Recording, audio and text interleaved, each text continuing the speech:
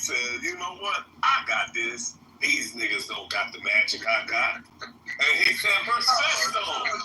Hey,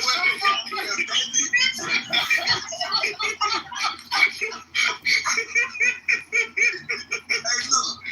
I'm not no so man to kick me off the stage and shit, man. Come on, man. Oh, Joe came back. Okay, good. Hey, Joe. But it is. That overpopulation is not a fucking issue. And I said, well, there are metrics that are an issue under the circumstance of overpopulation. Those metrics would namely be access to education and I believe starvation rates. Address that.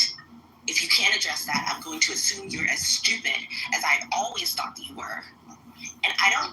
I'm not interested in Joe. She think you stupid. Hey, look. I think she's single. We got good things in common. You think I'm stupid? I think you single. No. It's okay though. It's okay though, damn it. We can all think, dude. No, I'm challenging you to think about the topic that you're fucking losers. No, so Tally, so let me respond. So the thing I would retort back to you is, when in the last 6,000 years of human history has it not been the case that there's a struggle for resources or food or, stuff like that? Why would you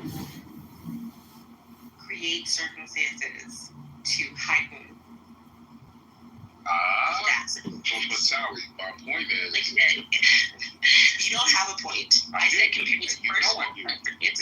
I said, no, I don't. No, I said compared to first world countries. Comparison.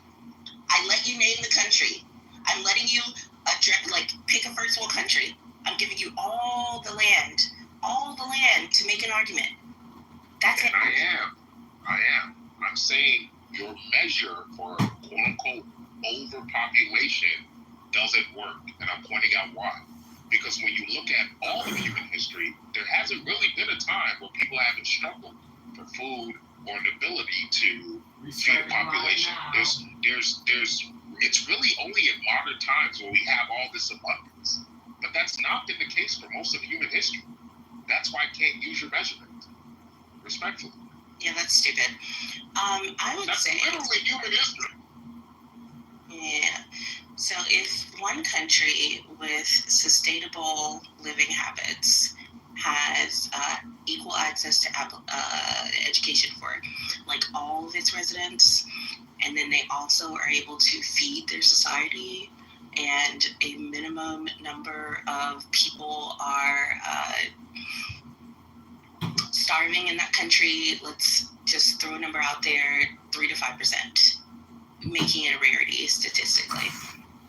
Why the fuck would I create the circumstance of an India where, let's see, over a quarter of the population is starving? You don't see an issue with that? So, I'm not saying, Tally, that it's not a challenge. If you kept it to that, then I think I can find common ground. My problem is, because remember, we're comparing overproducing to underproducing. Because remember, underproducing means you go extinct, versus overproducing, which means, hey, you need to do the work to feed a population, but at least you can protect yourself. You have maintenance. You can build, infrastructure. Do all the things that a society needs to do to get to what we see today. Because look, Tally, you can't take for granted that modern society got this way because we overproduced. That's a fact. We overproduced in monogamy-based societies. Yeah, I don't know that to be true. Anyway, we're talking about right now. You deny that? And we're talking about which of these overpopulated countries are starving, and comparing them to first world countries where people are not starving. And I don't believe the two are necessarily related in that being advanced in your technology and access to education, is it directly going to cause you to produce less children.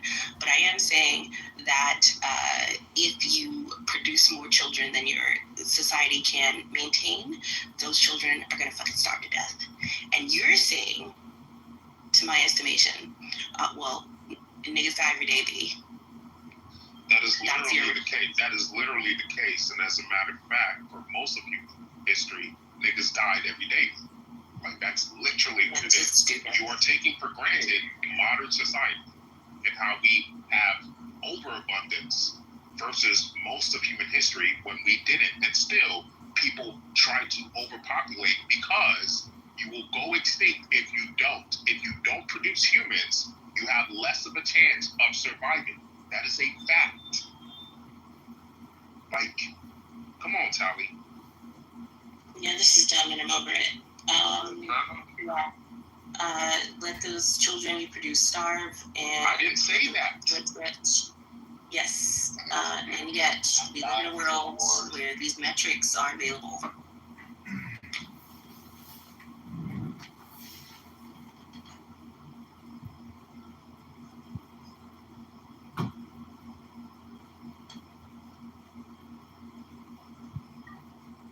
It's so crazy, Tally, because I bet you if you ask most white men, maybe not women, but most white men today, they would kill to have the birth rates we see in Somalia or Nigeria, where it's 5 to 6 children per woman. They would kill to see that, especially with the ones now that are focusing on the fact that, you know, there's not a lot of white people anymore. I'm so glad to see you, Mojo. Thank you. Thank you. Yeah, Mojo is a faggot. Fuck that nigga. Accurate. Fucking pussy. These men The are... women in those countries don't have the same social mobility though. That's irrelevant. Nothing is relevant except for birthing children you can't feed and can't teach. That's how you have society. Well, that's a stupid society, and I currently exist in a stupid room with stupid people, and it is miserable. And I don't want that as like an entire society of that. Could you fucking imagine? King Solomon, you heard me. Mojo, you're a faggot. You're a faggot. Who hurt you? Who hurt you? You're a faggot, Mojo. You're not in your little pussy room Who where hurt you? everybody gets to act like a fucking mean girl. You're a fucking mean girl, bitch. You're a People mean that are girl. smarter than you are not mean. You're a mean girl, Mojo. Your insecurities aren't anybody else's problem. You're a fucking pussy, too. This fucking goofball kicked me out of his room because I was packing his ass. Probably deserved it. So fucking pussy. Whoa. Oh, everybody, do you got, hey, you like this guy? Oh my God, you do? You're a fucking mean girl. What the fuck is Mean girl faggot. He's a fucking mean girl faggot. And nobody has the balls to tell this fucking bald-headed bitch. You sound the truth about wounded. this stuff. Sound very wounded. Yeah, you're a bitch. That's a fact. I'll slap you in real life. I don't know. Like, if a significant portion of the people... And the fact that That's Tally likes you already lets me know you're a faggot. Mm-hmm. If I had to live with whatever insecurity is produced within me, that most of the people that I meet are smarter than me and like generally more respected as a result, I too might respond in the way that you did, King. I understand. I haven't. Anyways, Mojo, you're a faggot. Just need you to know that. We can move on. Wait, King, why are you going against Logan? You gotta blame it on the rain. Yeah, this fucking mean girl pussy nigga fucking moved me out of his room. He's just mad because I'm blacker than you. Wait, hey, let's try to fix the shit. Let's try to fix the situation. No, he didn't say shit. He's just mad because I'm black and he's not. His entire lineage. I'm black and Okay, hey, look, either way, go fuck yourself. Both of you go fuck yourself. Either make purity lord to yourself. He needs to get deported. You're just mad because I'm black and you're not. You're not black. You're a fucking pussy Mexican. You're probably Well, black. Mojo. Everyone's mixing their own way. Mojo. You're literally 5 5'6". Is your father black? These people believe you are whatever your father is. Yeah. So just say your dad is. Oh, so well, it depends on how you. His Look, dad is sometimes I pussy hear about like the. him. Sometimes I hear the one drop rule, but look, Man, my me people and were Hava conquered black by the that one Moors. jump. That bitch ass nigga pussy My just like people were conquered by the Moors, therefore I'm black. My lineage goes all the way back, let's see, 800 years at least. So, King, I don't know where you were raised. Oh, shut you the sound fuck like up, Mojo. you You're sound like a pussy Theo just like your Huxtable. father. You and sound every like a goofy ass nigga that you came sound like before the black guy You're that was pussy raised in a just white like your neighborhood. father, and every You goofy sound ass like bitch Theo You that sound like you were raised in a white neighborhood. And He it doesn't. showed. He was raised in a gang infested area. King was? You're a pussy just like your faggot father. Correct. I think King was abused. I think this is Wait, King, this did is you say something? this is evidence. This is too much semen up his ass. And acting like a mean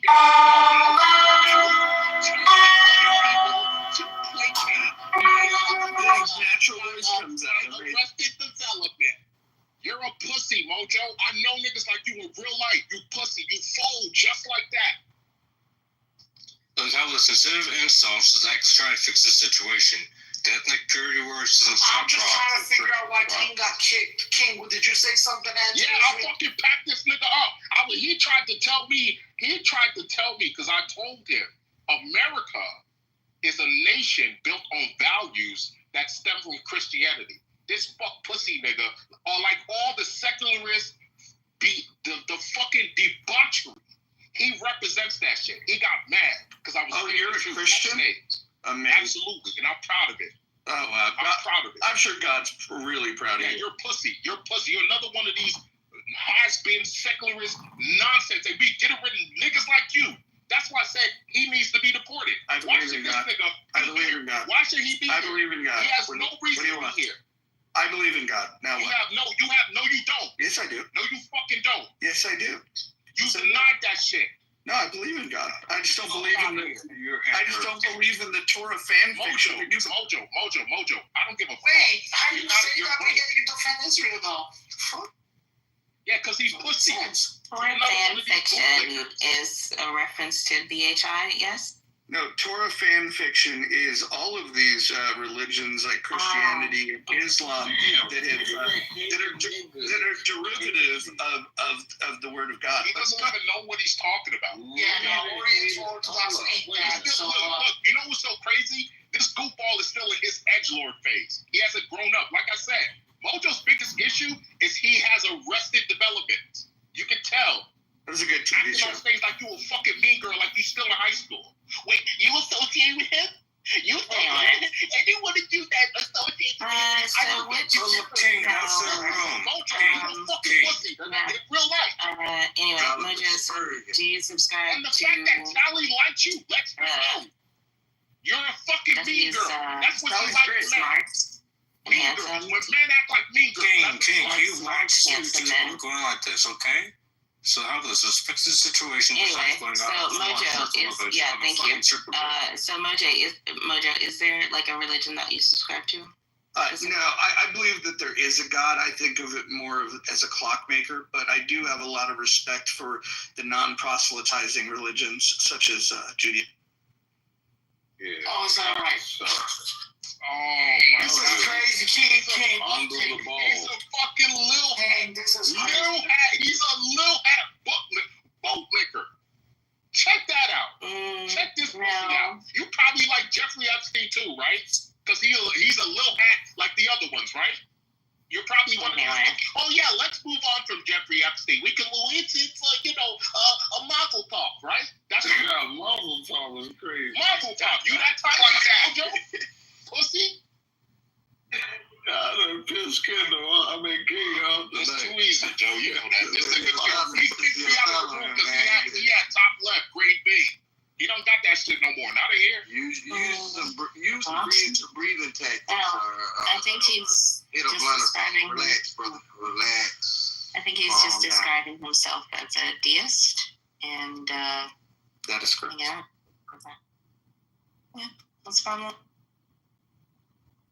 You can He's believe in just I don't anything. give a fuck. He can report himself. You know what it is there's no full-scale knowledge about Christianity and the different. That's irrelevant. Nothing is relevant except for birthing children you can't feed and can't. That's fucking out. Well, that's stupid. Wait, no. Wait. Every prominent religion does have a somewhat same type of mentality and the same type of history. That's not true. That's literally Yeah, not they true. do. They force their ideology or belief system. Everybody does that. Not Atheism everyone. has done that. Secularists have done that. Everybody The does that. anarchists do this. There's no ideology that doesn't have some protocol. Anarchists don't push their agenda on people.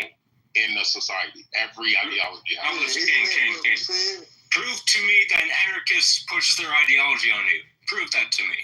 You He can't. said, wait, that anarchists push their ideology? Yes, prove it to me. Anarchism. Prove a multiverse believer that they could do this shit. Anarchism is not an ideology. It's a transition ideology. It's not an actual, Exactly. Which is again, they can't push their agenda on you. Yeah, but sir, that's the point. You're proving my point. They can't push the agenda.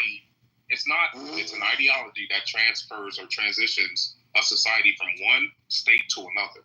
Like, for instance, a capitalist state to a socialist state, or socialist state to a communist state, or communist state to what most of them end up being, some type of tyranny or, That's not rule how it of works. a few. So It varies on the ideology, but that's not how it works. that is how it works. No, because with an anarchist ideology, it goes from Wait, Lord Nas, are you an anarchist? yes. Okay, so that means you want to be the only anarchist? Like, you're not happy that there's other anarchists? I'm It fine don't make sense at all. with that. I'm fine with it What because are I you am an talking about? extremist. I have my own type of Like, what are you belief. talking about? You want to be the that's- only that's anarchist? Are you happy when you hear other anarchists? I'm not. No. So what you mean? I don't. Let him explain. Because I Like, you listen can to share your views on FEMA, right? FEMA's not a real anarchist. FEMA's not a That's real how the anarchist. people become anarchists, because they know I about am it. fine with being the lone wolf that fights for my own fucking Yeah, side. but that's not how reality works. Well, Lord, I You look at learn that it from one man, somebody. that one man army. You I look at learned that it one from man army. somebody like that because that person wanted to share the idea. Could you let me finish? Yeah. Yeah, go ahead. Like that. And clarify if it's like communism. Like, is it any of those, or is it just like regular? It's the most accurate anarchy, the one that it doesn't have any form of laws or regulations. It's not these other type of ideologies of anarchy. It's the real ultimate anarchy, true anarchy that allows you to do whatever you want without any form of restriction. I'm fine with sticking to my own on this, only because obviously there's not going to be people that's going to side with me on this. I'm fine with being with a fucking one-man war. No, but you sided with somebody. You heard this idea from somebody. Correct. I got this idea Let me because I talked ask to you a people. question. Let me ask you a question. I'm interested. So, an anarchist, what if they attempt to persuade you to subscribe to their ideology? I mean, they could attempt to, but it's not going to work. Regardless, you said, give me an example of somebody pushing something onto you. Would you agree that if somebody in this room that tends to lean towards some type of anarchism tries to persuade the room that that is the way it should be, would that be a form of pushing it onto somebody? No, because it's just a persuasion. You're choosing to believe in it or not. No, I don't think you choose your beliefs. I'm saying the idea of pushing something onto somebody, like this guy earlier, Mojo, he said he likes the Judaism things because they don't try to proselytize. Persuasion is an attempt to proselytize, correct? We can agree to disagree on that. We can agree to disagree. Yeah, we've I'm asking definitely you. agreed to just Wait. You don't think persuasion is a form of proselytizing? So if No, I'm out because there, you're choosing to believe in it at the end do of the you day. choose your beliefs? Do you choose your beliefs? Yeah. Did you choose to believe that? Yeah. Why? Because I want my own Whatever you wanted, did you choose I to write want my own that? story, so yes, I want my own story. Did you choose to want that? Let him finish. Like, you I don't need to. I'm not like you, dog. I'm not slow, bro. All I do is a few words.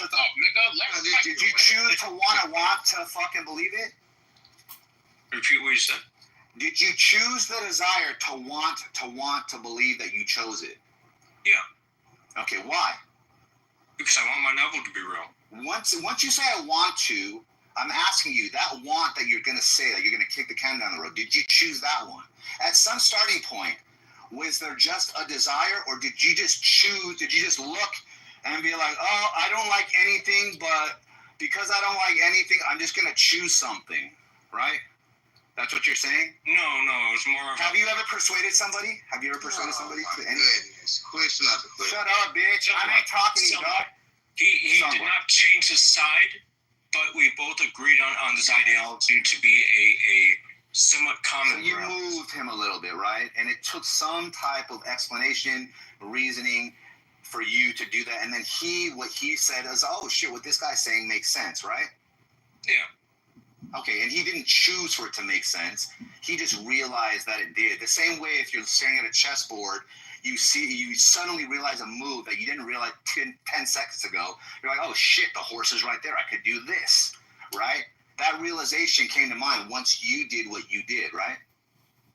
Yeah. Otherwise, if you're, okay, perfect. Now, what I'm saying is this, that framework, if you apply that framework to somebody that holds a position of anarchism, and they try to persuade you, right? I'm sorry, they try to persuade you, and they're able to move the person. Did they attempt to move you in the direction that they hold? Sorry, what was the question? Did they attempt to persuade you towards the direction of their worldview? Some have tried, but it didn't work. Not you. I'm saying, hypothetically, if an anarchist, right, attempts to persuade somebody, right, are they attempting to move that person they're talking to towards their worldview? 50-50, depends. Okay, it depends. So that means in some cases yes and in some cases no, right? Correct. Okay, then when you say, prove to me that an anarchist isn't pushing their views, I think persuasion is a form of pushing it, and it's at least 50% of the time. So there you go. Thank you, Psych. Yeah. Walked you down on that one, Lord. He walked you down on He that just one. said it's 50-50. 50-50 means yes. That's it. Yo, No, it means 50-50. No. It means yes and it means no. That's what it means. That's what it means. The idea that if you're a true anarchist, you're going to let everybody do what they want to do, and you have no desire, especially if you're saying you choose your desires, whatsoever, to bother anybody to convince them to join your side or to see your side as the better side. Because in your view, or not your view, the anarchist view, all sides are good sides as long as it's their side. Therefore, the attempt to persuade anybody would be a fucking violation to some degree, not entirely, that there's a better way. And it happens in this room. A mutual friend that comes in this room attempts to do it all the time. It's a female, she's smart, and she does it all the time. So there we go. Golden rule method of that's right, Mike. Because Lord, respectfully, at the end of the day, what you essentially like box yourself into is essentially being a pawn of whatever system is transitioned into or whatever system is maintained. You're essentially a pawn because you based off of your ideology, if everyone's allowed to do whatever they want, then whoever is the winner, you will be subject to that winner or subject to that society. Now, you're lucky you live in America, right? But there's a lot of people in history that have your same mindset that wasn't as lucky. So that's what I'm saying. King, I did not explain to you in depth how the society is the way I in some way imagine. Well, that's why I asked you, are you anarcho-capitalist, anarcho-communist? Like, there are other It's not real. Actually, wait. I'll come back to when I look at the ChatGPT name of. Okay. Fair enough. What's good, Jimmy? Yeah, Psych is a thing. Well, Mark, you gotta stop this. Like, you gotta stop this. Why can't I speak? Why do every time that I Because you open my always mic, do you got a this dumb fucking shit, problem man. with You do me? this dumb shit. Let me speak, bro. Just like Yeah, give me. you get to speak all the time, but like you just say dumb shit. You say dumb shit. No. And you know you do. You know you say this dumb shit to rile I think people the up. vibe You that know you're you do that speaking to dumb rile shit. people up. You know that. I think I don't. Yes, you do. I think, You do it to rile people up. no, I don't, bro. I don't. Like, quit with your pre-assumptions.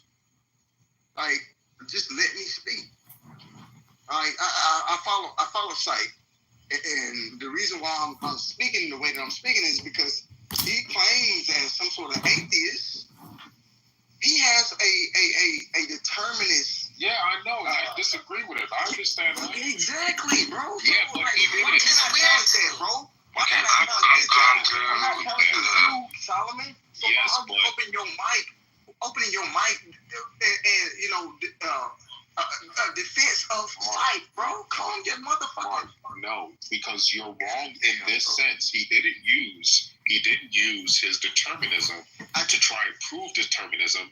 He used that as a tool to show Lord why he's incorrect, and that was appropriate. He absolutely showed Lord where he was kind of sort of making claims that weren't true. Because Lord originally tried to portray it like anarchists don't proselytize or don't spread their beliefs. Because this really stems from the dumb shit Mojo tried to point out. So would you say psychic is anarchy?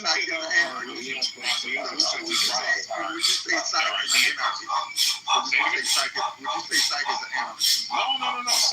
Psych believes, from everything I've heard, Mike believes in what America is. Maybe not everything of it, but he's certainly an individual who is living the life that is productive to maintaining this system, whether it's having children, Here's what I am. Oh, there he is. He's there. Yeah, I'm like an existential nihilist, right? I believe that fucking this whole shit's fucking pointless ultimately, but you create your own fucking point, right? And so I love this fucking country. The best idea of our fucking species, mindset, and fucking guess what? Like, fuck it, dude. Like, I support this country, right or wrong, and I'm an atheist at that, and all the above. I think there is some sort of spirituality that's attached to his belief in the country. So, I mean, to use atheism as a non-belief, like it kind of confuses me, you know. But I mean, I understand exactly what you're saying. Like, I mean, I think you know, it's a commitment, you know, your belief.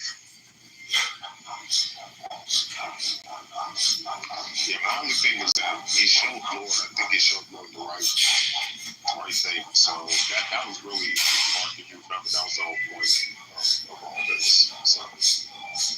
So I don't believe anarchy is an ideology that again is sustainable. It's just a transition. But do you think one state to another. do you think it's any different than how Psychic has his spirituality in terms of the Yeah, I do. Because notice he's an existential scientist, but he's chosen. This is Mike is chosen to look at the world a certain way. I would say, despite what existential nihilism entails, Mike is chosen to do things. I actually feel it. Okay, so here's how I see it, and it's subject to change, right? Because I believe that, like, perception changes as time goes by. The way I look at the world when I'm 20 right? Say when I'm fucking 60, I might have an entirely different view. So, look, like, I basically am like a pragmatist in the sense of, like, what's the most realistic and fucking way to be functional in a society, you know, that I exist in, right? And I have a family and all this kind of bullshit. So when I assess that to the best of my ability, I'm like, okay, these are gold contingent things. Live healthy. Okay, how do I live healthy? Well, there are certain, first you define health. It's like, I define it as furthest away from disease, right? It's a fucking interesting thing. How could I do that? And then you follow those requirements. Wealthy. How wealthy could I be relative to the situation that I'm in? My fucking intellect, my lack of intellect, whatever the case is, right? Okay, well, this is what I'm able to produce right now, but I still have goals to be better. Taking care of my family. A fucking man is not a fucking woman. Okay, I'm going to start there. Now, if that just so happens to overlap with certain religious ideologies, well, hey, we find ourselves in the same camp in that sense right there. So it's like a piece by piece thing. There's a lot of nuance, but overall, I seem to be pretty fucking good. I'm happy. I'm still thriving to be better. And I can hold that position at the same time, look at us and say I'm just a walking piece of conscious meat. Right? And when I die, I'm fucking done. And it would be amazing if something happened after this, but I have no reason to believe it because I don't see any evidence to it. So that's not a fucking anarchist, bro. I follow the fucking rules, and I'm happy that there are rules. Yes, absolutely. And I think Mike is, and King, I think you would agree, here in Chilism, one of those where he's not one of the Abrahamic, right, these Abrahamic religions that we always debate about, but he's, I think out of those who are not following any of those religions here in this room, Mike is one of those that is great at breaking down and asking the right I'd be questions shocked. when it comes to debating, right? Yes, I'd be Sorry, I found it out. Oh, what? So I was saying, Mike, you, out of everyone in this room, out of everyone in this room, I think, since you don't follow any of the Abrahamic religions, right, and you said what you are, but when we debate about those religions, you are really good at breaking it down and asking the right questions. Yeah, what does that mean, though? What does that mean? Like, you have to be there to, like, see it. Like, he just did it with he just did it with the anarchists. Like, he just did it with White man. Don't blow away. Yo, shut up. First of all, hold on. How do you know that I'm white, by the way? Right. How do you know that?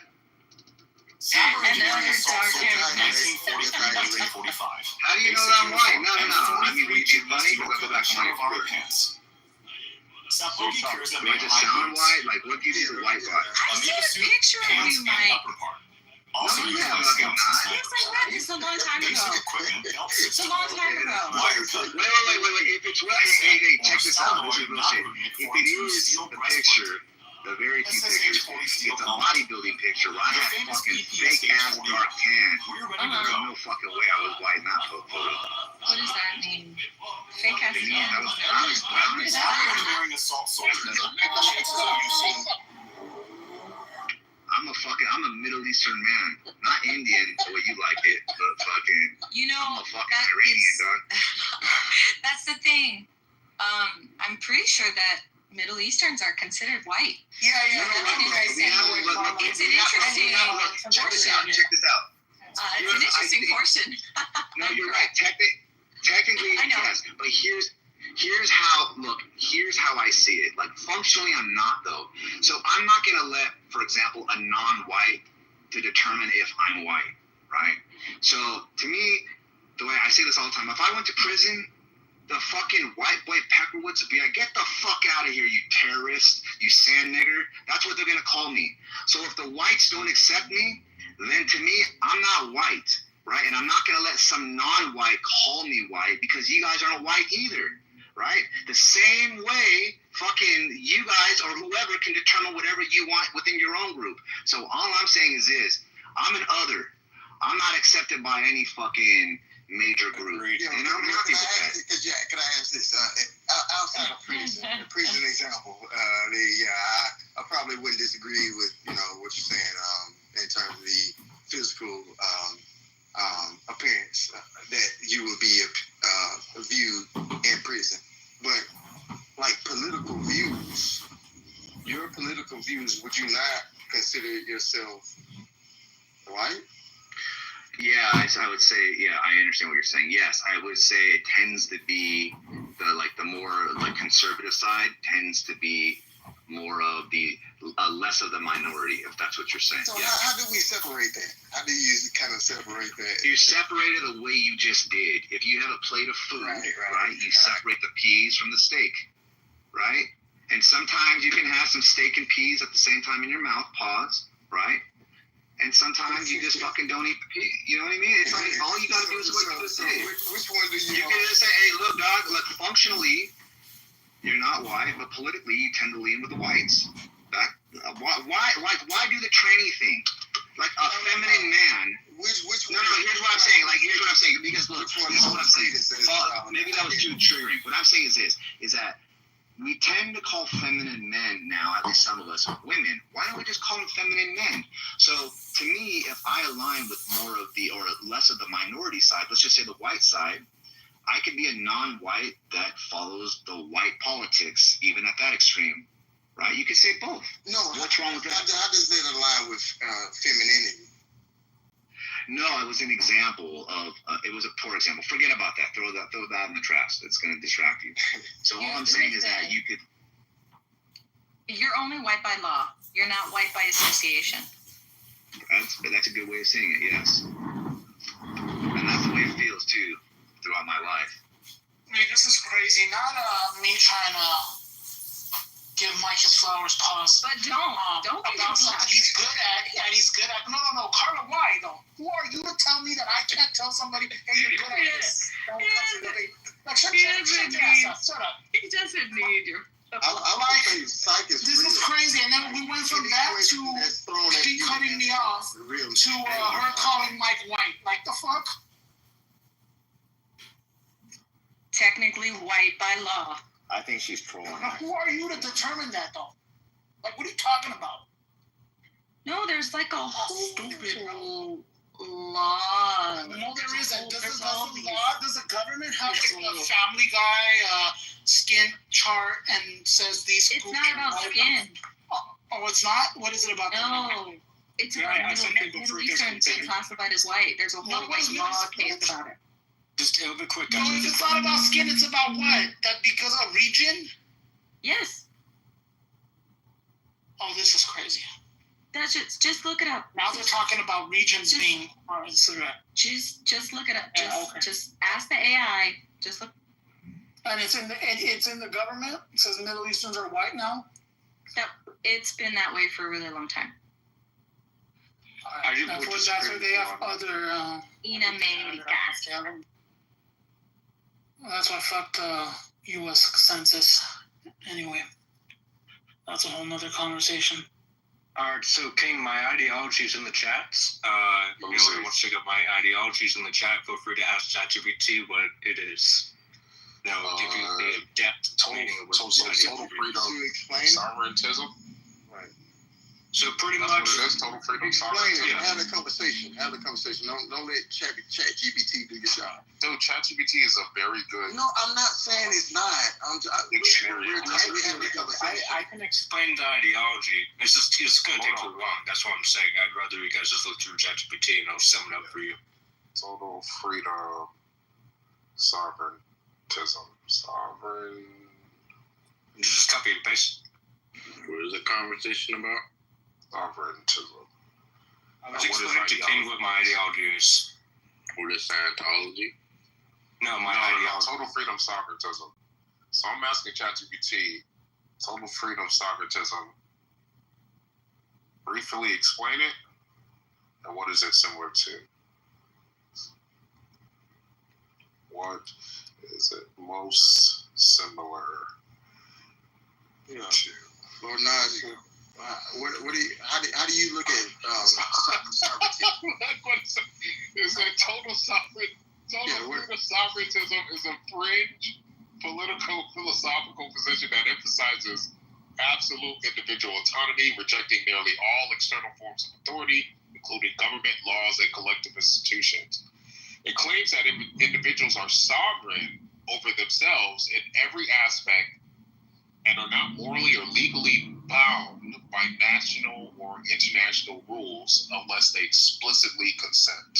So the core idea is radical individualism, rejection of state authority, voluntarism, taken to the extreme though, private laws, and then often it overlaps with tax protester ideologies for their refusal to pay taxes, get a license, or follow public law. Now, what is it most similar to? So it says here, it is most closely related to anarcho-capitalism, which we talked on, sovereign citizen movements, those, and I think the Moors have that too. Voluntarism, we hear that a lot from BEMA or B-Master, if you know B-Master.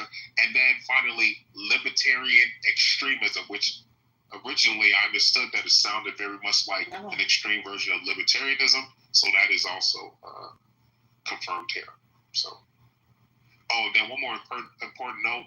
Total freedom sovereigntism is not legally recognized and has led some adherents into legal trouble, especially when they attempt to opt out of taxes, court rulings, or other civil obligations. Wait. How about this King? Look up the other one that I sent. Which one? pluralistic anarcho-sovereignty. Okay, I got you. Now you're a sovereign citizen, bro. That's great. Man. No, I'm not. So interestingly enough, Mike forgot that I knew him from a completely different room with completely different people. So I think he kind of just had a little shock a little bit. But anyway, yeah, I knew him from a way other time. Yeah, I think individualism has a set caveat attached to it, and which is sovereignty. So, like, if we look at individualism as not separate beliefs or some sort of ambiguity or some sort of like creation of the self. Like, what is individualism? Well, individualism is not individualism is not in and of itself independent from a rule of law framework.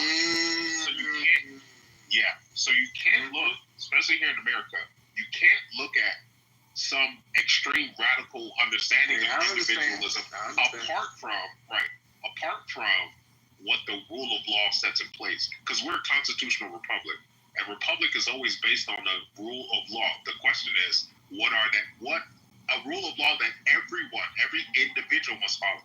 So the question becomes, okay, what is that set of rules? And outside of that, it makes it radical.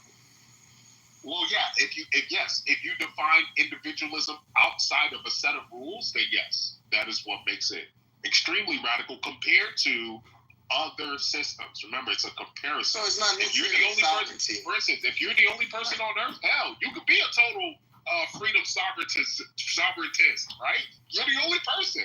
It's perfect for if you're the only person on the planet. But it doesn't work as soon as another person or another group is in the picture. It doesn't work. Because as soon as they decide, hey, I want your shit, what the fuck are you gonna do? I mean, you fight back for it, You fight back for the land. You fight for like you do. Yeah, but then that takes you outside. Well, that technically takes you outside of that label, because now you are doing things that are not just consistent with your worldview. They're consistent with other worldviews that you would claim, oh no, I'm not that. And this is what I always try to tell people who who believe in ideologies that are around this, that we're speaking on. Because once you start adopting things that are also within other ideologies you claim you don't fuck with, well, it's like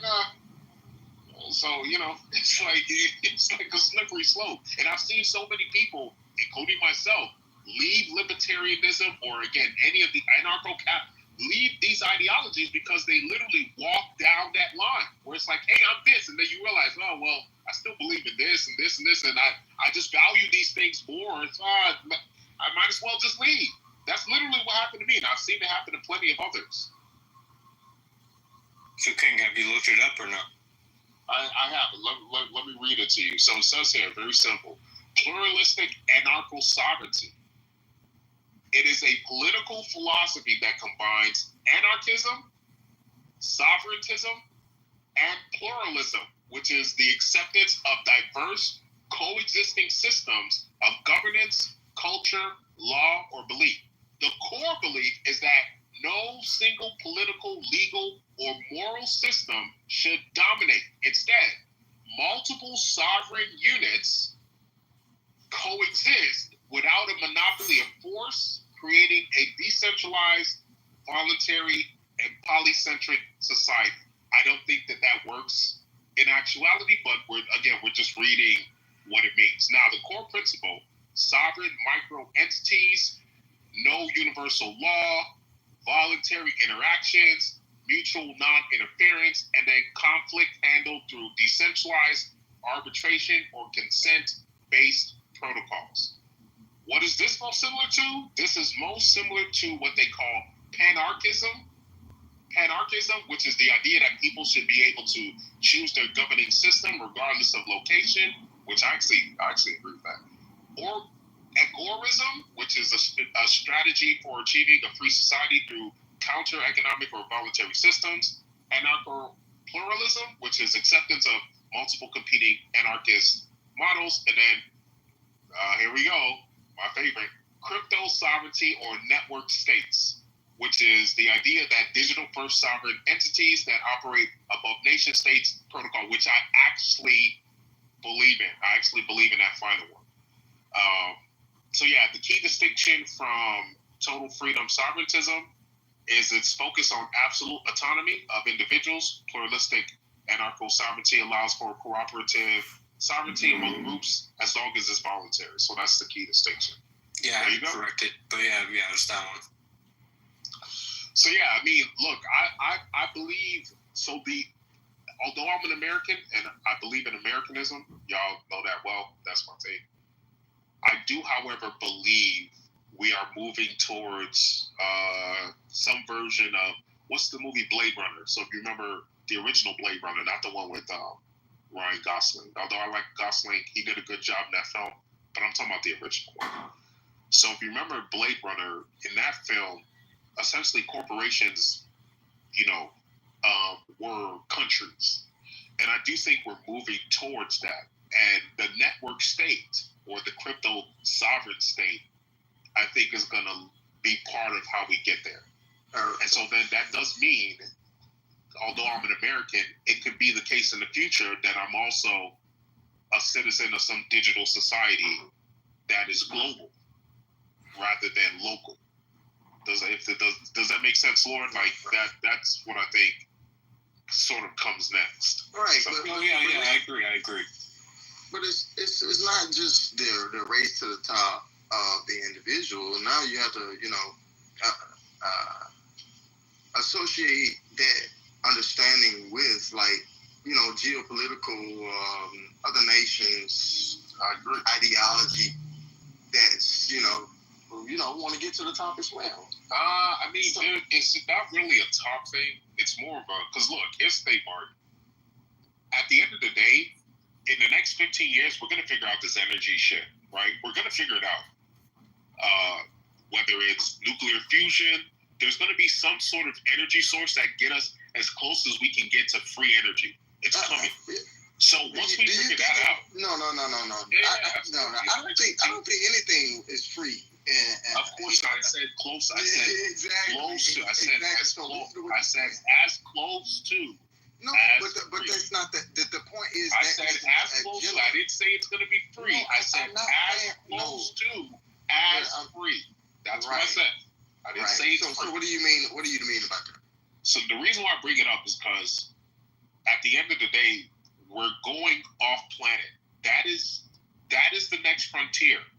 We're not just going to Mars. We're going to build Dyson spheres. We're going to build O'Neill cylinders. We're going to build these huge megastructures because once we figure out AI and robotics and building shit, then we can automate the production of those things. No, using robotics and AI. Right. So the reason why I bring it up, the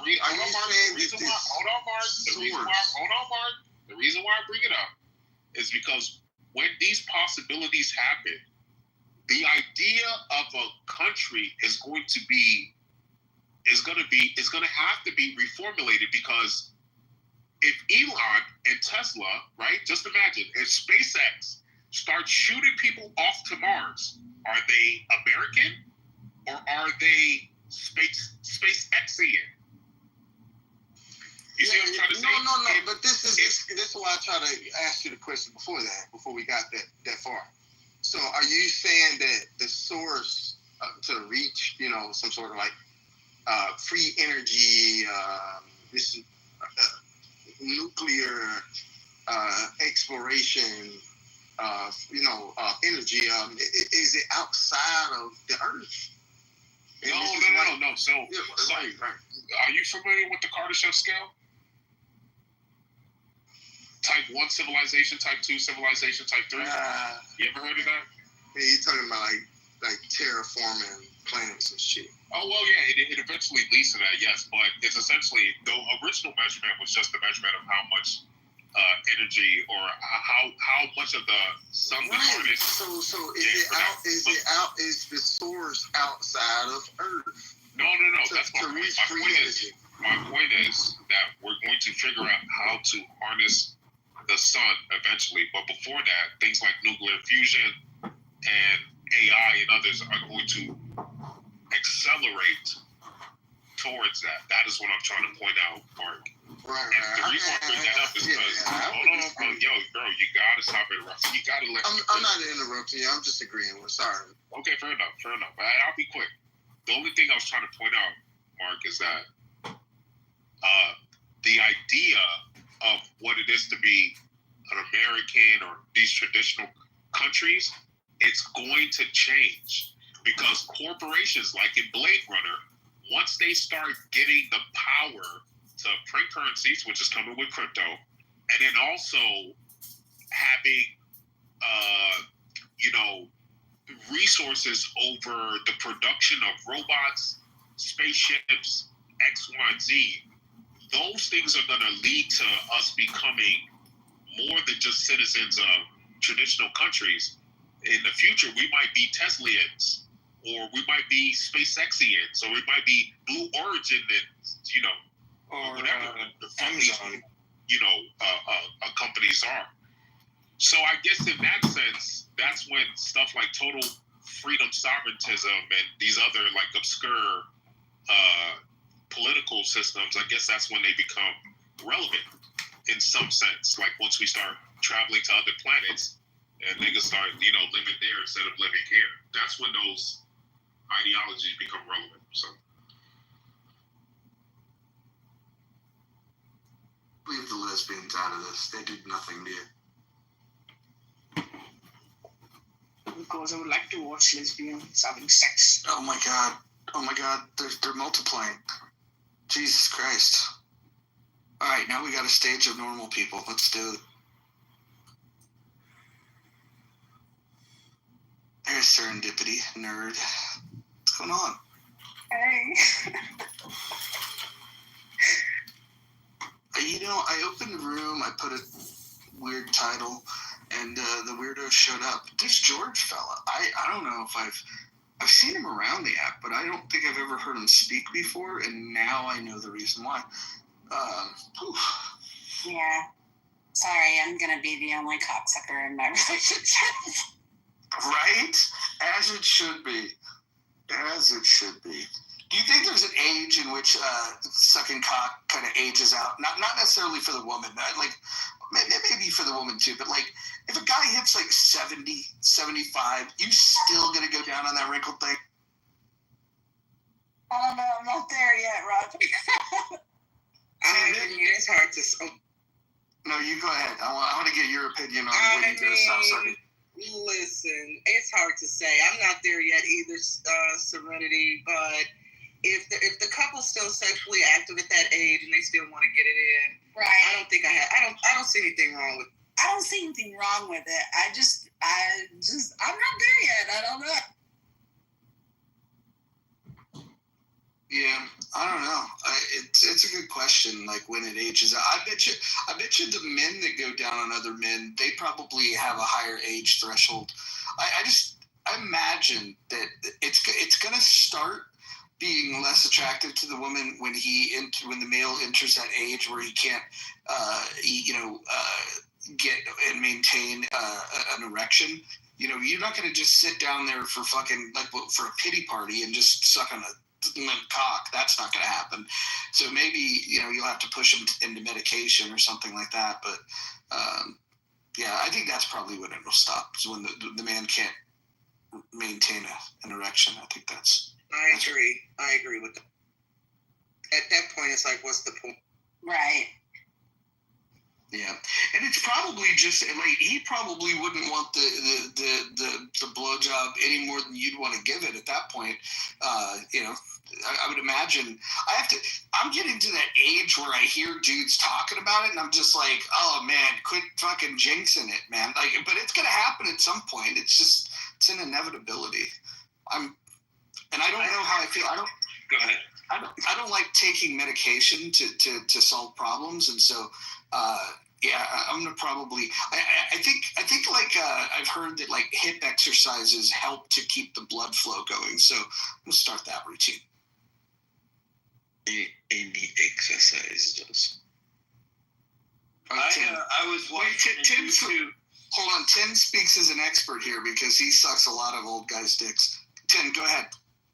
Any exercise increases your blood flow, brothers. Any exercise. So exercise. That is the moral of the story. All right, go ahead, Dr. Jordan. So I was watching a video on penis size, girth, and length. It was in depth. I think a urologist was hosting the podcast. It was a little disturbing, to be honest with you. So I don't know what to tell you guys. Wait, why was it disturbing? The number of people who are going in to get their girth increased. I just thought it was a little bizarre, but whatever. That's not my problem. What do they call it? There's a porn star who goes by the name Girth Master, I think. Yeah, Girth Master. Girl, I'm glad you gave him the side eye because I'm like, what? Yeah, that's a thing. I guess it would be a thing. That's why I gave him the side eye. No, What? thank you. No. Guys are having surgery to. Yeah, these are average guys getting like 5 inch. Well, they do it in centimeters, right? So they're getting like the idea is to get like 5 inches around, which is kind of 5 inches. I don't know, but they're trying to build girth, which I thought is bad. I always assumed penis enlargements were elongation, but it seems like most of them are getting girth enhancement. Yeah, they want to fill every inch of those walls, huh? I get it. It's not length. You know, it's length. You want size. The ladies want to feel full. They don't want no. They don't want no something up inside. They want a lot of the nerve stimulation. Tim, are you a homosexual? So that's what we. No, are you? Well, don't get offended. It's a viable lifestyle. People can choose that if they want. Well, what are you? No, brother. Stop asking these questions, brother. Did I hit a nerve there? I'm sorry. I didn't realize you're. I didn't realize you're still in the closet. I apologize. I retract my question. Respect. Rule that way. A woman we deal with woman. All right. Been married to my wife. Oh. She's a woman. Does she know you're gay? I have 5 kids. Does your wife know you are gay because you're asking gay questions, brother? So now you're a homophobe. So now you're a homophobe. Do you always repeat everything you say? Repeat everything I say? Yeah, I have to, because he's. I don't know why he asks his dumb question. I got one last question for you. I have one last question for you. When is the last time you sucked a cock? When was the last time you sucked a man's penis, brother? A man's penis. Yeah. That's just to a woman's. Yeah, when's the last? I'm asking these questions. You see, that's what the conservative mindset. Just weird. Oh, 10. I can't wait to hear what you have to say about this topic. You and I have come a long way on this app. Remember we used to fight in the chats and I had to block you for a while. Then I unblocked you because I want to come in your flat earth rooms and listen to you rant about the flat earthers. We've been kind of getting along in your flat earth rooms, I think. So I'm going to go ahead and add you. Finally. You don't have to add me back. But we're getting along these days. I hope we can keep the vibe going, 10. Right? I'll be back in your next flat earth room to hear your thoughts about that clip I shared today, because I know you probably have a lot to say. Oh, yeah, I saw that clip. Yeah. I mean, remember, aircraft, they fly the Great Circle route. So the Great Circle routes are like straight routes. So that's why they stopped in Rome to get refuel. You can't fly on Earth. You don't fly just like that. Like if you lined up with a destination, you don't just fly straight to that destination like that, because that's the longest route. You have to fly over the Great Circle routes. Okay, we can talk about it in your room. We don't have to hog Mojo's stage and make it about us. You did? But I'll be back because I know some of the people in your space don't like me because they don't like the energy that I bring with the flat earth drama. So I'll be back. I'll be back to troll you, Tan. But I mean that with love. But are you a flat earther though? No, I just enjoy the conversation. Right. Yeah. You're smart than that. Although you're a conservative, that means. Yeah, that's why we used to have our problems, because you didn't like the fact that I was a black conservative. Right. We'll see. We'll see how it goes tonight as this conversation kicks off. Black conservatives is a paradox. You cannot be a black Republican. That's crazy. That is they don't like you. Why are you in that party? I don't care what they think. I don't know who they are. I don't live my life for they and them. I'm an individual, sir. White people party that's coming to the party. Okay. They don't like it. You see what they're doing to people of color? No, Tim, what are they doing? What are the white conservatives doing to the people of color? All right. There are illegal people from Sweden and England here. They're not getting sent to El Salvador. Only Spanish people. Are foundational black Americans being shipped out of the country, Tim? Are they being Not yet. Not yet. And they won't be. And they won't. Nobody's coming for the black Americans, sir. Which illegal white country person has been ejected from the country? None. So watch out. They don't like you.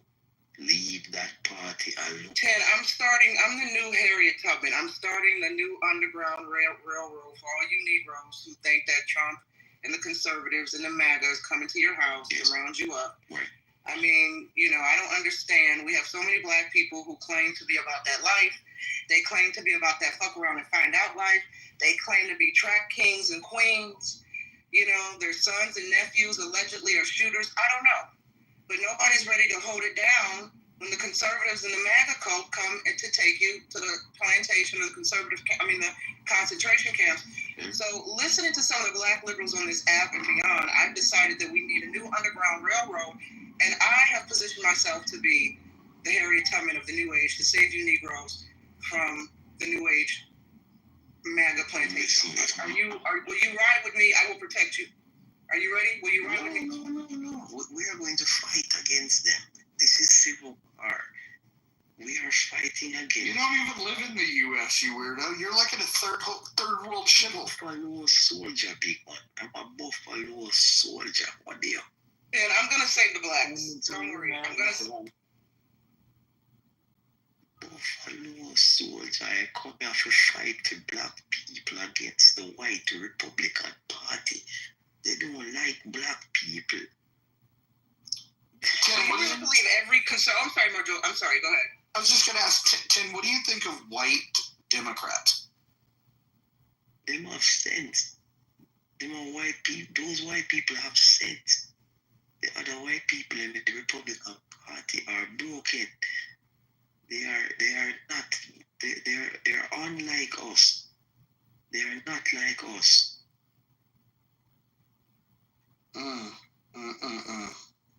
Yes, look.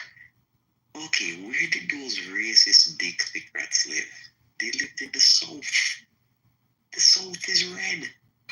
Hello, dears. It's Dr. Edward Smythe here, the Times Square Shark. How we doing? We are top big one. Alabama red, Georgia red, Florida red, Missouri red, Mississippi. That is where those racist Dixiecrats were. Jim Crow South. Dears, are you talking into a hole? Can you get out of it? Can't hang up. So the topic is, are conservatives and progressives inferior to liberals. We would say conservatives certainly superior. Roger being more superior than all of them. There we go. In the club, it's a great sound system, in fact. Are you at the club while listening to Clubhouse on Clubhouse? I mean, in my Porsche, you could call it. Well, okay, I'll do that. You must not be surrounded by any babes. I can't imagine you're on some babes at the club. No, I'm in the mountains. I'm in my place in the mountains. What are you in, rain or? No,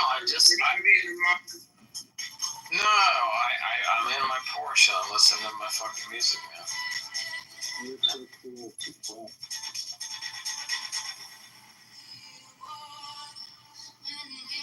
So you interrupted 10, and I wanted to hear him go off about blacks and conservatives. Why did you do that? I mean, the thing is, okay, but why don't you hear me instead? Because I'll give you the real answer. Do you want the real answer? No, I want to hear from the black heather. Do you want the truth, or do you want someone who doesn't know it? No, I wanted to listen to the black tether go off about black American conservatives. All right, as you. Well, he's gone now, Times. Every time you come up to a stage, you just, you know what I'm saying? Well, can you imagine me in reality? Do you know what the fuck I do to reality? I crack it in half.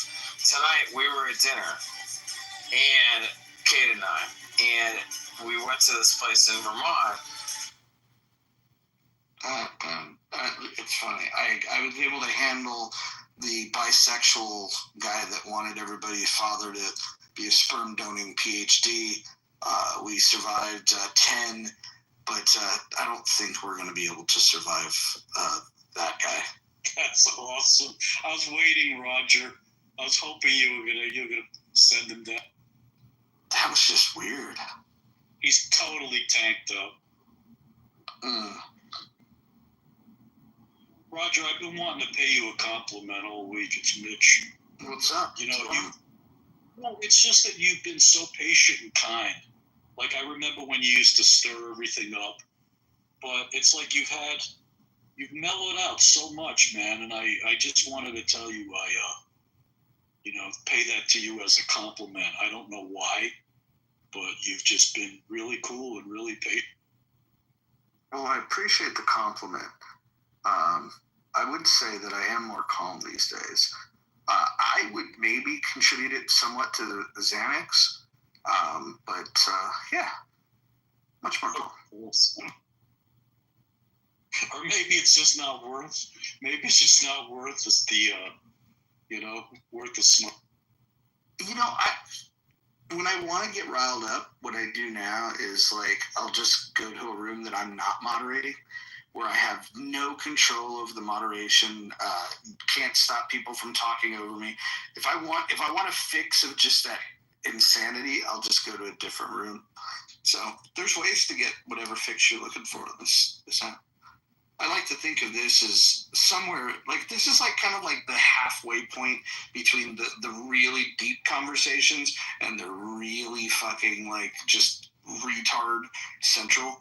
We're the halfway through point. This is where the midwits we join them. Listen. I mean, when people listen to you, they can figure out that you've actually read a few books. People don't read anymore. And I think you get frustrated because people don't read.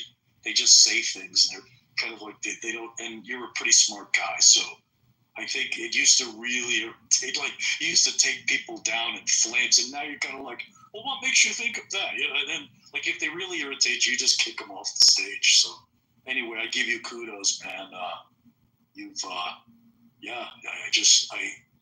I respect the new kind of patient guy. I mean, I'm a doctor, I got to be patient when I got 10 crazy people in a room. Yeah. So well, if I had patience, I'd be a doctor.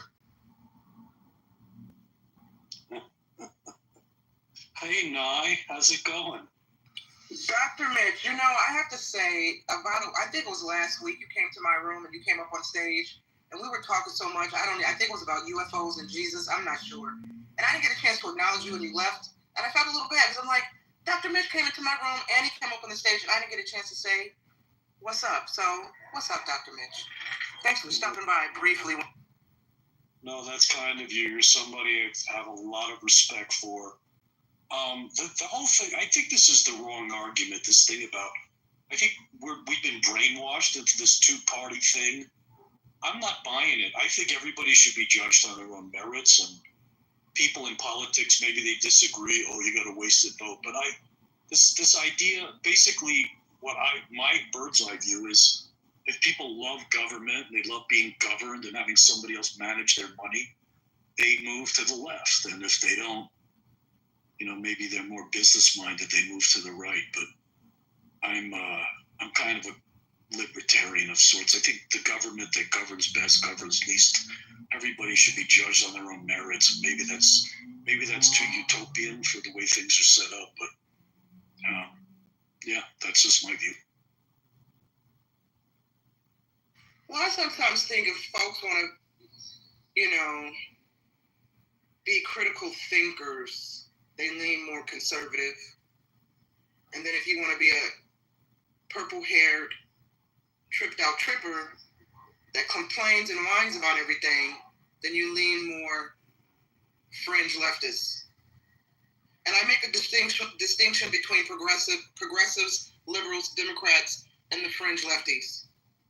So I don't want to put all liberals and leftists in the same box, and progressives. That's why I distinguish with fringed out trippers. Well, the smallest guy always screams the loudest, so people with the most extreme viewpoint are the ones that are going to be waving for, or maybe they're paid, right? Like the paid protesters. They're paid to wave a flag. So there's a lot of that going on over there. That's all I have to say about that.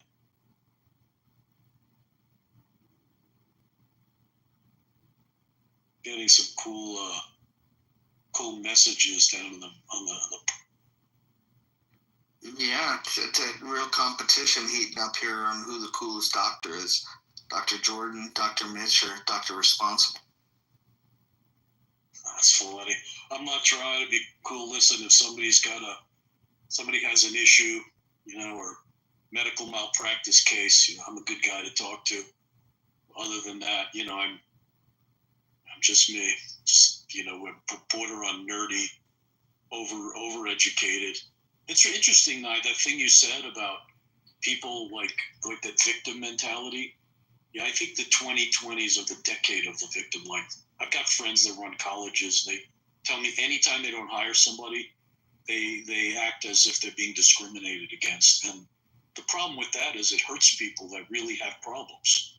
It dilutes the people that really need exceptions. 100%. I have relatives that I spar with often because they have the victim mentality. As a matter of fact, they think that's the default operation mode for blacks. And, I get called things like Trump ad and Coon ad because I always explain to them I don't have a victim mentality. White people haven't held me back from doing a goddamn thing, pardon my language.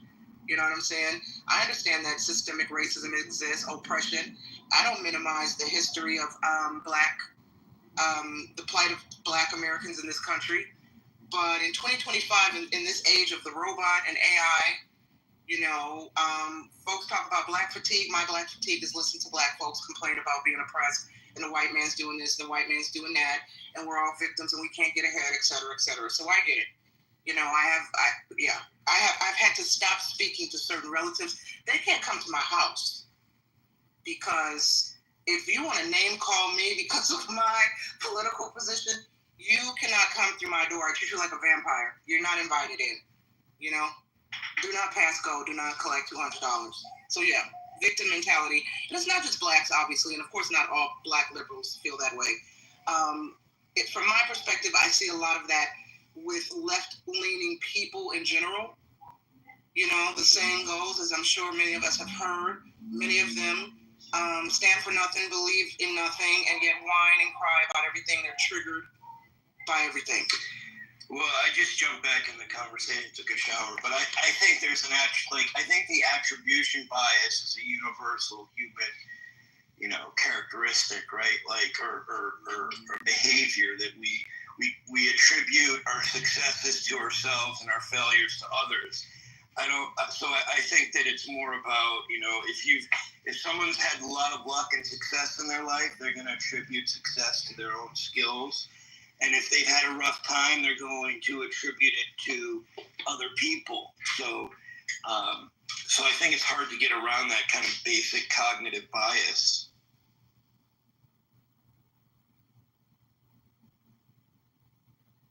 Really cognitive distortion, to be honest.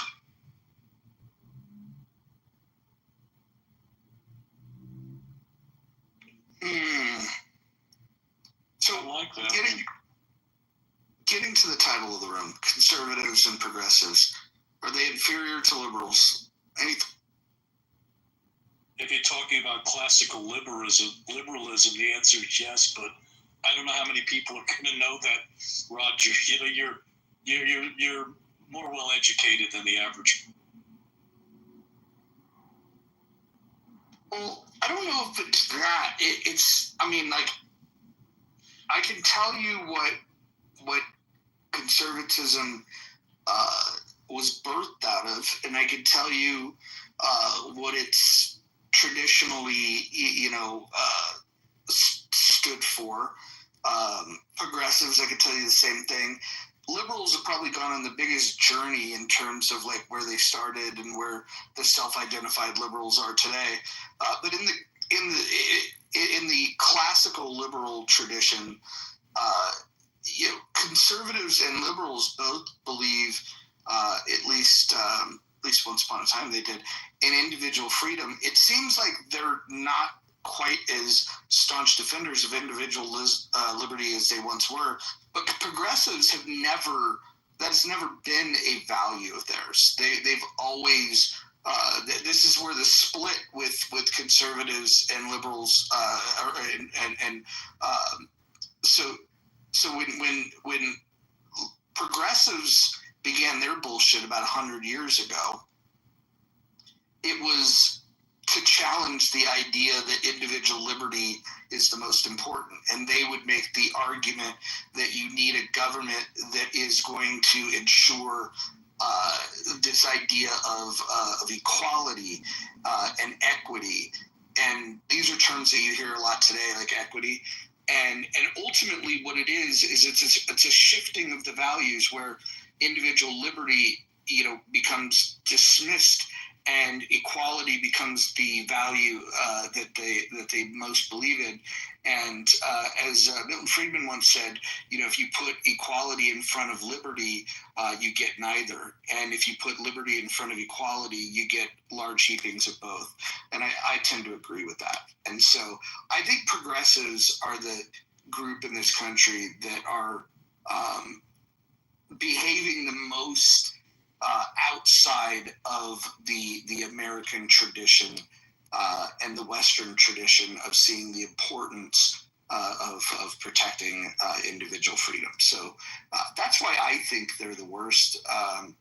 That being said, I think liberals are better than conservatives because they're always ahead of the curve. Traditionally, the classic liberals, they're the ones that would, they would advocate for rights in a pretty staunch way. And conservatives are more like the group that comes around later to say, hey, that worked out for a long time. We should uphold that tradition. And so it's like liberals kind of like over time, their ideas become the favored idea of conservatives, and progressives are just kind of on their own little. Well, you also have to break it down. Are you talking about economics or are you talking about social policy, right? Because I'm referring to both, but I'm far more interested in the economic side than I am the social side. I think the social side should live outside of government, and whatever the cultural norms and the cultural subcultures might be, let it be, just as long as, you have a government that can uphold, don't let those individual freedoms that people are, embarking on impede on our freedom. I talk a lot about John Stuart Mill, and he had said, you should be free to do what you want to do as long as you don't harm other people. I think if we just use that as the guiding principle, I think we'd be fine. We'd have to also increase our level of tolerance to go, oh God. Like, I remember when I was a kid, like, it was like, oh man, we're not going to San Francisco because, San Francisco had this going on. You can't go down to San Pablo Avenue because, that's where all, like, the drugs and the prostitutes are at, right? And so, like, it happened and you were just tolerant of it, or you avoided it, but you didn't necessarily have like some plan to go stop people from participating in what they wanted to participate in. Like, I think, I think the gay part of town needs to exist. I think the prostitution side of town needs to exist. We just don't want that in Central Park. And the downtown area should be free of that, and certainly the suburbs should be. But there's got to be like a place where that shit lives, and I think that's where we need to increase our level of tolerance. But we can also, with that tolerance, say, look, you can do that shit, but do that over there, because we don't want to see.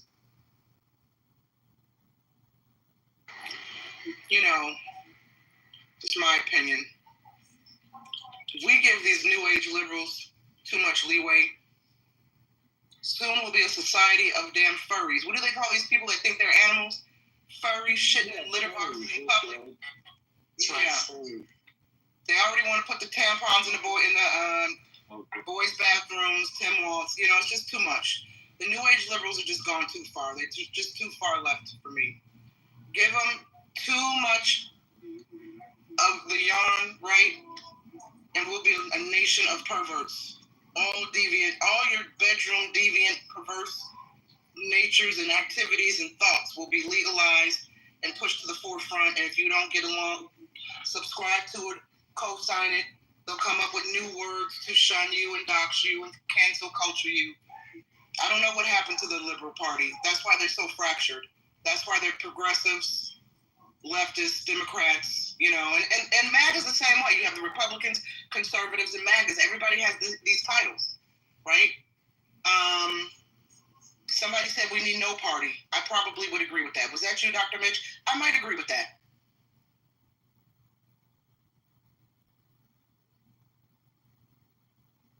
I think people are more comfortable following than they are leading.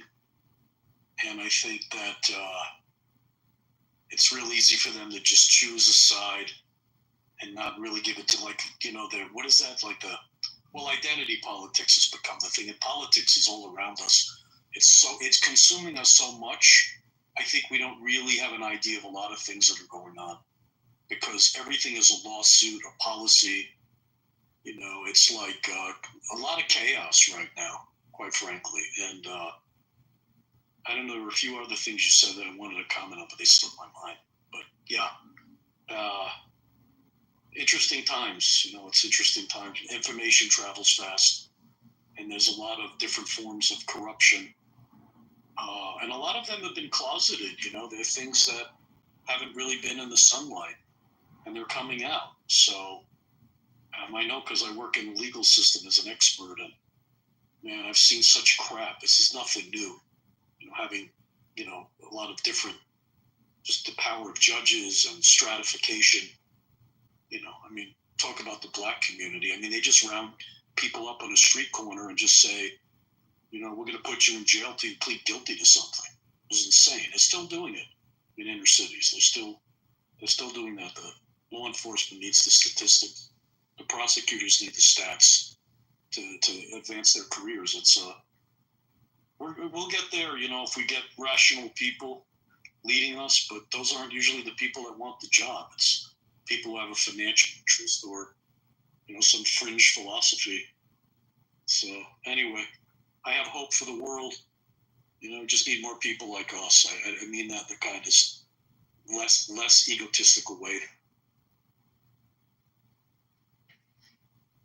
One of the reminders I think people need is that eventually we're all going to die. the human race someday, here's a reality check, will be extinct someday. Something you don't grow up thinking about. You kind of think that life's kind of a long journey and whatnot, but we're going to be extinct. It will happen. And we're probably the only species, I'd have to check with Dr. Jordan on this, that is going to be responsible likely for our own extinction.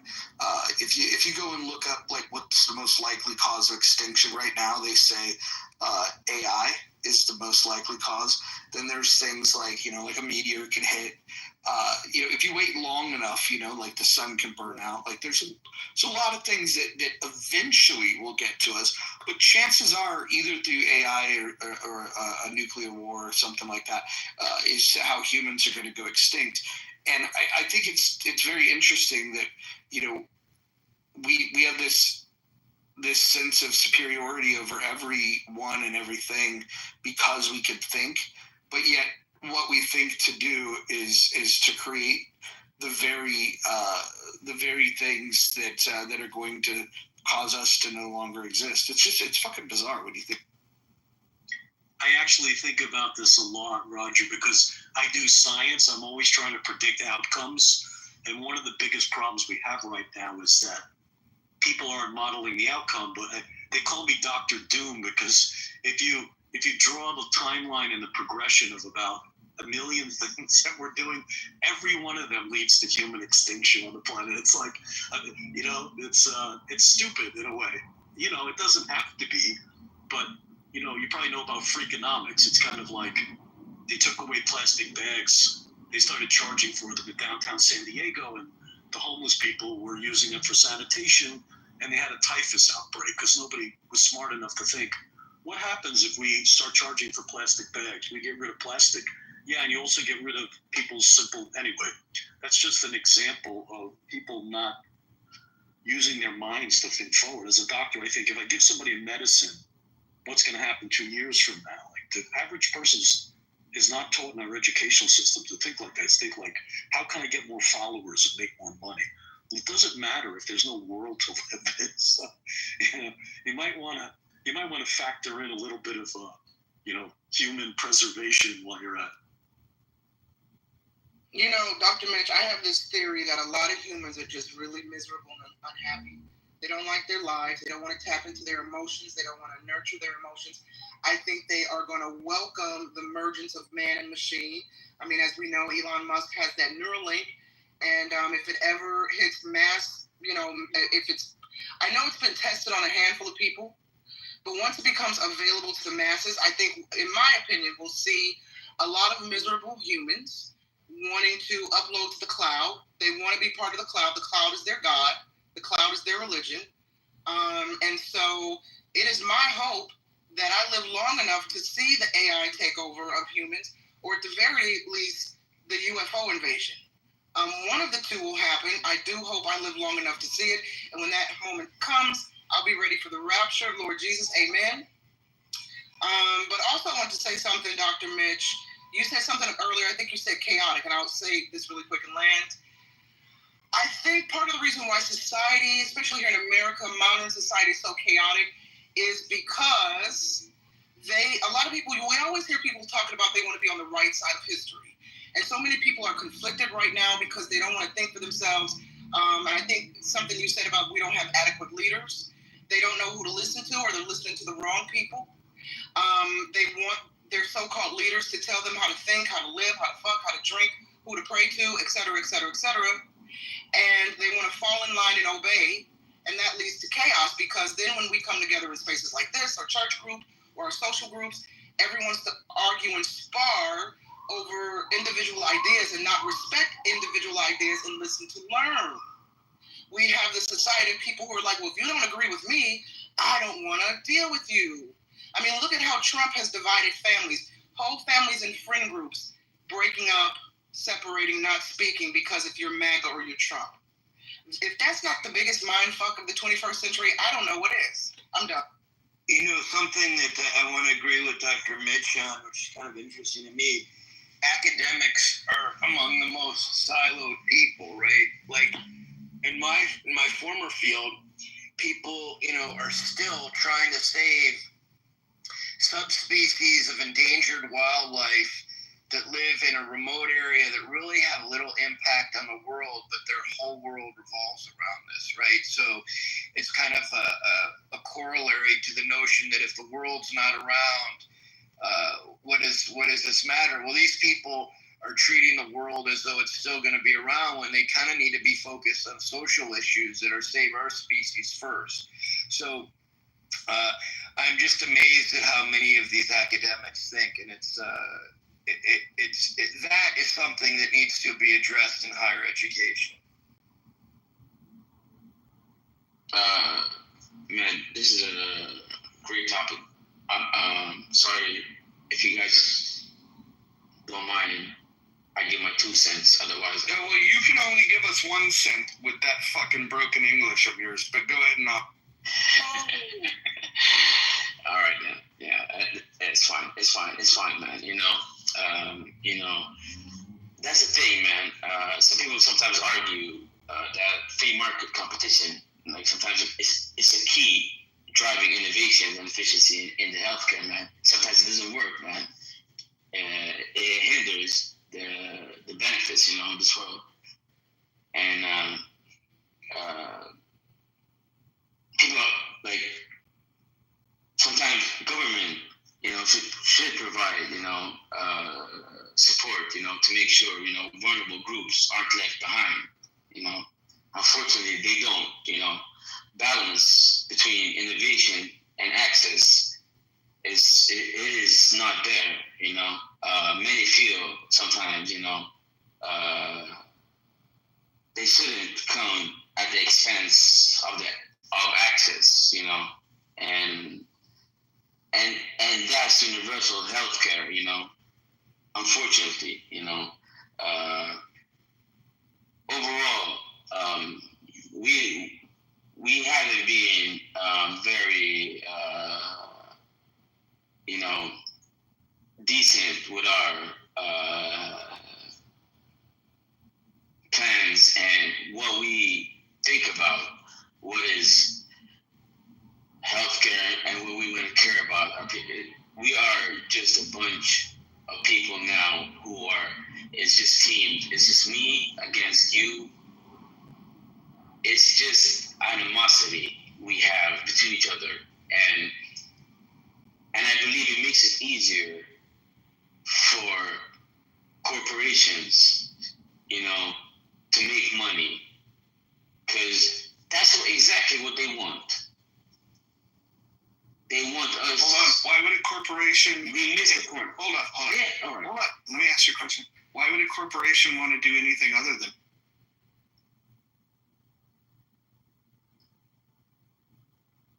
That's exactly my point. Well, is it? And you answered it. Well, but that's what. You answered that. But that's why they exist. So what? Yes. What else do you think they should be considered? All right, but don't you think there are certain fields that it should be money driven, and some other like healthcare should be much more like. No, I like the profit. Culture driven. Hold on. No, I like the profit motive in medicine, and here's why. If you don't have a profit motive, then why would somebody go through all that study to be a doctor? Why would we come up with the latest, greatest drugs if we're not going to be able to profit from them? I think the problem is. All right. Hold on. The problem is that you and others like you believe that the world owes you something, that you're owed something. And I don't think that that's the case. So I think that if you get sick, you should pay for your doctor bill. Or you can find do-gooders that have a private charity that can help you. I don't believe it's the government's job to pay for your doctor. Fair enough. Fair enough argument. And let's go back to history, not history, but the data we have. Veterans in America, they've been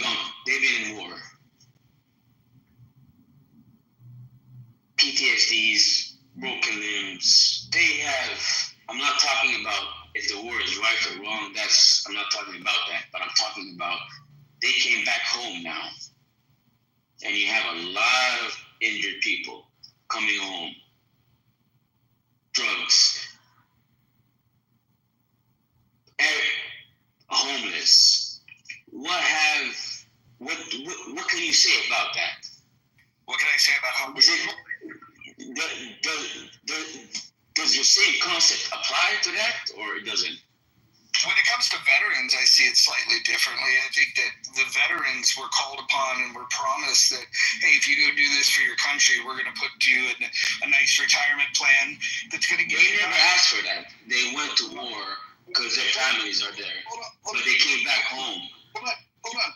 And they dealt with people like you. Don't speak while I'm speaking, or you're not going to get a chance to participate in this conversation. You said something, and I'm replying to it. Now, why would you now speak while I'm speaking? What the fuck is going on here? You know who closed the fucking bases in the United States? The bases that had military hospitals? Do you know who closed those, Hussein? I don't know, man. I'm asking you a question. Yeah, I'm telling you that I believe that veterans are a different story because of what we ask them to do. Because we're literally asking them to risk their lives in some cases, I think that we put them in harm's way for bad reasons. But in concept, they're supposed to be able to protect, from foreign foes. And so if we're going to ask them to fight for us militarily, I think that contract should be honored, that we're going to take care of them once the conflict is over. The problem is that we've since destroyed the military hospitals that were on all the bases because we've gotten rid of the bases. Do you remember which president got rid of all the? That's not my question, man. Oh, okay, got it. So you don't know. All right, carry on. Just go ahead. Just say words. It's not my question. Let's just go back to saying words. Let's just go back to saying words. All right. Who? Obama? No. Biden? No. Clinton? It was Democrat. It was Clinton that closed all the bases. Well, I understand. You brought up veterans. Why did you not bring up that shitbag Clinton for closing? But you know my point. You gotta answer my point. I don't know your point. All I know is that you brought up the veterans, and I indicated to you what happened to the veterans and their access to health care. But you don't seem to even know that and don't seem to care about that. So it tells me that your entire point is completely disingenuous. Go on. Well, I guess I made my point. Everyone knows. Everyone here who's listening knows your point and my point, so I'm good. Oh, that was fucking stellar. But I do worry about central planning, though. Like how that maybe poverty and high deficits and these types of things are designed to keep people scrambling. A large segment of the population. I do wonder if it's by design.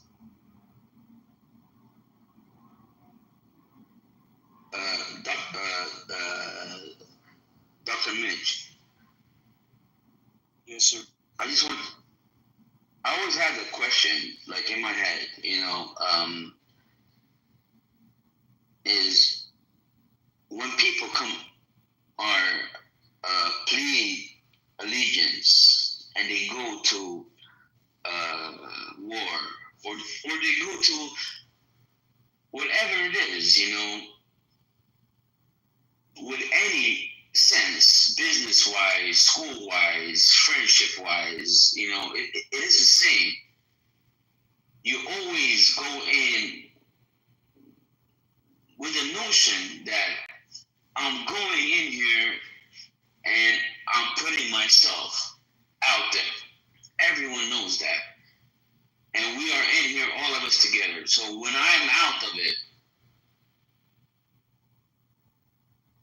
obviously there is a certain kind of respect that you should have, in a sense, that you are a hero, that you went out, a lot of people stayed home, they didn't want to do nothing to do with it, especially when veterans, warriors go out to a war they had no idea about, and I never blame the soldiers. These are really courageous people. I blame governments. I don't blame. Listen, let me finish my point. No, I have a question. Let me finish my point. Let me finish my point first. Absolutely not. I have a question for you. All right then. Okay. I have a question. When soldiers came back from Vietnam, who were the people that were spitting on the soldier? That's the thing you don't understand, man. I don't know you that much. I know you a little bit. We talked 2-3 years ago. You say I don't understand. That you don't understand. But Trump wasn't president. I like Trump. I'm a Trump fan, so we're good in that sense. I'm asking you. I didn't vote for Trump. I don't know what you're talking about now. But I'm asking you. You made the point. You made the point about we should respect the soldiers when they return home. Absolutely, you should. And I'm asking you, who were the people that spit on the soldiers when they returned home from Vietnam? It's the hippies, right? Who spit on the soldiers? Tell me that. I don't know. I'll be honest. I don't know. I have no idea. It was the American left. It was the American left that spit on our soldiers. The hippies. I have no idea. And that's look, man. This I don't care, but I respect the real men that went out, left their kids, left their families, mothers, sisters, wives, went to fight the war. So why did they spit on the soldiers? Loyal men. I have absolute respect for them. Hold on. Why did they spit on them? It doesn't matter which war they are in, if it's wrong or right. You're a goddamn. No, but you don't get it. No, you don't get it. I do get it, actually. You don't get it. These people are patriots, man. Yep. And these people who left you are a bum, not them. Yeah, this guy. What the fuck is he on? He's articulating. Honestly, I think I wish he would just download Duolingo. Like that's learn the language, man, for fuck's sake, or just spend some time in the goo and just we'll do simple ones. I'll get Johnny in here to do an English lesson for you. That's fucking painful. Oh God. I have sympathy for people who are inarticulate, Roger, because your brain goes like 1,000 miles an hour. Like I said, you were very patient. You let him go for about 15 minutes before you cut him. It's a lot. Well, it's just fucking weird. It's like okay, you said words. Now let's talk about the words you said. And then all he wanted to do is circle back to the same words that he said. It's like, can we advance the conversation? Like, what is the inference of the words that you're speaking? Just the frustration that, I think he's frustrated that he doesn't see people serving, being treated properly when they come back, and that just being a microcosm of the way that government treats its citizens in general. Yeah, government sucks, but this guy not going to city council meetings, he's doing nothing to fix it. So this is the other problem, man. Everybody's got a fucking a complaint, a gripe, whether you're left to center, right to center, smack down in the middle. My biggest beef is these motherfuckers that are on this app talking all this shit about who the best leader would be, what the best leadership qualities would be, but they don't even fucking get involved. There's no involvement whatsoever. And then they mock the people that do get involved. Dude, we were talking about it earlier. Marshall, the only guy on the app on the Republican side that's truly fucking involved in local politics, and Republicans in those rooms at early Clubhouse used to chew him up, spit him out, because they didn't like some of his positions. The fact is, he did more work in the last 2 presidential cycles than the entire conservative Clubhouse put together. Fucking.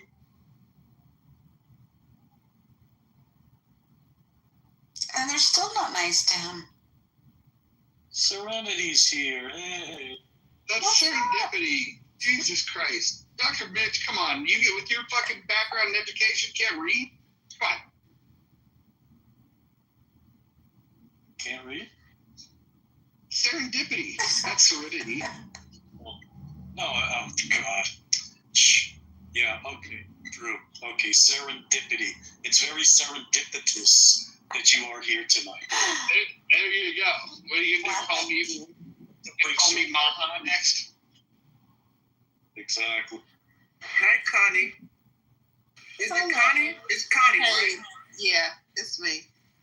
Connie's one of those people. I met Connie recently on here. She's very sweet, but she makes no sense at all. But I love it.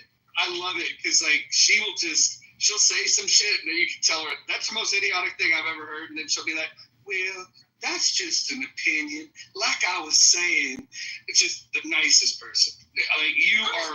Everybody's got their opinion, but some of it, I be trolling, and just whatever. I think you might be one of my favorite midwits on the app. I'm aiming to be that. There we go. My whole life goal. You had me at serendipity. I'm going to live that one down. I do tend to read serendipity, but the thing is, when you come up on my screen, it just says SEREN. So excuse me for that.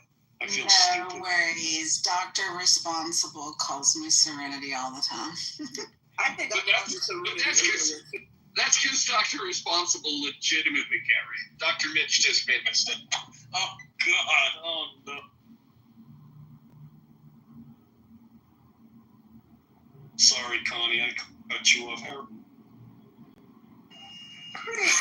Pretty good. Just trying to get ready for bed. I did some exercises. So I'm just trying to wind down and go to bed. Did you do some Kegel exercises? No, we're working on my neck. It's a little stiff. Mojo, Dr. Responsible, I don't know what the name is for when someone gets on stage and makes kind of their inaugural pitch or speech for a given night show or whatever, but I have to tell you, Dr. Responsible tonight was in Matt Cool's room, and he launched, it wasn't a diatribe, but he launched into an introduction, or really just commentary that was hilarious. I wish we could get him in here to talk about it, but I don't know where he comes up with this shit, but it was good. What was it about? It was basically his take on, well, I think Nye was in there. Were you in there? Wait, what was the conversation? When Dr. Responsible came on stage, it's not that I agree with him, it's the way he said what he said was just, it was about Trump, and it was just funny. It was just funny. Wait, did JB come in and kick him off the stage? Was it that? No, JB was in the audience. It was Matt Cole's room. Some people just drop the mic at times. Like, it's almost like he had a script in front of him because it was unusually it was colorful, and it was just really. Sometimes he does it well. Sometimes Pepe, even though I disagree with him, he sometimes does the same thing. Sorry for that tangent. So, do you all think who went to a Beyonce concert? I was reading something where one country performer said that's not country. It's definitely not country. And I was like, well, no, she's gonna have to mix. I think her country to her is when she slows down the string instruments and she sings slower, And then I was like, I don't know. It's usually more Scottish people that descendants of Scottish people that are more, country. So I just was like, I mean, that's just her spin on it. But I'm glad that she got people out to look at that sphere and and dialogue about it. That much I'm glad about the cowboy, the cowgirl. That much I'm really glad about. Sorry to interrupt. I just want to say goodnight, guys, before I didn't want to just leave.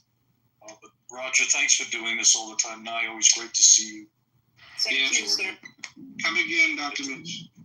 Thank you, so much. See you, Dr. Mitch. Night. Have a good night. Yeah, Kayam. Is he really a doctor? Dr. Mitch? Yeah, is he really a doctor? Yeah, he's one of the few. Yes, he's one of the few, for sure.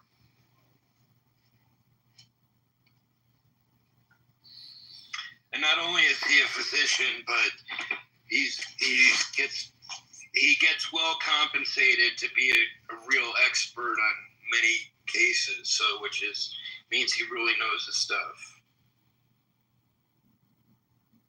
Wow, that's good. That's good.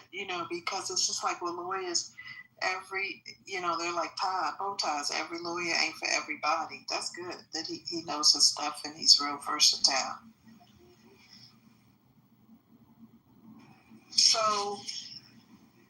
I was looking at some articles for ICE, and have you seen like any articles that you disagree with as far as deporting de facto immigrants out of the country? People just for some strange reason or another haven't been able to get the paperwork together, and it's reasonable because they have 11 million people that they need to process, so they have a gruesome backlog. Yeah, but better late than never, right? Look, if you're not here legally, bye-bye. I think we're being too nice. I think the return trip home is the wrong plan. Yeah, on your tax dollar. Well, what I think we should do is, and this might even cost more, but it would definitely send a message to future would-be illegal immigrants, is when we catch them, I think we should put them on a rocket and we should send them to Mars. That's what Oh, he's building an even larger facility. I think it's going to be in the Everglades, too. Of course, because I have an unhealthy obsession with UFOs and space aliens and et cetera, I disagree with Mojo putting them on the rocket because I'm like, why do the illegals get to potentially have the opportunity to make first contact with otherworldly beings? It's a possibility if we put them on Mars. And you know what? I'm a protest.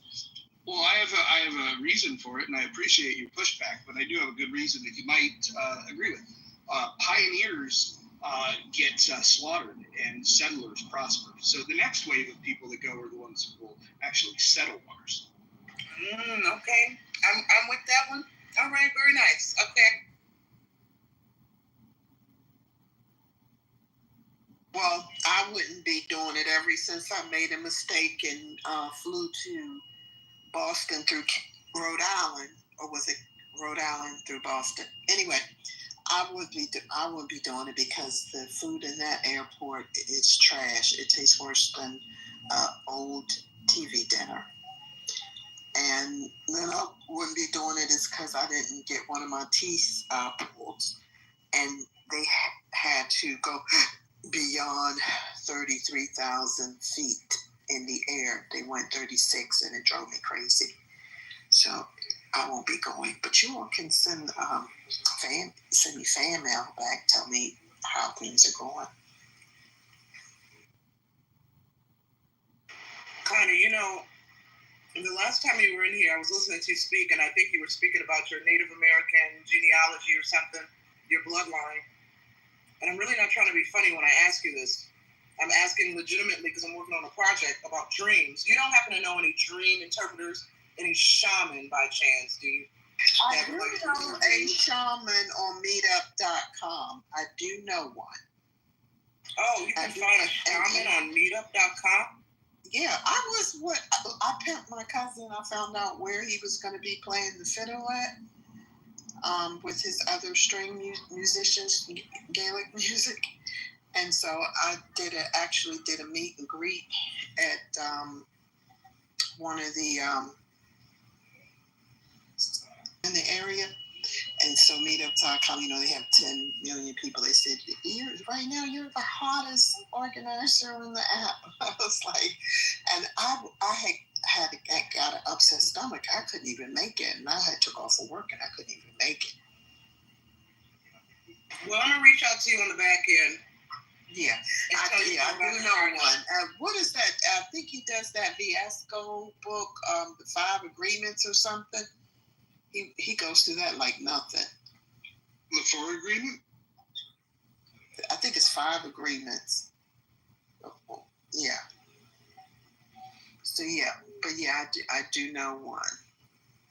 Yeah, I had that feeling. You were giving me that vibe that you're somebody I need to tap into to pitch my project to, because you might know the people that I want to interview for the project. At least, yeah. So I'm in quite a few.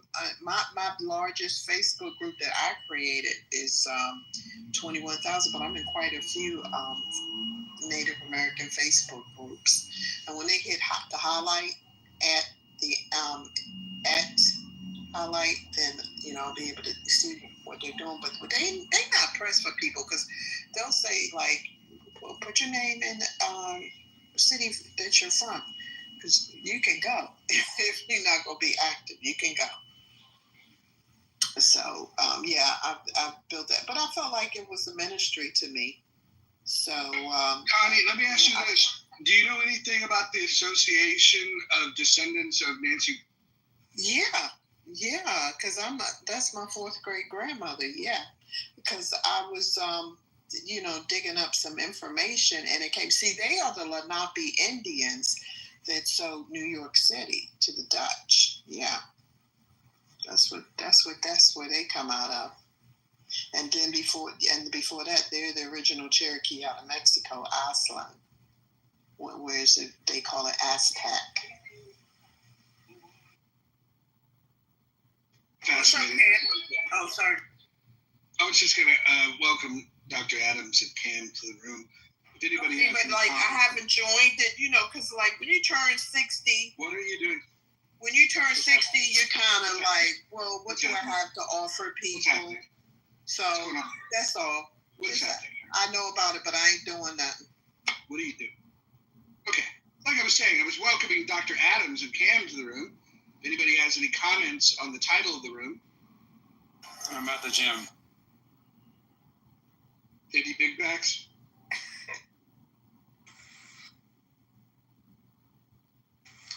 I was actually trying to get some more clarification.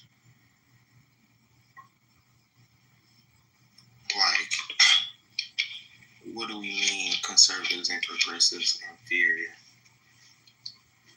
Yeah, we're talking about U.S. politics.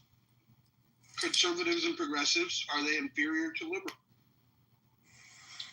Liberals, as in like what they mean by like what an actual Democrat stands by? Well, what Democrats stand by is not rooted in classical liberalism at all. No, I mean like what it should be, what they should stand by. What I should have said. I'm sorry. Well, tell me, what is it you think they should stand? I believe they should, be more so like, how can I say this?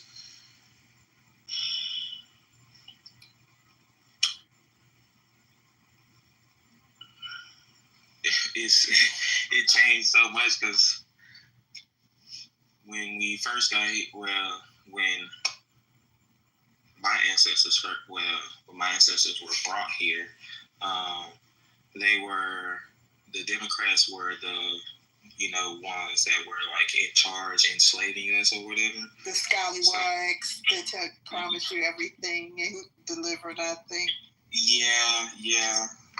And like the Republicans were more so the ones that were fighting for like the government should be like more regulated and stuff like that. And then I believe they call it the Great Switch or the Great Change or something like that, when it like after the Civil War, like all the Democrats became Republican, all the Republicans became Democrat and stuff like that. And are conservatives and progressives inferior to liberals? In its true essence of liberals, I would say yes. And say that because we're getting too caught up on like the small things, and then the major politics are the things that we should be deciding are what's getting in the way, and we are getting caught up in who's conservative and progressive, and we're too focused on being conservative versus like being for the value of your party. You see what I mean? Versus, you know, trying to be the extreme of your party instead. What is it you think that progressives value? I think they value feelings more than they value morals.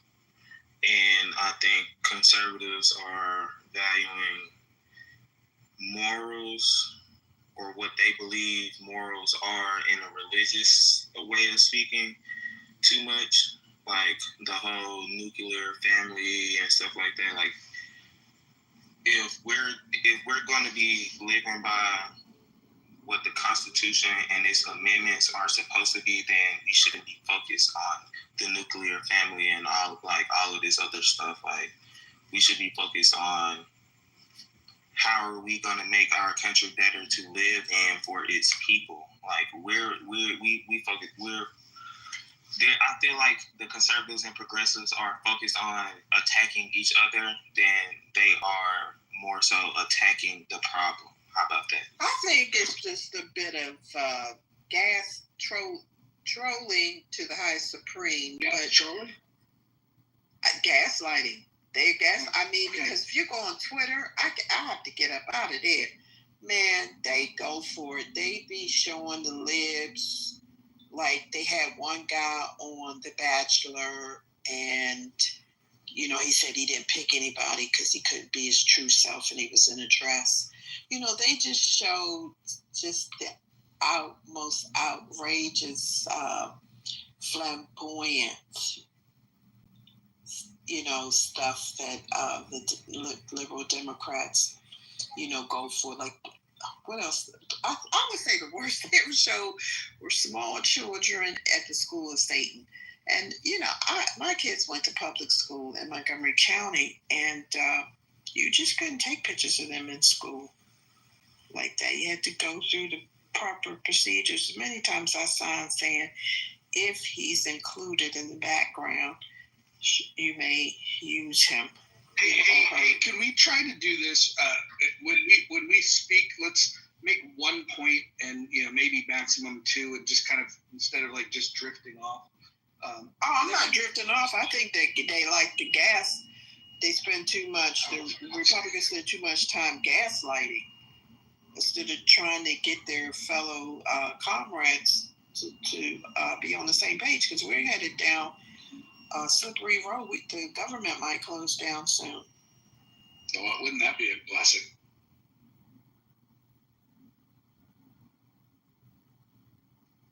So I still haven't heard much thought around. Does anybody want to take a stab at what the difference between progressives and liberals? Oh, yeah.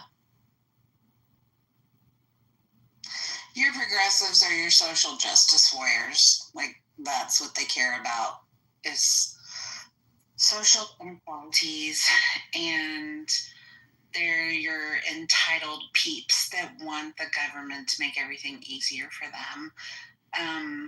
They're not really very economically motivated. Like their politics are more about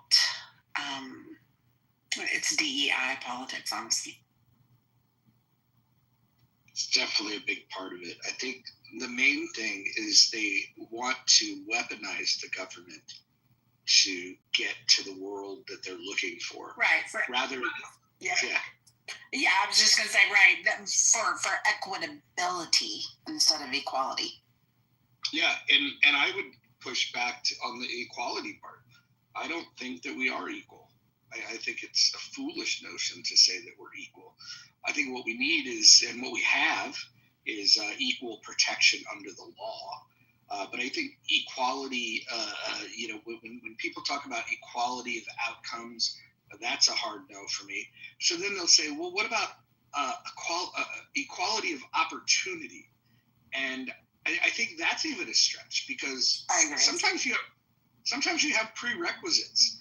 If you don't get to try out to be quarterback for the Dallas Cowboys. Like, you have to have talent. You have to be a known quantity. You have to know. You have to have the skills to be in that elite group to even be thought of for consideration. And so, no, we shouldn't institute laws that create an opportunity for somebody that doesn't deserve it. We should only care about equal protection under the law, making sure that rights are protected. And so, unfortunately, what we've seen with progressives, and you can see this best in the feminist movement.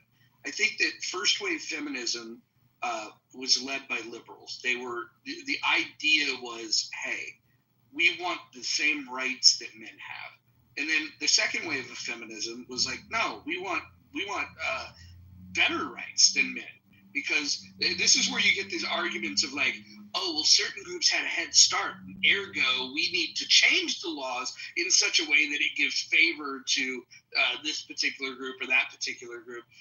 So you want disproportionately advantageous laws, which it's just silliness. It's like if you recognize that setting up the country in such a way where where white male Protestant heterosexuals were the benefactors of your interpretation of the law, and you could reject and say, well, damn, why didn't they let everybody else participate and protect everybody's individual rights?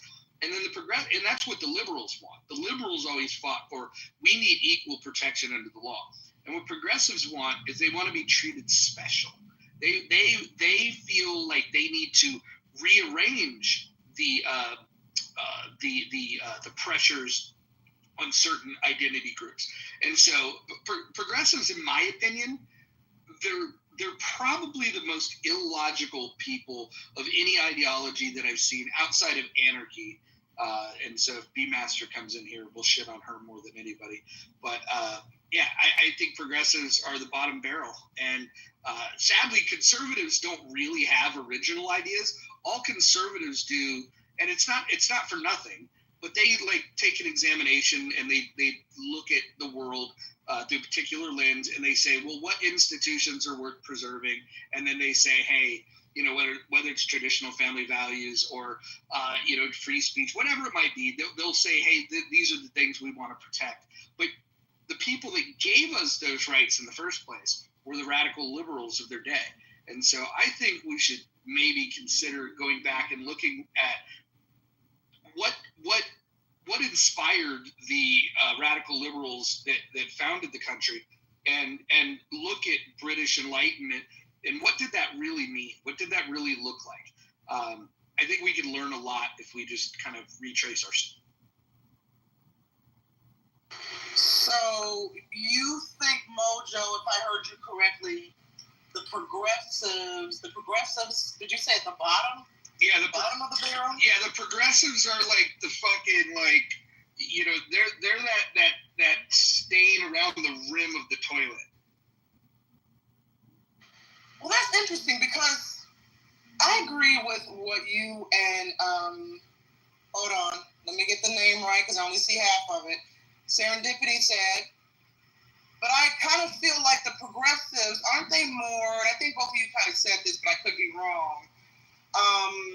They focus more on, don't they kind of want to act like a collective in their pursuit for justice? This is correct. This is their pursuit. See, what they believe is that equality is justice. And what liberals, in the classical sense, believe is that liberty is what gives you justice. And so I would make the argument that the pursuit of equality is part of the problem, because and so you're right in calling this out. What they want is collective rights. They want collective protection rather than individual rights and individual. I think I'm on the fence because I almost feel like the progressives working collectively is more advantageous for society, while advocating for individual freedoms, I don't know, that kind of leads to this emotional state that many liberals have worked their way to, as Cam noted. So I feel like I'm on the fence with this. I almost feel like the progressives is more, I don't know, I'm on the fence, to be honest. There's not a lot of substance progressives, though.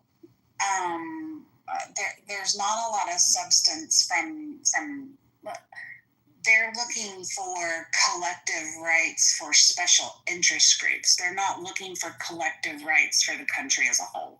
Oh, I get it. Yeah, now I understand. Okay, yeah. All right, I got it.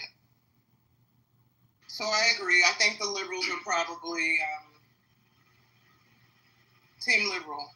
To put it simply.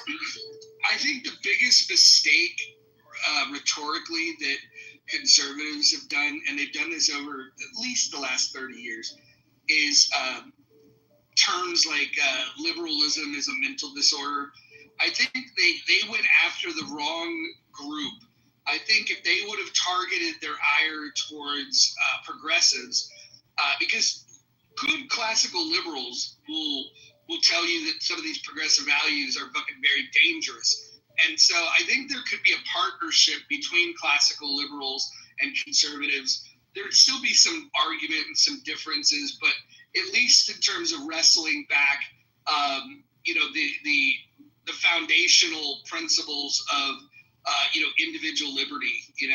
This is something that the problem with conservatives in certain instances, though, is that they've got some puritanical roots that cause them to come up with ideas where they want to legislate based on their own value system, and sometimes it's out of step. The progressives are a wacky bunch, though, because what they've done is they've tried to steal the Puritan take of conservatives, but their puritanical roots, their finger wagging comes down to you must the demands they have for income equality, for example. These are the types of people that will emerge, like this knucklehead in New York that wants to tax the rich, right? Now, I think if you're going to have a taxation, it should hit everybody. But the progressives want to attack the rich because they believe that income inequality or wealth inequality is this thing that they can fix. So they're going to put their hand on the scale and they want to redistribute the wealth. So they want to take the money from people that figured out how to navigate this system to get the money, and they want to just take the money and give it to people that have failed to navigate the system and not have the money. It's a very bizarre.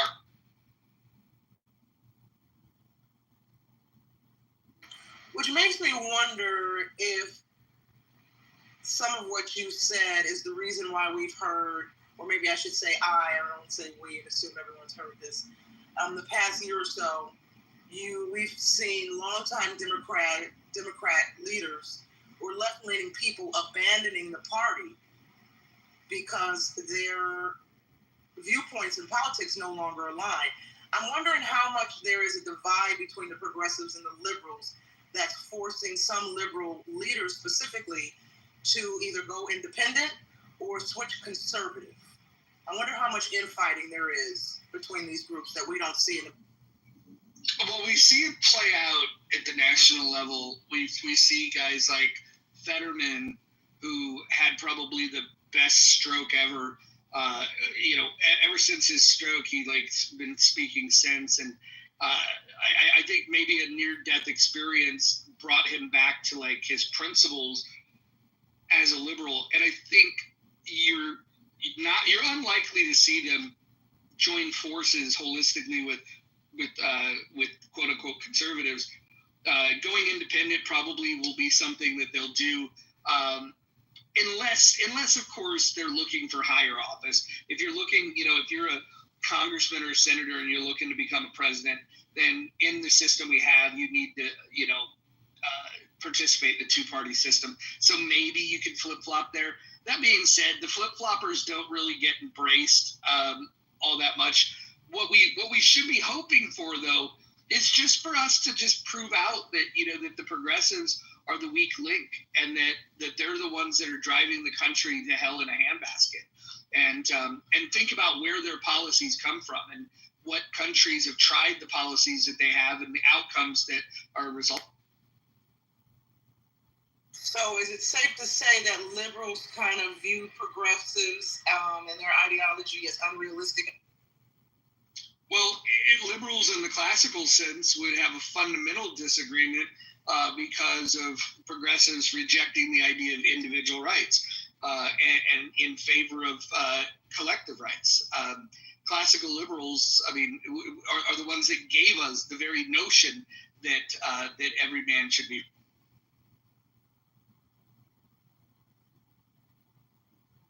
So, to answer kind of the question in the room, then, hold on, I'm getting a message. Let me close this. So, are conservatives and progressives inferior to liberals? I do wonder if conservatives are viewed, if conservative policies and politics tend to be more consistent than progressives and their policies and vision for the country.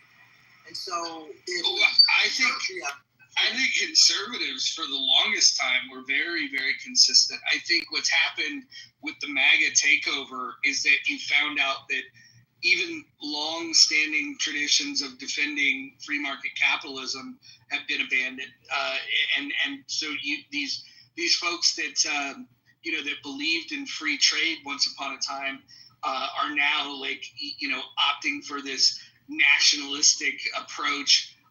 They'll do absurd things. Like a true conservative would never, and I mean never, support tariffs. A true conservative would absolutely fucking just take the fucking bullet to the head before supporting tariffs.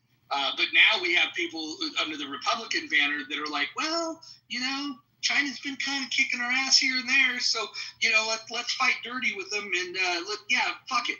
And then when you walk them through that, like, hey, you're abandoning free market capitalism, and they're just like, but those Chinese, we gotta fight this China. Look at Temu and now Amazon.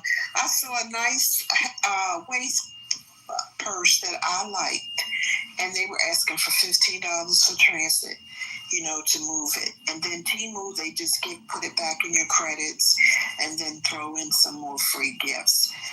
They are just really taking this, to the hilt. But you've been copying everything from Microsoft to Mercedes-Benz and paying a little bit of nothing to move your products. America's been buying a ton of stuff outside and very little regulation and support for homemade products inside. So they'll get over it. But it hurt me though. But I put that bag right back because I was like, I'm not paying the shipping fee. Y'all gonna have to. It can't go on like this.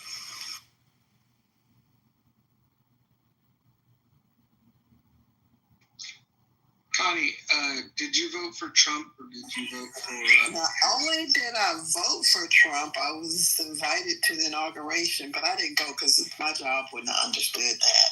That was way over their head.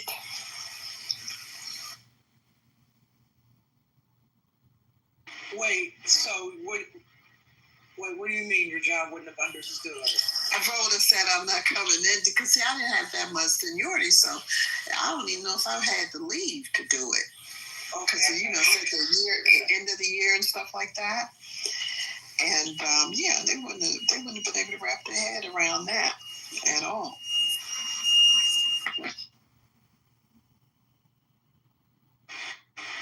I'm sitting here listening to this, I'm thinking to myself,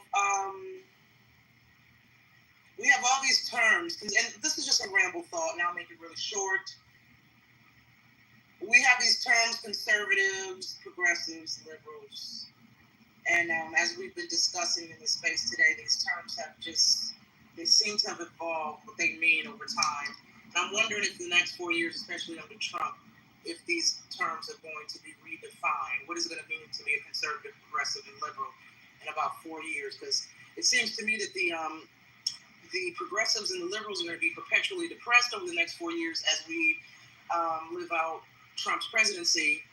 So it'll be interesting to see how many people continue to flip-flop, and how these terms and these political parties change or evolve.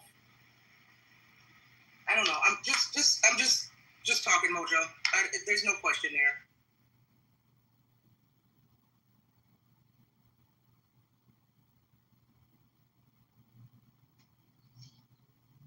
What do you think is going to happen in the midterms, Di? Well, you know what? I've been talking about this with people, and I think,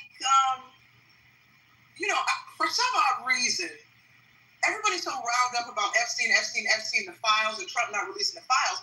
And folks seem to think that because of this, the Democrats are going to sweep the midterms. It's possible. Trump said to his base, what did he say? He said to his base, his loyalists, if you believe I'm on the Epstein list, don't support me. Or if you believe in the Epstein, some variation, if you believe in the Epstein list, if you won't accept that it's a whole hoax, don't support me. Which I think is a slap in the face to his voters. So that could probably have an impact on the midterm. But I hate to say this because, I'm a former lifelong Democratic voter. And the Democratic Party, I like to use the term that I read online once, I didn't abandon the Democratic Party, the Democratic Party abandoned me. And I feel like folks who abandon the Democratic Party might jump back on the bandwagon come midterms. So it is possible, with many people feeling betrayed by Trump, especially his loyalists, and then, of course, loyal Democratic voters who are they've been pissed since he was sworn into office, will make a point to get out there and vote so that the Democrats can get Republicans and conservatives out of there.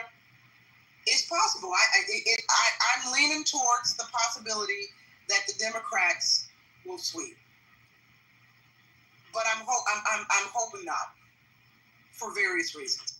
Well, I always voted for the best person, so it doesn't matter. It really doesn't matter. And, I would have loved to see Hillary or Clinton in the New World, over here in North America, South America. I would love to see those two win, have at it. But, I had to do it. How do you determine who the best person is when a lot of these politicians, when they are, they lie, when they're campaigning? Of course. But I just pick if you understand the fight, so much has happened so that you could vote, that you've got to get out there and have a voice. Even if it's nobody to vote for, you got to pick somebody. It's like a straw pick. So that's the thing, and like people were really cruel with Elon, but I would, even on Clubhouse, I would leave the rooms because I knew that because I got those tickets, someone was paying attention to, I don't want to say watching me, but people were paying attention to the climate and the energies you bring. And I was like, I might want to go to the inauguration next year too. Yeah. Historically, go ahead. No, please go ahead, ma'am. I was just going to say, historically, it's not what I want to see happen, but historically, when a single party gets both the executive and the legislative branches, generally in midterms, the other party takes control. So I expect that the probability is that Democrats will sweep. I don't know about a sweep, but they have another. So there's what you just said is correct. Yeah. Americans like having some balance, and when they feel that a party has too much power, the middle of the road voters like to break that up. It happens quite often. But Trump has an even bigger problem, is that before his reelection, when he would advocate for and endorse candidates, they haven't done well. This whole MAGA movement, quote unquote, it doesn't do well as a whole. The only thing, the top of the ticket performs well, but nobody's looking to have your average Joe Schmo behaving like Trump and advocating and co-signing for Trump policies. What they like is they like Trump because they feel Trump is different. And so he just doesn't have the kind of appeal that extends to other candidates in other races. And so I think in the midterms they are in trouble for sure. Well, I just like to tell Democratic voters, when you get out to vote in the midterm elections, to Connie's point, you want to vote for the best person. But Connie, and I like to tell Black voters this specifically, please, please, please do your homework about these potential, congressmen, and see what I mean, it goes without saying, obviously, but so many of these politicians are so far gone with their ideology, right? They want to make everybody happy. They want to cater to every special interest group. And sometimes who we think is the best party may not, their ideas, their policies, their ideology may not align with our moral coding. They want to trans the kids. They want to put men in women's prisons and sports, et cetera, et cetera, et cetera. Tampons in the boys' bathroom. Democrats seemingly, I know folks like to always bring up the Trump grab him by the pussy, but Democrats seemingly, especially under Biden, the past 4 years of Biden-Harris, I don't think they like women, right? And so whoever we vote in, they're going to be the policymakers. They're going to be writing policies that impact all of us, as we know. So I think it's important not to just vote for who we think is the best person, but who actually likes women, who likes the American people, who's going to help all of us, not just advocate for illegals. And I don't know that we have strong leaders in the Democratic Party right now as far as the midterm. So this, I'm thinking about the vote blue, no matter who mentality that many of us have, which I think gets us in trouble. Connie, what do you think?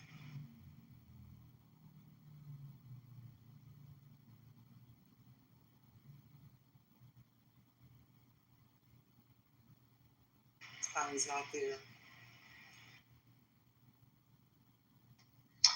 Well, speaking of vote blue, no matter who, Dr. Jordan, are you still every bit as enthusiastic about your Democrats as you've been in the past? Dr. J? Well, fuck's sake, they've all fallen asleep now. That's crazy. Y'all must be on East Coast time. I'm on East Coast time. Dr. Jordan's in LA. I don't know what the hell's happening here.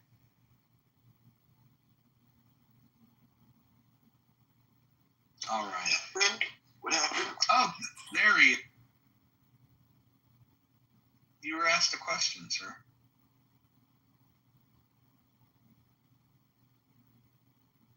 I didn't have any questions. I said you were asked a question. What was I asked? Are you still enthusiastically supporting Democrat? No, I'm very moderate. I see the hypocrisy, and I'm not so strong on Democrats, but I'm definitely not a Trump.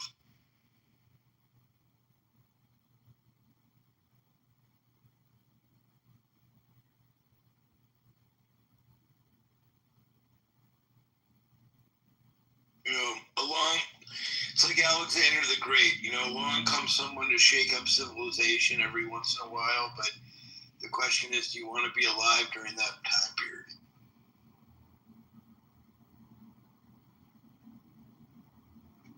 Would you argue that's what Hitler did?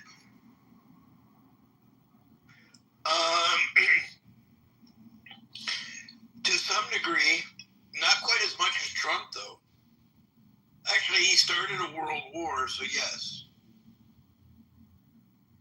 Yeah, I would say his impact was pretty profound.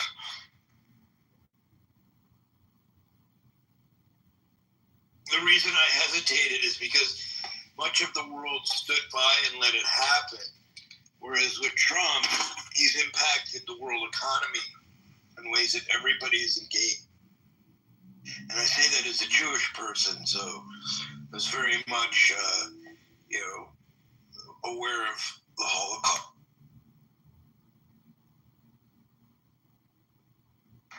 You ever watch these movies that show the Russians fighting the Germans in World War II? Yeah, like Stalingrad's one of the movies, but there's multiple movies that cover it. Have you guys ever watched any of them? I've seen the German ones. Yeah, so when I watch that, I'm like, oh man, like, I hope they all kill each other. Like, it's just like, normally in a movie, you like pick who you want to win the battle, and when I see like the Russians and the Germans fighting each other, I was just like, oh man, I hope everybody died. Gene Wilder wrote a book about, the comedian wrote a book about being a German, I think it was being a German soldier. Maybe it was a Russian, so I have to go back and look. I read it though. It was not a comedy. It was not comical. It was based on a historical perspective.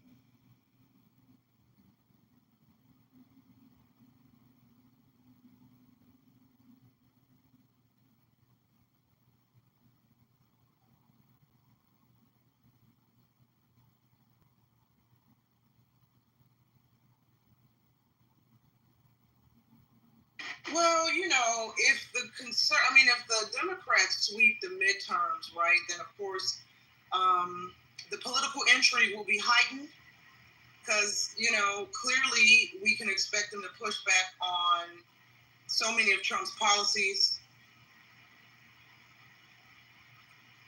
Not agreeing, not passing bills, advancing bills. So, I look at politics oftentimes as being heightened drama, just another form of entertainment. I mean, it's serious, of course, because these laws and policies impact our lives. But the Democrats have such hatred for Trump. So if they sweep during the midterms, this is going to be, man, the next 4 years, 2 years, it's just going to be, it's going to be insanity. It's going to be a bloodbath.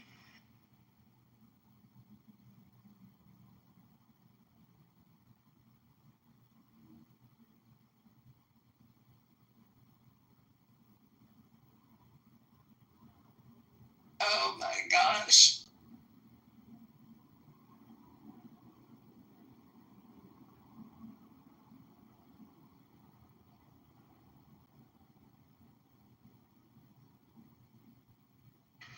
Of course, there's this,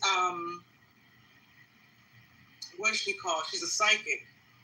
Popular psychic on YouTube. Her name is Sloan Bella, I think.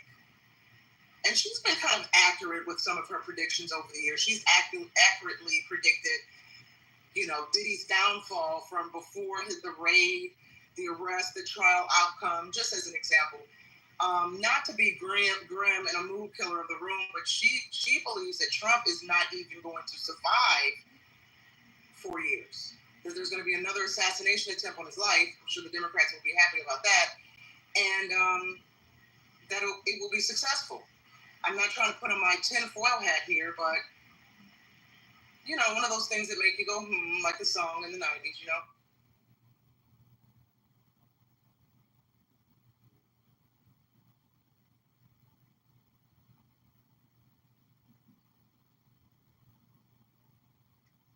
I don't think that's actually that far out of the realm of possibilities.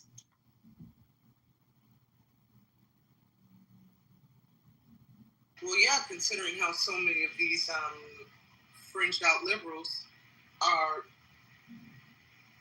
just so angry and can't carry on with life because this man is in office, and they feel like they can't be content until he ceases to exist. It's very disturbing. It's a level of mental illness that is worthy of a case study. Of course, I'm not sure we'll get that case study.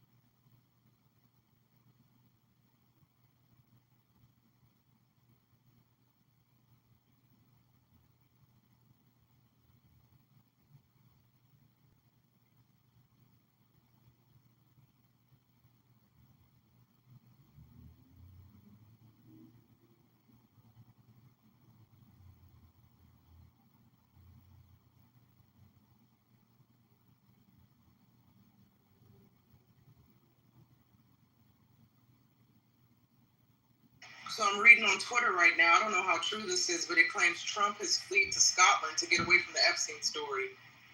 But I guess when he got there, he was bombarded by press asking him about the Epstein story. So that's quite interesting.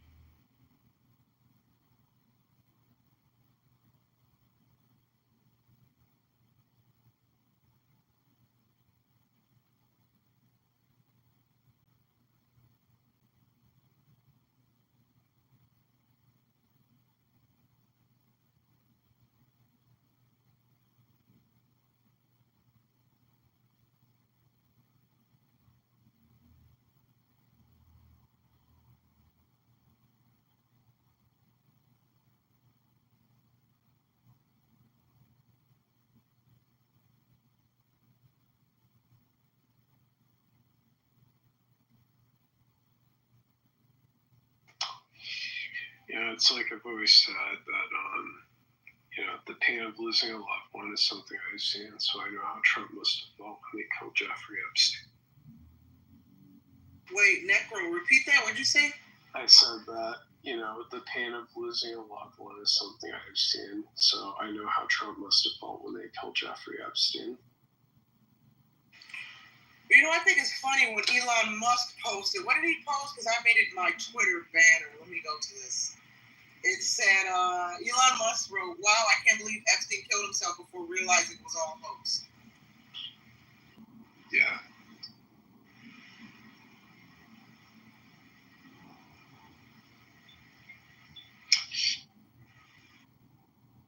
Yeah. Wait, what did you just say he said? He said, wow. This is Elon, right? Yeah, Elon. I made it my Twitter banner because I think it's just perfect. He said, "Wow, I can't believe Epstein killed himself before realizing it was all a hoax." That's right. I remember. Yeah.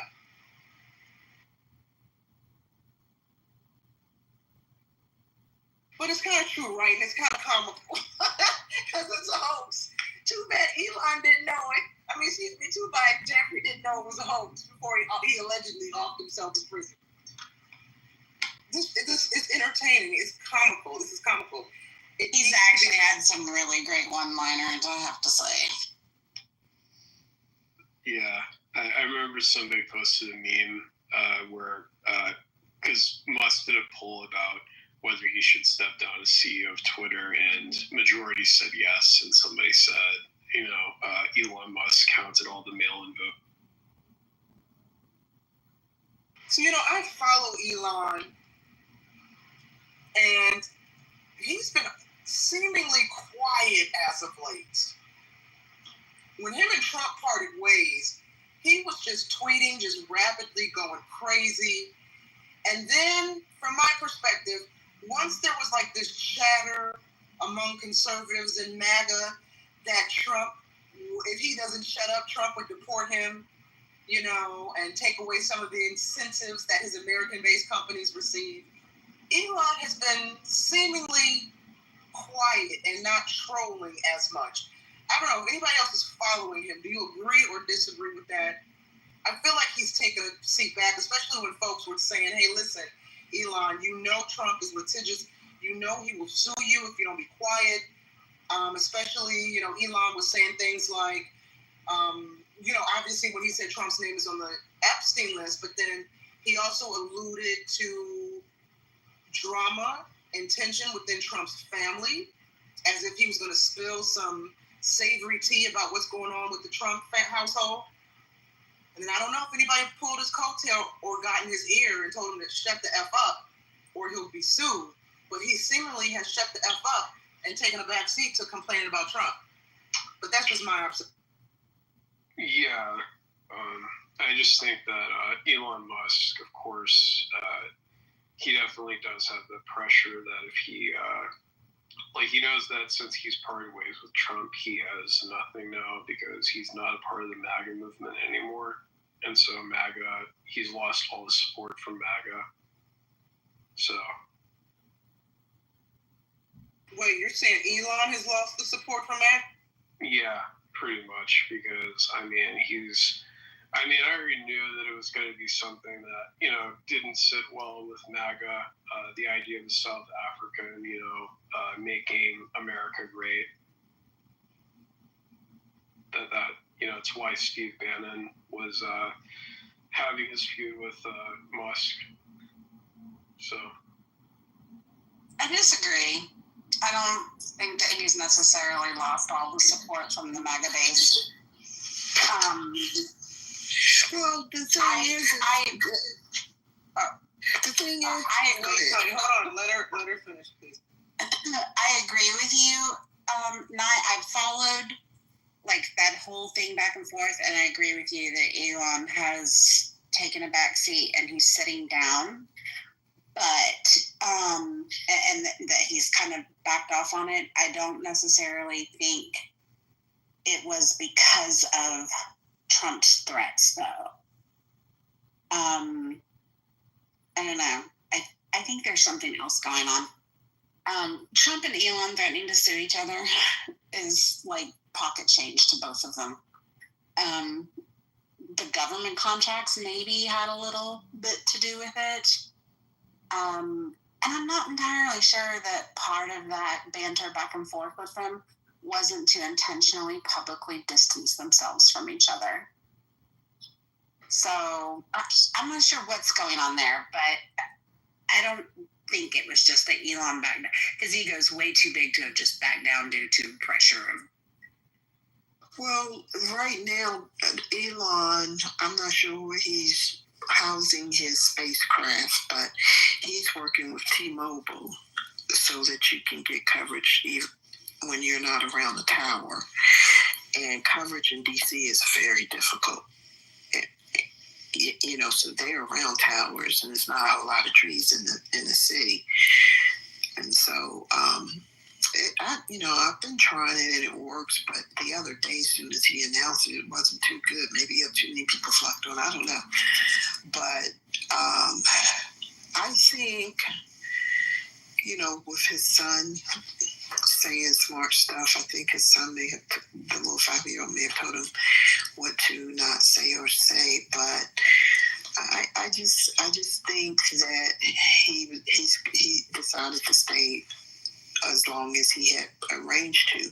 Geopolitically, Merlin's attorney general, because state attorney is criminal, attorney general, he is basically countersuing Trump for every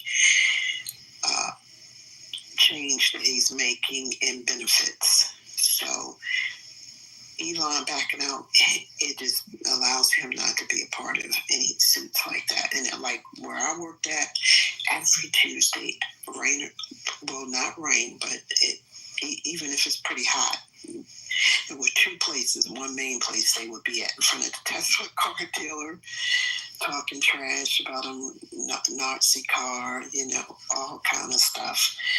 And so he's probably tired of it. But he didn't deny that Trump's on the list. He said he just shouldn't have said it. He shouldn't have been the one to say it. I yield my mic.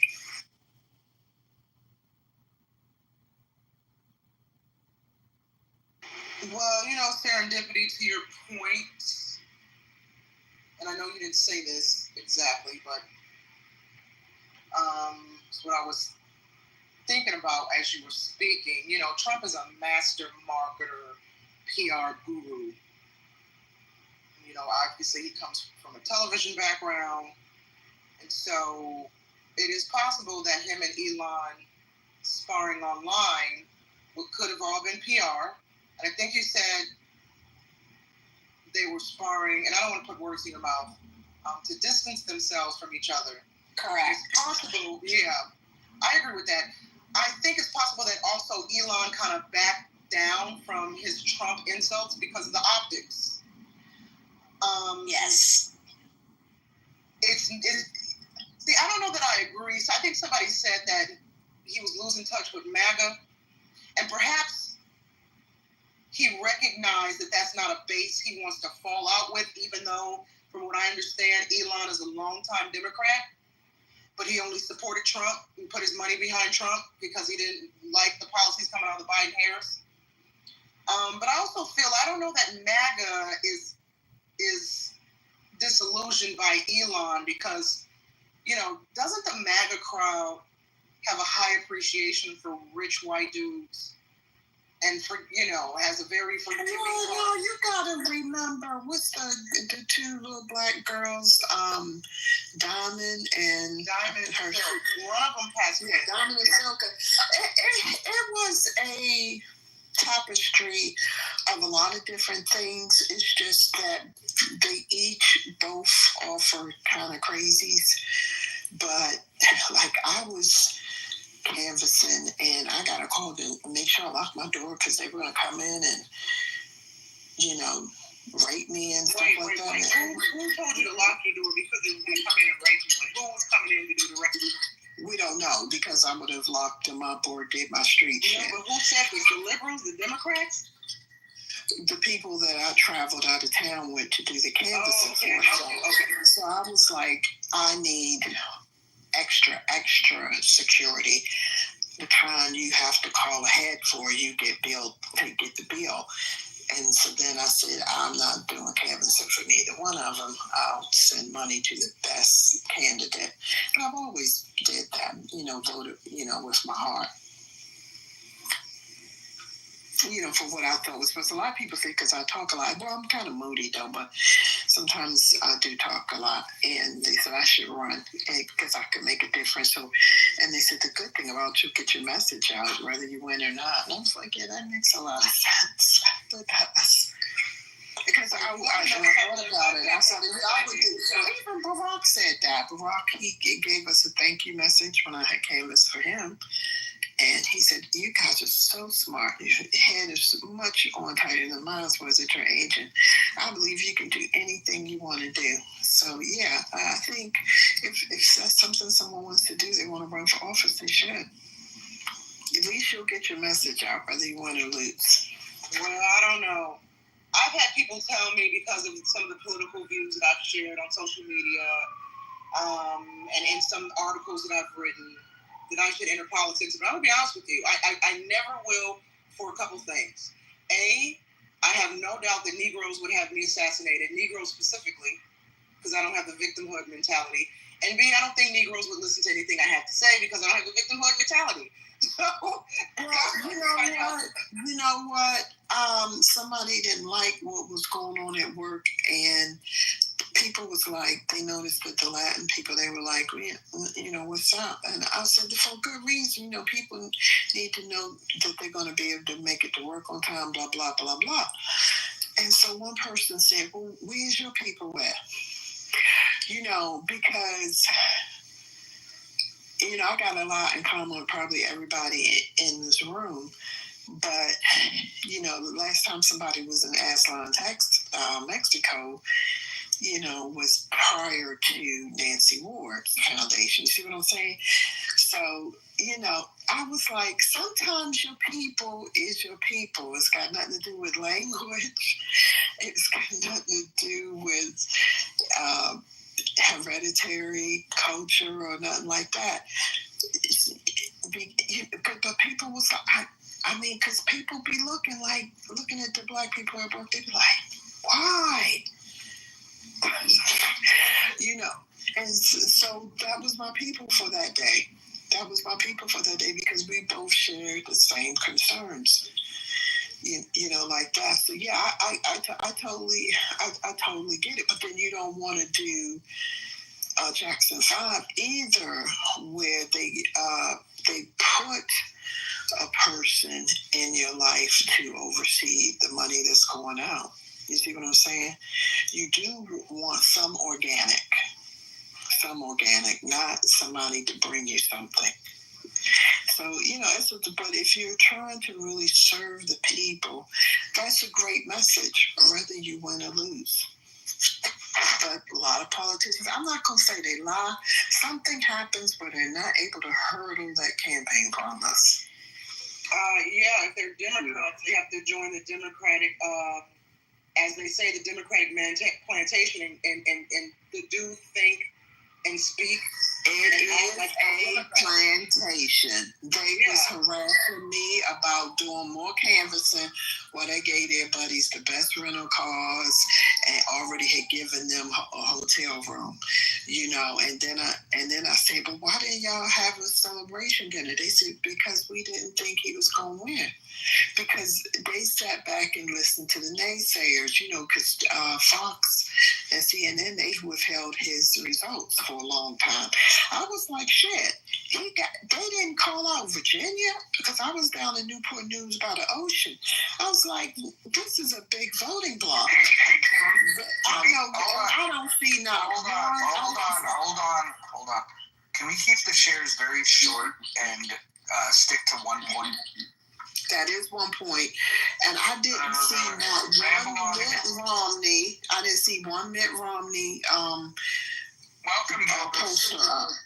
And so that's the thing pretty much, is that you can do it now if you want to. You can do it. Don't listen to the naysayers. You can do it. And I'm showing you who has inferior and superior behavior, because I was on the front line. I only talk about what I'm on the front line for, and I already showed you. So how would you like if I told someone, if you got a call that you were going to get, Mojo, you were going to get raped? That's inferior behavior. So yeah, they can gaslight. It's beyond any type of trolling I would ever do. Really? Yeah. Oh, sorry, Necro, go ahead. Yeah, I think it's interesting in why. I actually would disagree with you on the fact that you have to play the victim mentality to win the black vote. Because, I think, both extremes have their fair share. You have people who believe that, this very small minority like the Candace Owens who believe that, who really like white power. And then you have, of course, but then you have like the people who are like on the fringe left who believe that essentially are the victim mentality. But most black people, I don't know, just it could be like just my experience from like, but what I've seen with a lot of black people I've encountered is that they themselves have become sick of things like the race card or things like the victim mentality, because they see it as unproductive and nothing but a distraction from the issues that are really affecting them. And that's why to me it's like, you really just have to win. It's like, in general, it's like, you're white or you're black or you're Hispanic. It's like, people are concerned about what are the issues that are affecting them the most. And so, it's like, it doesn't matter if, like, in general, it's like moving beyond the issue of race. It is like they see that really the identity politics is unproductive, essentially. So. Well, I'm glad we're evolving, Necro, and by we I mean black voters. So I appreciate you acknowledging that you yourself are seeing that many of us are tired of the symbolic gestures and all this, and the same scare tactics that a lot of Democrats use. And I'm thinking scare tactics, as Connie was saying, that somebody called her and said she's going to get raped for campaigning. That to me just sounds like loony liberal scare tactics, right? Who in the I won't even go there. But yeah.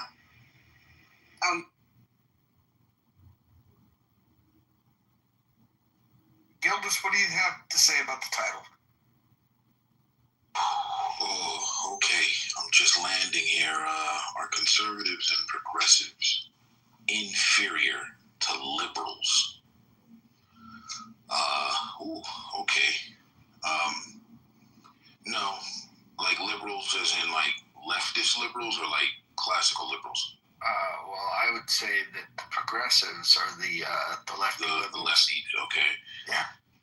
So yeah, absolutely. Yeah, everything's inferior to a classical liberal. Amen. You guys want to hear something interesting? So Elon's talking about starting the American Party, which I'm 100% for. It's a response to the Big Beautiful Bill. And trivia question for you guys. Does anybody remember why the Libertarian Party was started by David Nolan back in 1971? Anybody? Wasn't it started in reaction to the Vietnam War? No, it was started in reaction to Executive Order 11615, which is where Nixon decided to take us off the gold standard, or at least limit converting dollars to gold. He also instituted wage and price caps in this executive order. Very powerful executive order, but if you look at the parallels, and these are 50 plus years apart, it's Republicans not acting like fiscal conservatives that give birth to another party. And so this is the thing that's interesting to me, the parallels. So in the 70s, you had, just kind of like some radical, folks that were, they were fiscally conservative Republicans that were hanging out in, Colorado. And then when Nixon gave his speech with the executive order, the conversation started about forming a party. And that's how the Libertarian Party began. And now we have somebody with the resources. So you had a bunch of broke academics that probably sat around smoking too much pot, started the Libertarian Party in 71. And now you've got, one of the smartest people that's ever lived, that's one of the richest people that's ever lived, that's fed up in a similar way that wants to start some. I'm not suggesting that they're going to have more success than the Libertarian Party, but they certainly have advantages in the early going, considering the resources that will be available to them. So I'm excited to see what Elon can do. The answer to this, really, though, and what would kill the American Party, which would kill the Libertarian Party too, is if Republicans were to just return to their conservative roots. If they would, there's certain things that are debatable, but there should be some things in the playbook that are just, look, these are the values that we don't budge on. And I think that with MAGA taking over the Republican Party, everything has become up for debate within that party, and really then the debate is squashed when Trump decides, hey, this is what the party stands for. And so I'm hoping in a post-Trump world, Republicans can recognize that the biggest strength that they have in their messaging always has been fiscal conservative principles. And if they were to stand strong on that, no matter if the economy is doing well, the economy is doing bad, don't give in to the other side. I mean, wage and price controls with Nixon was such a bad idea, such a worse idea than even what Trump's doing with tariffs. And tariffs are a bad idea. But the point is that the Republican Party is what ends up fracturing when they don't adhere to their fiscal conservative principles. So if they want to remain united, somebody's going to have to step up and remind them of that.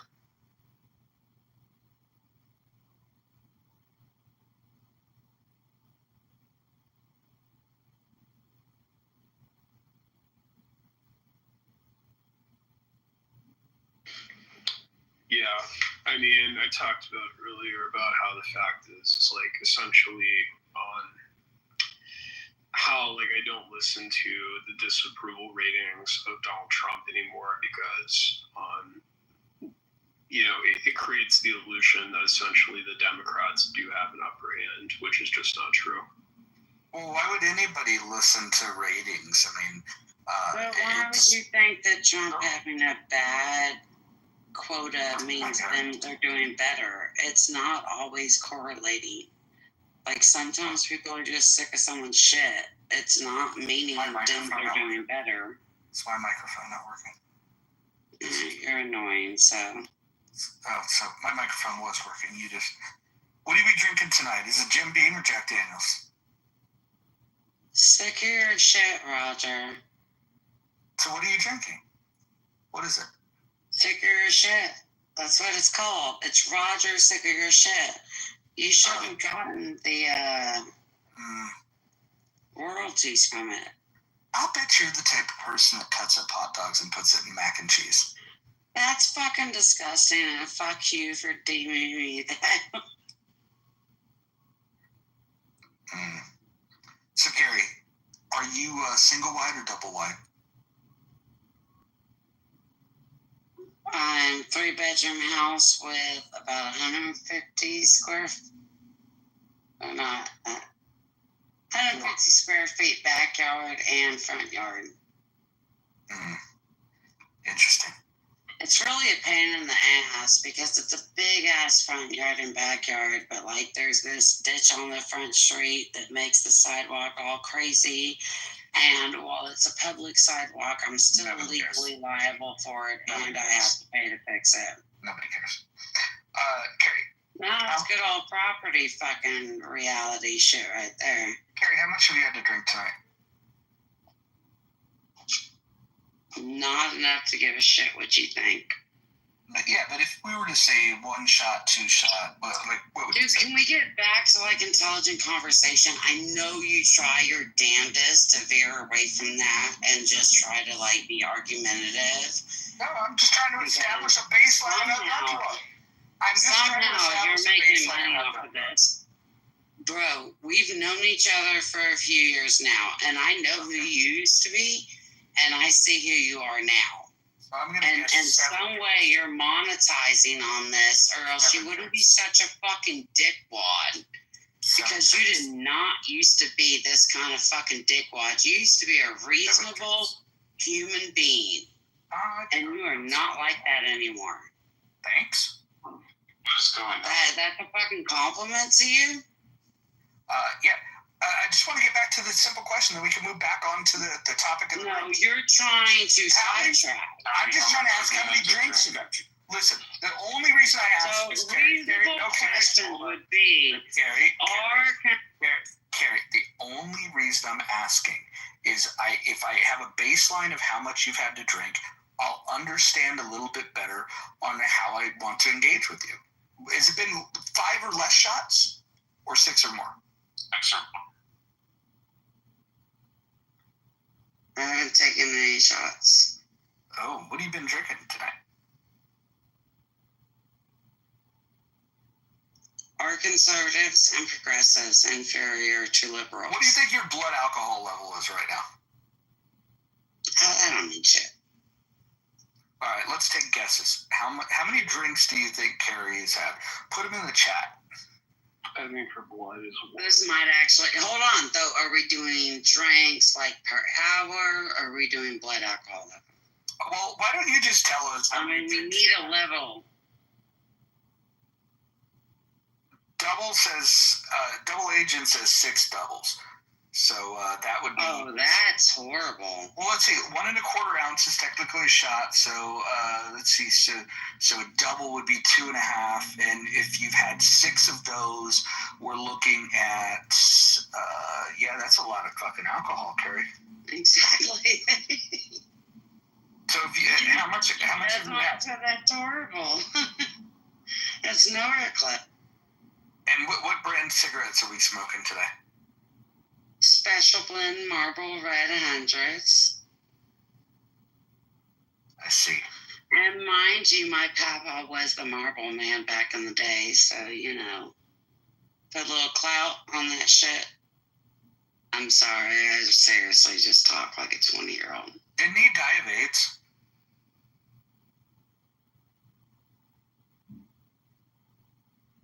What, too soon?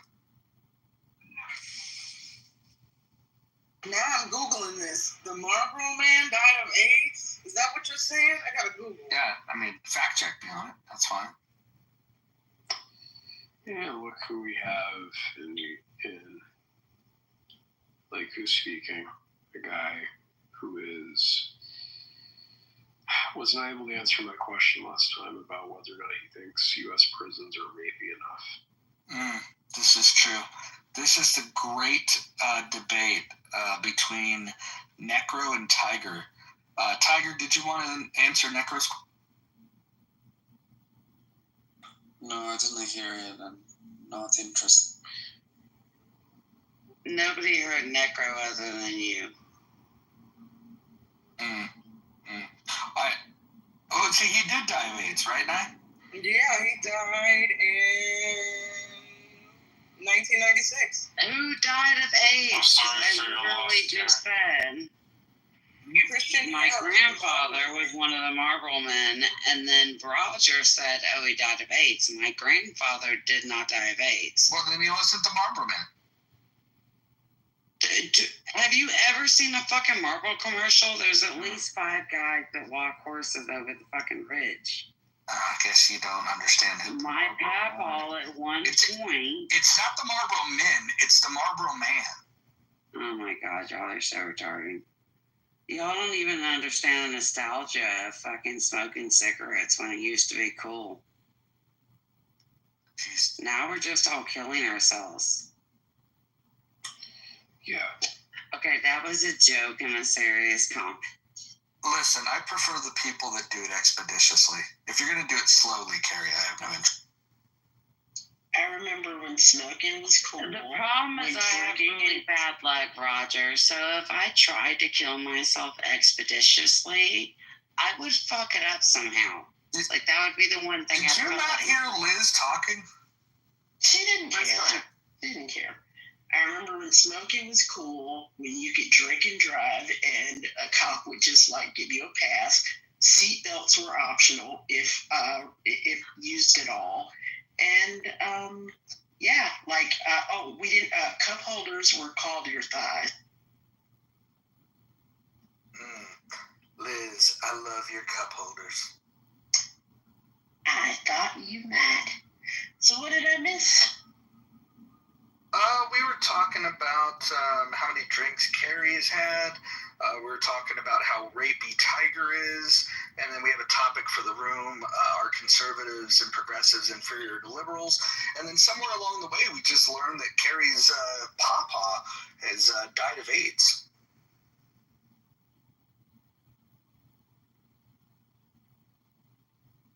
I'm sorry about your papa, Carrie.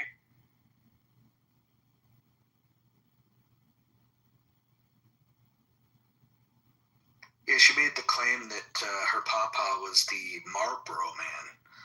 And then when we mentioned that he had died of AIDS, she had no idea what we were talking about. Well, it was a hard time to be gay back.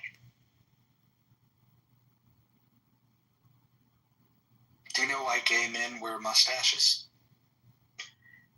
Why do gay men wear mustaches, Marge? To hide the stretch marks.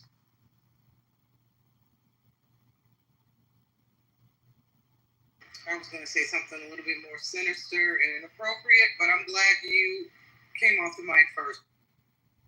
What were you going to say? I hesitate to say it. Do it. I was going to say, is it to keep the smell of the pussy on your mustache all day? Oh my God. Just as a reminder. Jesus Christ. Yeah. Dude, what was it about these gay men in the 70s and 80s that had these big, thick cock sweepers? Like, it was just the weirdest trip. Cock sweepers? I think he's referring to the giant mustache he has. It scoops everything off the ball, so you don't lose any cum. A cock sweeper, the big, thick mustache. It looks like a broom. Looks like a big push broom. Oh, okay. You mean like a profile? It's a cock sweeper. That's the most awesome. The last thing you want to do is lose an ounce of cum. I mean, that is vital life right there. Oh my God. You hate that you love me, Roger. You know it. Wait, she said the last thing you want to do is lose an ounce of cum. Girl, you are hilarious.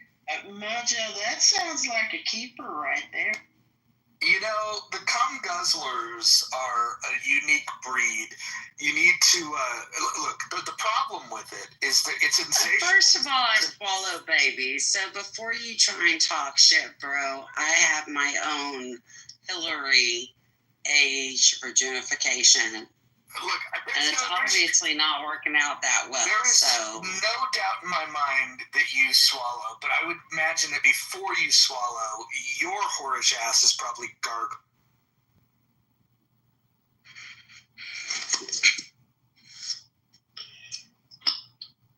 Yeah. I'm not sure. You do realize the only women that ever gargle are in fucking pornos for sick piece of shit men. Like, no bitch is over here. We don't even like gargling when we brush our teeth. Wait, okay? We're not over here like, oh my God, I get to gargle. You're fucking little babies. Like, do you think we're that far liberal that we're just killing children in our throats for fun and games? Like, is that what's going on? Wait. I'm sorry. This isn't for us. This is not. You're right. I'm gonna go fill up my drink because I had a question. But you're right. I'm gonna mind. Damn, Liz straight up said, "Hey, look, let the white people fight this one out." Liz, I love you. Right back at you, babe. No, but I can't help it. I can't help it, Liz. I have to ask. Are you telling me, Carrie, that there are girls that want to walk around with dick on the breath? There's no gargling with what is it, Listerine? I'm being a full-blown smartass, sweetie. Oh, thank you. I needed some clarity. Okay. I'm a visual learner, so I was visualizing shit that I didn't want to visual. And I'm sorry I said it so fucked up because I'm visual too, so it makes it funny, fucked up in my head. But legit, just being a total smartass. Just to fuck with Roger. That's all it is. Gary, who'd you vote for this last election? Oh, fucking no. I did vote for Joe Jorgensen last election. This election, there wasn't anyone worth voting for him. So you didn't vote? No. That's kind of what I just said. I'm just clarifying. Roger, can you explain that joke? Because I'm sitting here and I don't get it. What joke? The only joke that you just told in the last 5 minutes. I don't remember. Remind me. Stretch marks. Yeah. Bless your heartbeat. Why do gay men wear mustaches? Yeah. To hide the stretch mark? Yeah. I don't get that. Have you ever given a blowjob? Yeah. Okay, I'm gonna. Oh, okay. I guess Carrie wants to respond. Yeah, hold on. We're talking about blowjobs, so Carrie's like, hey, I got this. Good. No, actually, it's not about blowjobs. It's about an ex-boyfriend that was sexually assaulted. Okay, can you pause that, Carrie? Can I just hear about the joke first? Yeah. Thank you. Can you explain the joke? Yeah, so Beam, just imagine Carrie when she's sucking one of the mini cocks, right? Like, she would probably have to open her mouth in order to get around one, right? Yeah? No? Okay. Are you visualizing an open mouth? Yeah. Okay, and when you open and close that, right? You're gonna create some stretch marks because you're stretching your mouth to wrap around the penis. Wait, so have you seen women with stretch marks around their mouth? Yeah. All the women that I have been with have these huge stretch marks. Correct. Around their mouth? Correct. Yes, they use Botox to fix it. Jesus Christ. Stretch marks? I have never seen a woman with stretch marks on the mouth. Okay, so the point I'm getting to, I've never seen anyone with stretch marks around the mouth that were not sexually assaulted. So y'all might want to re-fucking think. So there's this why you see so many people with stretch marks around their mouth, because that is not normal from sucking dick. That is from a sexual assault. That's what I'm saying. Let me help you guys. in the Jewish tribe, there's a gene. Don't you dare. There's not Jewish tribe gene. You better fuck all the way off of that shit. It's called the X26 hypha gene. That's not how any gene works. Those of us who carry it and express it have girth that is like unprecedented. And so this causes stretch marks. No. Carrie, question for you. If you had to round to the nearest whole dick, how many dicks do you think you've sucked in your life? More than you could probably count, and I don't have a single stretch mark. So fuck you. You see what I'm doing? Seriously. Bima, you see what I'm doing? I don't care. Yeah, you should leave Carrie alone. Whatever. I think your joke was retarded. And there are no I don't know what type that is people. Literally sexual assault. Yeah, I don't think the driver Jay. If you know women who have stretch marks around their mouth, I don't know. It's not a common occurrence. Well, they're fixed immediately, right? They're not exactly going outside showing it off, right? They use makeup to cover it up. Well, hold on. If you zoom in, if you click on Carrie's PTR, and you click on this picture, and you zoom it in, you can look in the corners of the mouth. Hold on. If you zoom in real close, not only will you see the stretch marks, God, it's so disgusting what you become, Roger. Like, you used to be a decent human being. Like, we joked around and you will also see the hair in the corner of her lip. We joked around and flirted, and you were a decent human being at one point. And you were literally trying to zoom in on my pictures and attack me. I'm just proving the point that Bima... You're not proving any fucking point at all. If anything, I can back up fucking every guy that didn't go down on me. I'm not going to go down on them. I can back up the fucking bitch that I am if you want me to do that. But what you're doing is so fucking pathetic. Go ahead. Give me a reason why you're behaving this way.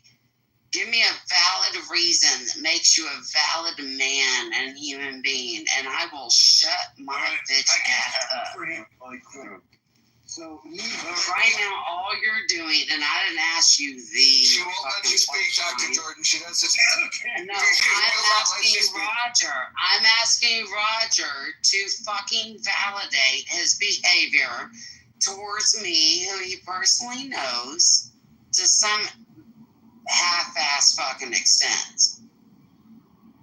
You want to be the badass man you say you are to everybody. Tell me why you think it's acceptable to fucking talk to me this way, to characterize me this way. You were the one that said, and I quote, I love how you deflect. Well, I'm referring to how many dicks you said that you sucked. So you've identified yourself. I didn't say how many. I said it doesn't fucking matter. You were bragging about sucking cock. You were bragging about swallowing cum. Stop lying. Stop. You were bragging about swallowing cum. Stop lying and stop projecting. I swear to God. Hold on. Can any of the people on the stage back me up that she was bragging about sucking cock, guzzling cum, and also never waits to drop? Did she say that? Am I correct? Well, you did say that losing an ounce of cum was detrimental and life-threatening, sis. And then you did mention something. I don't think you're crazy. I think you're just stupid. Wait, what? Who are you talking to? Roger. Don't listen to Tiger. Tiger's a rapist. No disrespect, Carrie.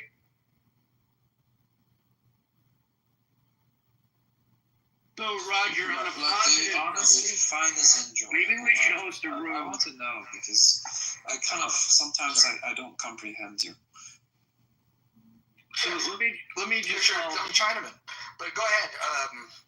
Talk to me, Dr. Jordan. Yeah, so I think we should host a room. It will be considered misogynistic, but maybe we should host a room on how women, their different approaches to giving oral sex. I would totally show up to hear.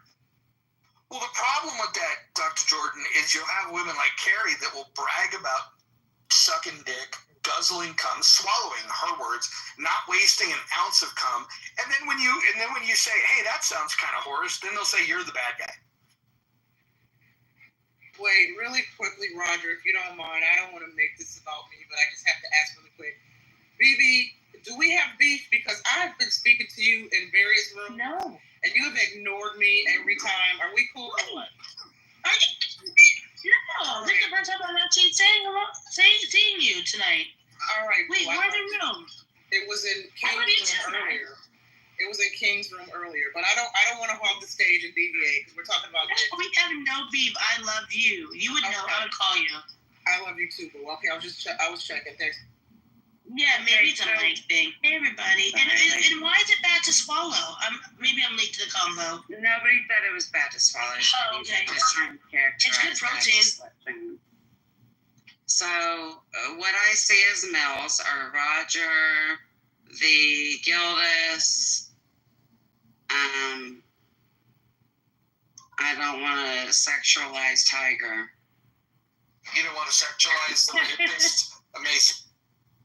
Yeah, I mean, I just. Well, fuck, it didn't label him as a rapist. It just said Tiger. I'm just trying to not sexualize people. So Tiger. The point. Hold on, Carrie. That's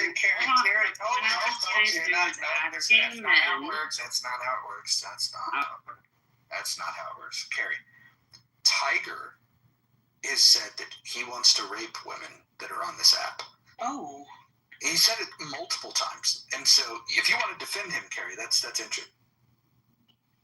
Yeah, I mean it's interesting. I wasn't trying to defend him. I had no idea who he was. I was just trying to make a comment towards the men of how do they see this situation and to get their perspective on it. My perspective doesn't mean everything. So I'll give you one perspective. Other people. Here's a perspective. And you know this, Roger. Here's a perspective. Hold on. You asked for a male perspective. I'm going to give you a male perspective. Listen. I don't want your perspective. I got your perspective. No. Hold on. I'm going to give you my perspective. Then we'll pass the mic around to people not named Carrie. You can just take a drinking break. Go have another shot. I would like to end the practice of women looking up. Are you looking for approval? If I've allowed you down there, then I approve of what you're doing. Just fucking do it. Look at the dick. Don't look at me. Just handle your business. You don't want eye contact. I get off on eye contact, I have to admit. Now I'm confused. I don't like the eye contact. I'll tell you why. Because it's a reminder that, I'm not going to call you tomorrow. And, I'd rather it just be, I'd rather be a more transactional and less intimate. So stop looking at me.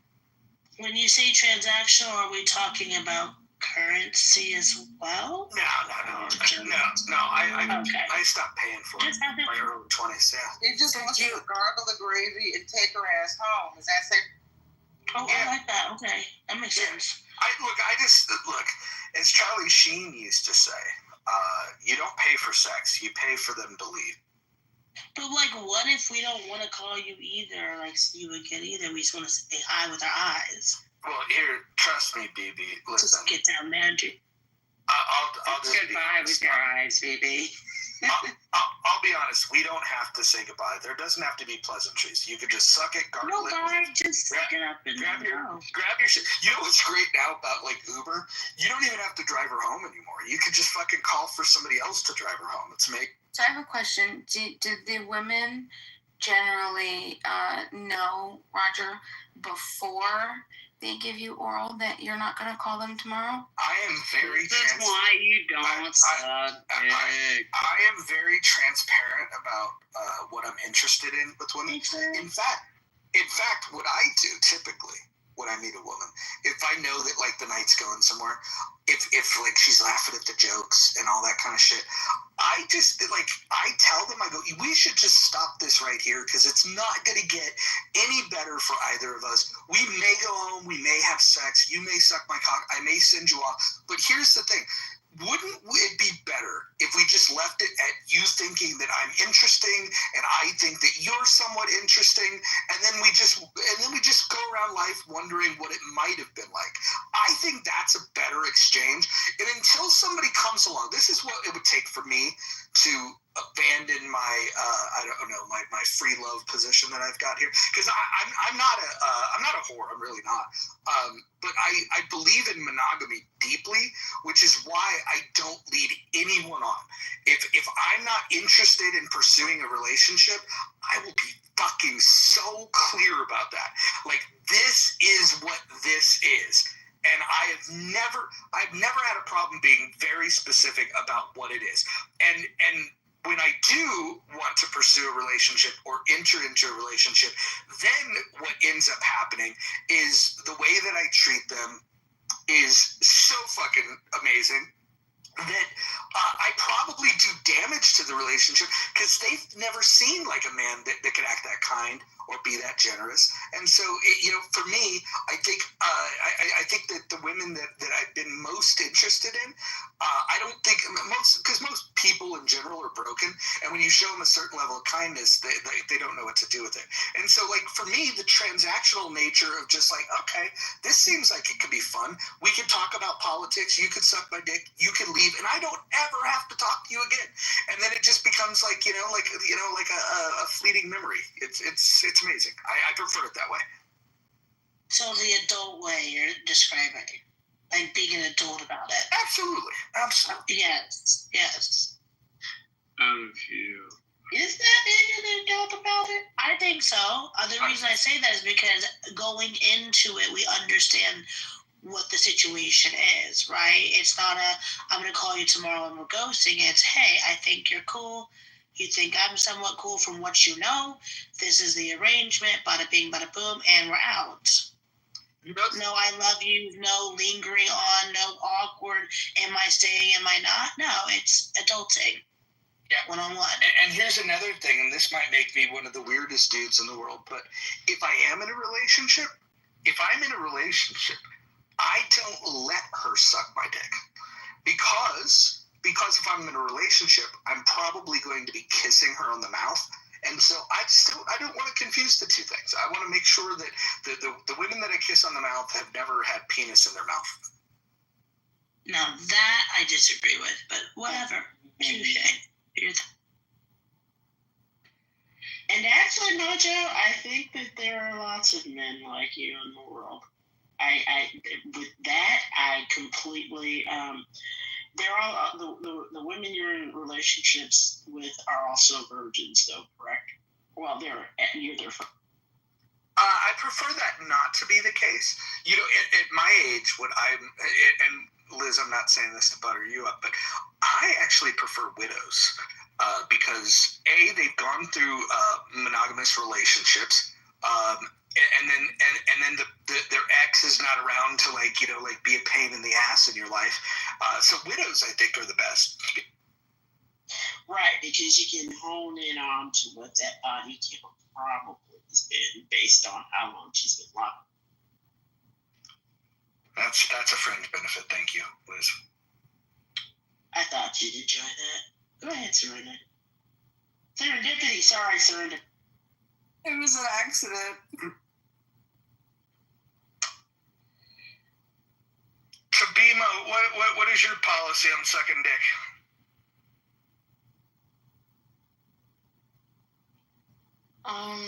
I have to be in love with you.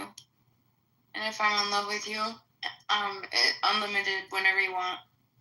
So, as many times as you. That's what Yasmin said about me, and I was really touched, flattered, and moved. I feel like you shouldn't be sharing that in rooms of this size. In rooms with what? I feel like you shouldn't share that in rooms of this size. Yeah. You're right. I'm just kidding anyways, but Listen, you know, I throw out all the dick sucking jokes possible. Just names are probably a little bit problem. Right, I was just joking. I'll stop. Wait, did you say Yasmin? Oh, no.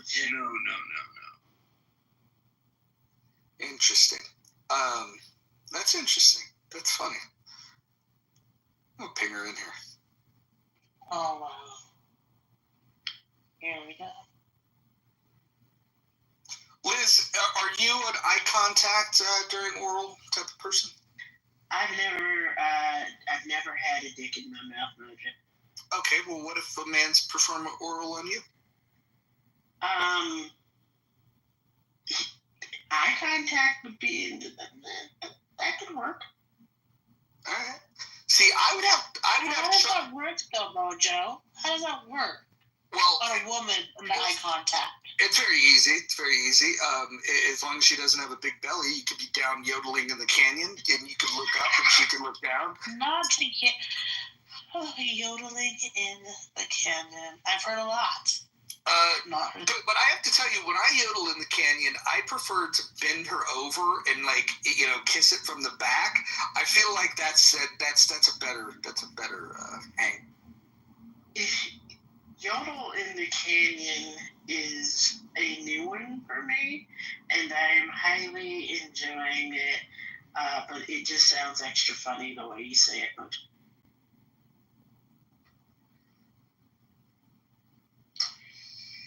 Yeah, I'm personally into just fingering to get things started. So, do you like a guy to finger you and then get started? Yeah, that's always the assumption, isn't it? The guy who has a girl boy face, like. Mojo, I suspect that if I had ever had a dick in my mouth, and I'm saving that for somebody special, I imagine that if I were to make eye contact, I might wink at him and snap a little bit, and then go back to what I was doing. But I mean, that sounds like that's too intimate for. All right. Well, here's what I will promise you: should the stars align, where we're in a position where you would be winking at me, I will wink back.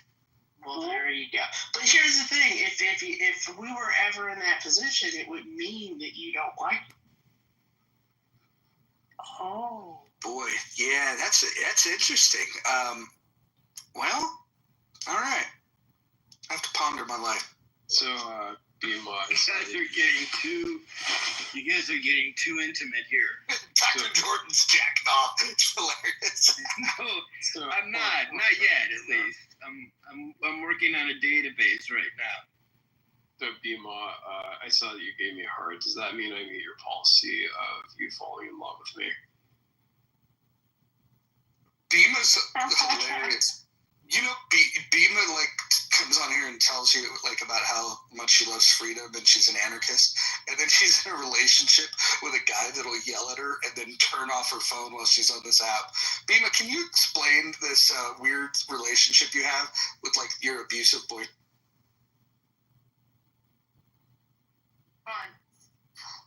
What can I help you with, sir? Oh, Jesus Christ. He's there. No, that's not my name. Yeah. So why do you have so much control over your woman? Control? Yeah, remember the time that you yelled at her to get off, and then all of a sudden her PTR disappeared and she was missing for 3 days from the app? Do you remember that? I don't live on this app, so I hear that you remember it. You want to tell us more? Yeah, I'll tell you more. We were talking to Bima, and she had some angry guy in the background that was yelling at her for being on the app. And then she kept telling us she's going to have to go. And then all of a sudden, you yelled one final time, and then her PTR disappeared. She was gone for 3 days. We were genuinely concerned for her, and we still are. We don't understand why she's accepted an abusive relation. It might have something to do with having a life outside of Clubhouse. Call me crazy. So your life outside of Clubhouse drives you to beat your woman? Beat my woman? Yeah, correct. He does. When did I beat you? He doesn't sound like an abuser. When did I beat you, Bima? Hey, what would happen if you actually knew what you were talking about? What's his name, Roger? What would that be like? This is one of the most awkward moments in Clubhouse history. You got the abusive fucking boyfriend off the fucking line. It's hilarious. Dude, yeah. I feel like I feel a responsibility that I have to be careful now so she doesn't get strangled after this. Jesus Christ. Wow, that is quite the conspiracy. Actually, you sound like a really nice guy. I feel it feels a little awkward, but it's a funny moment. I hate to say in Clubhouse.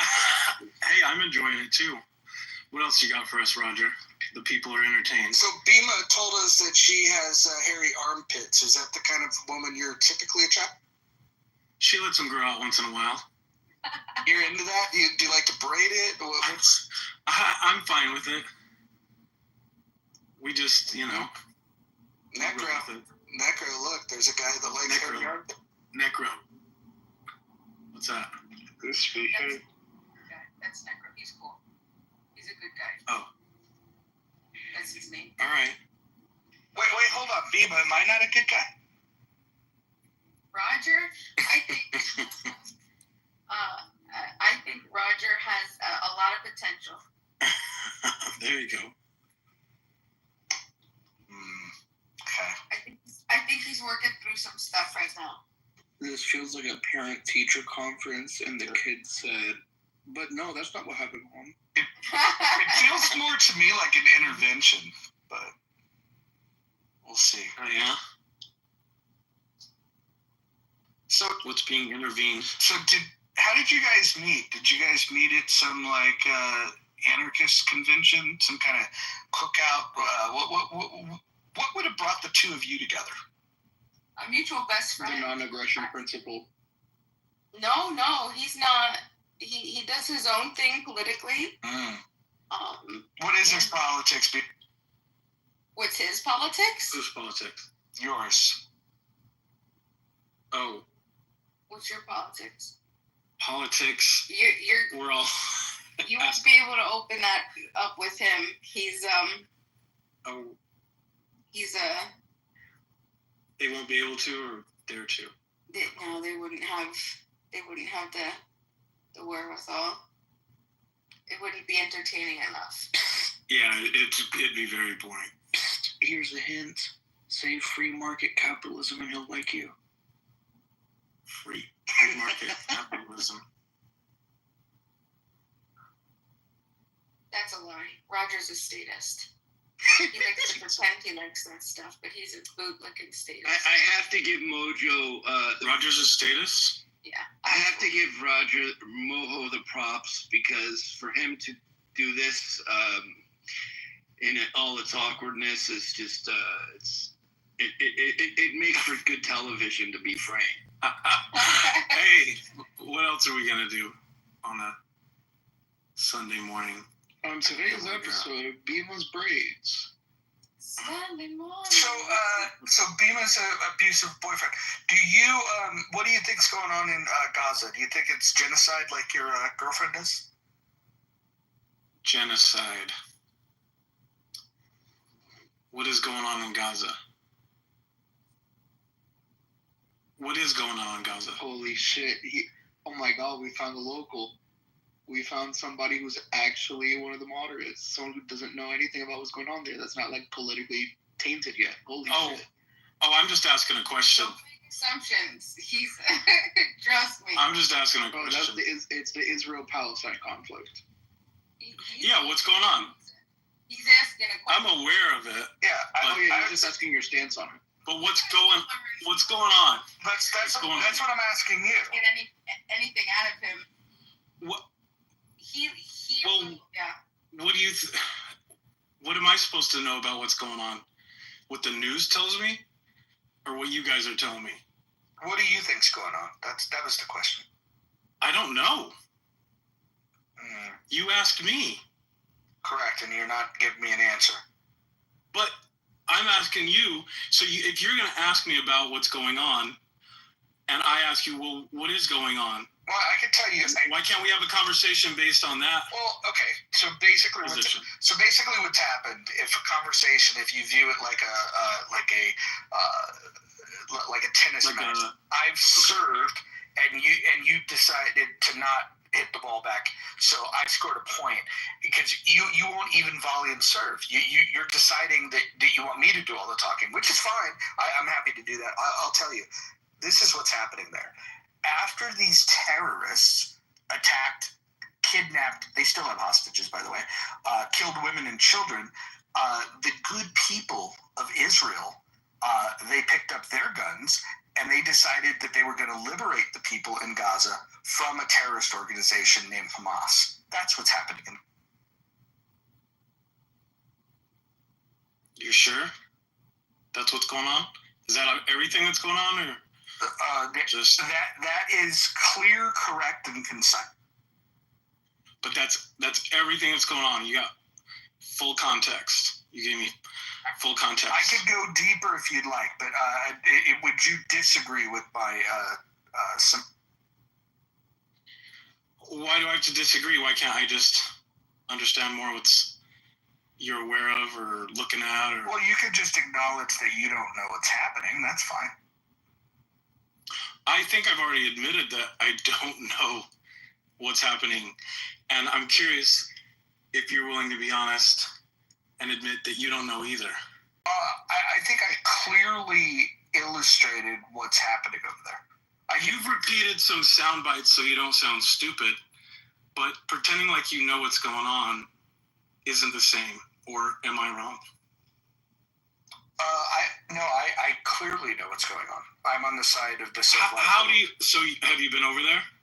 I have not been over there. No. Okay, so you're repeating sound bites. Have you ever been to the moon? I don't know. Hell yeah, this weed's awesome. Not consciously, but. So you've never been to the moon? I can't say I have. Dude.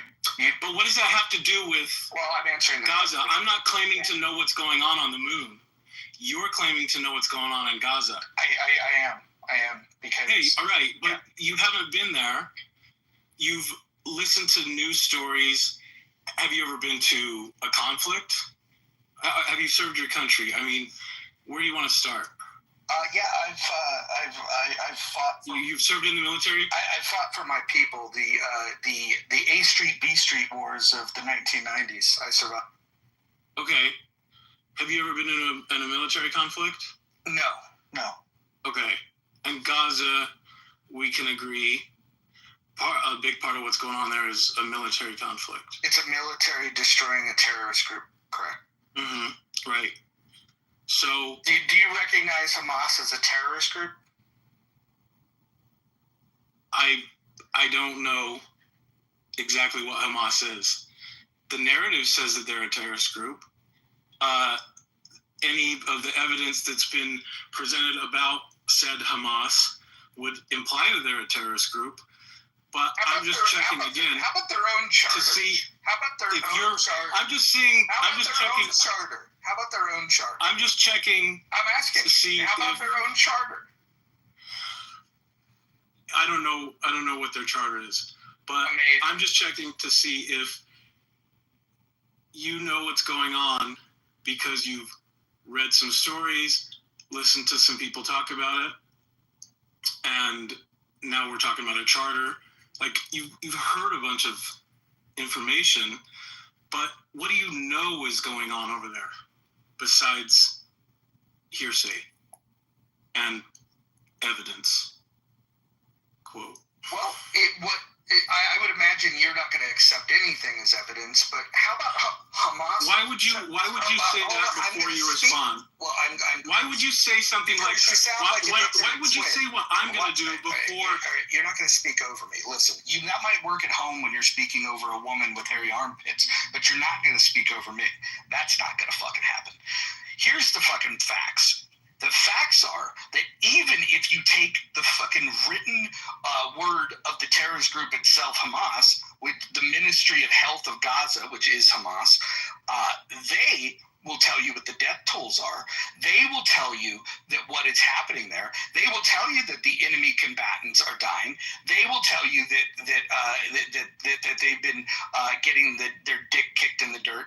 All of this stuff is well documented. Not to mention, we have footage of what had happened on October the 7th. We have footage of this. We actually, how about this?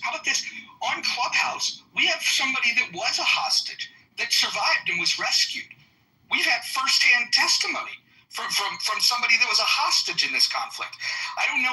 Again, I accept the fact that you don't know shit about this, but maybe, just maybe, if you cared about the conflict, because Bima will come on here and pretend that she cares about this conflict, but she'll use words like genocide, which she can't even define.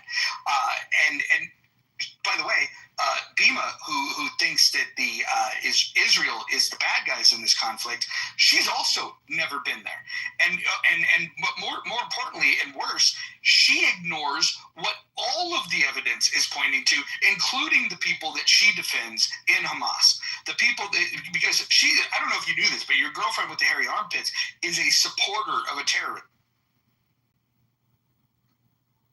Oh, really? How do you know that? Her own testimony. So she's supporting a terrorist cell. Correct. In her ideal world, the terrorists don't do anything because of the invisible force that is the non-aggression principle. I'm sorry, Diva, but that conversation we had in the atheist room is still on my mind. I can't do it.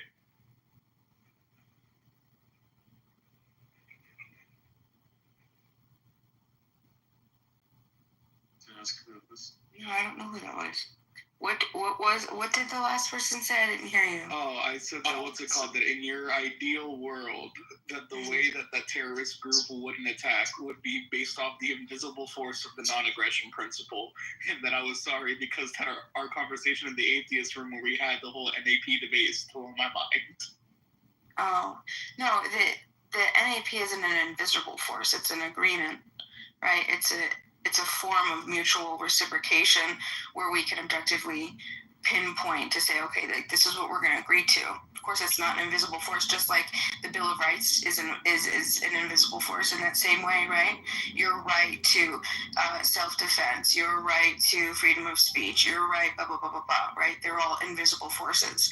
You don't have a right to life, liberty, and happiness or property when someone comes and breaks into your home, right? And goes to kill and tie you up and thieve from you, right? To steal from you. There's the invisible force of what? The doctrine of the United States is going to come and save you in that moment. You can throw a couple pieces of paper at them and say, hold on, I have rights, right? In that same way. So isn't that kind of just like exactly the system you were advocating for, though? Like, what's the difference between the U.S. piece of paper is more decentralized and doesn't have as much power? The difference is it just has to be consent-based, explicit consent versus implicit consent, and it has to be mutually agreed to. You can't just assume it, right? You can't just say that somebody else is going to do it. You have to, make those agreements with people. And you have to make sure that you don't violate their rights, too. You only have one responsibility in this life, and that's to not violate another peaceful person or their property. That status, like Roger, right?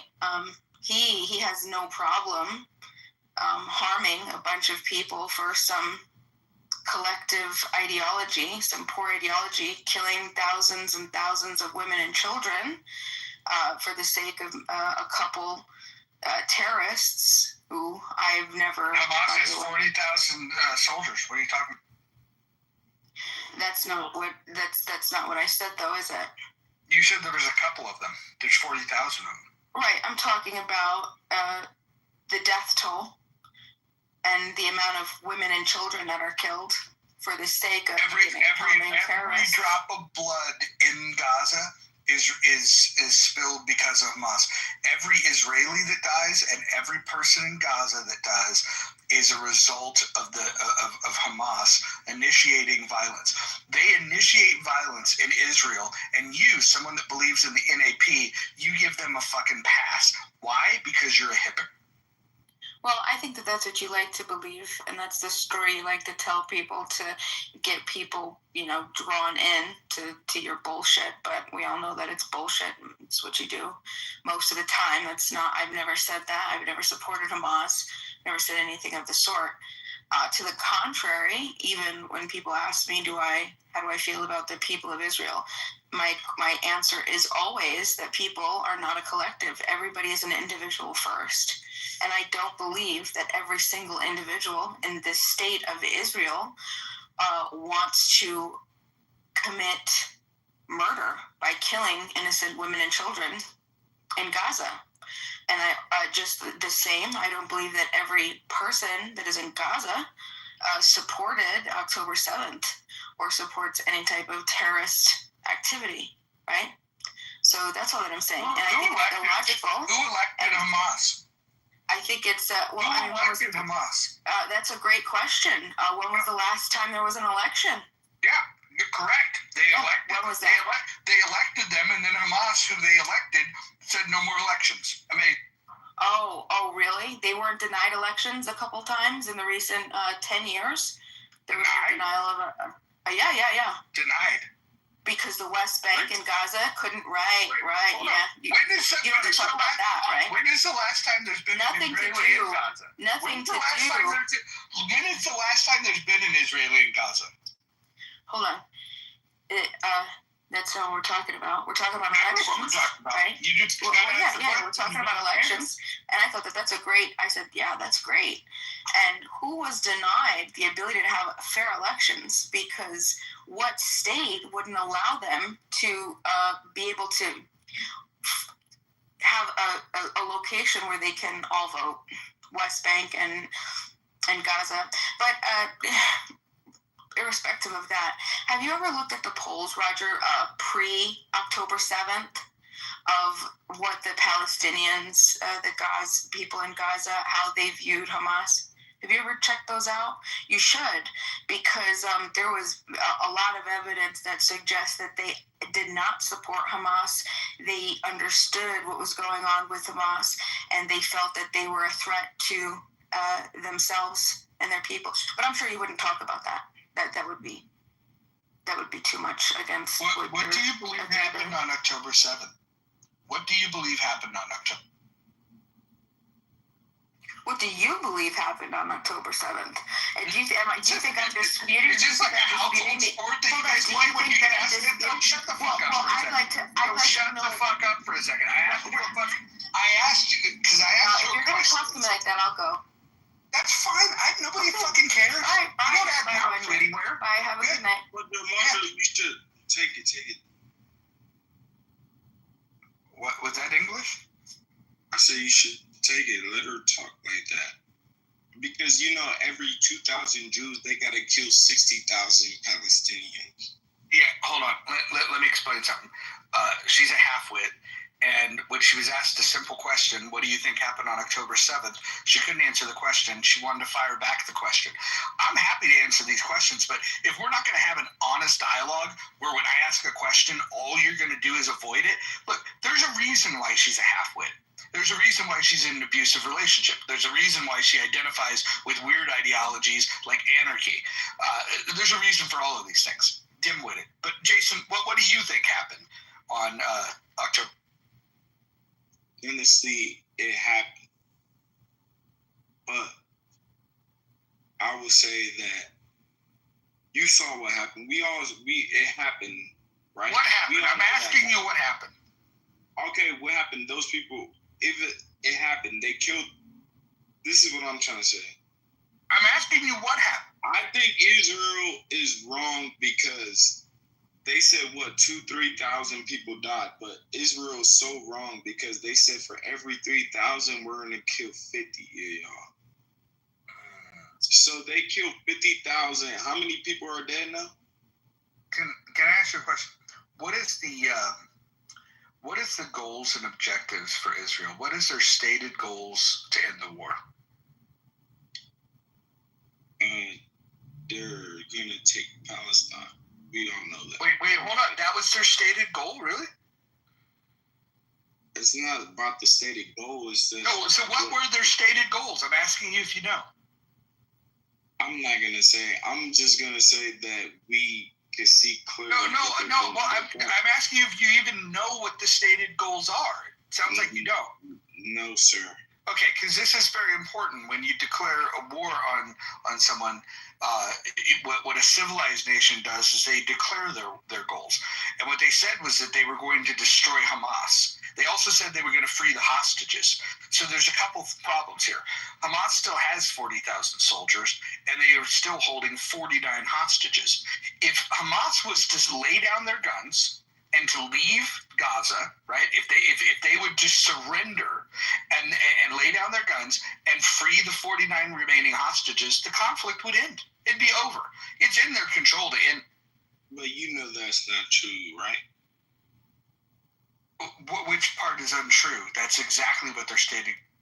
I'm saying, like, even if they did do that, you know Israel's still going to do it. What do you think Israel would do if Hamas laid down their weapons, left Gaza, and freed the hostages? You think they would still just... Because it sounds to me like you think that Israel just wants to kill people in Gaza, innocent people. I think if Hamas lays down their weapons and release the hostages, they're just going to wipe them out. Why don't they do that today? They have the technology to completely carpet bomb the shit out of them. Exactly. Well, no, hold on. Hold on. Before you say exactly, they have the technology. They at any time they could have wiped out every man, woman, and child, and they haven't done it. So my question is, why do you think that's their goal if they have the technology to do it and they haven't? Because it's not about wipe. It's not about wipe. They're not. You're right. I'm gonna give you. I hear you. You're good. You're good. Listen, they're going, bro. There's no more Palestine. Put it that way. That's the only thing. Like Jason. There's never been a Palestine ever. Yes, there has. No, there's never been a nation state called Palestine. There's never in history been a nation state. About the state. You're talking about the state of Palestine. There is no state of Palestine.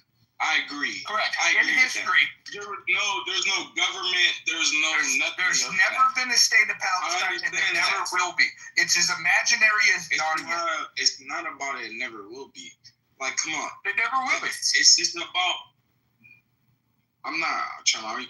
I'm just saying it's just about the people there. You get what I'm trying to say? So, like, people are arguing. I get what you're saying, too. Israel has the right to defend itself. I understand that. October, that shit that happened. So do you think it's a genocide what's happening in Gaza?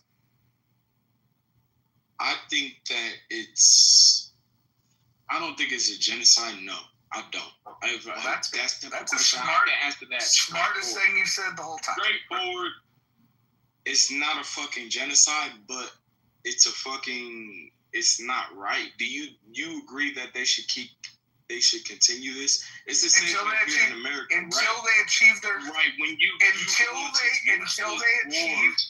Hold on. Let's take it's not about genocide. It's about useless war. Can you not hear? Look, we're going to take turns speaking here, okay? So, just calm down. I just want to ask you this. Do you think that, so you think it's not a genocide, you've acknowledged it's not a genocide, but you say it's not right. The objectives of the war is to destroy Hamas and free the hostages. Which of those two goals do you oppose?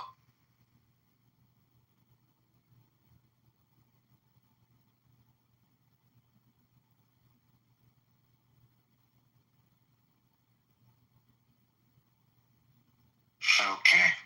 Looks like another one bites the dust. Thank you, guys. Thanks for playing.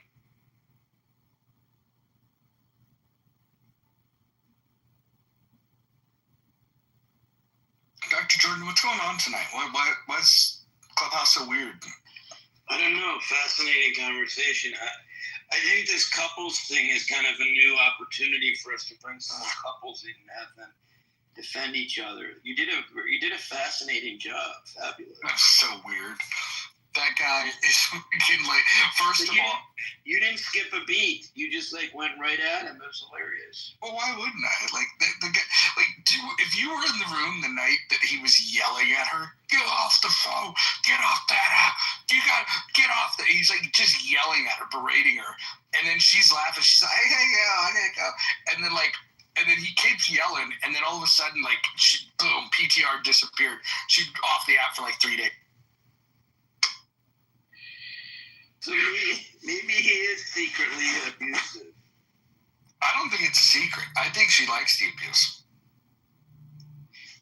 She also she admitted she's got hairy armpits. So what kind of guy dates a chick with hairy armpit?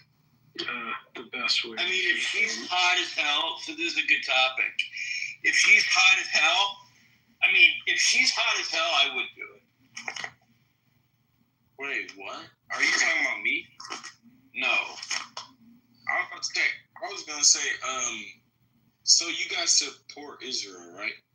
I just wanted to ask that. Till the wheels fall off. Till the wheels fall off. Wow. Correct. 10 toes down. Absolutely. It's kind of insane. Why? The most civilized nation on planet Earth. Israel is the most civilized nation, you think? Correct. That's what I said. You heard me. Where do you live? I live in the United States of America. You live in America is the most civilized nation on earth. Not Israel. Not Israel. It's America. I don't know about that. I think we're like in competition for second place. But since 1940, Israel cannot even compete with us. Not even a little bit. They're like maybe 25% of America. Yeah, that's not how I'm measuring it.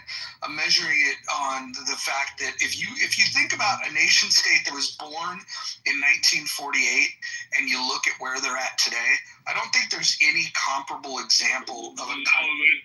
There's a very comparable. What are you talking about? They're only there because of us. It's only because of America. Like, they wouldn't be where they are at if it wasn't for us. No, I think 1948 till today. Hold on, let me ask you. Because we gave them a country. Who did? Who's we? You had turn in your pocket. We. What the fuck do you mean by we? We. Look at the treaty. What are you talking about? How did Israel become a country? Very simple. Yeah, it was a British mandate. It was a British mandate. It had nothing to do with the U.S. It had to do with Britain. And who signed the mandate? It had to do with Who Britain. signed it? Do you even know? Do you know that? Who signed it? Oh my God! You're not gonna. I am not gonna listen to ignorance. All right. Yeah. Listen.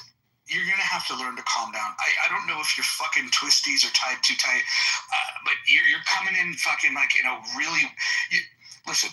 It's your right to be unintelligent, but don't be unintelligent with the volume up. At least just turn the volume down a little bit. Let's take turns speaking, and I'll deal with how ignorant you are. I know it's hard for you, but the mute button is in the lower right.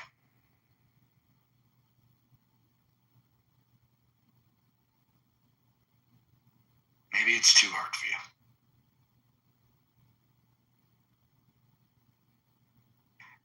And Chloe, I don't think I overstated my case. I think Israel is the most civilized nation in the history of planet Earth.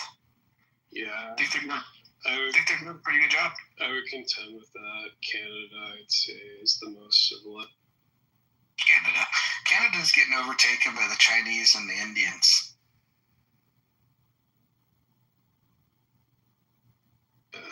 I have to thank President Trump. Or I have to say that he definitely accomplished something. He managed to piss off the people who were the most peaceful people on Earth. What the fuck are you talking about? Are you people insane? What? I feel like you people are literally crazy. I'm not gonna why do you think I'm crazy? Because, like, y'all sound like y'all don't even know history or anything. Do you know who gave them? Wait, what the fuck are y'all saying? Like, I thought I knew what y'all were talking about at first, but you people sound literally crazy. That's a pretty broad accusation that we don't understand. No, yeah, it is pretty broad. I'm not gonna lie. I actually agree with you guys at first. I was saying, listen, I'm like, you motherfuckers are literally insane. Well, at least we're not uneducated like you. You believe you guys. Whoa. Spit it out. Spit it out.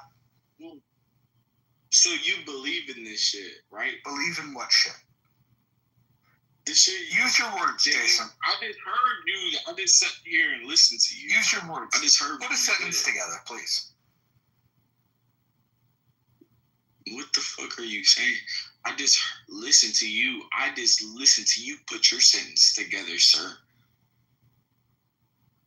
You just said. I was very clear on my position. Yeah, and I know it was very clear. It was very clear. I'm not going against that. I'm just saying, like, I don't understand why you believe that's okay. I don't understand. You don't understand why I stand with Israel? You want me to explain it? Yeah, I'm willing to listen. I'll mute my mic up. Yeah, sure. Well, they have a dedication to protecting the civilians in their country. I think that's a pretty good hallmark of a good moral country. I think the way that they've handled the war with a terrorist group, with the care that they've taken to try to minimize civilian casualties, when you compare it with other urban conflicts, what they're doing is unprecedented. I'm just highly impressed by them. Highly impressed. I think if you were to take a snapshot from 1948 to 2025, I would argue there's not a greater country on all metrics that matter than the state of Israel. That's what I'll tell you, honestly, I feel like you're brainwashed. By who? Who the fuck by who? That? Like, hold on, by who? Like, I can hear it in your voice. I can hear it in your voice, too. Like, you think you really know what the fuck you talking about. You sound like an idiot. Like, who the fuck are you talking? You could tell these idiots that bullshit, bro. Listen. Israel is not even 100 years old. America is way better than Israel. Israel is nothing to America. America is the greatest country in the world. America is the greatest country in the fucking world. Okay. Israel is not even close to us. You're doing the talking loud thing again. Listen, I'm tied a little twisties a little bit. Just relax a little bit. Israel is not even. Hold on, I'm gonna speak. You were done speaking. Now I'm. Israel is nothing. Where are you from? Atlanta? Where are you from? Atlanta? Baltimore? Israel. Like Jesus Christ. Listen, just having people like you that interrupt so much is why I question America's greatness. You're the reason why I would have to say that America has to be at least number 2. Can't be number 1. Not with people like you representing America. And so as long as people like you exist, there's no way we could be number 1. But I do think that we make a strong argument for number 2. We make a very strong argument. I love my country. I think we're great. But again, if we're just looking at this holistically, comparing all, what is it? There's a little less than 200 nations around the world. I would say, like, on all the metrics that matter, I would say Israel's the best. That's my contention. But I'd love to hear you. What is your reason for not liking Israel? Tell me why you don't like Israel, and please don't let it be something like you hate Jews. Give me some reasons why you don't like. The mute button's in the lower right. I know it's confusing. They don't hide it though. It stays in the same place every time. You just lower right.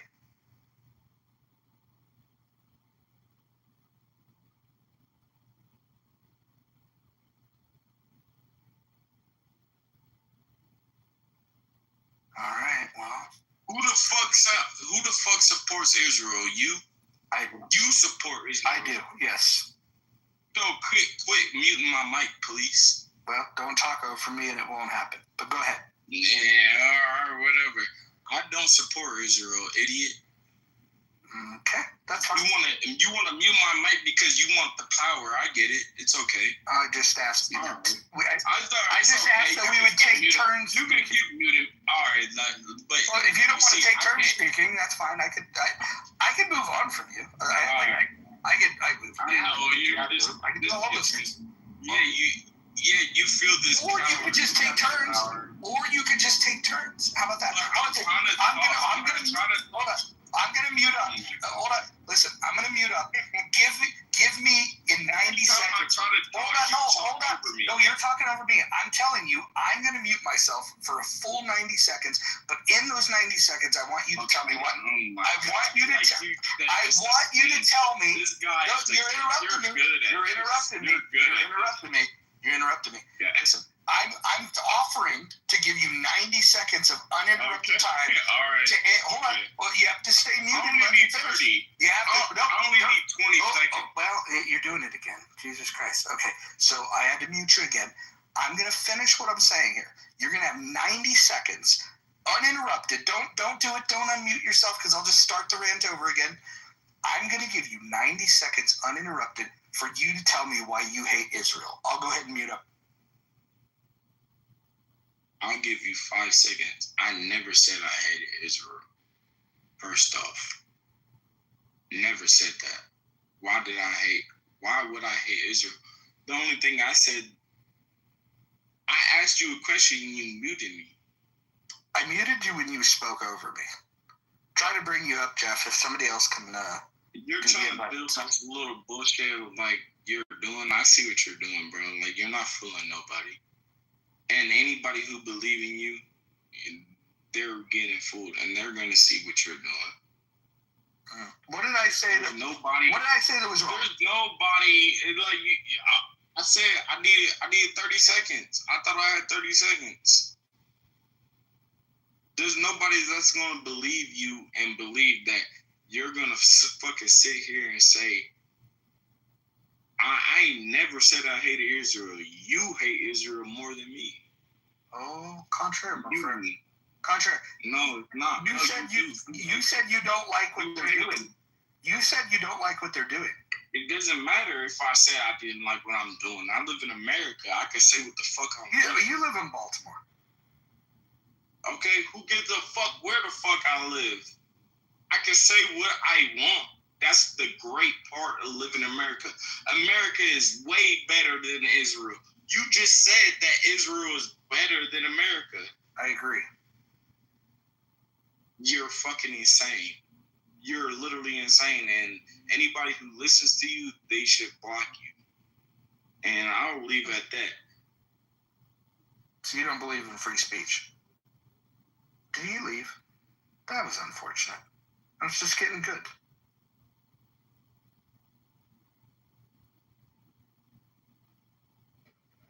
Yeah, I mean, it's just interesting. Like, he said that he thought Israel was horrible, and then he said Israel that he loved Israel more than you.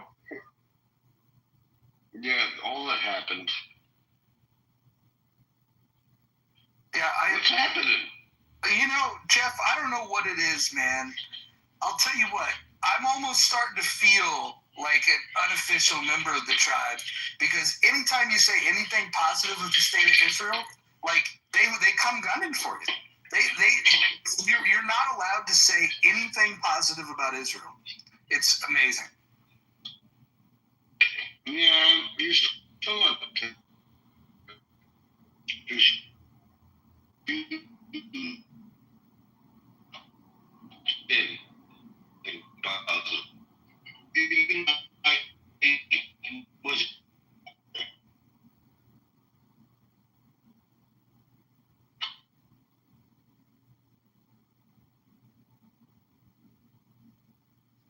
I think you were in the Matrix, Jeff. I thought for a second it was only my phone, but I think others didn't hear that.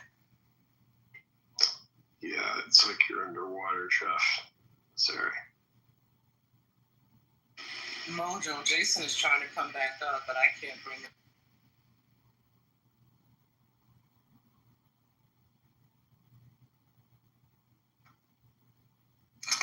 Jason, the guy that loves America. I love America too. I just think, comparatively speaking, let's think about it. Like, what countries started after World War II that have advanced as quickly and as thoroughly and have a system intact that works so well? I just can't, like, honestly, I'm just being honest. Like, what country even begins to compare? I can't think of one anywhere in the world. No country could ever do that without America. So the answer is actually Singapore. But that's it. Israel only succeeded because of us. No. What are you talking about? I don't understand. So, Jason, in all your wisdom, what year did America start supporting Israel?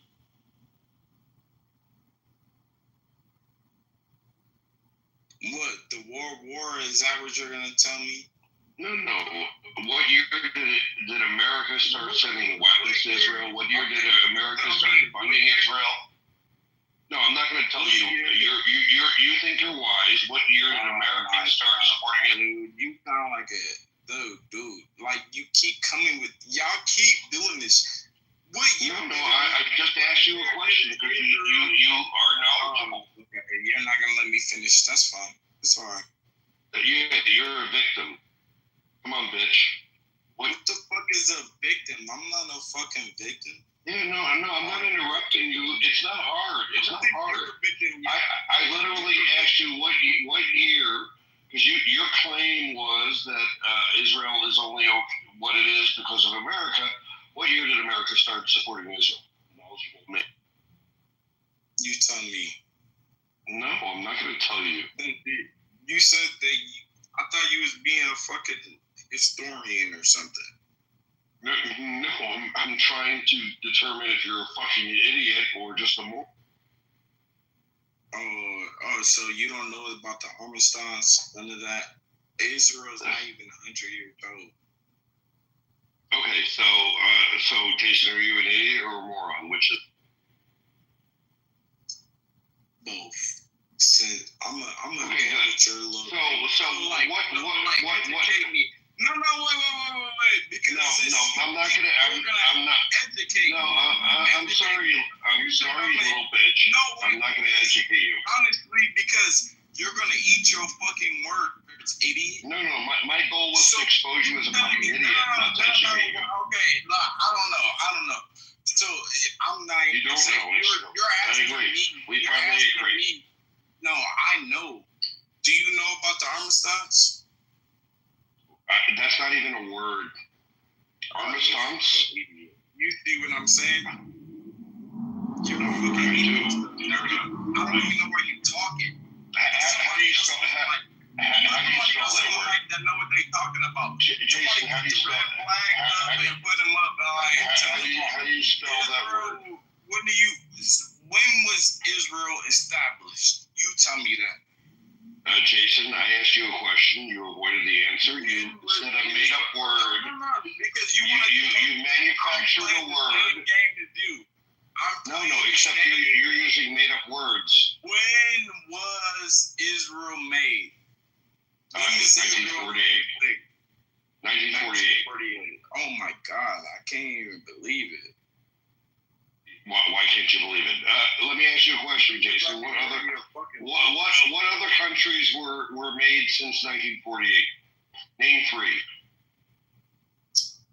What the fuck are you talking about? You were already. I literally just proved you wrong. No, you didn't. But you actually thought I really agreed with you. I didn't. I think you're a fucking idiot. 1947, idiot. So shut the fuck up. No, it was 1948. It was 1947. What was 1947? It was 1947. Hold on, Jason. No, hold on. It was May 14th of 1948, Jason. Just listen. Get your facts together. But we'd like to have this conversation. Jeff asked a good question. I'd love for you to answer it. Can you name three countries that were formed after 1948?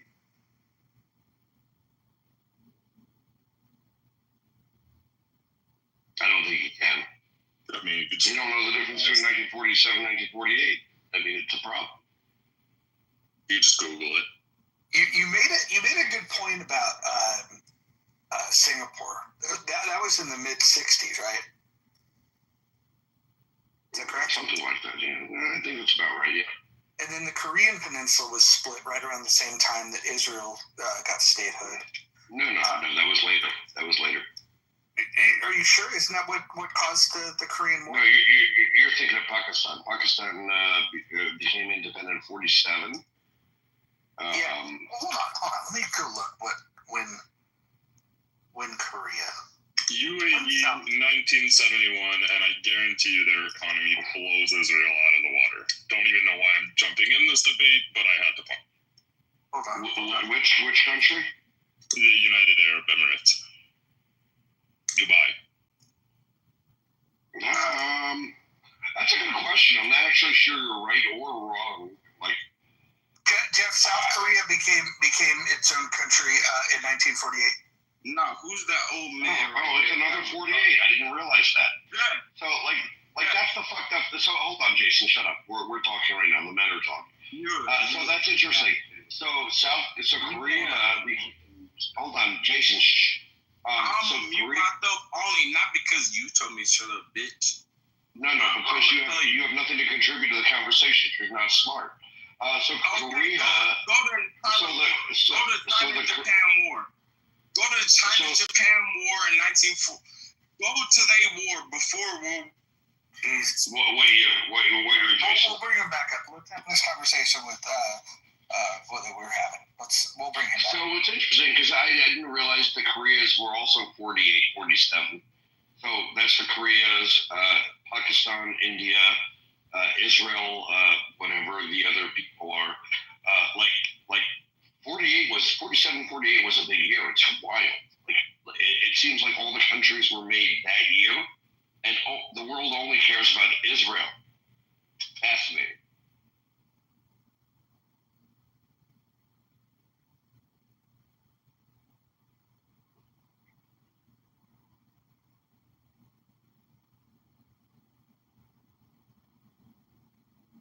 Oh, Jason's about to leave. That's going to be hard.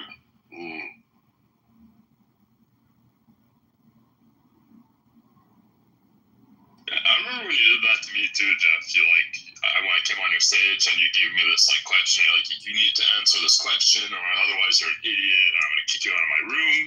No, but you kicked me out of my room. You remember the question though? Yeah, Burrow, you're a terrible person. But do you remember the question? I exactly like what you did to Jason is what you did to me. Wait, hold on. Exactly. Hold on. And then you're probably also a fucking idiot. And I know you, Burrow. You're a bad person. Yeah, hold on, guys. A couple things. So Jason is a victim of his own, he doesn't know when to keep his mouth shut. If he would have just simply muted up and exchanged, allowed people to speak and speak when it's his turn, he would have been fine. I mean, he would have lost the debate. But I want to now move on to this conversation of Israel and UAE. As I'm looking at this from numbers from 2024, it looks like the GDP is very similar. Israel, 525 billion.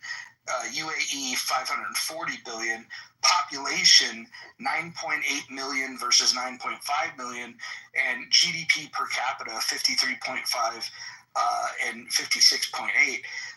These are very similar. I had no idea it was that similar. Does the UAE have nukes? Let's hope not.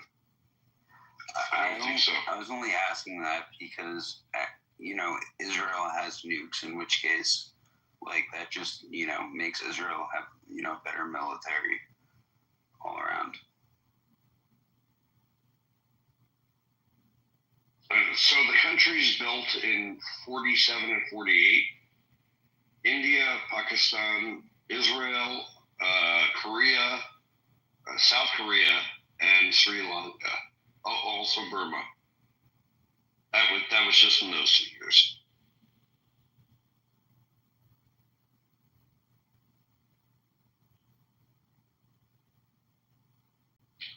Jason still here? Should we make the list of all the countries since 1948? It's like 70 countries. Jason has a good point, though, when he said that Israel is doing that well because of its strong partnership with America. And I definitely think that's true. Like, there's a very close relationship, and that's why. That's a part of the reason why Israel is doing it. I mean, I would respond to that if that was a valid point that, and if you brought up any, facts to support it. But since you didn't, I'm not even going to respond to that. Okay, well, I don't think anybody would disagree with that, to be honest. I'm surprised you do, but okay. Now, well, I disagree with it because, you brought up no points to support that point. Israel has many of the smartest people in the world. Israel, is there a technology that exists that Israel isn't responsible for that, is, in your phone, Barl? Because, the world is actually really lucky to have Israel, and Israelis in particular. Sure, but I think having access to the largest economy in the world, correct me if I'm wrong, is definitely beneficial. I mean, Canada, everybody always tells me how we benefit from having America as our allies, and I agree, we do. We obviously. Here's the funny thing. Canada has America, has access to America and the economy of America, but Israel has far more intellectual capital. Israel is attracting far more venture capital. Just simply having access to America, guess what? 164 countries have access to American capital. But Israel's doing well because of what Israel is, not because of America. Because if it was just America, there's a whole lot of countries, including Canada, which I guess, Paul, you're a Canadian. I'm sorry to hear that. If it was just having access to America, Canada would be far better than it is.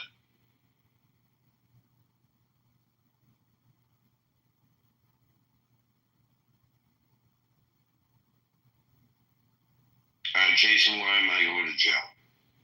Come up here and tell me.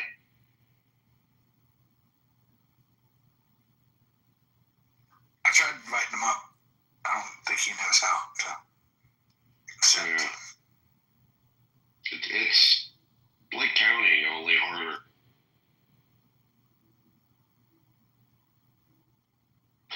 Barl, I responded to you directly, and apparently you got not smart because I answered you in a way that made you feel insignificant and dumb. But if you want to respond... Right. So the point was you did the same thing that you did to Jason, right? Where you're like, oh, you're an idiot or you're dumb, and I had to answer your question, but I'm sure you found out afterwards the question you did that to me about turned out to be a lie. It turned out to be incorrect. So you kicked me out of your room, called me an idiot for not knowing something that turned out to be a lie. No. So, Barl, I responded to the point you made here. Just now. Where you asserted that Israel is only Israel because of its access to America. I pointed out that Canada, where you're from, also has access to America, and Canada sucks. And as a Canadian, you know Canada sucks, and Canadians also suck. Also, 164 other countries have big access to America, and they also suck. So, do you want to respond to that, or do you want to talk about something that maybe happened sometime a few months? Well, you're entitled to your opinion, Jeff. I don't feel the need to attack Israelis. I think they're chill. I know Israelis and Israeli Canadians too. I don't see. You're allowed your opinion. I think Canada's great. No, I'm not asserting my opinion. I'm responding to your point that Israel. Your point was Israel is only accomplishing what it has because of America. You added the. You did. Right? No, I didn't say only. You entirely said Israel is only accomplishing what it is because of its access to America. That was your entire point. No, I think the point is just like Canada, Israel benefits from being allies with America, but I don't think that's the only reason. Well, I mean, if that was your point, then it is a pointless point because Canada, France, England, Germany, all of them benefit from their relationship with America, just like Right. All of them do. So, what was the point of opening your mouth if that was your point? Well, because I think one of the reasons Israel is doing so well is because they have a very strong partnership with, America, but also all those other countries you mentioned. Well, I mean, if that's what you said, I would have agreed with you. It's just not what you. How about the fact that China benefits greatly from the largest consumer economy in the world, the U.S., but they're not an ally? We wouldn't make the argument that China is only what China is because of the U.S. We wouldn't make that argument. Well, it wouldn't make a lot of sense, just like Marl's argument wouldn't have made a lot of sense if he actually acknowledged what his argument actually was. I mean, I feel like you're trying to force this argument on me. I was just saying, his point isn't crazy. That part of the reason why Israel is so successful is because they have strong relationships with good allies. That's all. I don't think. Carl, do you really want to hitch your bag into Jason like his point was salient or smart? Well, and to make this point, Jason just from the chat said China is our greatest ally. Our greatest ally, not our.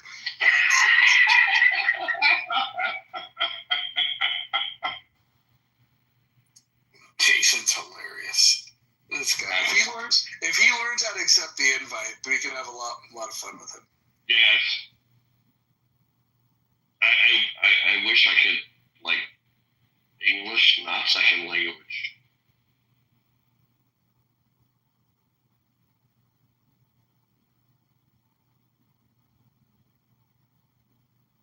I think the U.S.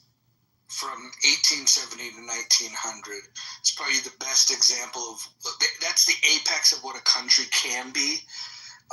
But if you were to ask me, in 2025, what the potential can be, you take something as small geographically of Israel, it's pretty phenomenal. Geographically, Jeff, compare that to a city or a state in the U.S. just for context. I mean, I am from New Jersey, and Israel is very similar in geography.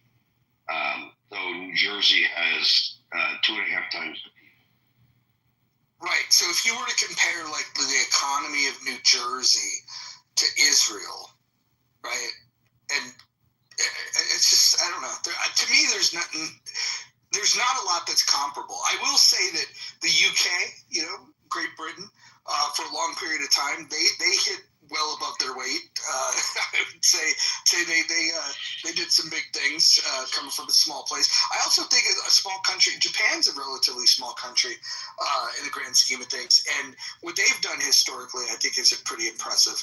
But I take U.S. 1870 to 1900 for sure, and then that period of time after World War II up to about 1990, I would say that little 40-year slice was pretty.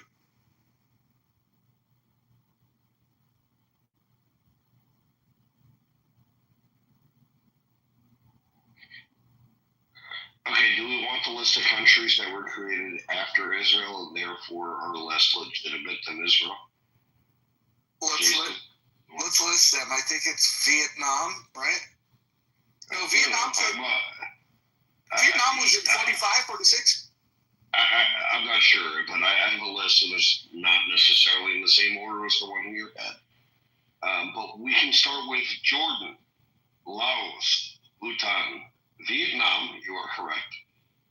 Germany. Germany had 2 countries created since 48. East and West. Let's see. Indonesia, 49. Cambodia, 53. South Vietnam, 55. Maldives in 65. Singapore in 65. Yemen, South Yemen, that was 67. That's not related to the Yemen that's currently attacking American ships in the sea.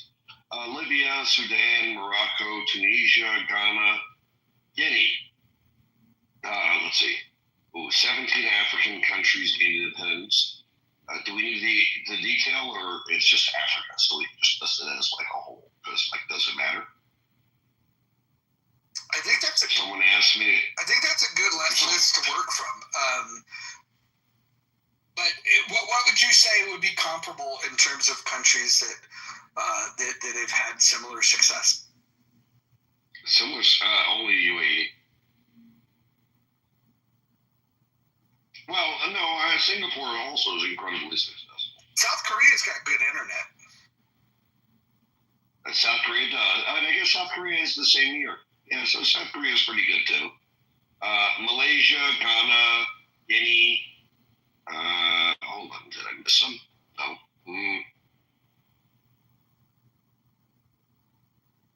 Oh, look at this. Sierra Leone, Tanzania. Very relevant to me, 1962, Algeria. Because I'm one of those people. Burundi, Rwanda, they've had a genocide since their independence. Now. Jamaica, for those who like bobsled teams. Trinidad and Tobago, Uganda, Kenya, Zanzibar, Malawi, Malta, Zambia, Gambia, Maldives, Botswana, Lesotho, Barbados, Guyana, Yemen, Yemen again, folks, Yemen again, Equatorial Guinea, Mauritius, Swaziland, or Eswatini if you want to be correct, Fiji, Tonga, Bangladesh, Bahrain, Qatar. Okay, so people who want to argue that Israel's only been a state since 48, 2/3 of the countries in the world have only been a state since 48. Jason, where are you, dummy? Yeah, if we could invite him up. If anyone with a mod badge, when you see Jason down there, if you could just invite him up. I think he left. He's a very dumb guy. I see him again. He's down there. Oh, please. No, he left. Jason, come up. Every time I refresh, he's either here. I think he's exiting and coming back. It's weird. That's hot. So, Barl, I don't think you responded to, me responding to you.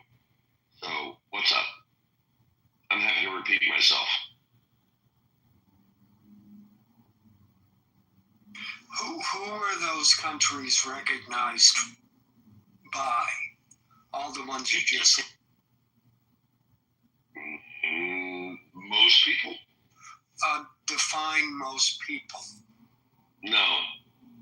Okay, so whatever those people were that you don't want to define, it's only because most people decided that those were legitimate countries. Is that the metric we're using, most people? I mean, are you? I think do you the have do you have a problem with South Korea existing? No, I don't. But I think Vietnam, the Vietnamese people certainly had a view of themselves before they were recognized by most people. That's okay. You know. Go on. Are you questioning whether Vietnam exists? No.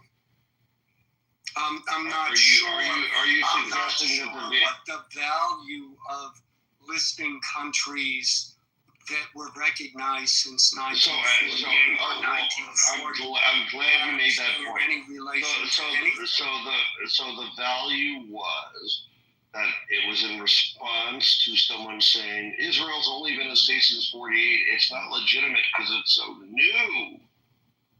Yeah, and I don't think that that's necessarily a valid argument either. Well, that was why we did that. Oh, okay. So I'm glad we're on the same page. Oh, absolutely. That's good. This is new. Yes, Barl, Jason argued that Israel was only a state in 48. So what? Well, I would agree with you then on that. That's a silly reason. Yeah. That's a dumb argument. He's a dumb person.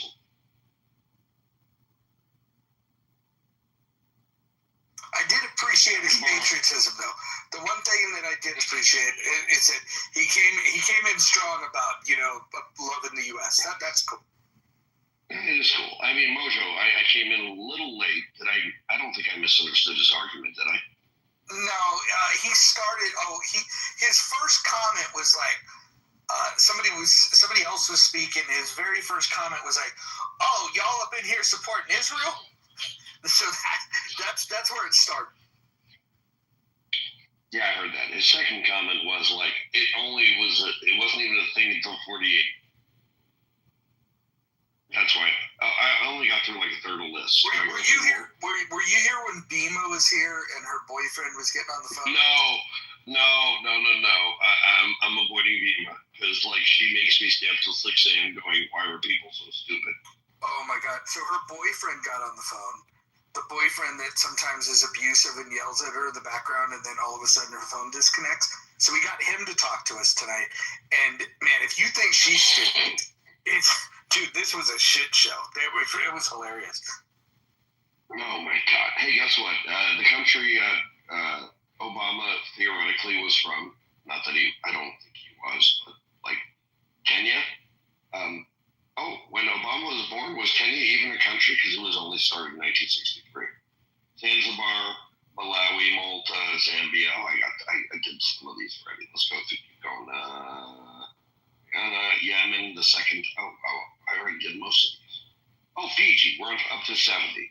Fiji, Tonga, Bangladesh, Bahrain, Qatar, UAE. UAE really done very well. I'm very proud of them. The Bahamas, but only became a country in 1973. Wild. We're going to go up to my year of birth. Let's see. Grenada, Guinea-Bissau, Angola, Cape Verde, Comoros, Mozambique, Papua New Guinea, Tomé and Principe, Suriname. Okay, we're up to the precious year, Seychelles. Jason's back. We got a Jason alert if anybody wants to invite him. Vietnam was born the same year as me. Actually, Vietnam is 1 month younger than me. Jason, come on up. We missed you, sir. We're waiting on his wisdom.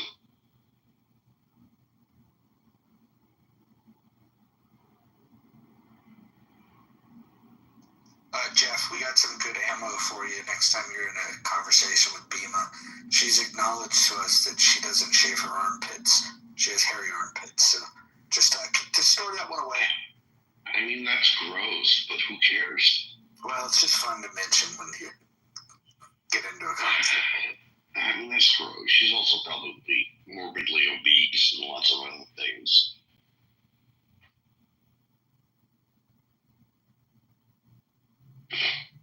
I feel like Alan wants to argue, but he didn't want to argue based on the other argument. Also borrowed. Alan's got more to say when the conversation is about white people and black people. I don't think he's got too much skin in the game here. Oh, no. Alan's got... you don't know Alan? Well, Alan loves the topic of Israel. Does he? Is Alan... Okay, does Alan hate the Jews as much as he hates the blacks? I only can't answer that because I've never heard him talk about the blacks. Oh boy, he really does not like the blacks. Well, I can't say, but Alan is a frequent flyer in our space and fits very well. I'll give you something to chew on. Can we rid ourselves of the idea that we have to be friends with all the United States has to be friends with all of the people they do business with? I mean, you can be trading partners with someone and still not be their friends. I mean, have you loved everyone that you've worked with? Or have you worked what's weird, Alan, is like your question is on the basis.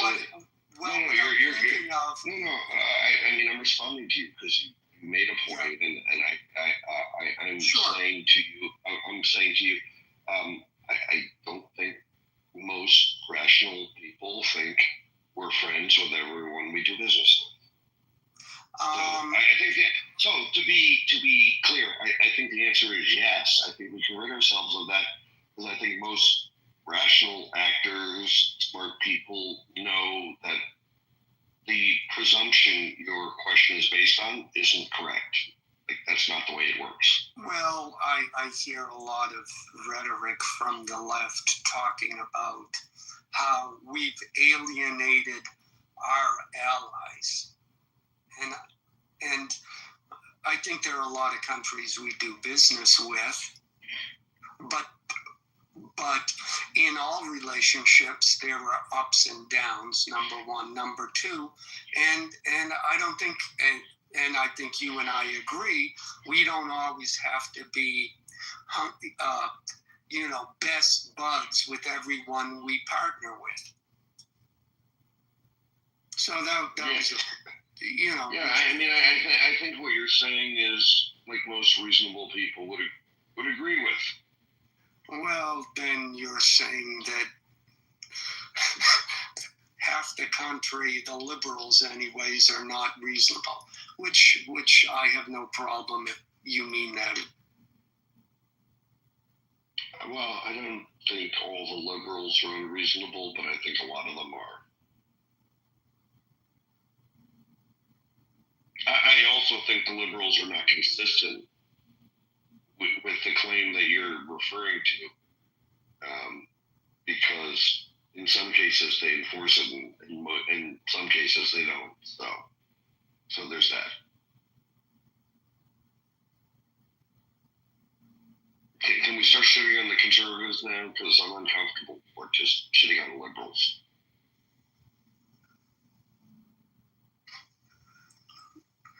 Sometimes being uncomfortable is a good thing. I actually quite like the liberals. It's the progressives I have a problem with. I don't like how, like, we go back to old definitions just to make ourselves feel better.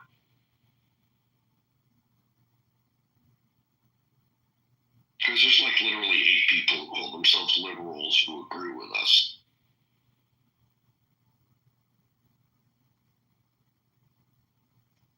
Well, liberalism in the classic sense, I think. Yeah. I think it's given the world the best chance. Okay. All right, we're on the same page. What would a liberal say that Jason hasn't come back up to the stage?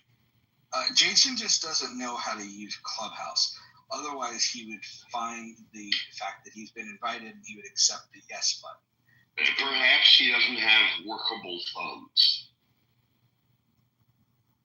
Jason, why don't you just tell people that you don't know how to do it, and we can give you a tutorial. All you have to do is click on the yes. Would you like to join? We've invited you. Well, you could say I'm lying, but you're new to the app. I've been on this app for fucking 4.5 years. So I'm telling you how it works. I want you on the stage. It's true. I can tell. He's like literally. There's moisture around Mo's lips. He wants you so badly. I'm a protagonist now. Yeah, I don't think new people who join the app realize that like everyone on this app has known each other for like 3-4 years. A lot of them, so it's like he doesn't know what he's getting into, and I agree with him. I think on things, but he has no idea what he's getting into. Barlow, you only agree with him on arguments you make on his behalf. Seriously, if you like actually paid attention more, you'd be like, I don't want to be associated with this. I don't know. I think you guys are like being very picky about his usage of words. Like maybe he said he doesn't like Israelis. I'm sure we could let him correct that. He probably means like the IDF. If he's not used to the Clubhouse way of like people are going to pick you apart for the policy. He didn't say Israelis. He wasn't referring to the IDF. But again, like I said, my point to you was like you only agree with him on points you make on his behalf, not on any of the points he actually made. I will give him credit for one thing. When I asked him if he thought that there was a genocide in Gaza, he said no, he didn't think it was a genocide. So he gets at least 1 point. So that's one thing I actually didn't hear. Everything else I think I was here for.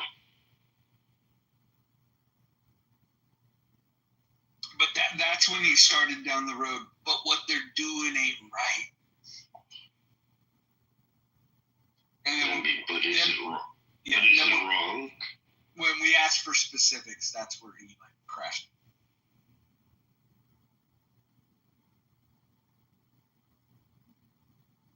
He says he's literally exposing you Nazis. Jeff, what do you think when you hear somebody refer to you as a Nazi? I mean, I think this is just another Irishman being mad that I'm the one true African on the stage.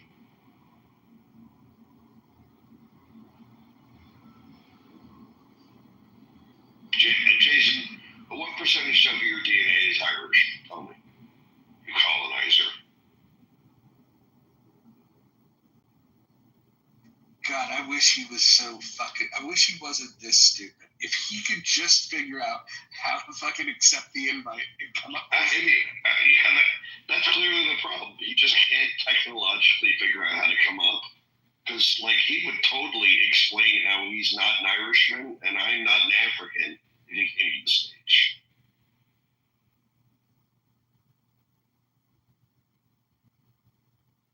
Yeah, you might need to leave the room, Jason, and come back. I don't think he's struggling. I don't think he wants to come up. Come on up here. Jason Jr. Dr. Jordan, can you try inviting him up, see if that works? Starting, what was that? Try inviting Jason up from the. I invited him. Yeah, maybe he lost the join button, but if somebody can invite him fresh, maybe Dr. Jordan, maybe he can. Oh, Jason, if you're not Irish, then, like, yeah.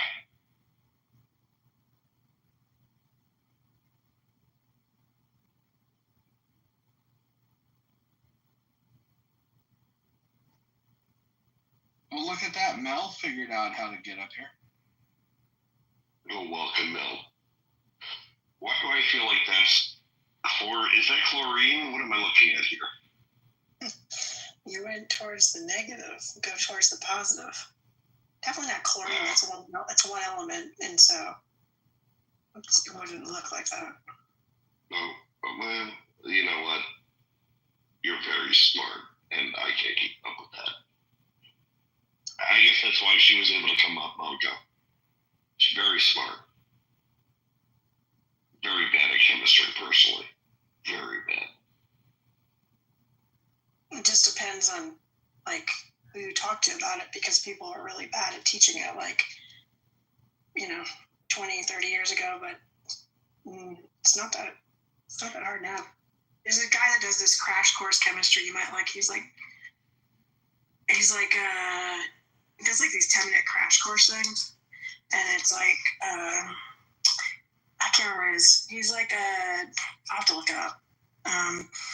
But anyways, it reteaches you chemistry. It's pretty cool, and it's super like digestible and relevant, and he's funny. Hank Green, he's Hank Green's brother. That's who it is. Good to know. Good to know. Mojo, Jason made it. He figured it out. Amazing. Jason, go ahead. You've heard us speak. Go ahead and say what you have. The mute button's in the lower right.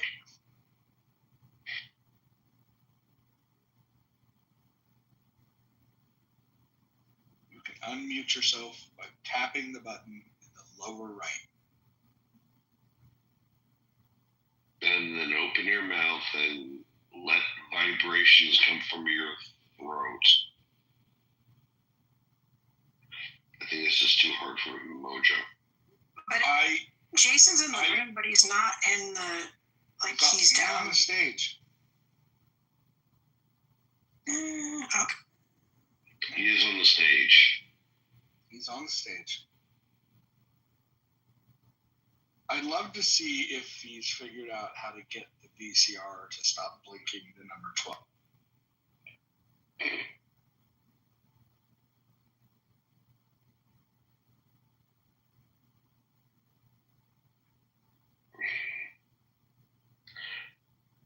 I'm also puzzled told Alan, are you not going to argue about things we agree about? Because that was fun for a little bit.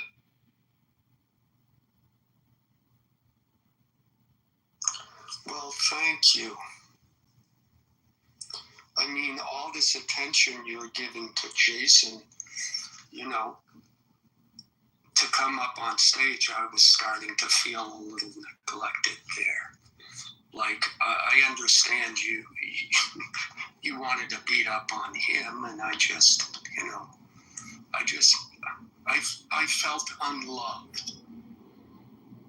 Yeah, well, you are unloved, and to be clear, it's mostly Mojo really deserving for Jason to come up. But at the same time, I thought it was very strange that like we were arguing about things that we mostly agree about. When we have so many things we disagree about, we can argue about. Oh well.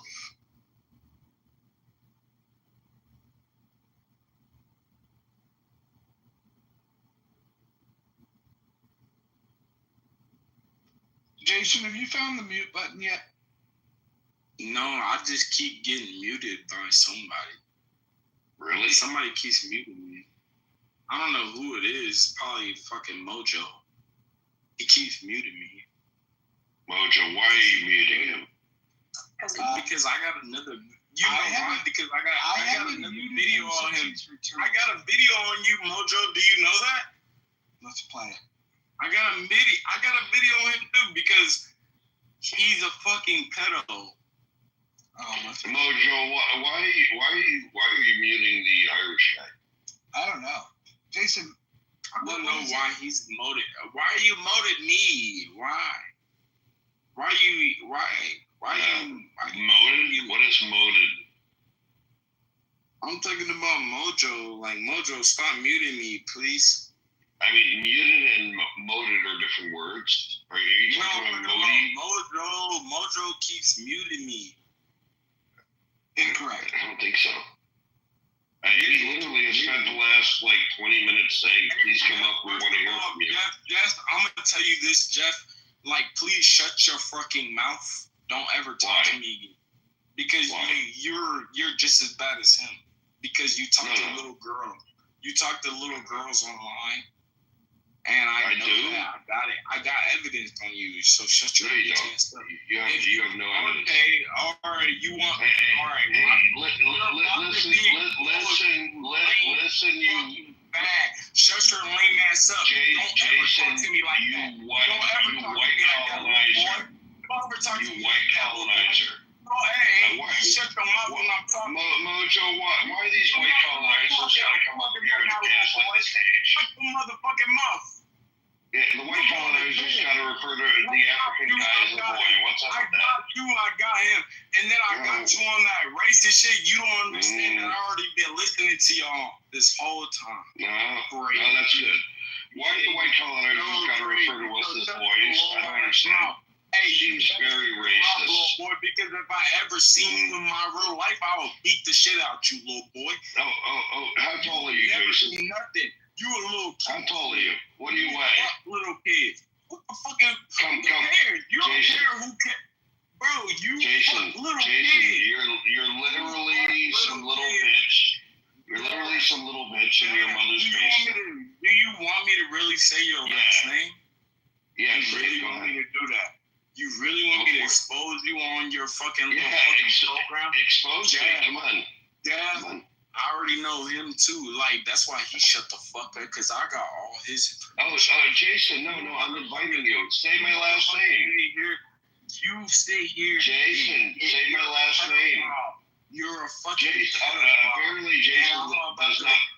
Jason is making lots of claims. Watch this when it comes out. I literally. Jason's got lots of claims. Jason, you got nothing. Jason, you're a eunuch. You are a eunuch. You don't even have a penis. Jason, were you born without a penis, or did it fall off? You think you could talk over me and that you're going to defend yourself? Is not. Okay, you're a fucking eunuch.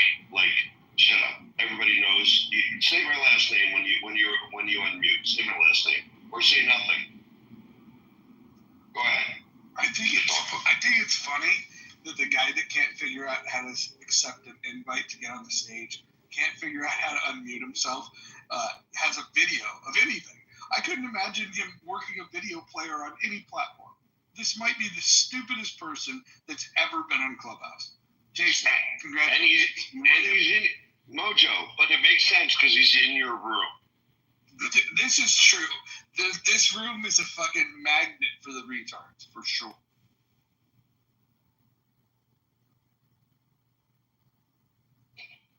What I like is both Alan and are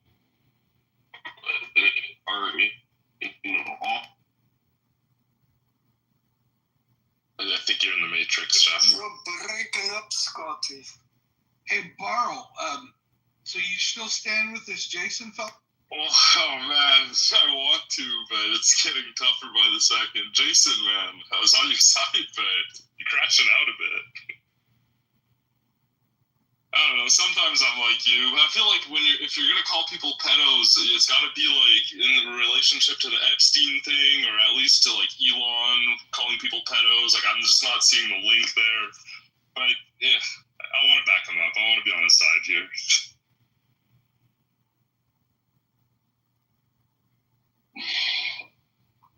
Yeah, bro. Like, I get it. I gotta ask Jason because I'm on his side here. But are you like some kind of computer hacker, Jason? Are you delusional? Are you trying to scare people? Like, what is all that about you having people's names? I've never heard that one. Yeah, I'm a computer hacker that can't even unmute himself.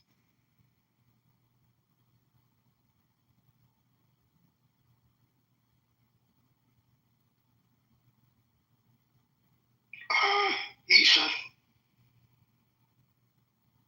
Yeah, give him a few days on Clubhouse. He'll know that like he'll be used to it, and this won't happen anymore.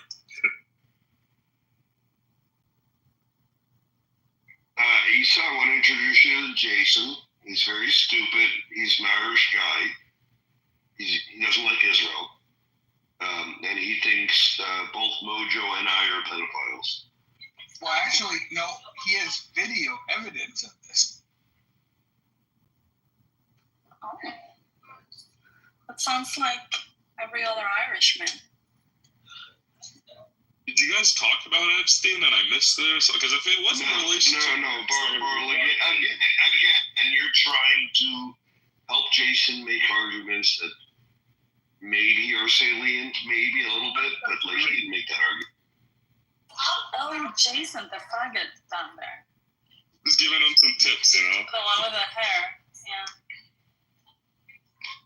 No. What I want to know is, are contrarians and progressives inferior? Jeff is a pedophile. I have proof. Jeff is a pedophile. And what's the other dude? Jason, before you prove him a pedophile. You lost. Before you prove him a pedophile, what's my last name? Here for a couple years. What's my last name, Jason? I already know what's what my last you're name? doing because this is your room. You idiot. Hey, Jason, if Mojo's gonna mute you, just put my last name in the side chat. First of all, put my last name in the side chat. First of all, when somebody real is talking, you should shut the fuck up. You're a pedophile. I mean, you're not real. You're not real. Hey, listen, Jeff. He's not real. Listen, Jeff. When somebody real is talking, you should really shut the fuck up and learn. He sounds like he's 16 and a faggot. I mean, he's from the suburbs of Philadelphia. He's never actually he's probably his mom's Irish. It is a thing. Look at his friends list. He's friends with Matt Cole. Oh my fucking god! Hey, listen here, Melly Mel. What friends? He has 7. Oh no! Look at who they are. Isla, listen here, Isla. He's gonna rape your kid, and I'm gonna laugh when he does it. Isa has no kids, and you're Irish. Jeff rape your kids, I'm gonna laugh. I'm not backing him up anymore. Let's read his profile. Look at his criminal record, idiot. Yeah, bro. Don't talk to me like that, idiot. Look up his criminal record. He's a. He says, Jason, can you help everybody out and pull my last name on the side chat? Well, you keep muting me. Who the fuck we can't mute you typing in the side chat. Just put it in the chat. Look up Jeff's sex offender record. Look up Jeff's. Yeah, go ahead. Put the link, Jason. Put the link. Put it in the chat. Nah. They could do it themselves. I don't wanna have that little. That's a very, very serious accusation. You better have some I'm just doing it by myself. I want them to do about it. You keep saying that I'm making it up. Let them look it up. Well, how do we look it up if we don't have his last name? Jason, are you drunk? Oh, Jeff. Give him your last name, Jeff. Jason, are you drunk? No. You claimed you had it. You know I have it. That's what I'm telling you. Okay. Why won't you? So put it in the side chat. But why won't you? It takes one to know him, Jason. Why would I? Yeah. Jason, you are embarrassing Ireland with your antics. Jason, are you a top or a bottom? Hey, listen, Lear, woman, don't talk over me. Are you a bottom? You sound like a bottom. I would normally agree with you that women should be making sandwiches for men, but Jason's not a man. Not a man. I make delicious sandwiches. I would just never do one for you. I would do one for Jeff, one for Mojo. I would do one for the driver. I wouldn't do one for you. First of all, women, listen, when men are talking, you need to shut the fuck up. What is a woman, Jason? Like you. Like, shut the fuck up. What is a woman, Jason? When men are talking, shut up. Oh, I don't hear any men talking right now. Oh my God! Like, just be quiet. You be quiet. I just hear a teenager just rumbling. But anyway, Jeff. I hear just a faggot. That's all I hear. Jeff. Oh, why is this one talking, Jeff? Can you tell me? Because his Irish heritage compels him. Yeah. He doesn't look Irish either. I don't even know. No, that's the AI, dumbass. Idiot. Like women don't even think. Like, can women shut up? Yeah, I got a very little brain, and even so, listen, because you're girls. Bro, just shut up. We don't want to hear you. Everybody wants to hear me. It's just why is a girl talking? Joe, do you want to hear me? I hate when I'd rather hear Issa. Jeff, do you want to hear me? Not generally, but in this context, yeah. Roger, do you want to hear me? Oh, yeah. Why don't you want to hear women? I hear it's I didn't say I don't want to hear women. I said generally I don't want to hear Issa, but... Jason, it sounds like a you problem, honey. No. Do you even get to speak to women? Do you have the opportunity?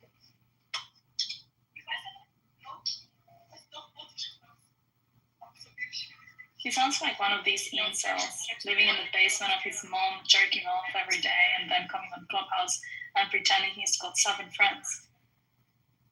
Keep in mind, one of his 7 friends is Matt Cool. Is who? Matt Cool.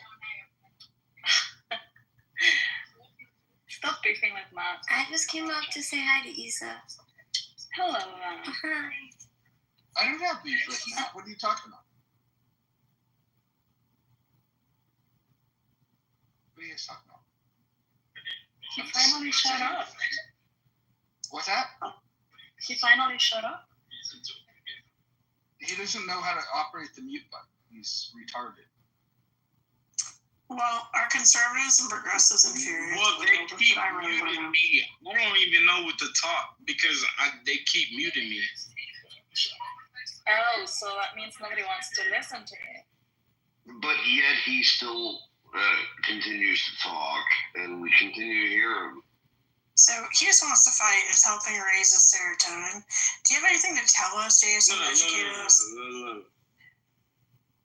Do you have anything to tell me, you fucking fat bitch? Are you a bottom or a top? Do you have any kid? You sound like a bottom. I'm a bottom. Yeah. Yeah, I knew it. Yeah. I'm a bottom. And what are you? A slut? What do you do? I mean, And his life would suck. This is the excitement that he has. why are we slut shaming? Hey, I'll beat the fuck out. Bro, shut up. You say it like there's something wrong with it. First of all, The fight is making him feel that's good. your bitch ass up. You throw your pussy for money, so what's different? You say like it. You say it like it's something wrong with it. It's not a bad thing. So, but you said it's a bad thing if I'm a bottom. I'm not saying anything. I'm just asking you if you're a bottom. You said I'm a bottom. Shed his dick suckers. I said Shed I'm your a dick bottom. suckers. Well, that's good. What? What the fuck? He sounds like one. Yes, shut your dick suckers. I mean, you claim to be a bottom as the first. No, hold on, Jason, hold on. I'm supporting you. I'm trying to support you. I'm trying to support you here. I'm trying to support you. You claiming to be a bottom is the first thing you said that sounds accurate. Hey, first of all, I'm gonna tell you the truth, bro. Like, hey, shut the fuck up. Don't talk. You hear me? Don't not sure who you're talking to. Hey, listen. Don't ever open your mouth. Does he truly believe in it? Don't bitch ass up. Up too, bitch. There's so many people to fight with. Like, the only reason you're in this room is to fight. Like, what's the point? The only reason he's in this room is because muting me. The only reason he's in this room is because the only reason you're with him. The only reason you're in this mother. Because he would be already. The only reason you're in the room. The only reason you're in the room because you got a mouth. The only reason you're in the room because you're a prostitute. The only reason you're in the room because you're in the. Thanks for the window to the wall. Because I could find you on the block. This is like C&Say Farmer Says. Like, she's pulling Wait a minute. Do you live in Belgium?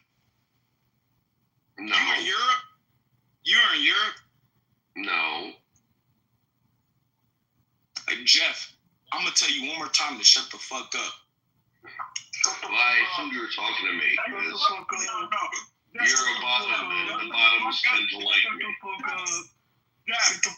Open your mouth again, because bottoms like me. What can I say? I can't pretend I don't know that.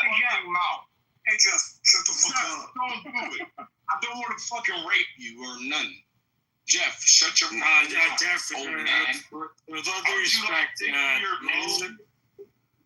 I see gray hair. That is a threat, and a threat is against. We need to get him out of here. The threat is against the terms of service. And then I'm gonna say Isa, and the other bitch. I'm gonna tell y'all, I could fuck y'all easily. You slut. Shut your lame ass up. You talk tough on this online shit. Anything you've taken it off the ass. This is the problem with the Irish. Hey, Melly, man. Jason, we're all making fun of you. So why even here? Like, we're just all making fun of you. You know that, right? Nobody's really arguing with you. So, like, why are you arguing with everybody? Oh, Mel, why are you telling them the secrets? I don't have a penis, so I doubt that I would turn you on. I mean, it's Issa, with all due respect, it's 2025. You can have, if you want to have a penis, you can have.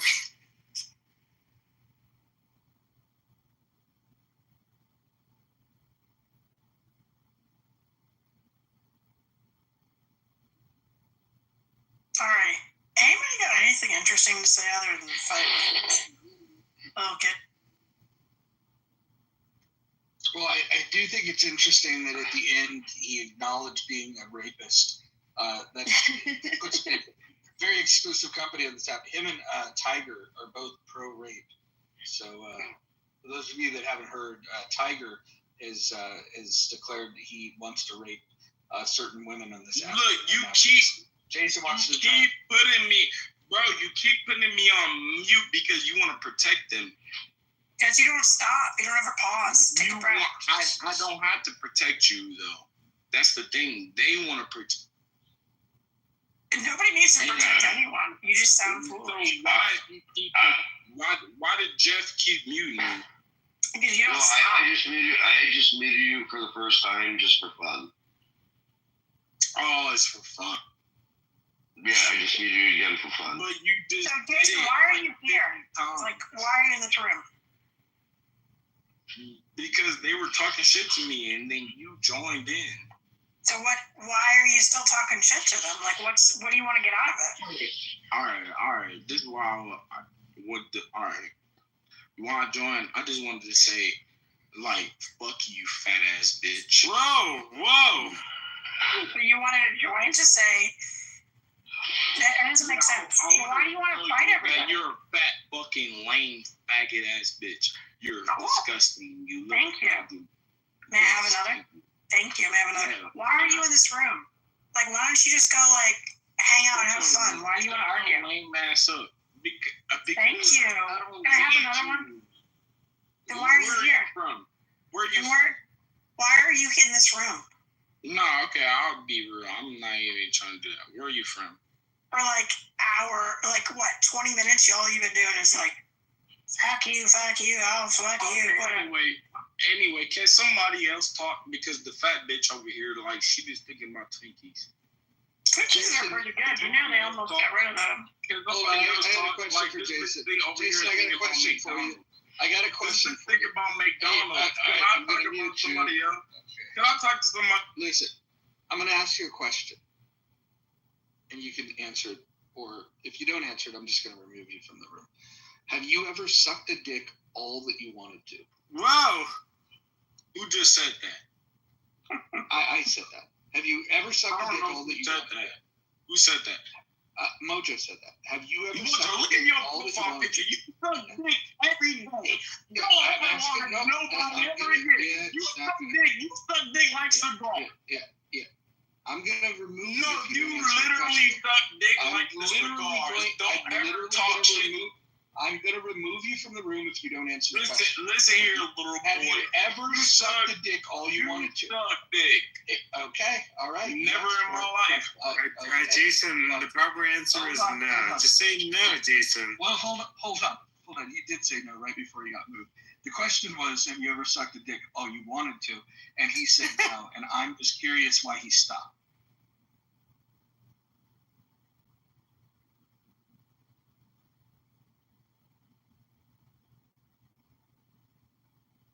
Well, now what are we going to do? We don't have anyone to, make fun of. Seriously, Mojo, what the we can make fun of each other. Well, somebody could ping Bima. That might be fun. That's about... Who do you think's worse? Bima or Jason? Jason has something to say. Invite him as a speaker. Should I invite him back in? Sure. Bima's first. All right, let's bring him up. Yeah. Let's ask him his opinion on some social issue. What's the social issue? Birthright citizenship, right? If you're born in this country, but your parents are in what country? First of all, U.S. Okay. They were born in this country and what? Well, they're people, let's say their parents, right? Because that's what's going on right now. A lot of back and forth legality of parents came here illegally, child was born here, in our Constitution, you have birthright citizenship. But Trump is doing legislation to try to take that away. So what do people think about that? Most people don't give a fuck, honestly. I'm not even saying that. I'm just saying most people don't care. That's the real truth. That is the truth. Most people are just trying to it really have to live in. Are you even? Wait a minute. I'm hearing accents and shit. Jason, wait a minute. I just got to ask you a question.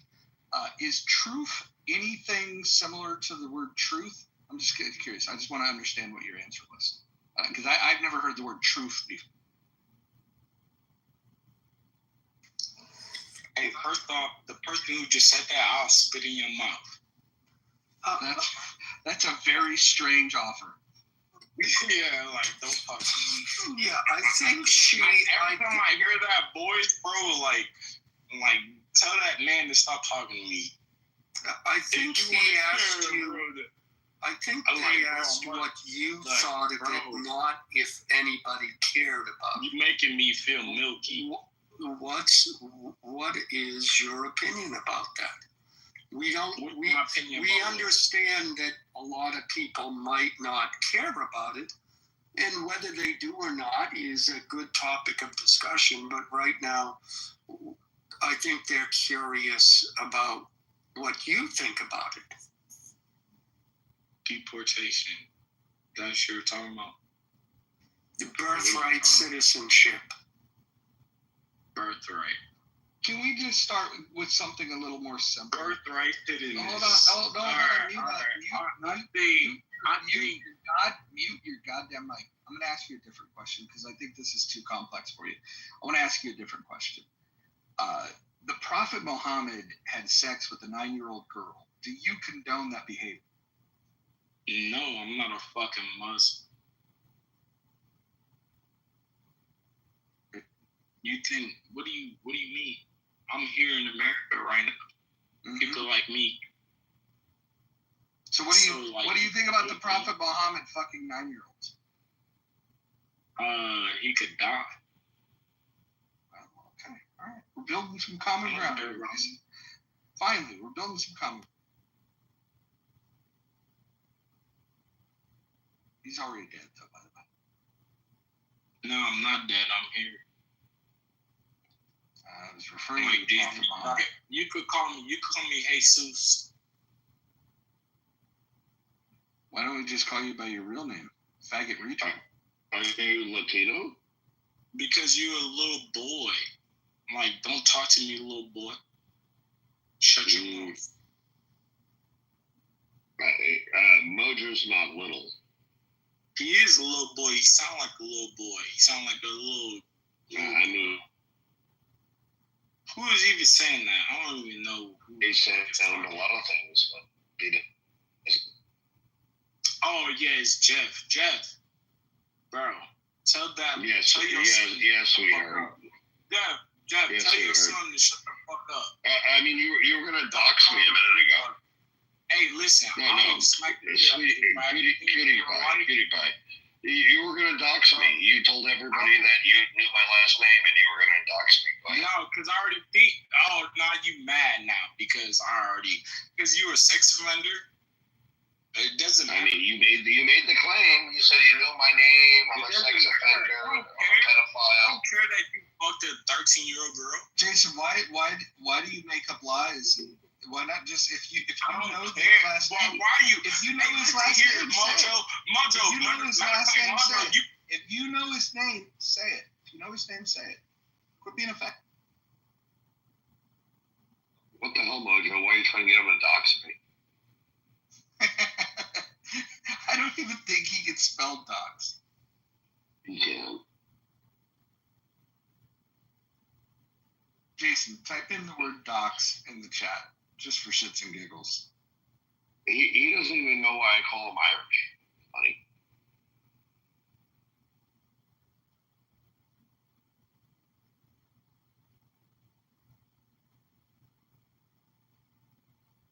When he figures out he's been on mute, he's going to be so upset.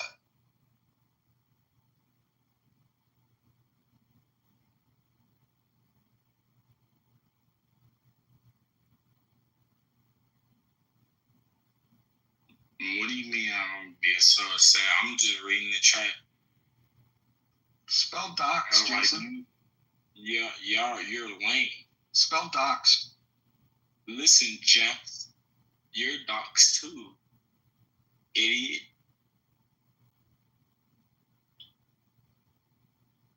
Man, this guy's on some purple drink. I think it's purple drink. You're literally a pedophile and you're over here in the chat room. I'm exposing you. I mean, you're also in a chat room. I'm an idiot. Yeah, because Man, you must have been like really messed up. the only reason I'm in this chat room is because of Jeff. Oh, that's so nice. Are you acknowledging you're a child? Yes. No, I just want to expose it, like, and the fact that you guys want to. So, Jason, why Jason, I have the approval. Jeff, listen here, Jeff. Like, you're going to get caught. You're done. You're done. I don't think so. You haven't even talked to my last like, shut up, dumbass idiot. No, I think I'll continue getting away with what I do.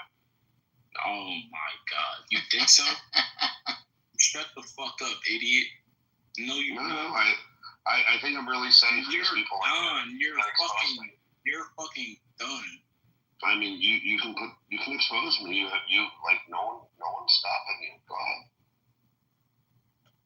The only reason I'm here is because of you, Jeff. I mean, I know I'm very powerful. Like this is very common on the app. Like guys tell me all the time. You're guys tell me all the time. You're powerful to little girl. You're not powerful to me.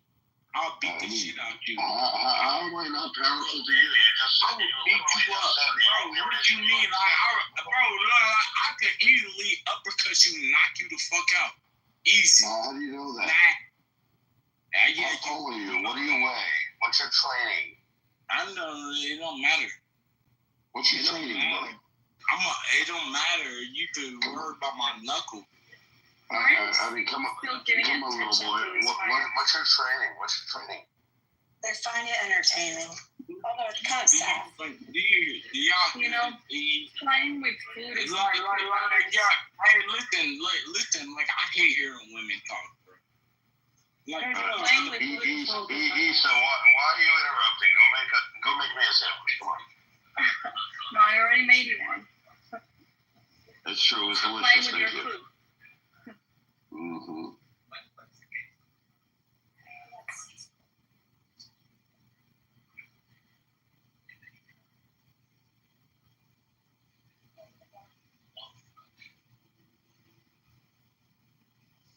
Where does Jason live? Philadelphia.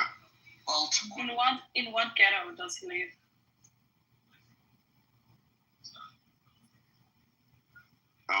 Baltimore also tracks close enough to Philadelphia.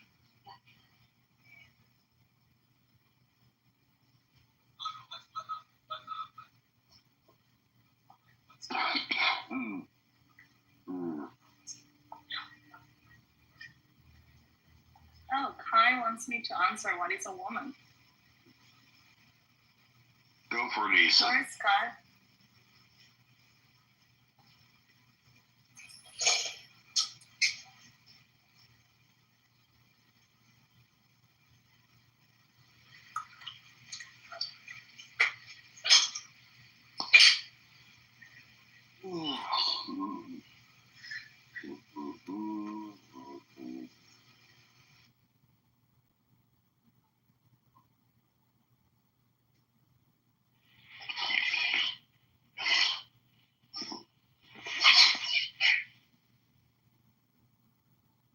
Jason, is your family on food stamps?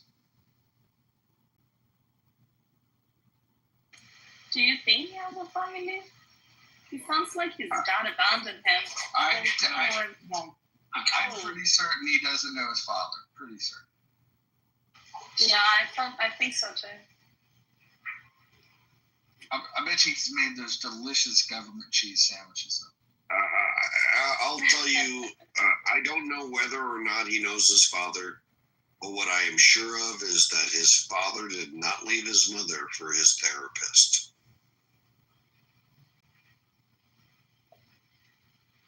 Yeah, he doesn't sound like his father loves him either.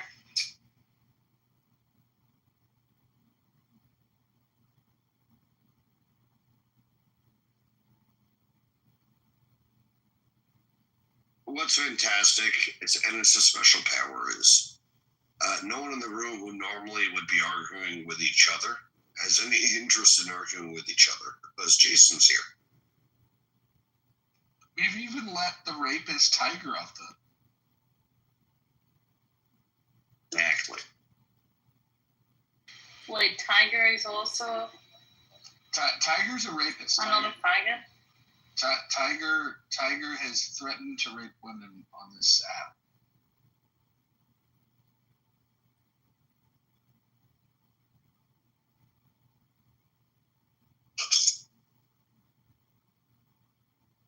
Nice try, dumbass. You notice he doesn't deny it.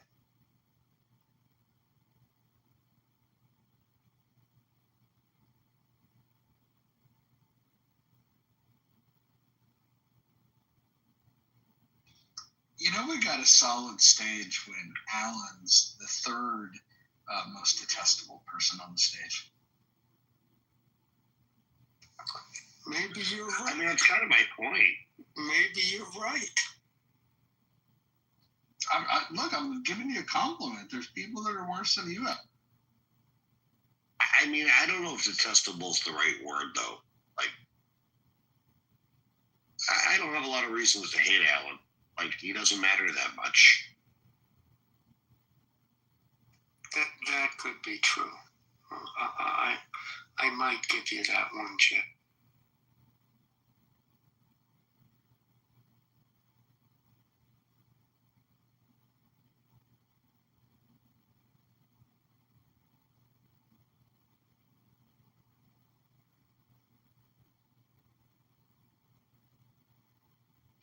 I wonder if Jason fell asleep or if he's just sitting there smashing buttons on his phone trying to unmute himself.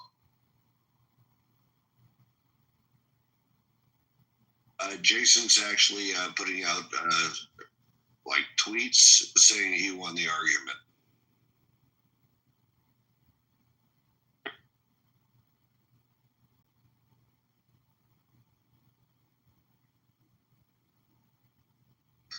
Why are you guys so dumb?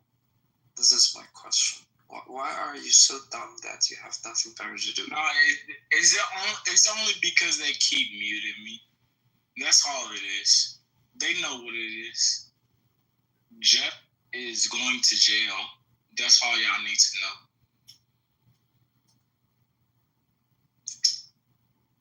Jeff, if you go to jail, I'll put money on your books, Jeff, if you go to jail. Yeah, you gonna put money on the books of a pedophile? Thanks, Roger. I appreciate it. And Jeff's back. He really would appreciate it. You gonna put books on the pedophile? Money on the books. That's the term. You'll learn it later. When you become an adult, you go to prison, you'll learn. Oh, Mojo promotes pedophiles. I got you, Mojo. Fascinating. This is all recorded. Jeff is a fucking pedophile, and he tried to fuck a 14-year-old girl. This is the only reason I'm here. This is not coincidence. Jeff tried to fuck a 14-year-old girl. You're here for the 14-year-old girl? No, Jeff tried to fuck a 14-year-old girl. Jeff, what do you have to say about that? How do you know that? Can you give us some more information? No, let Jeff tell you. Jeff, do you want to tell the truth? Or should we just expose the truth? The only reason I'm in this chat, honestly, is because Jeff here tried to fuck a 14-year-old girl. Well, he said expose him and let's say his name, so just... No. Like, look at my profile. You could... Jeff, Jason's a caregiver. Jeff. No. Mojo, shut the fuck up. Yes, I am the character. You're right. Yeah. I'm an actor. And I'm here for Jeff. You're an actor? Yes, I'm here for Jeff. Jeff. Fascinating. Do you want to tell them about the 14-year-old girl you was trying to fuck?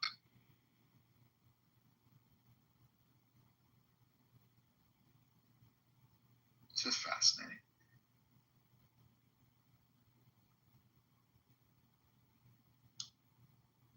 Yeah, Roger, what's your IQ? God, it's got to be like low 60s.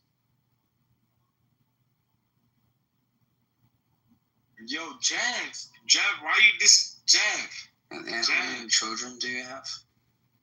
Jeff, no, you guys got to be quiet a little bit. Jeff, do you want to talk about the 14-year-old girl you were trying to fuck?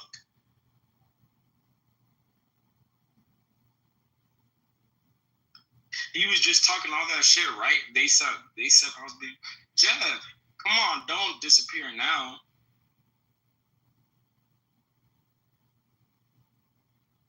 Jeff, I need you right now. Come on, my man. I need this. Jeff, come on, please don't do this to me. I only joined this for you. Jeff, please tell me, why did you want to fuck that 14-year-old girl? You've got some strange fantasies, Jason. Some strange fantasies. Oh.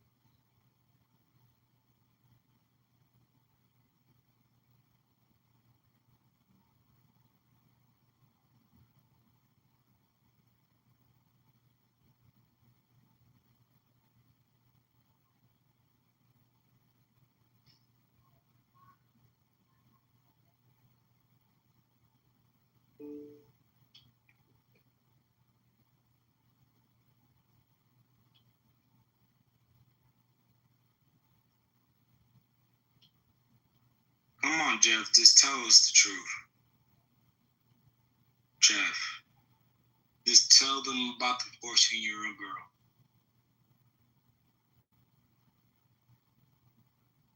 You don't have to keep muting me, Jeff. Tell us. No, well, why can't he tell you? Like, obviously, he's not saying anything, so why don't you just tell us? But he should tell you. Jeff is gonna be worldwide. He wants to. You're fucking man.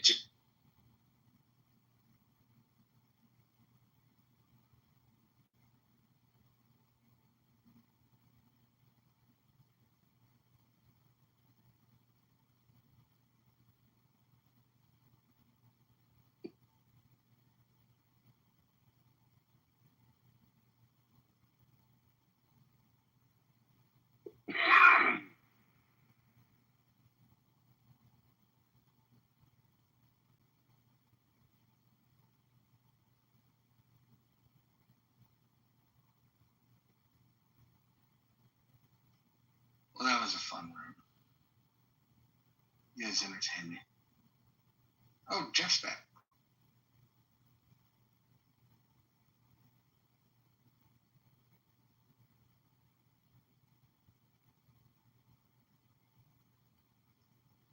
No, he's not.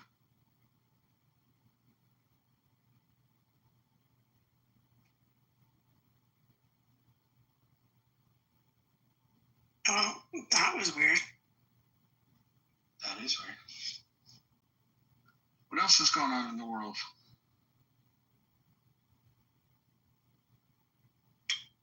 Crazy weather. Where at?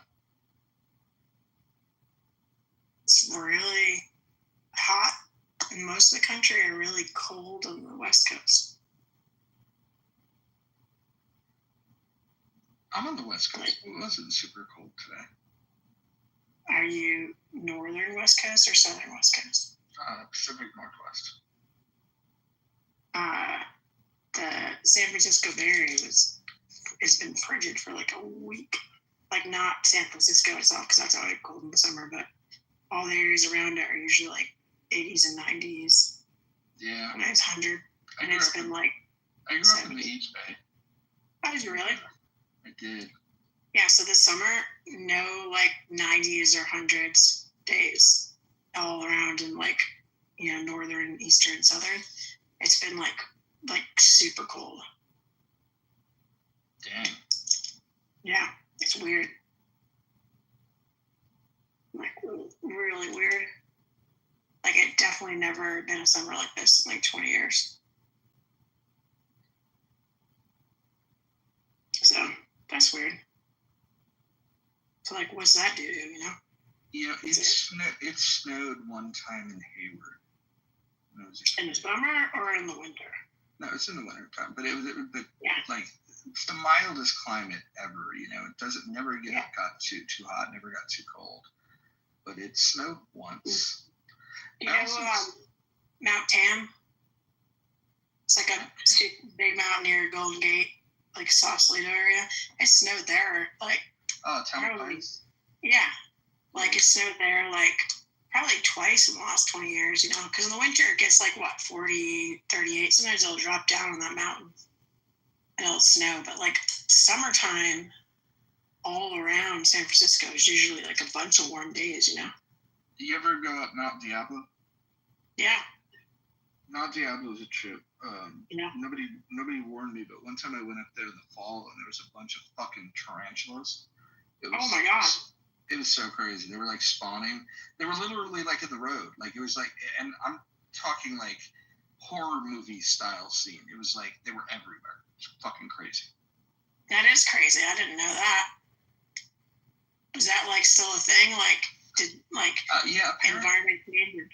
Apparently they track and they put warning signs out. But we were up there one time and like they just came out and then as everybody's heading down off the mountain, like you're like telling people that are going up, like, hey, there's a bunch of spiders, and they're like, oh fuck, and then everybody just kind of went down.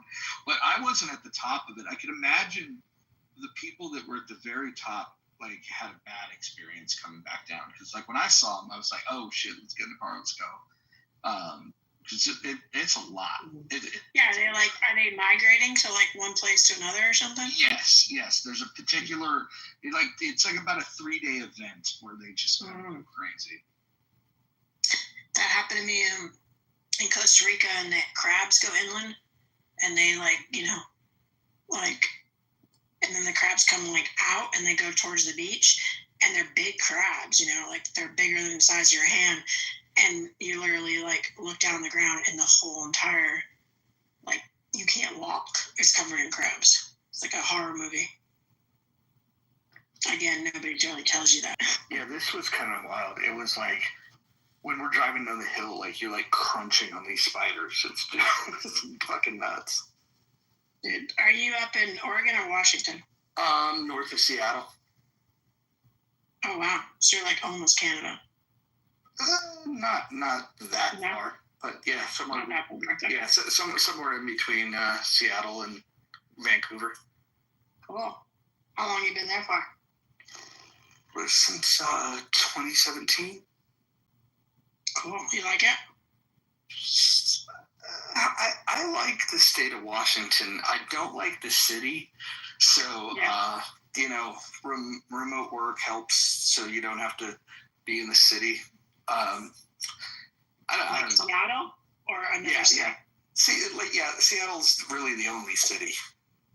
Spokane's not even really a city. Tacoma, Everett, they're not really that big of cities. But the difference between Seattle and San Francisco is Seattle smells better because the rain washes away the urine from the homeless people. Well, that's the thing, like 20 years ago, San Francisco wasn't as bad as it is now, which you would think it would have been. It was much more, first of all, it was affordable, and it was like much more lively. And then it went through a period of being unaffordable, and then now it's just desolate. Like you travel to all these other cities, and you're like, oh wow, they're like booming. Like, especially East Coast cities, like there's a lot going on. You know what? I was really like, went to Oregon. I had been there for a while. I went there recently, just a couple weeks ago.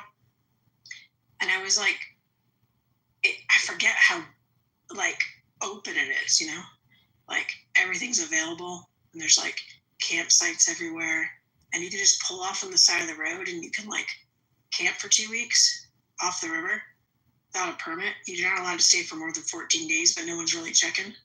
And it just reminded me, I'm like, oh yeah, California, you can't do anything. You can't even get a campground for like, you know, a year out in advance. Like, is Washington like that? Just like pretty open, free, and Not really. Oregon's much more like that. Like, there's a stretch in Oregon.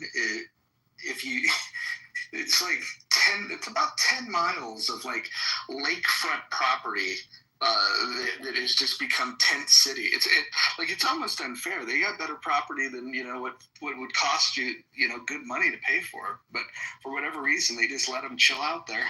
Are you talking like Portland or like rural areas?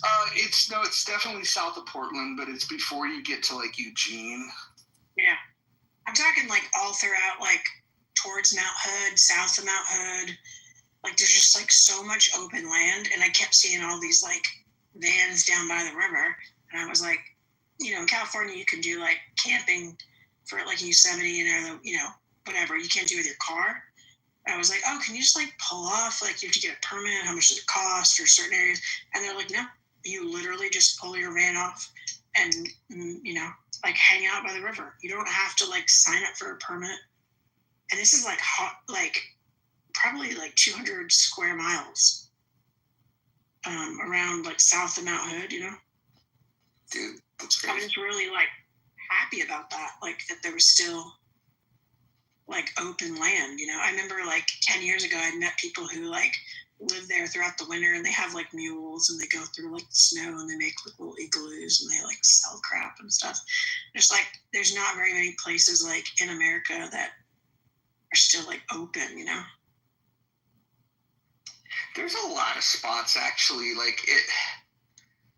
Okay, sorry, open with water and availability to like get resources still. Because, like, yeah, there's a lot of places that are, like, 50 miles away from resources. Well, there's water. Well, there's a lot of bodies of water, even, like, if you in Washington, like, even, like, on the eastern part, like, the border of, you know, of Idaho, there's a lot of interesting little places that you can go to. It's just, you can't, there's no jobs there, so. Yeah, no jobs, but are you just allowed to like pull off and camp there and not pay anything? People do. I don't, but I have a suspicion that in Washington they would crack down on it because Washington under Inslee, the governor, he basically, any laws that California does, Washington just copies. And so Oregon's just kind of like, you know, they're a little bit more rebellious and like, you know, like not as quite as authoritarian as California or Washington.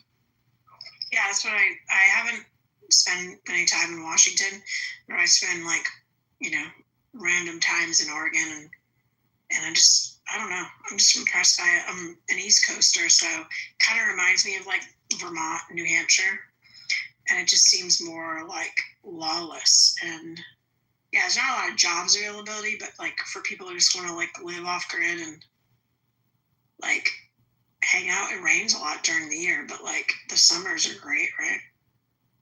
Like May to September. So it seems like a pretty cool state. I know they don't have a lot of money. There's a portion of southeast Washington and northeast Oregon that is making a push to become part of Idaho. And it's really? Yeah, what's interesting about that is like normally, like you hear about things like you probably heard like the Jefferson Project, like in Northern California to like break off this northern tip and meet up with you know, the southern part of Oregon. But those things, there's no real alignment. It's just like a group of like wacky people. But I wouldn't even call it a city, but the powers that be, both in all three communities in Idaho, Oregon, and Washington, are like, yeah, hey, our values seem to align more. why wouldn't we, just kind of change the border here and have better alignment? I don't know. I've never seen somebody pull something like that off. I've seen borders change when states like Oklahoma decide to vote to give land back to, let's say, natives or something like that, right? But I've never seen communities on a border change the border. And this is the only scenario where there's 3 entities involved and they're all interested in doing it. And so because it's not like, it's not like, there's a huge tax base there that somebody would protect. I could conceivably see it happen. Is there like some traction moving legislatively towards it? No, but there's more and more talk about a consensus about it. It's not like just a fringe couple of people talk about it. It's like this is what the communities all want. And so with that said, what it really would just take is cutting through the red tape. And I don't see why anybody would object to that because if you think about it, providing services to people that are in a rural community, it can be burdensome to both Oregon and Washington. And if they wanted to break off and Idaho's willing to take on that burden, I feel like it's just a win-win. Unless there's something that I'm not seeing, hey, there's this gold mine of timber that they're about to cut down and there could be something. That could be true. Yeah, who knows? So is it eastern or northeastern Oregon? It's northeastern Oregon, southeastern Washington, and the border of Idaho. It's okay. So is there? I know, in Oregon, there's nothing in that area, and there's not much. There's not much in Washington either. We're talking. So why would Idaho? We're talking literally We're talking literally it would be 5,000 residents. But why would Idaho want to absorb that land? I think it's just more of a flex of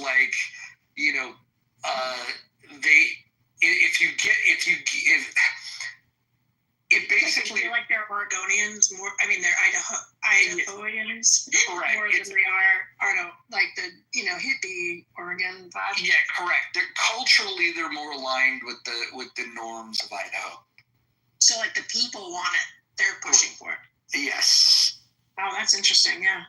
That area is fascinating to me because I drove through a bunch of dirt roads there, and there's just, that's what I'm saying, there's just nothing in that area, and it's open. So I mean, yeah, if Idaho could argue the rights to some of that area, like you said, for timber or whatever, and because it's a whole different vibe than the eastern Portland hippie world of whatever.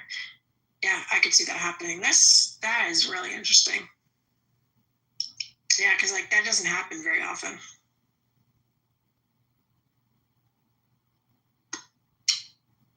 Marco has something to say. Should I invite them?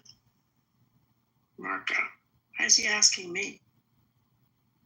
Hey, Marco, are you in Oregon?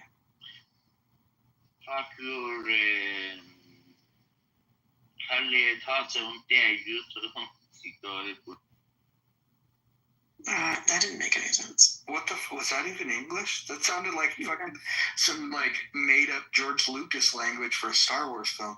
I know. I tried to decipher. I was he's got something to say about this. That's crazy. I'm reading right now. So it's called the Greater Idaho Movement. Let's see. They're actively lobbying both state legislatures and seeking support from figures like Trump, legislative efforts, and this is just the Oregon piece. Oregon and Idaho have been initiated, but have not yet gained significant traction.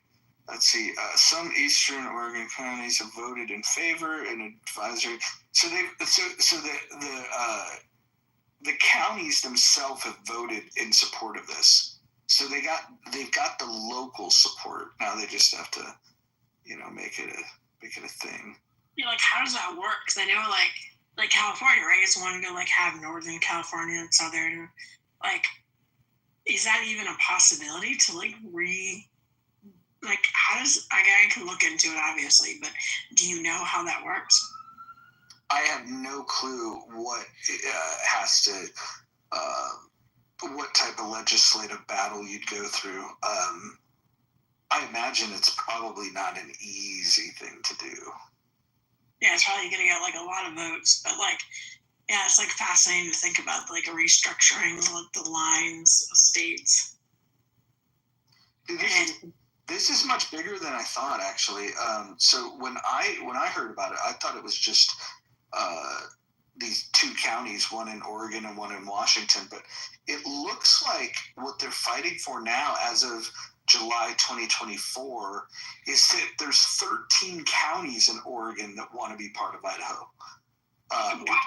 It's essentially the eastern part that like votes like red. Like, yeah, I could see that. Like that part is like the vibe there and everything. Like it's just so more like the California rural areas, you know, like farming and like like totally different. So that would make sense. I mean, the dichotomy of like the eastern versus western, like Oregon and probably Seattle versus like the eastern Washington state is so different. So they're like, yeah, screw it, you know. Why fight it, you know? Just let's become part of Idaho. I was like, sure, we'll take more money, more county, more land. I mean, Idaho is pretty desolate, but like definitely has different politics. Have you ever heard, this is really random, when I was driving through there, kept seeing all these people with these signs of Gambler 500. Have you ever heard of that? Gambler 500? No. Yeah. I don't know. I was like, what is this? You know, these people like racing. So apparently somebody decided they want to clean up the highways and like in Oregon. And so they started this whole thing where they do this whole thing where they go from like town to town and you pick up trash and you like put on your car and you try to take like an old school car or like you can tow an old school car and you just find trash like shopping carts and whatever and you like add it to your car and then after like a couple of days there's like spots to go to. They like have a big party and then they have big like trash like areas to put it, you know, you don't have to like take the trash home with you and they'll like take the cars and everything and it's like so Oregon but it's like so Mad Max. I was driving by and there's like these cars and just like there's all this random shit on it. It sounded like a lot of fun. I was like, that's really cool. Just like, and they did look like down and out cars. I'm like, why is it like these cars are like they're racing? They're like Subarus or something, you know? Yeah, it's called like Gambler 500. I was like, I think that's like a great idea to like clean up the streets and have fun. It's like such an Oregon thing, you know? Like, I'm looking at it right now. They refer to the vehicles as shit boxes.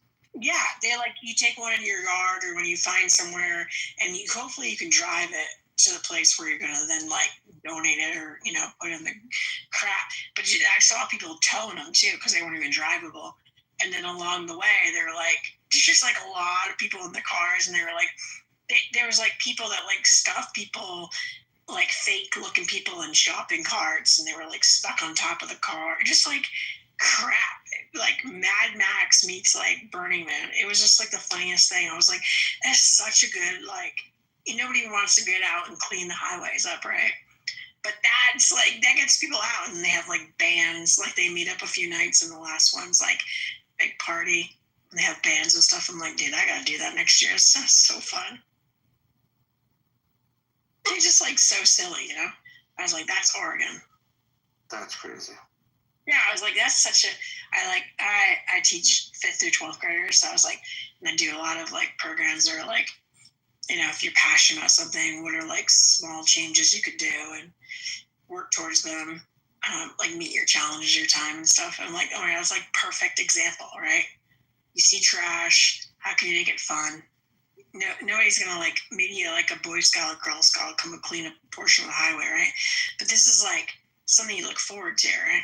And you're like gather all the trash and hang out, and you get people that are like over 18 to be engaged, not just like young kids and their parents. Yeah.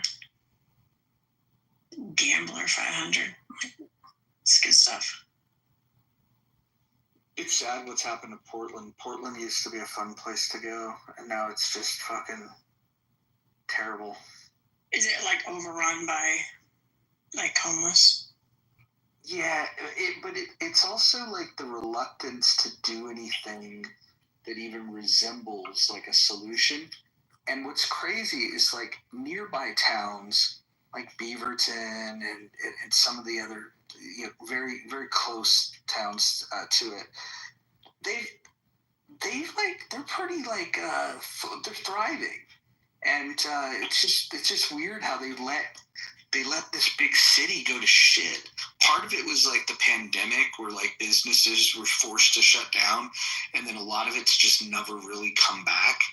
It's pretty sad.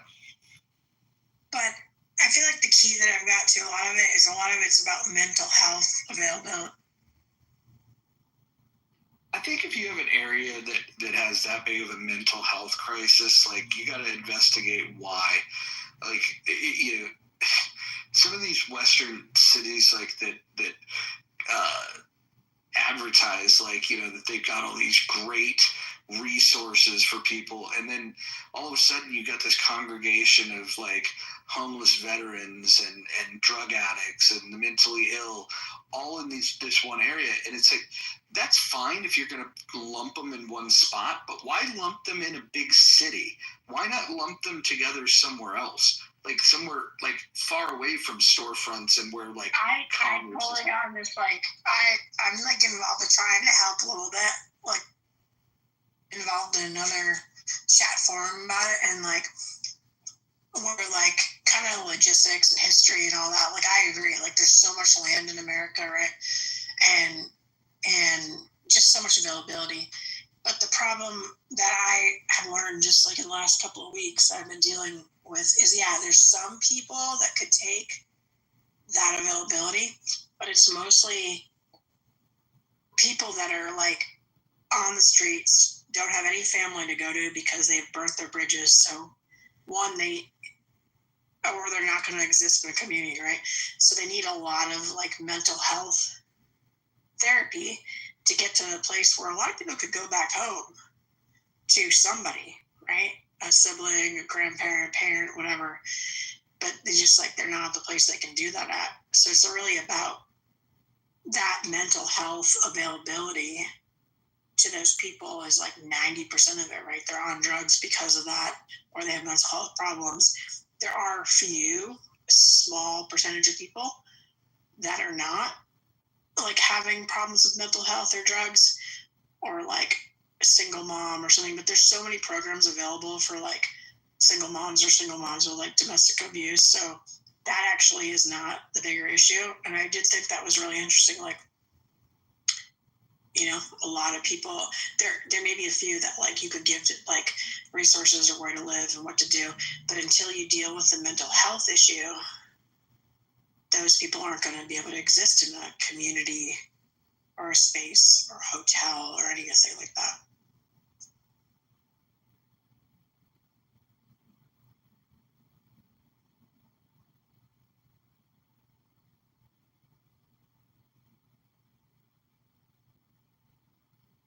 Yeah, I don't know. I think that there's solutions that seem to me to be pretty obvious, but the hurdles to get it done, you battle through like there's a lot of money being spent or a lot of money being made and given to organizations that just treat a symptom of the problem. So like solving the problem would probably be something that wouldn't be advantageous for the people that are currently quote unquote helping.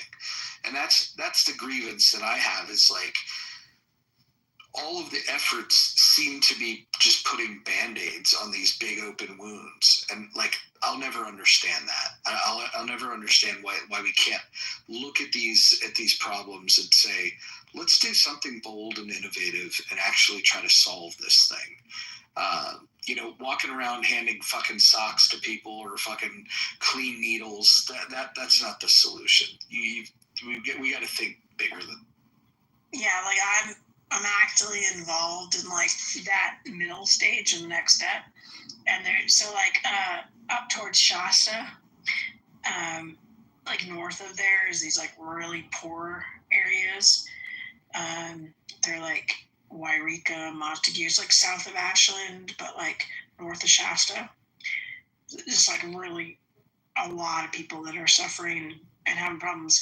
And 18 months ago, NUSA made an order and changed that they can do encampment sweeps even if there isn't a shelter available.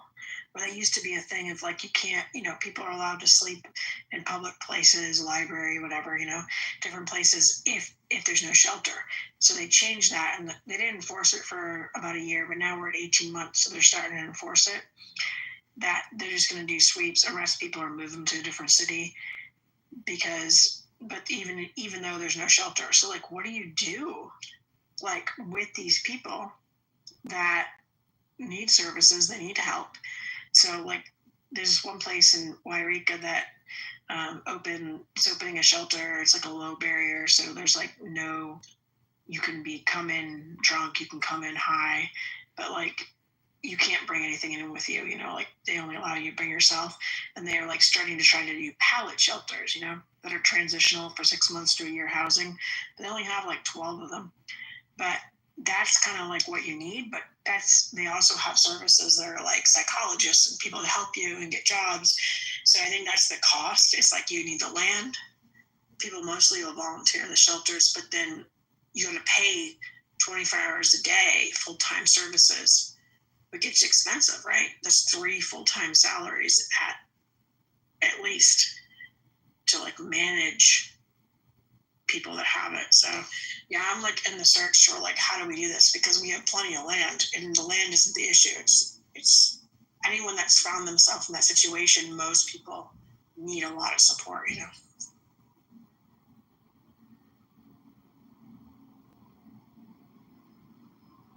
What about the tough love approach? What if the solution was to do nothing? Yeah, and that's why we have a lot of people on the streets. Like I've watched a lot of people and helped a lot of people. They just stay on the streets. Like the tough love is that they're not getting the mental health. They were abused. They were in abusive like families or situations, or you know what I mean? Like they just are their mental health. They're physically schizophrenic or like on the spectrum. But here's what I'm saying, and this is going to sound cold, and I'm not saying it's the answer, but when I see people that are living, like, let's say in a goddamn doorway, and they're wrapped up in like an old fucking blanket, or maybe they're lucky enough to have a sleeping bag, and then you have programs that will give them just enough medical necessity to keep them alive, and then they just kind of endure this shitty life. I'm just wondering, could it possibly be more humane to just let them die fast? Totally. Like, I agree with that too, but, the thing is, I feel like, you make your choice and whatever you believe, but there are a chunk of people, and honestly, it's a lot of, 30, 40, 50-year-old men that want a transition stage, and that's what I'm more concerned with, is, somebody that wants it. And being in a shelter is hard because you gotta check out at 8 o'clock in the morning, can't come back to 6. If you're in a low barrier and you're trying not to drink or do drugs, people are just freaking crazy, right? And not a lot of the places have dogs, some do. This one does, which is really great. Doesn't allow you to bring your family dog with you. That provides you protection and comfort. So yeah, I kind of do feel if this is your lot and you don't want to take that and you don't want to get medical help, but where's the I just feel we should have more of that driving around the country, driving around Oregon and Idaho, Colorado, California, all over. There's just so much freaking land. I feel why can we not have more of these tent cities that are transitional housing with more help? So that's my thing is as like a humanity, why not offer that? You know, you have these circumstances that like, yeah, a lot of people don't need that, but like a lot of people would just be happy to have like a little parking lot tiny home. And these like, they're called like pallet shelters, and they're super cheap.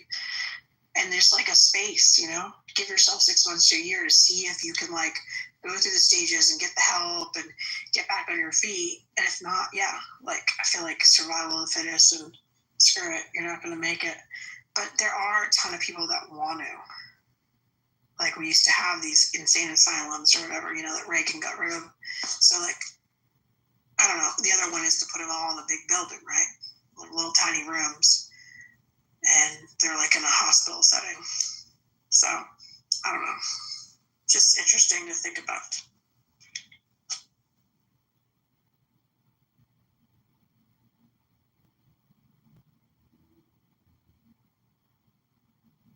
Yeah, it's fucking crazy. I don't know.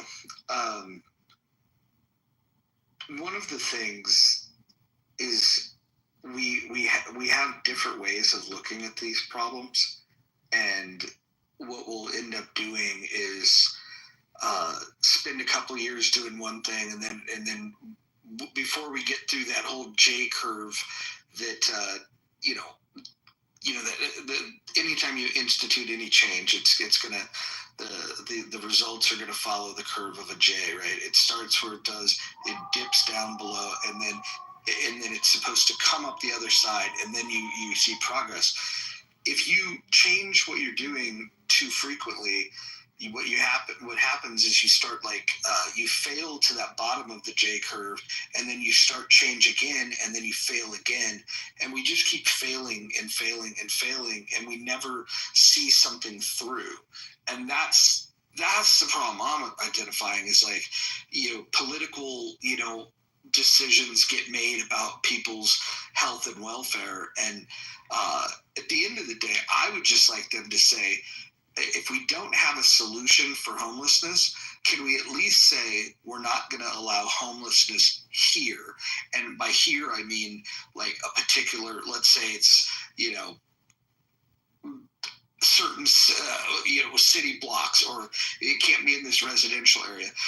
I think that if homelessness is going to be a thing, and we don't have a solution, quote unquote, where we're going to find them a home, at least we could have zoned areas that, like, well, if you are going to be without a home, then you have to be over. Like we should be able to decide as taxpayers where that homeless zone is going to exist, unless we could, until the time comes and we can fix them. Yeah, absolutely. And I think actually San Francisco is doing that, and it's based on Newsom's order, right? And so they didn't have the ability before, because it used to be you can't sweep if there wasn't a shelter. So they are doing that, and I'm seeing more and more areas in cities and areas that like nobody else, like near highway, whatever, and they're like fencing it in. They're putting like, those like 8x8 tent little things that you see normally at like festivals or farmers markets or whatever, and everybody gets one. So I am seeing more and more of that. San Francisco is very much like that. It's all like everybody lives in like the Tenderloin in certain areas, and like Pacific Heights, all these like fancier areas. There's nobody that's like sleeping on the corner. So they've already like done that, Like the Tenderloin used to be called the Tenderloin even a long time ago, because if cops like made arrests in those areas, they'd make more money, and they would could go home and buy like a Tenderloin. So I think like a lot of cities are doing that. I feel like Portland is maybe, you're saying like Portland and Seattle are not doing that? No, they've got fucking, like, in San Francisco, I stepped outside of a hotel that's like in a very I don't know, like commerce friendly part of town. It's like right across the street from the ballpark. There's restaurants, there's shops. I walk out of the hotel and there's human shit. The human shit right on the sidewalk, right outside the steps. And then it used to be in San Francisco.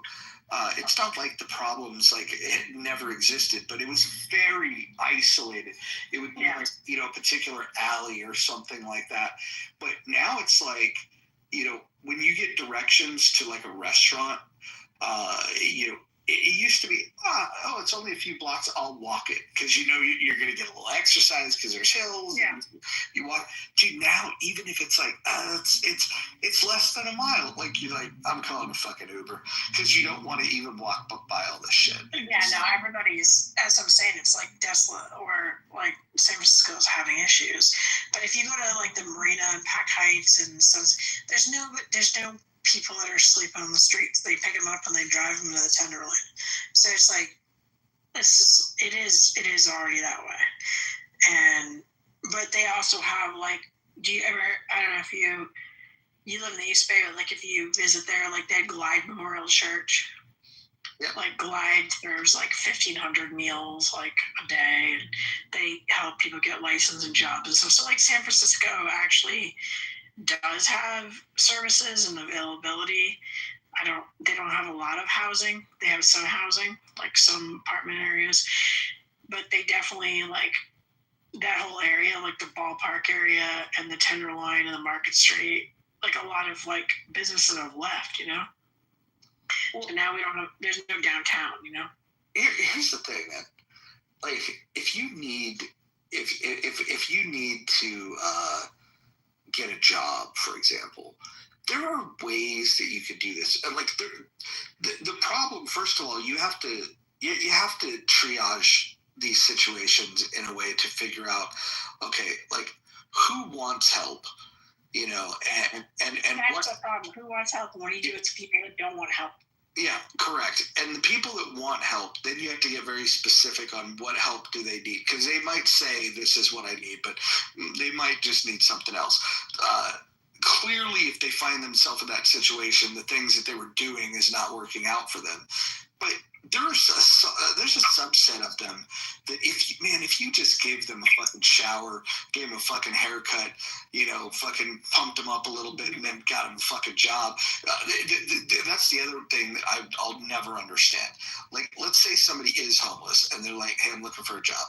And let's say the type of work that you would be hiring for is something that they might be capable of doing. You can't hire people if they don't have an address. And then it's like, so how do you solve that fucking problem?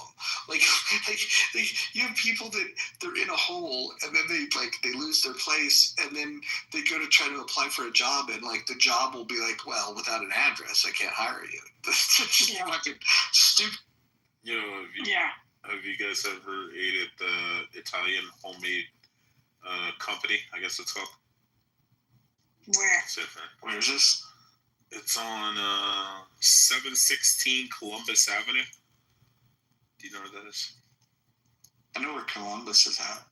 It's so fucking good. Oh my god. They get this big giant piece of fucking lasagna. Oh, it's so good. Yeah, I didn't know if you guys had ate there before. We were walking by and we seen like dozens of people going in and out of there, and I was like, that's a good sign. My dad's like, all right, let's go in there. What's up? What'd you say, Marco? He muted himself. This is crazy. Oh, no. I thought he was going to say something about the place. Marco, do you want to participate in this conversation? What do you got to contribute?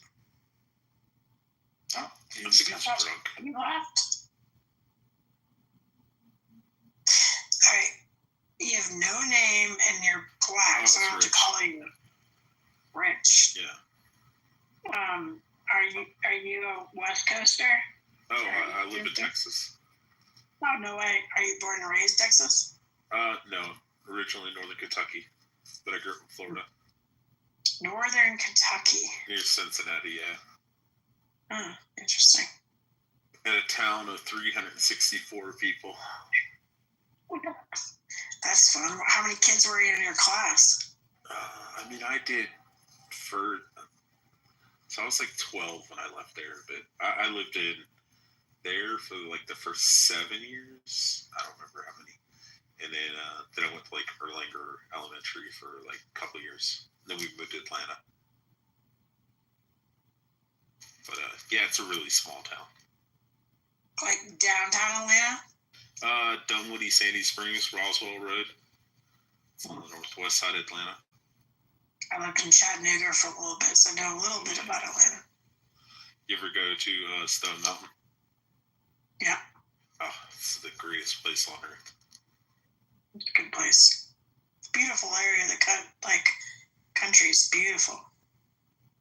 The whole area is like, right? And I used to go to a school called Sandy Springs. So I went I guess like the half of my fifth grade to the elementary there in Sandy Springs, Dunwoody. And it was fucking amazing. You pulled in there and there was like Ferraris and Lamborghinis dropping their kids off and Rolls Royces. And I mean, it was just insane. And you had like fucking just super high end food. I mean, it was absolutely insane. I mean, you could get like fucking anything you want, like pizza and pasta, but it was like all made by chefs and shit. It was amazing. And then we started at Sandy Springs Middle School, my 6th year. And they bust all the kids from the south side of Atlanta. And it was like, I think like 90 or 95% black. So it was interesting. So my parents, after me getting the shit kicked out of me every day by black kids, because I was like, 12 or 13 years old, I'm sitting there in the cafeteria and some girl says the N-word. And I turn around and I go, what does that mean? And she's like, you don't know what that means, white boy? And I was like, no. I went home and I asked my dad, I was like, what does that word mean? And he's like, well, you know how we have like white trash in Kentucky? And I was like, yeah, of course. He's like, that's black people's white trash. And I was like, oh, okay. He's like, but not all black people are that. And I was like, okay, cool. Just like, it's like regular white people. And then, so they used to beat the shit out of me every day. So they ended up pulling me out and homeschooling me. My dad did, because he used to go down to the dean of the principal, and he'd be like, hey, these kids were like jumping my fucking son, like 4 or 5 of them, just beating the living shit out of him every day. And the kids were like they were big fucking kids, I mean, most of them were held back. when was this? Like, what year? 96 to 2000. So it was that's what I heard of, like, in the entire South, that integration time was actually like, well, it wasn't really immigration, it was busing. So it was like, it was busing, but it was like, yeah, they would bring they were like rezoning, and to me it reminds me of like the 60s like integration. They rezoned everything. Yeah, they bring kids from like Decatur and Bankhead, and they would be let's bring these kids to Dunwoody, Sandy Springs, so they can be in the nice neighborhood. And so my parents, but they had no programs to actually like have discussions or work it out and train the teachers and stuff, Yeah, my dad goes to the principal and the dean of students, and he's like, hey, can you guys like make these kids stop like fucking gang jumping him every fucking day, And they're like, oh, well, you have to understand, these kids come from really impoverished households and blah, blah, we can't do that. And then they would suspend me. And my dad's like, this is bullshit. He's like, fuck this. So he's like, he started homeschooling us in Atlanta. But the reason I brought it up is we used to go to Stone Mountain like almost 2 to 3 times a week. Like we go camping there and all that kind of shit. And we would always hike up Stone Mountain. It was fucking awesome. But how long were you homeschooled for? Like 3.5 years in Atlanta until we moved to Florida. What part of Florida? Initially St. Augustine, and then once I like got out of high school and all that kind of stuff, then I moved down to Daytona. So St. Augustine is probably pretty cool. No? I honestly hate St. Augustine. Really? Why? I came from an area where we had black people in our community, and people would be like, yeah, that's the Utes family. They're really nice people, And like nobody gave a shit, because they were like farm boys and shit. And the black Utes family was originally owned by the white Utes family, but even prior to the abolition of slavery, because Kentucky was an independent state, they gave them land and they like became like family. Anybody fucks with the black Utes kid, all the white Utes kids are kicking the shit out of you. Like they were cousins, and then we moved down to Atlanta, and my parents went to go look at a property, and they pulled up, and there was these 2-box Chevys sitting on the MLK in St. Augustine, and he went to the wrong neighborhood, and they wouldn't get out of the way. So my dad put his SUV in 4-wheel drive, went down through the ditch and came back up, and like the next day he was at the varsity football game in St. Augustine, and they were doing the concession stand, and he was talking to one of the guys that owned one of the Russian seafood restaurants here in St. Augustine, and he was telling the guy about how they wouldn't move out of the way. And my dad was like super nice. He like waved to the guys like, hey, I'll just go around, no big deal. Trying to be respectful, not fucking screaming shit or anything. You know, he's a real calm dude. And but the white redneck guy's like, fuck that. He's like, I'd put my truck in 4-wheel drive and I'd run their N-word asses over. And then my dad like turned around and looked at me and he like gave me that look like, did they just fucking say that? And later on I was like, yeah, I think they fucking said that. And it was just like that all throughout St. Augustine. And it's a very fucking trashy city outside of the touristy areas and the like liberal progressive areas downtown. But the rest of the fucking city of St. Augustine is a bunch of fucking rednecks. Yeah, Florida is interesting, definitely. See, I never understood the word redneck until I moved to Florida. And when we got down there, and they're like, yeah, we're rednecks. And I was like, oh, these are just white trash. Okay, cool. I got it now. They just call themselves rednecks. They're just white trash. That was the only group growing up my parents told us to stay away from.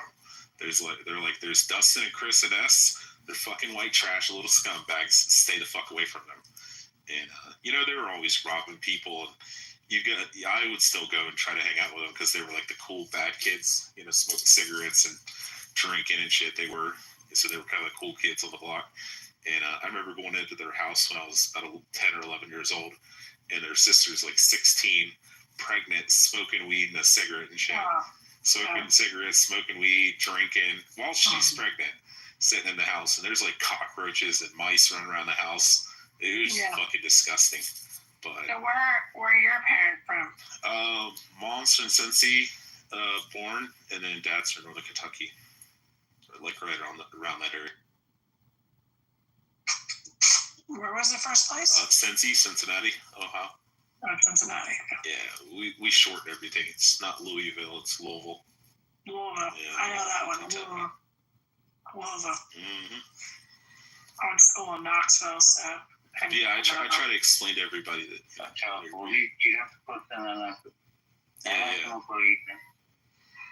Yeah, not everybody from Kentucky is hillbillies and, you know, mountain people.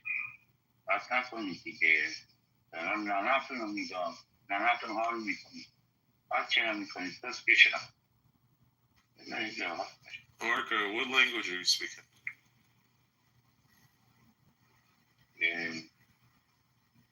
Marco, where are you from?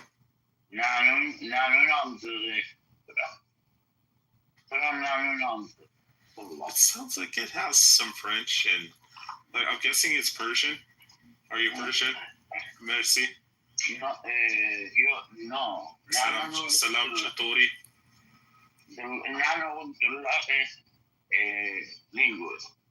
Yeah, I said, are you Persian? Yes. Salam Chatori. Oh, okay, yeah. Does this guy worship the pedophile? Most Persian Iranians aren't. Most Persians are Christian. No, most Persians are atheists. Where do you get that from? No, Persian. No. Maybe from back in the day. English. Where are you from, Marco? Which country? Fuck your mother. Oh, Sharmuta. Yeah. He said, fuck your mother? I know, and I said Sharmuta. His mother's a whore. Son of a whore. Don't bring him back up. No. It's just... And you're awake. What's up? I know, I just woke up. Thank you for letting me sleep up here. Hey, we're hanging out. It's not we're having a sleepover. It's not quite the same exciting room as it was when we had Victoria in here last night, but you still sucking her clit, Roger? Hey, you don't talk to him like that. Hey, Victoria is. Listen, you guys did such a terrible job of debating with her, but it is what it is. Dude, I was just trying to control myself from crashing out. So I was really wanting to, but I knew it would get you screaming, and then I'd end up in the goo. And so I was like, okay, just like be reserved, go slow. That's not the way it works. She's got to be the worst, isn't she? No, there's far worse. Have you met Tiger? Oh, he's a communist. Yeah, he's also a rapist. Oh. Well, wait, was Victoria the one last night, or the conversation where she said that she worked Yes, that's for the government that night? Yes, that's the Victoria. She worked for 3 U.S. presidents. For 3 different U.S. presidents. Whilst they were in office, yeah. Yeah, when they were in office, that she went to the Situation Room of all places. Yeah. To brief them on something that she has expertise in that she didn't like to share. The only thing I could think is the medical field. What? You know what? I got to go back. I don't think, I think it was on the old profile. I don't think it was on Twitter or something, but I had a conversation with her once. She doesn't live too far from me, and we were talking about something, and like, I just forget now, but I know she communicated to me like what she does. I don't know if it's medical. I think it might be like tech. She sucks. All right, rank the worst people in the history of Clubhouse, Ann. KK's number 1. Oh, stop it. You love her. She's number 1. Who else? What's the other guy's Rabbit or something? What's his name was? The pedophile guy? Shuki is probably number 2. No, Shuki's amazing. No, he's not. Now Shuki Express. I'm going look up. Who else? Shuki. All right, that's 2. I need one more.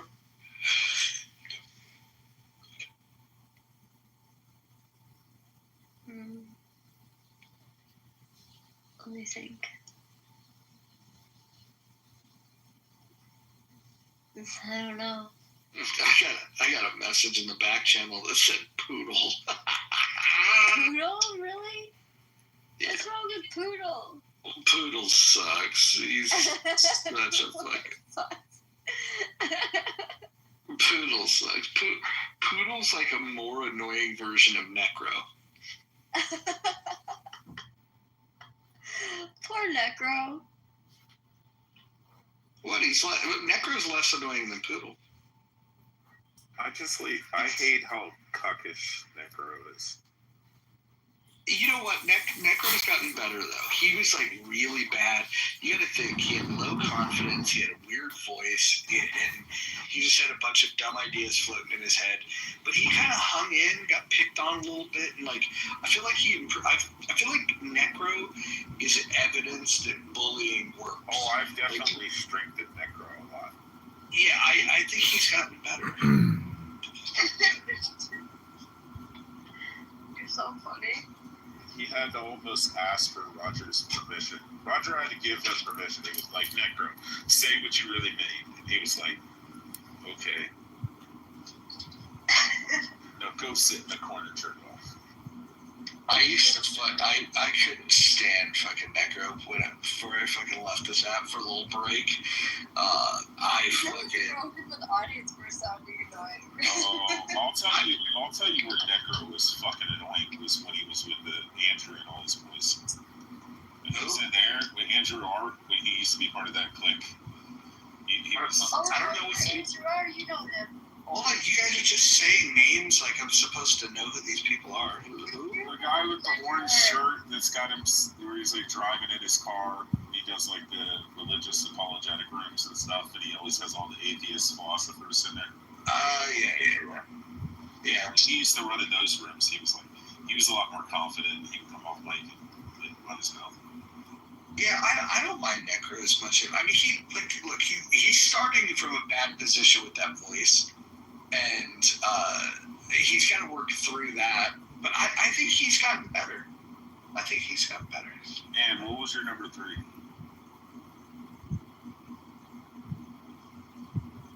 She said KK, and who's number 2? Shuki. What about some of the classic annoying people? Like, there was that trifecta of, like, black progressives one of Asia, Coco, and then the one that fucking John Legere tore up. What was her name? Are you saying just annoying people or like the worst? Khaleesi. Remember Khaleesi? What was her name? Something Jacobs. Fucking. Yeah, but you know, Roger, I feel like at least with Khaleesi does not interrupt. Rachel Jacobs, yes. Rachel Jacobs. She got her ass handed too. What about fucking what was that guy's name? Aaron Berger. What do you guys think of him? What? Aaron Berger. Oh, he sucks. If you could ask Joe here, My back channels are weird. My back channels just said fag. Dude, this is funny. So you say just the most annoying, or you just talk about the worst people on the I don't know. Like, I mean, like, you can rate it however you want. It's kind of like, you know, putting your fucking Mount Rushmore of people, like, you know, like, there's no scientific basis, but just people that are just shitty. Okay, Islamic Caesar, he's not here anymore. Mikhail, which you've met him before. Oh my God, Cynic is so fucking annoying. Like, he said the most disgusting shit. Like, probably, honestly, Roger, probably one of the worst things that I've ever heard on Clubhouse. Like, it's crazy. What did he say? He would like to see, you know, American young girls like essayed and, you know, all towards the aim of, you know, radical Islamic, you know, American soil. Like, the dude is fucking crazy. Yeah, he's a Salafi, so he's a hybrid of those.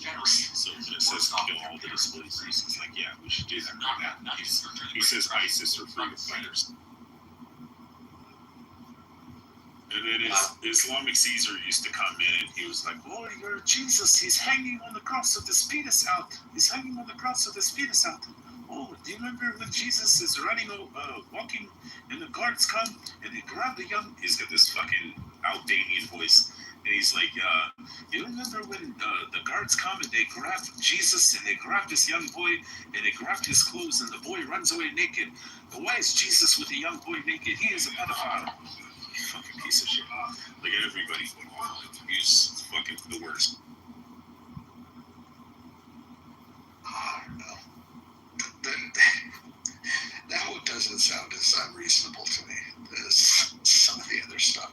Oh, the Muslims harangued him. It was fucking amazing. What? Like, you realize you're talking about Like, Jesus with the Quran? Is Anna white?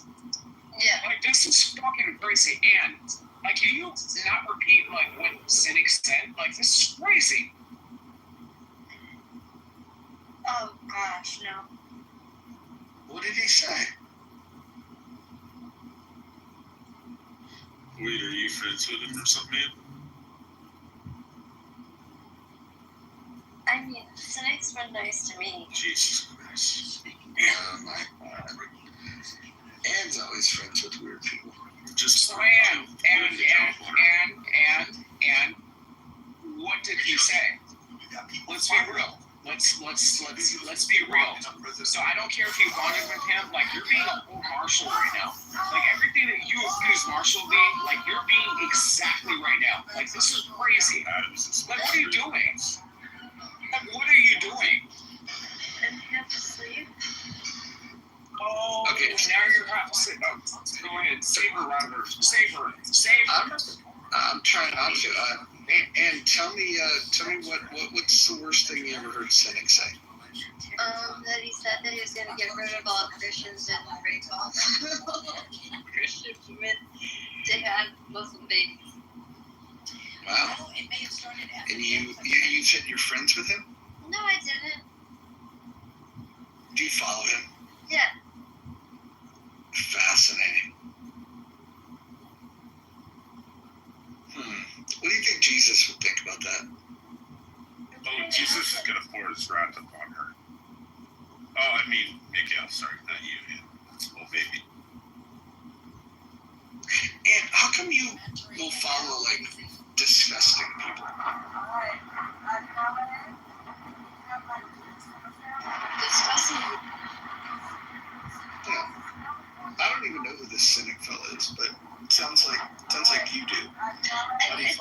do. I do? Yes. He used to go by Mikhail. Oh, I know who that is. He's the California guy. I think he lives in LA or somewhere. Yeah, too stupid pussy to show up on Sunset Boulevard.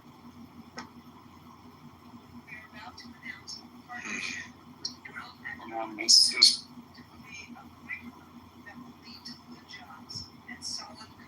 And are we getting closer to getting the reunion with you and what's her name? Knock it off. I want to be the bridge between the two. You always want to do that. Look how it happened last time when you tried to be the bridge between me and Kate. Apparently I was not up on just how bad your bad blood was, but yeah, there's no bad blood between you and the other one. Right. So let's get a full reconciliation.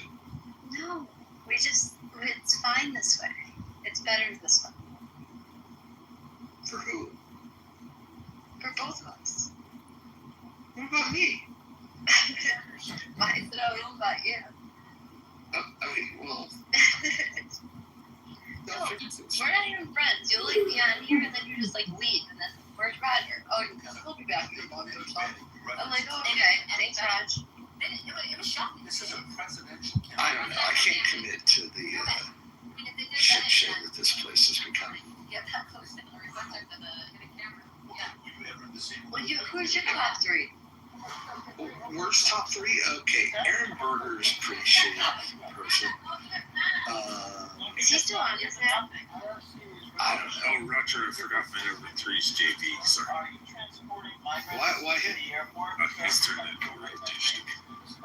Like I said, I have no smoke for it, but he's definitely my top. Temecula's new parental notification policies. I liked him before. Linda and Neil have been active on social media dressing up this policy as a win. You know what? I'm going to give you a controversial one. It's definitely not the worst, but just like he went from somebody that I thought, oh, this guy's nice and can have interesting conversations with, to just like a total pussy and intellectual midget, and that's what's his name? Muse. That guy turned into such a pussy.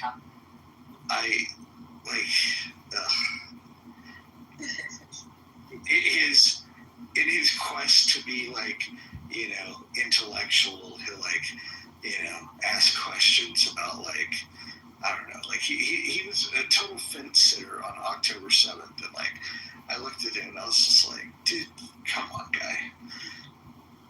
I lost a lot of respect for that guy. You thought I was a fence sitter? You are a fence sitter, but that's okay. I've look from where you started of just being like a troll that came from some other platform that was just centering yourself in every conversation. Like I feel like you've become like enjoyable. I like you now, and like that took a lot of work. Wouldn't you agree? Yeah. There are a lot of bad influences on this app too. Like when you got on this app, like it was like you know what it was? It was like all the incels that were in conservative Clubhouse, like they were like, oh shit, a girl, maybe, just maybe there's a chance, and so they all gravitated towards you, and then you soaked up the weirdness in conservative Clubhouse. And you know, and then I think then you peeled off and started hanging out with the normal people. Like I like Joe. I think you and Joe pairing up is one of the best stories of this app, in my opinion, because like you went from somebody that was like just kind of like trollish and like I don't know, like I think being taken advantage of by like some of the bad people in this app, and then you kind of found your little I don't know. You matured. We watched you mature over the last few years. Oh, I couldn't stand it when I first met her. But she was in like Leslie and Prashant's rooms. So that's why. Really? I hate Wesley and Prashant. Those definitely are on my top 5. That's 4 and 5. Prashant was funny, like in early Clubhouse. He'd open a room of like some crazy ass fucking cryptic title, and then he would give some fucking insane lecture about something, and then he would just disappear. He was weird dude. He was always nice to me though. I will say one of the rooms he did that was really cool was like on Independence Day. He like read, the Declaration of Independence, and like I don't know.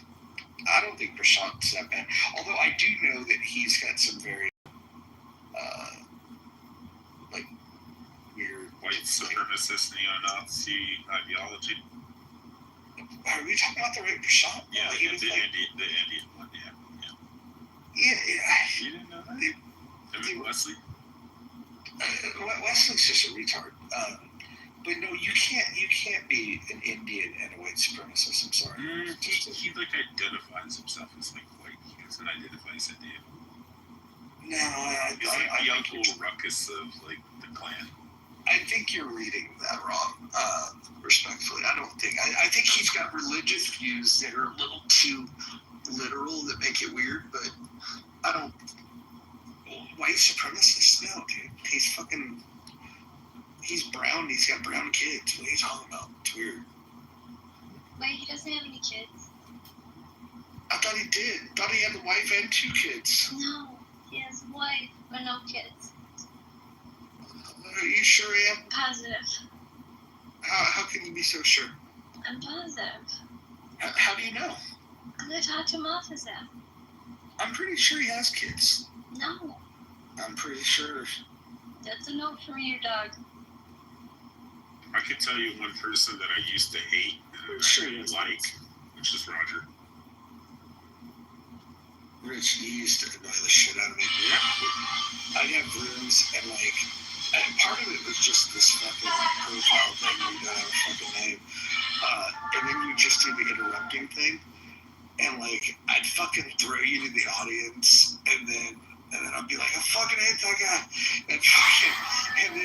And then Kelly would remind, she'd go, oh, that's Rich. And then because you had all these different profiles. Oh, yeah. And then there was another guy that I thought was you. And then he got on my nerves. And I don't know, that it was hard to keep you guys apart.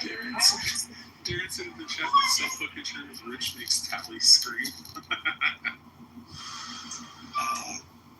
I like Tally sometimes, but sometimes she's the only person in chillism that mods that's fucking got a brain.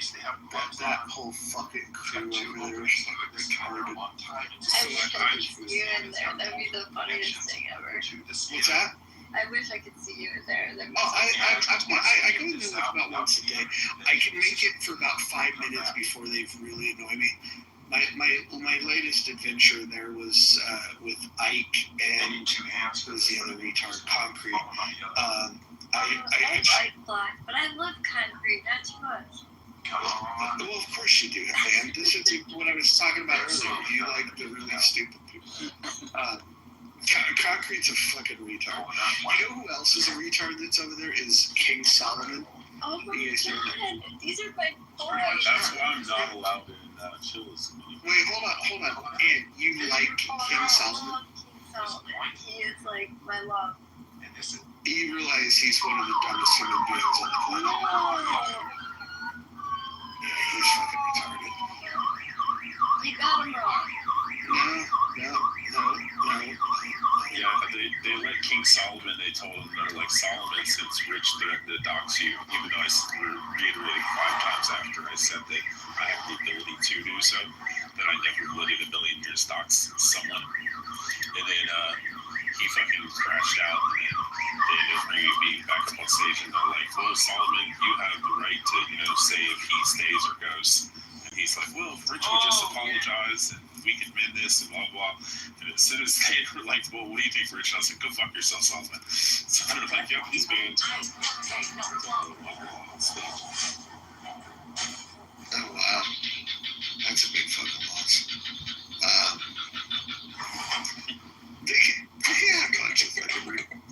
bunch of retard mods. Like it's funny. Like the ones that tolerate me in there. I can't understand why they do. Like I openly think they're fucking retarded. I think Eric is good. Eric Kahn. Yeah, he's you guys it's a concert. That's why I got tagged Who in was this video that? over 100 times, so I know. Well, I mean, he's got some like progressive. Looks like we're dealing with several And why do you like King Solomon? Really wait to get this one out. I like him. He's got a good heart. He Now, makes the it contrast of the year is a very common condition for black eggs because it has a high concentration of deep species. religions. I like him. I have respect for him. He's very personable, but he's also gloves and using fake, and he's two-faced, and that's what I can't stand about him. Looks like these two he's pretty side by side are He's just a dumb guy. He's the kind of person that, like, if you saw, like, if his application came in and you had to do an interview, in 3 seconds you'd be like, I don't care what the fuck he says, I'm not hiring this guy. Like, he's just fucking, like, just dipshittery. Yusuf, I got a question. Are you Sunni or Shia or atheist, Catholic? Me? Oh, Yusuf. Oh. Like I'm Catholic. Hey, Yusuf, you there? Habibi. If he ain't answering, he ain't answering. It's fine. Just push He it has through. 0 friends. That checks out. Trying to think who else. Like, you know what's funny? It's like Monica fucking goes over there and like just kills that room. Like, Fucking Roger, they love doing that to you. Like, what'd you say? What's up? Not much. Oh, is that still Sunni or Shia?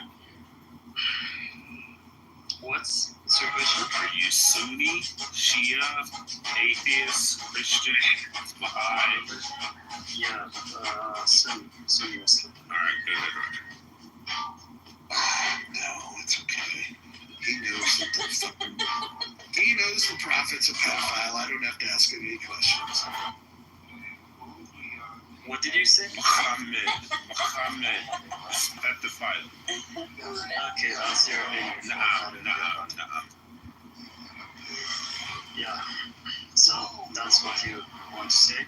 Oh, no. He actually had a question that he's tired of you Muslims saying abhorrent, disgusting things. Yes. We don't have to clarify anything to you guys like that. No, you'll just wait until you 30% of the population institute Sharia law and then behead people like Anne. Yes, that's what we do, yeah. Oh my god. There you go. And you better be careful. He's got his eye on your little Christian. Well, no, Roger, it's you too. You have to be careful. Yeah, motherfucker, I ain't gotta be careful for shit. You come at me with your fucking little blade, I'm gonna fucking shoot your face off. You will not be able to. We're fucking stuck. Did you guys lose 1.2 million in Iraq? I think we lost like 2,500 over 20 years, right? You guys are goat fuckers. Like, Yeah, we are. But I have a question for you. I think that 2,500 is between Iraq, Afghanistan. Oh, no, Rich. He said he had a question for us. Let's hear his question. What would you prefer, behead or cut your dick? Let's see. Hold on, let me think about it. Behead or cut my dick? Well, where would you cut my dick? Sideways or long ways? Look, anyway, you don't procreate anymore, so I think beheaded is better. Oh, interesting. Your dick doesn't work anyway, right? Fascinating. Oh my gosh, Juicy. Why are they so hateful? Why are you so hateful? Who would ever want to join their religion? Yeah, we are. I ever want to join their religion when it's so hateful? I know that we're just hateful, but we just, at the end of the day, we're right. Yeah. You belong to a pedophile death cult. I don't care, man. In the end, it's right. It's everything about it makes sense, so it's not my problem. Like, at least we don't believe in shit things that we know it's wrong, but we just try to justify it. So, Yusuf, let me ask you this. Muhammad was 54. He fucked a 9-year-old. Do you think that that's a good thing? You think it was good that he fucked a 9-year-old? Huh? Speak up. You're on mute, retard. Jesus Christ. No wonder they're fucking. Look, they can't even figure out how to unmute themselves. Of course they fucking believe in that shit. Can you believe? How are they all so hateful like that? Nah, someone mute me. I didn't. Then unmute yourself, retard. Maybe somebody did mute you. But I muted him because he was off mic while you were talking. I just wanted an answer to this question, Yusuf. Look, you want to take the call? No, it's fine. It's fine. Listen, I can tolerate a few more minutes of a good fucker. I'm just curious. What do you think of a 54-year-old man having sex with a 9-year-old girl? Well, first of all, he didn't have sex with her because the marriage was meant for another reason. I know your mind can't get that, but if you want an explanation, I can explain to you. Well, before you say that I've got it wrong, I'm quoting Aisha herself, and she's the one that said that she got married when she was 6 and that they consummated the relationship at 9. Yes, it is. Yeah, so you can, but I want you to explain why a 54-year-old man would fuck a 9-year-old girl. Please explain. He married her, didn't fuck her, because the reason of the marriage, the one he married is the first one was Khadija, was 40 years old. That's the one issue. The other marriage was an obligation from him for another reasons, like to unite the Arab Peninsula. One of it is Aisha. Aisha was the daughter of his best friend, and the reason for this marriage was to teach her, because he wanted her to teach, like to become like a second prophet after him, which she did. Like a fun fact for you, that Aisha herself narrated Muslim fun facts of the hadith. What? Muslim fun facts. I like it. Yeah, fun fact. She narrated 1/3 of the hadith herself. Like, imagine the whole book of the hadith, 1/3 of it is narrated only by Aisha. So when I see this, I can understand why this marriage happened, because he wanted to teach her Islam. So when he died, she consumed spreading the message. But anyway, I know you wouldn't believe any. So you're saying he treated her like a bunch of bossy boy? No, he wanted her to become a second prophet after him, because, like you said, when he was 54, it was at his end of end life for him. So he wanted her to complete the message. That's it. Hey, hold on. How old was he when he died? 63 years old. Oh man, if we could just cut that in half, that would have been a much better outcome. No, thank you. So, can you explain me to why do you believe in Yusuf, I got a question. Did Muhammad have a dream about Aisha when she was a baby and she was wearing a lace gown? Okay. He was sexually attracted to her. That's what he did. Like, that's what the hadith says. It's Sahih too. Yeah, probably he dreamed of your mom naked. No, he dreamed of Aisha when she was naked. Wait, hold on. We got the hardcore Muslim in here telling you your mom is. Yeah, man, I'm not nice. I can fuck anyone up. I don't give a fuck who said your religion. I don't give a fuck. Like, I'm convinced of my religion. I know it's right. Yusuf, do you have a problem? Do you have a problem with the hadith in Bukhari where Muhammad sucks on his grandson's penis, Al-Hussein? Yeah, that you get it from your Bible, right? No, it's from your hadith. It's in Bukhari. And Sahih Muslim. There's two different ones. It is. You probably get it from your shit. No, it says, and I saw the Prophet, may peace be upon him, kneeling down and lifting the gown of Al-Hussein and spreading his legs, and he knelt down and then he kissed his baby penis in one hadith. The other hadith says that he sucked his penis. that's a fake hadith that relates to our apologists like you. One is Sahih, and then the other is Hassan. You don't The understand. other is Hassan. Neither one of them are. Rich, why don't you let him talk? Oh, sorry. None of them are Daif. You ask me. He can talk all. No, he asked me. He asked me to be quiet. So. Okay. Yalla. Okay. So again, it's not Sahih. It's Hassan. It's fake, and a lot of Muslim scholars have said that. So you have the right to believe whatever you want. Well, I have a question. What is the meaning of Hassan? It's good, right? Okay, there is grades of what are called verification of the good and strong. Yes, and this is Hassan is like a lesser degree, like probably 50-50. But when it said Sahih, like it's 100%. So what if I bring you a Sahih one where he kisses baby? Okay, bring it. Yeah, it's in Sahih. You bring it from. You have to check. Yusuf, where are you from? From Egypt. Oh, Isaiah.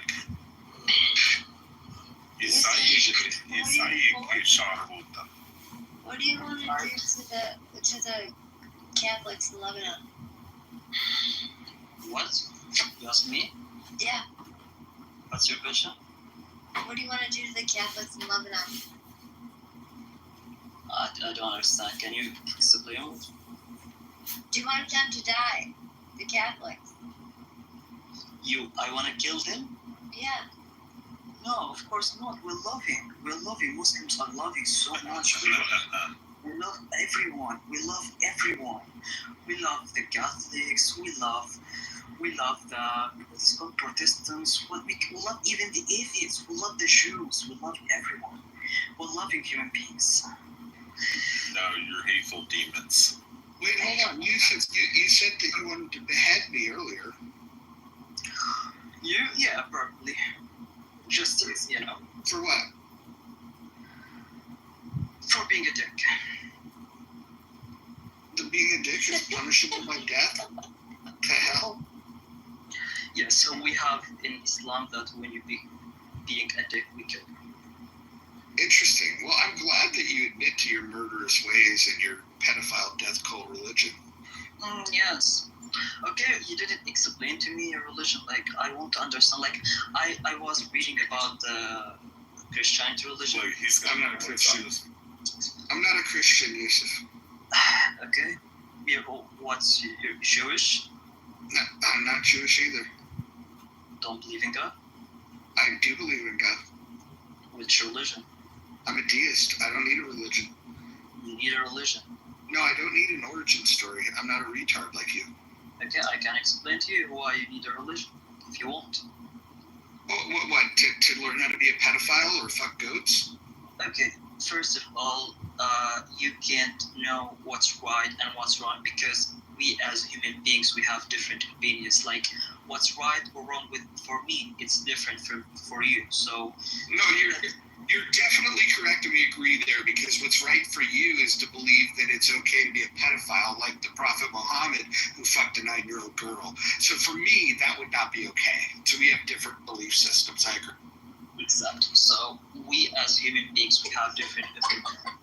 So what's right for me, it's not right for you. What's wrong for me is not wrong for you. So when we say that we need a religion, because if you believe that there's God and you believe there is hell and heaven, so there will be a justice system that based on we will go to heaven or hell. So when you say there is no religion, that God didn't give us anything, just left. He didn't say like God. He said he doesn't believe that there is a religion. All of this fake. So when God, like, he said there's a God though. I know that. I do believe there's a God. I know you said there's no religion. So when I didn't say there was no religion. There's all kinds of religions. In fact, there's pedophile death cults like Islam. Yes, exactly. But the right one, by the way. So anyway, when God judge, He will judge based on what? That's the question. If there is no religion, all of them are fake. But if you've been going with this idea that you have to subscribe to some man-made creation, which is bizarre. There's so many religions you could join. You decided to join the one that says that the holiest man that's ever walked the face of the earth marries 6-year-old girls and fucks 9-year-old girls. Like, can I just say this? Out of all religions, that one definitively is the grossest. Definitively. There's 2 billion people on the planet that belong to a pedophile death cult. I hope that when you fuck the next goat, that you get syphilis and that you die. Well, their hadith does say that it's okay to fuck a donkey. I don't know any about goats, but it definitely does. And Al-Tabari, it talks about that you can fuck a donkey and still be clean to make There's also hadith that say it's halal to fuck him. Oh, I have a question. Do you accept Sahih Hadith where Allah sends newborn babies to hell? Sahih Hadith say what? Where Allah sends newborn babies to hell. And it's not the one about Aisha. Of course, from your Bible. No, it's Sunan Abi Dawud 47:17. There is a hadith that say every child. Every child. I'm talking about the one where she's like a bird. I'm not talking about the little baby bird, the little boy that died, where Aisha said he's going to go to heaven. I'm not talking about Sahih Muslim. I'm talking about Sunan Abi Dawud. It says, for the woman who buries her newborn baby alive, the mother and the baby will both be in Jahannam. No, this is also a fake hadith. It's Sahih. It's Sahih. It's Sunan Abi Dawud. It's 47:17. You fucking I understand your concept. You mean if a child? If a mother buries her newborn baby, the mother and the baby both go to Jahannam. 100%. 100%. Yes. Hold on. Let's not argue. Hold on. Hey, no. Let's stop getting caught up in the dumb details. Look, we clearly don't have the same worldviews. Hold on. I want to ask you a question. Do you believe that King Solomon was able to speak to the ants? The cats? Ants in the ant colony. The insects, ants, yes. Do you believe that King Solomon spoke to them? He was able to speak to animals and jinns. That's what's in the book. Yes, and you believe that? Yeah, I believe God can do anything. So you think he fucking Dr. Doolittle? Look, I believe God can do whatever he wants. If God say that, so I believe that. I believe that God is able to do it. Amir Messenger of Allah, may peace be upon him, is saying, the woman who buries her alive her newborn baby girl and the girl who is buried alive both will go to hell. This tradition has also been transmitted by Ibn Masud from the Prophet, may peace be upon him, to the same effect through a different chain of narration, and the grading is Sahih. Good job. It's not Sahih. It is. Look in the chat. Wait, hold on, guys. Yusuf, what is the end game for Islam? Do you want all people on the planet to convert to Islam? No, I just want the truthful people who have honest heart and unbiased to see the truth.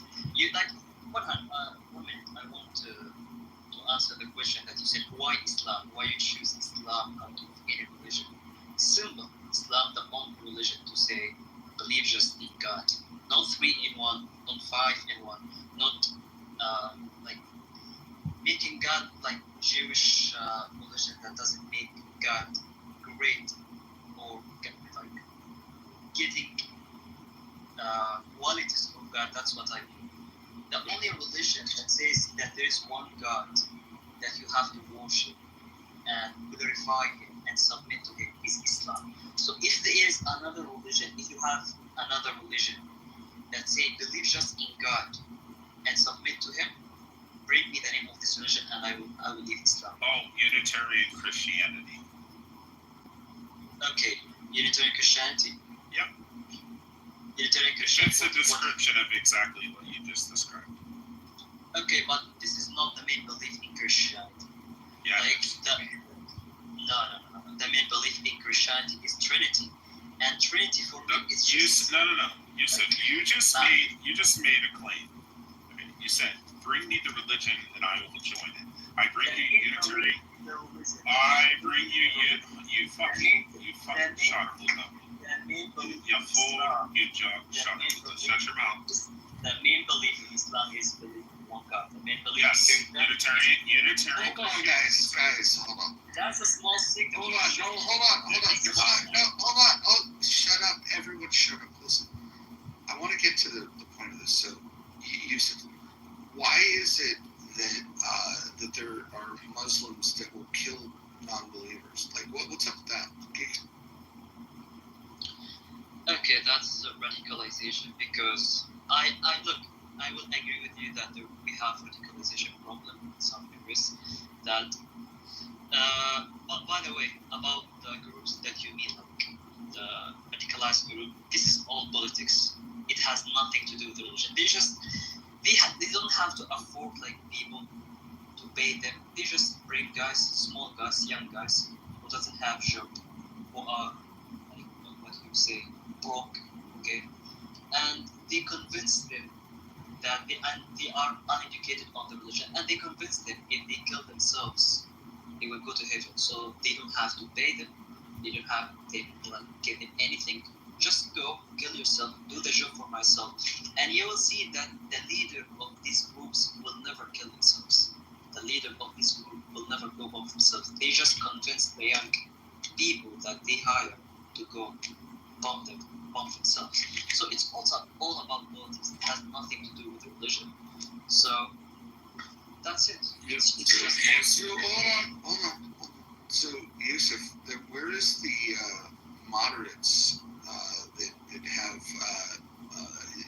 clout within the religion to be able to speak out and denounce these radicals? Where are they? They have speak and also the biggest Sunni organization have speaking against all of them repeatedly. I know you may not see this like in Western media. It's all in Arab media. All of the Muslim organizations have denounced this. But how you can solve this if you have radicalized group that keep doing this? Like how you can stop them? They just want this. Well, I would take this more serious if you hadn't already threatened to. You gave me a choice. You said you would behead me or you would cut off my penis. So now you're saying that you were part of this moderate group that doesn't believe in. Yes, I don't believe in violence unless you want like to fucking talk with me. I will fuck with you. So you don't want to behead me or cut off my penis? According to the situation, if I meet you, like according to the time, if I feel like I want to hit you, maybe. Faster. This skinny little bitch, Yusuf. Oh, Yusuf, you said that you love the Jews. By the way, right? I you don't like. Shut the fuck up. Shut. Your mother's a fucking. Shut up, little bitch. Shut the fuck up. Fight. Dude, what fight the those. fuck is this little Tourette argument happening here? Like, will you guys knock it off? Okay, real quick, Roger. He made a claim. Fight those who do not believe in the law in the last days, nor comply with the law and his messenger have forbidden, nor embrace the religion of truth from among those who were given the scripture until they pay the tax, willingly submit, fully humbled. So you got an option. You convert, pay jizya, or zakat. You convert, pay zakat, or you pay jizya as a third-class citizen, or they cut the fucking hell. You hit me like a little bitch. That's what I muted you. Hold on. Hey, Rich, stop muting him. Listen. Stop muting him. Look, if we're going to talk to him, we're going to talk to him. Like, fucking. So you said, I have a question for you. What do you think of the Jewish people? The Jewish people. Yeah. Look, there is difference between Zionists and Jews. The Jewish people who are not supporting what's happening in Gaza right now. I'm a Zionist. You're a Zionist? Okay, I fucking hate you. That's good. I fucking hate you. Why do you hate me? Because you're supporting starving little babies. Like, you have a problem with the people, but you are okay with starving newborns. Takes 6 months. you are okay with starving them. So that's what I expect from you. That's what I expect from you. You are hypocrite. Like, Yusuf, are bad. Look at yourself. Look at yourself in the mirror. Look at your values. Right. You supporting starving 6 months child. Like, you really like it. You have a justification for it. Come on, man. Come on. That's all of you. If they're going to grow up to become you, yes. All pretending all the high values, but you have zero values. That's it. Yusuf, let me explain something. So, I believe in what's called retaliatory force. And with these evil piece of shit terrorists crossed the border into Israel on October the 7th, taking hostages, they still have 49 hostages, killing women and children. You're so against killing children, but these evil terrorists killed children. And then Israel declared war and said, we're going to end Hamas, a terrorist organization, and free the hostages. Until those two goals are met, then the war continues. And yes, civilians die in war. It's a brutal truth that you have to accept. But at the end of the day, until Hamas is defeated and the hostages are all set free, the war is going to continue. So let me ask you this: Are you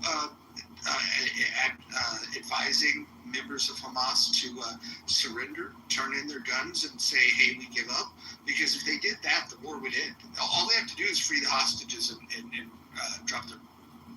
Okay, first of all, I'm not pro Hamas. I'm not with killing anyone innocent, whether it's Israeli or anyone. You threatened to cut off my head and to cut my penis off. What are you talking? Let me continue. And second of all, I am with them in retaliating against Israeli occupation, the offensive, the oppressive Israeli occupation. I am with anyone who retaliates against it. I am not against killing innocent people. Interesting. Second of all, you say. Do you feel like you have the Islamic Tourette's? Wait. You said Israel have the right to defend itself. I am with it. There is difference between they go against Hamas and starving babies purposely. They're starving babies purposely. There are little babies who can't eat. That's not a war. That's war crime. There's a difference between a war and war crimes. You want to go against Hamas? They did something wrong. Go fuck all of them. I have nothing. Go fuck all of them. Don't go after civilians. Don't go after civilians. Don't starving people. Don't starve people. That's not even. Yusuf, I got questions. Let's have a conversation. I want to have a conversation. Oh, okay. Hurry up. I gave 31 seconds. Okay. You said, will you tell them to release the hostages? Right now, I would say no. Why? Because I know what would happen. This is the only card they have right now, the hostages. If they give them the hostages, it's all. Israel gonna occupy Gaza, and their case will be gone. That's what's gonna happen. Those babies will. Hold on, Rich, hold on. Few points here. If Israel was interested in occupying Gaza, they would have occupied it prior to the conflict on October 7th. In fact, they forcibly take all Israelis away from Gaza. So you're wrong about that. Secondly, this idea that about retaliatory force, you said that you're against the killing of innocent civilians, and yet that's exactly what Hamas did on October 7th. The other thing was, you mentioned war crimes. It is a war crime to use human shields. So when these pussy goat fucking Hamas members, after they make their violent acts, they then hide behind innocent women and children. This is a war crime. You probably know that. And the last thing I'll say is, if you're so protective of children, don't want to see them starve, then why do you support a prophet that fucks children? Okay. First of all, that's Israeli propaganda that Hamas is hiding behind civilians. It's not true. Okay? It's not true. That's because Israel knows. They will ask them, why you do all of that? So they have to have the answer. Which was the answer? Hamas is hiding behind them. And then killing them all. Why you kill them all? Hamas is hiding behind it. Why you starving babies? Hamas is behind it. Did you see the videos of a little girl shot by Israeli occupation? Have you seen it? Little girl shot by Israeli occupations. This was hiding behind Hamas. You really want to convince yourself by this? Okay, if you want to believe this, you have the right to believe this. But this is not the right thing. And one question for you. I think you have seen what happened in Syria recently. If that's not the case, what Israel is doing in Syria? Why are they bombing Syria right now? There's Hamas also. There's no rocket have been fired. Save the Druids, Yusuf. Save the Druids. The Druids that they consider themselves Muslims. Now Israel care for them so much. Like yes. That's what I said. That's what I said. Israel also always have an answer. Why you did that? We have an answer. Like America, when invade Iraq, we have a reason. You can create a reason out of nowhere. We have the reason to save we're gonna make up a reason. You now fuck Syria, bombing them. Why? Yeah. We protect the Druze. I have a question for you. We love the Druze. We love the Druze. That's Israel. That's Israel. It's you want peace. We want peace. This is the country that not helping for peace in the Middle East. Yeah. It's Israel. Yeah. It's all since it happened 48, 1940. It wanted to stabilize the region. First come to Egypt, occupying Sinai. After we kicked them off, they kicked them out in 73. Okay, these guys. Now they occupy Syria. They want to occupy Syria. I have a question. Hold on, Yusuf. I have a question for you. That's what. Yusuf, hold on. I have a question for you. No, Ruko had a question. Do you remember what Egypt did in 2013 to the tunnels in Gaza? Can you tell me? Yes, they bombed them. And they filled them with sewage, right? And flooded all the Gazans who were trying to flee into Egypt. Again. Egypt is beautiful. No, you're Egyptian. Maybe. Yes, because in Hamas, okay, I'm gonna say it. Hamas. No, these weren't Hamas. These were Gazans. What? The Gazans are your people. Before the Six-Day War, who controlled the territory of Gaza? I think Egypt. Yeah, exactly. So when the Gazans in 2013, the civilians were going through the tunnels trying to flee into Egypt because they were fighting with Israel, what did Egypt do in response? They filled the fucking tunnels with sewage water and flooded and drowned all the fucking Gazan civilians.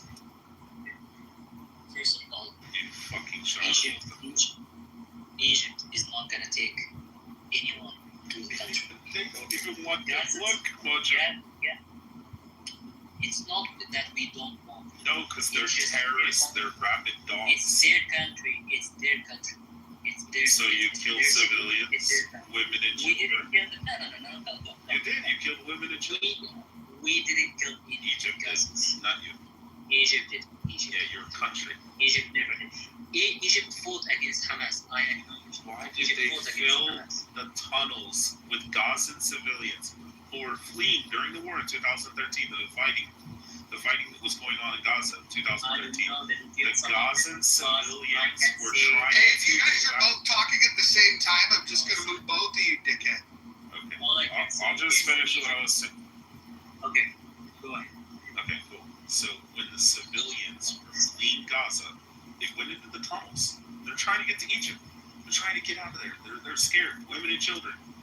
And your people decided to turn on the fucking spigot and drown them like they're a bunch of prairie dogs, like a bunch of rats. Okay, I'm gonna say it for the last time. Egypt didn't kill any people from Gaza. Egypt's position all the way is we're not gonna take them because it's their case. If we take them, their case and their issue is over.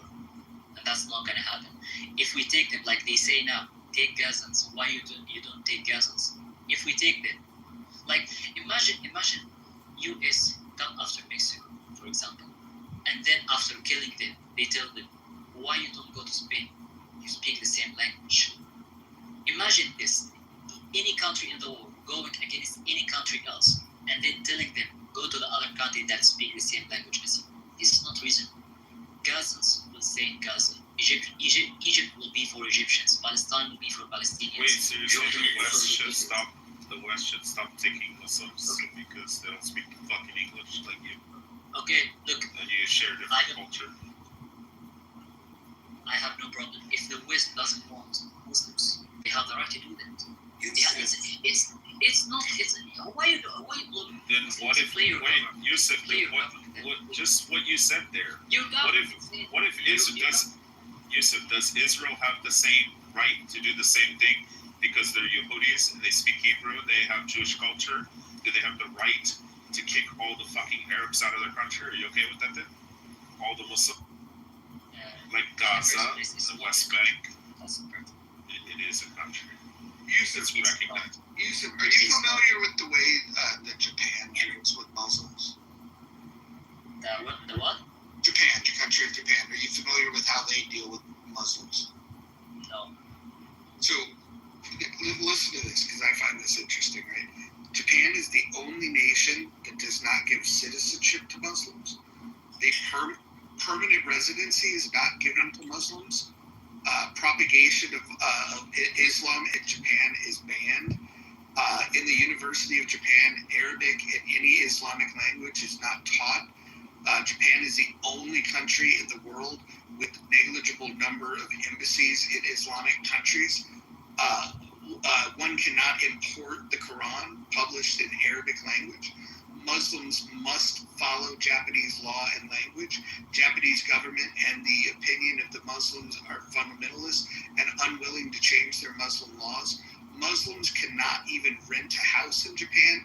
There is no Sharia law in Japan. So let me ask you this. Do you like and support the Japanese approach to dealing with it? Okay. I have no idea, honestly, what did you say. I just put it in ChatGPT, which has said all of you, what you said is just bullshit. But anyway.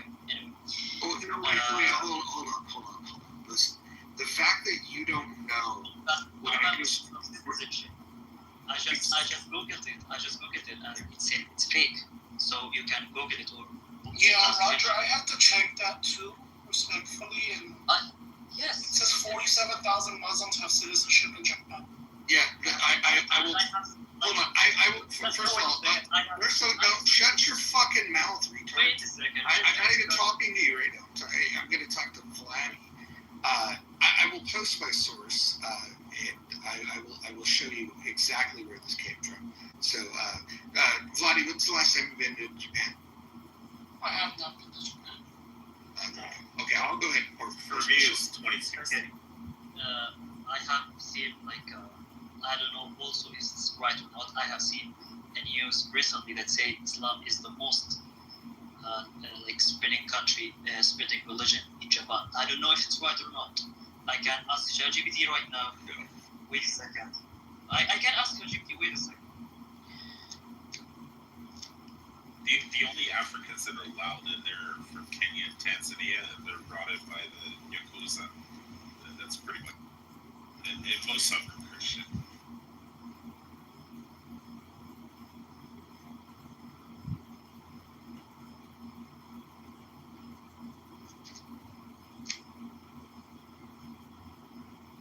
These Muslims love making shit up. Okay, ChatGPT said yes, it's growing rapidly. It's not the most growing, but it's growing rapidly. What's the fastest growing? They didn't say. Go ahead. It didn't say. It's Christianity. No, it didn't say. It's Christianity. I can ask you. I have a question for you, Seth. From 1948 to 1967, who controlled Gaza?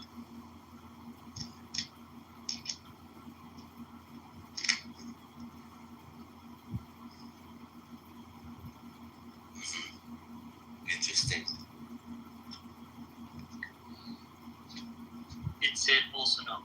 So you're like, What did you say? What's your question? Do you know about the prompts? Go ahead. From 1948 to 1967, who controlled Gaza? control Gaza? I think Palestine. It's not Egypt. No, Egypt. No, it's not Egypt. Egypt. Totally Egypt. 48 to 67. Egypt control Gaza. It's not Egypt. You asshole, you don't know shit about history, do you? From 48 to 67, Egypt didn't rule Gaza. Did or didn't? Didn't. Takia. He already conceded it, y'all. I said prior to the 6 day war. 48 to 67. 48 to 67. Okay, it was not full control of Gaza. It's just like I don't know the word in English. Like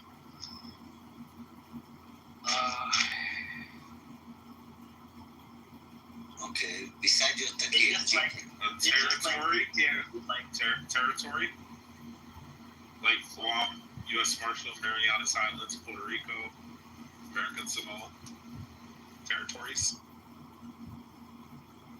That's the word you're looking for, is territory.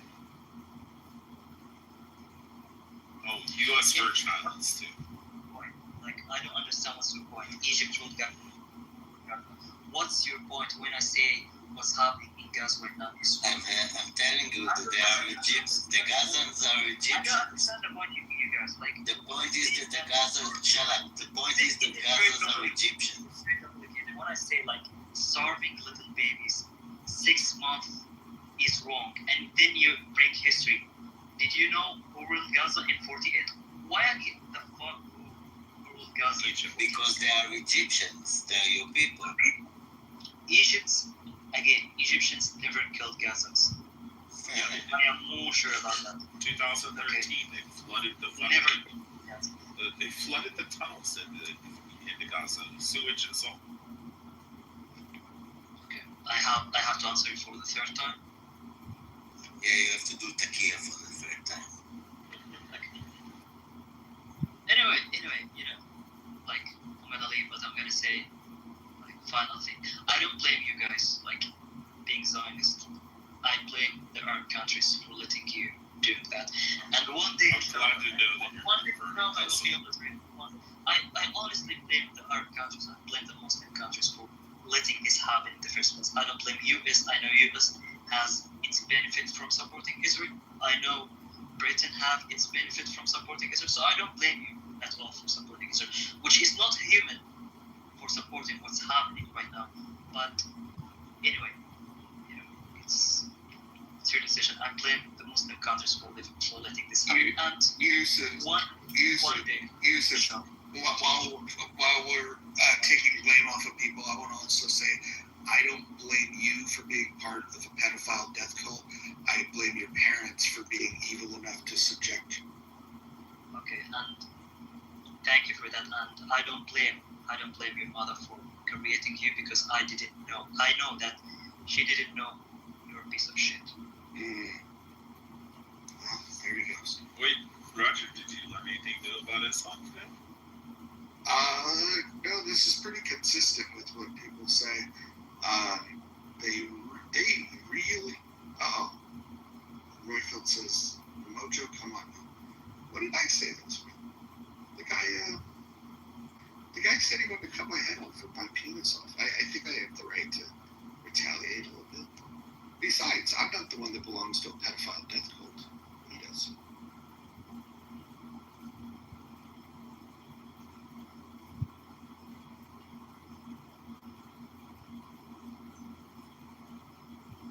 Wait, did Royfield just listen to the entire conversation? Or maybe just kind of... Royfield doesn't like the death cult line. What else can I fucking call it? I mean, first of all, okay, well, you didn't object to the pedophile part, so I guess you're beating me halfway. Pedophile cult. That's cool.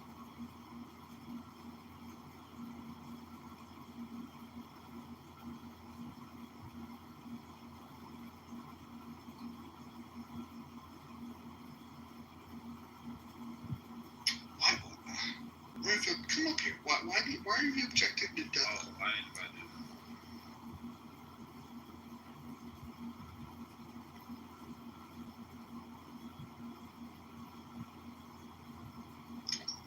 Can you hear me?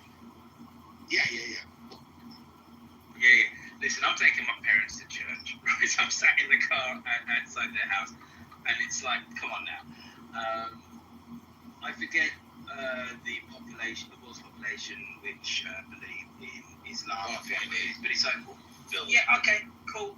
Yeah, so 1.8 million of the adherents of Islam are suicide bombers and believe in nihilism. So utter nonsense. You can look at one second, because I've been listening to you people talk. I am not a Muslim, never have been, right? But I kind of understand some elements of humanity, not all, right? And if you have 1.8 billion people, you're gonna have some people who are pretty extreme. You're gonna have some people who are pretty liberal. You're gonna have some people who are pretty orthodox, just like you do in Christianity. Nobody looks at the Ku Klux Klan and uses them as an avatar for all Christians.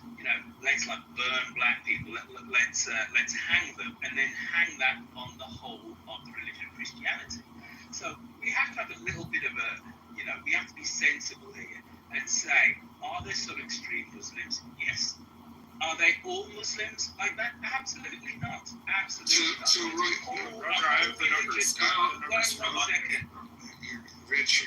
What has that got to? What are the numbers of Muslims in London got to do with anything with what I've just said? Can somebody refute what I've just said, which is if you have 1.8 billion Muslims, not all of them are nihilists, believe in destroying Are you sure about cultures, etc. I absolutely am. So I'm going to answer this, and whoever just interrupted me, you're going to the audience. So Royfield, here's the issue, right? We've been asking Muslims when they come on the stage what they believe in terms of the Prophet Muhammad marrying a 6-year-old girl and fucking her when she was 9. And we've so far, out of a sample size that's probably now like 20 to 25 people say that it's not true. We had one person say that they disagreed with it. And the rest of the people said this. They said she was old enough. And so here's the reality. Aisha herself is the one that makes the claim. I'm not making the claim. Aisha made the claim. And Aisha is a respected scholar in Islam, the wife of Muhammad. And she says she was 6 years old when the Prophet married her, and 9 years old when they had sex. He was 51 when he married her. He was 54 when he had sex with her. When I ask Muslims about that, they don't disagree with those facts. What do you say to that? Why can't I call them a pedophile then? Consent laws, age of consent laws in the UK came in the 19th century. You can look throughout human history, and there are behaviours around sex and sexuality which we find abhorrent. If you go back and look at the Bible, and you'll see practices which do not fly in the 21st century. So, do I think that it is right for a man to sleep with a 9-year-old? Absolutely not, right? But in the mores of the time, globally, there were not prohibitions against it, and it's an unpalatable truth for us. So, Royfield, that would be very compelling in the fact that, because you're correct, even here in the U.S., the state of Delaware once had it legal where you could marry a 7-year-old. So historically, I think age of consent laws have always been out of whack back in the day, like consistently, globally. I agree with you. Here's the issue, and here's the difference, and here's the reason why I have no problem pointing out the pedophile death cult, is because if you talk to people from Connecticut and ask them what they, from Delaware, You ask them what they think of age of consent law being 7, they'll say that's disgusting.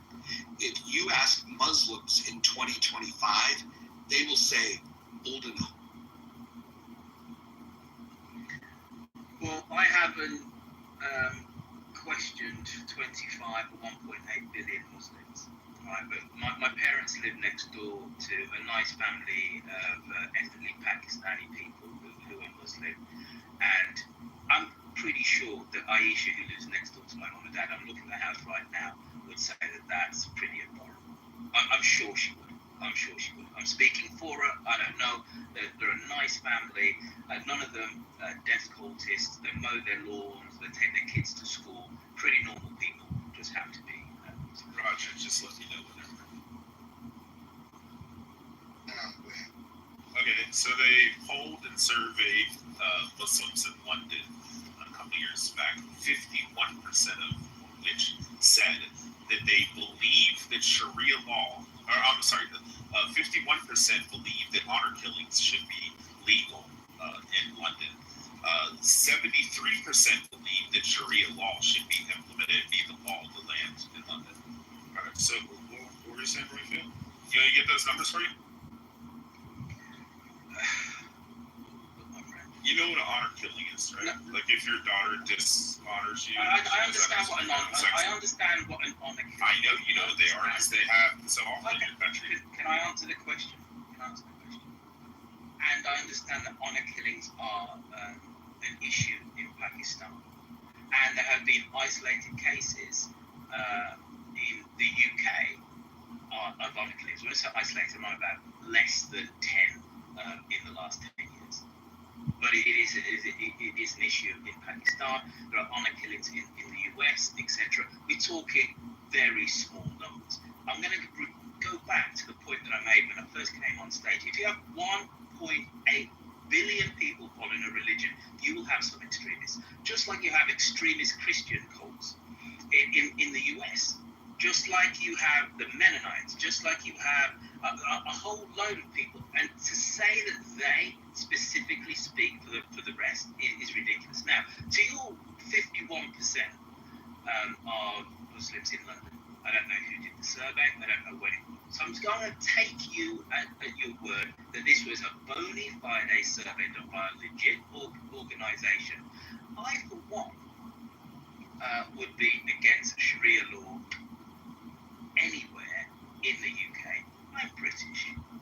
I understand the history of this country and its jurisprudence and how this country has been created to be somewhere fairly tolerant. And so if somebody was going to say we're going to put Sharia law in the UK, I, for one, I'm going to be against it, my friend. But I would question, before we say that all Muslims, and I've just seen the son of Aisha just like drive up in his nice little BMW car right next door to my mum and dad. They're getting out with must be the grandkid and his wife. Nice family. But before go on. The Journal of Intersectional Social Justice notes that an estimate by the Association number of one, never heard of this organisation. It's Agent. Listen. Notes an estimate by the Association of Chief Police Officers, ACPO, that 12 to 15 honor killings occur each year in the United Kingdom. So when I said about 10, I wasn't far out, was I? Each year. No, you said the last 10 years. This is a year. Okay, all right. 10 to 12 a year. That's 128 continues. You were out by a factor of 10. 10. Yes, I am. You're right. Okay. You know what? In a country of Jesus Christ, go and Google how many honor killings happen in the US. Look up how many happen in fucking Saudi Arabia or fucking Pakistan. I've just said to you that this is a problem in Pakistan. I know about Pakistan because we've got Pakistani. My friend, I I mentioned Pakistan because my neighbours are of Pakistani origin. But again, I'm going to say to you, right, if we have 10 to 12 to 13 honour killings a year in the UK in a population of 68 million, it's 10 to 15 too many. But we have to put this in some level of proportion. It is disgusting. It is abhorrent. It is not an avatar for the whole religion. And Jesus Christ, if we have 1.8 billion Muslims in the world, we're not having 500,000 honour killings a year. I can look back at the history of Christianity and say that Christianity has done some terrible things in its name. It has sent young girls to be raped by older men historically. You can look back at genocide through the word Christianity as I'm taking my parents to church. That doesn't stand for the whole religion, because somehow we seem to be able to separate the extremists when it's a culture that we understand from people who are the norm. And I ask you to do the same here. If there are 10 to 15 honour killings a year in the UK, and I'm not going to dispute that figure, okay, there are about 3 million Muslims, 3 to 5 million Muslims in the UK, so they're not all practicing honour killings. Simple maths will tell you that. And I'm not going to look to the extreme to say that that is the norm. And you shouldn't either, because your figures tell you that is not the norm. So move on with this argument.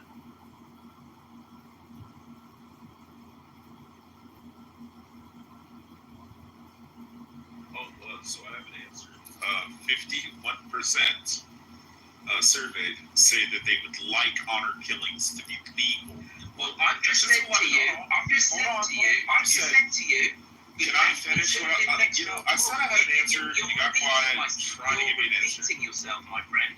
My friend, you're repeating yourself. You've lost the argument. Seriously, my point here in making this is if it were legal, it's 10 to 15 right now, or 12 to 15 right now, a year annually.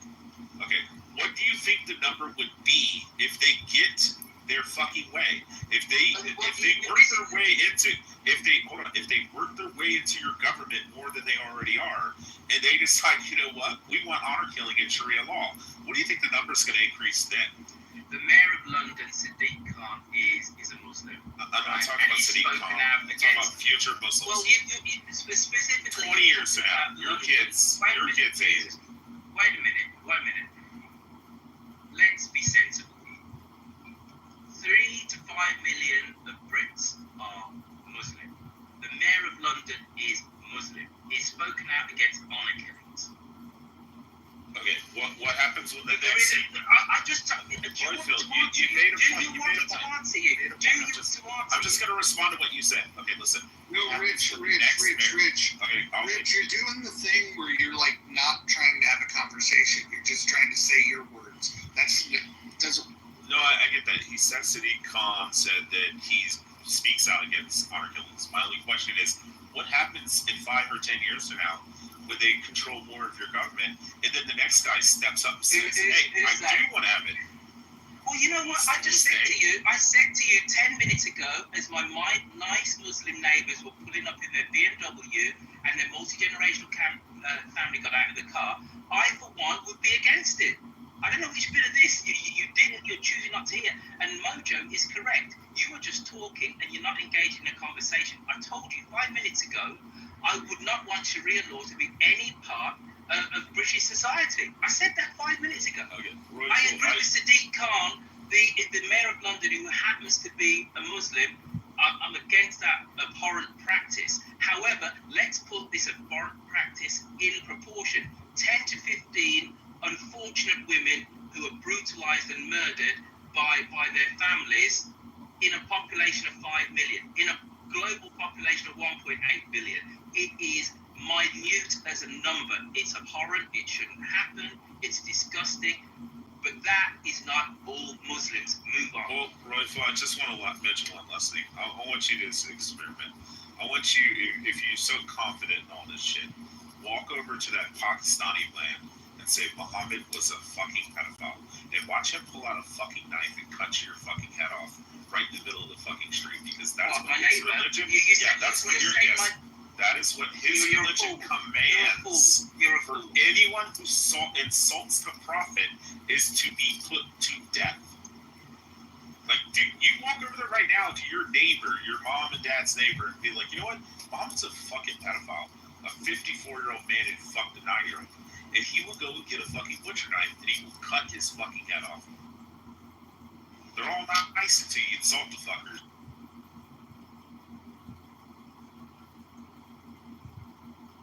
This dude's fucking delusional.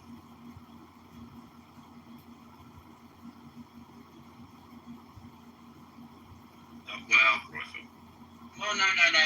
My daughter called, and I decided to set that call because she had something. So that's all I'm saying is go over. My neighbor's not going to stab me. No, he will. He's commanded by his. Oh, so you know my neighbor? You know my mother and father. He believes in the Sunnah of Islam, and he believes in his matab. He will go and he will get a butcher knife out of his kitchen, and he will come out and cut your fucking head off in the middle of the fucking streets. He will be nice and cordial and sweet to you. My cousin I worked with these fucking people, man and woman. We invited them over for a football game, and there was an interruption. And they got out there. No. I'm going to tell you exactly what they fucking did. So we were sitting there watching. You should maybe get some better friends. We were watching a football match. There's 1.8 billion other Muslims that could be your friends. Anyway, listen, my dad's got his hat on. He's getting ready for church. I'm in the car. Let me answer this my parents at church. I'm still going to tell the story regardless. Okay, fine, but I'm done. So I think I've made my point. I've won the argument. Came over and watched the You football can be match. an extremist all you want. You can be an intolerant all you They want. seen that Muslims were attacking the military base, and they jumped up and started screaming Allahu Akbar. Fucking piece of shit. God, I hate fucking Sims. I just genuinely can't wait until they do start chopping their heads off and people sit back and say, toast. October 7th in London. Go ahead, Roger.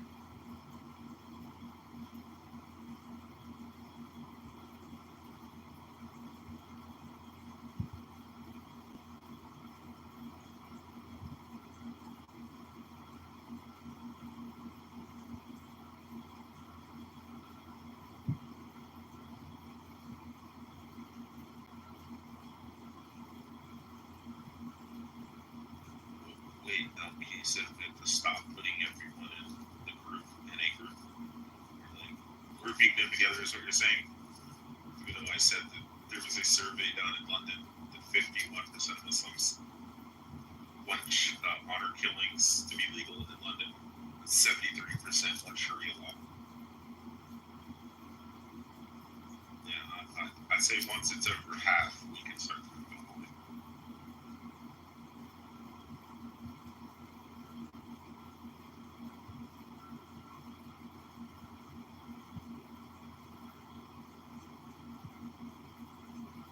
Wait, no, you don't think it's helping telling people the truth?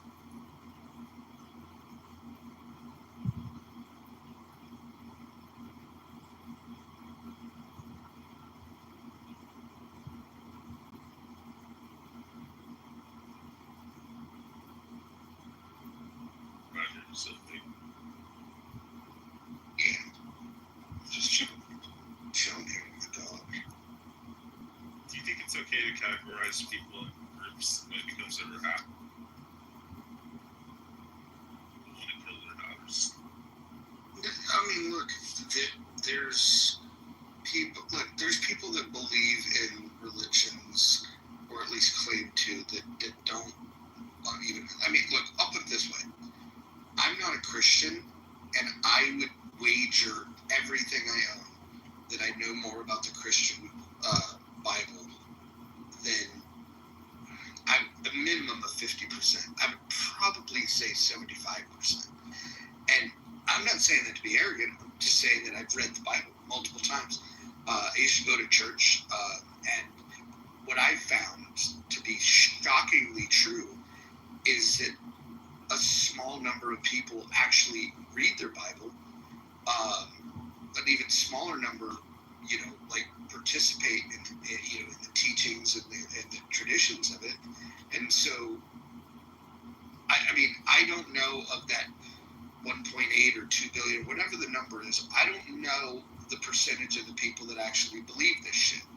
I think the people that do believe it would probably fall into this category of being problematic, because what it teaches is pretty bad. But I would have to imagine that just like Christianity, there's probably a lot of people that are just kind of been drug into it by their phone. No, I agree. Hey, Roger, you want to be a betting? You like betting, right? Oh yeah.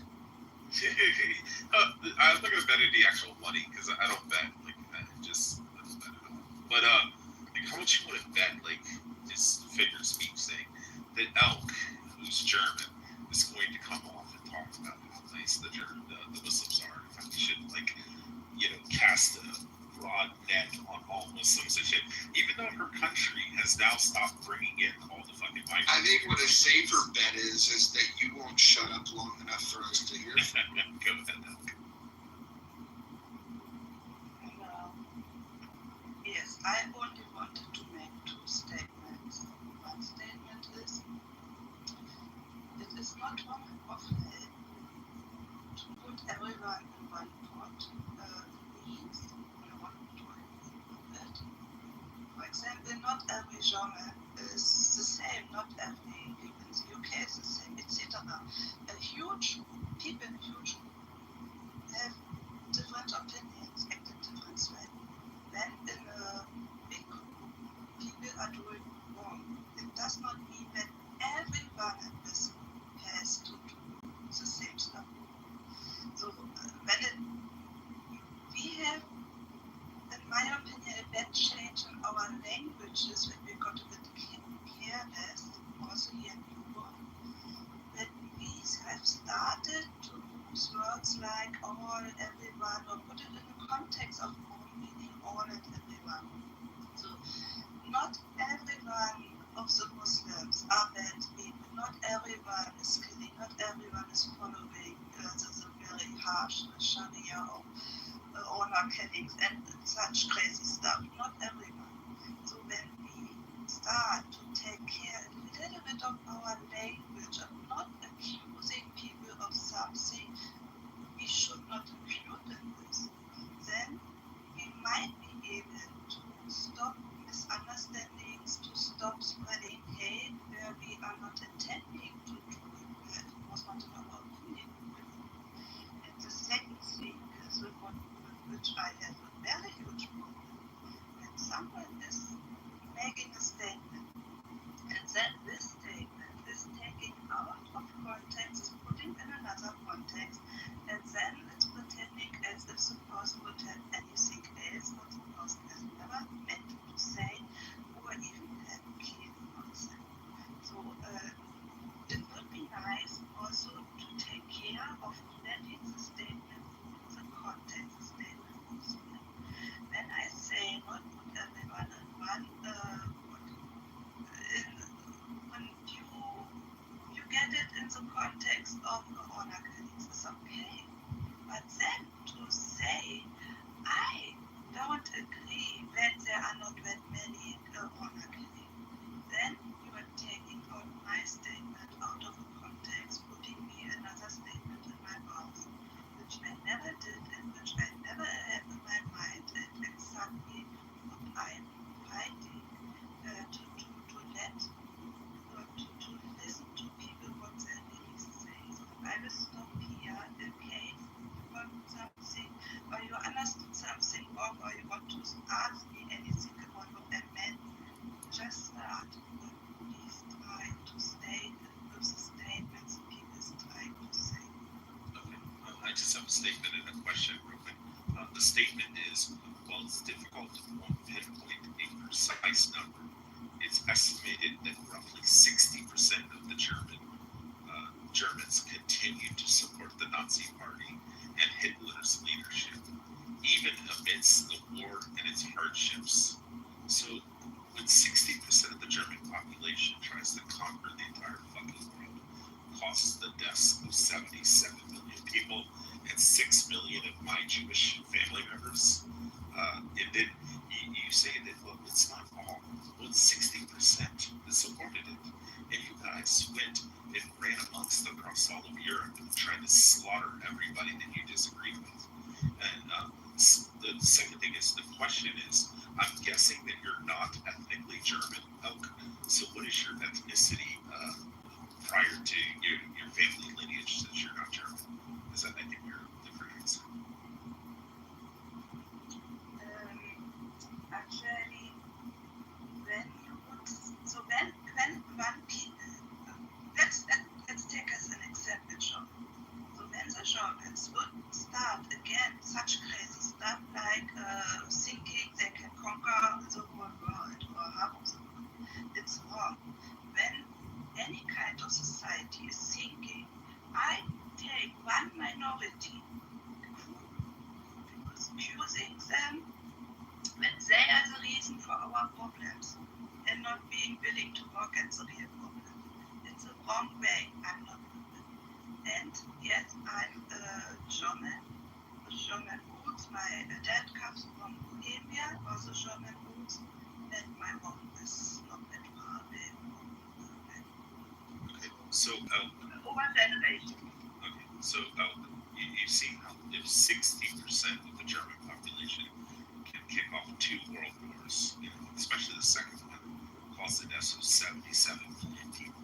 Would you then say that it's a problem when 51% of Muslims in London say that they want to be able to kill their daughters when their daughters go out and have premarital sex, or when they dishonor their family by not covering up and wearing a hijab and wearing a keep, a head covering? Would you think that's a problem, maybe? Or do you think it's okay to allow 60 or 50% of the people to follow a crazy and disgusting ideology like the Nazis or Islam? I'm fighting personally everyone who is on the radical right-wing side, whatever word we should use here. I don't know. I'm fighting it.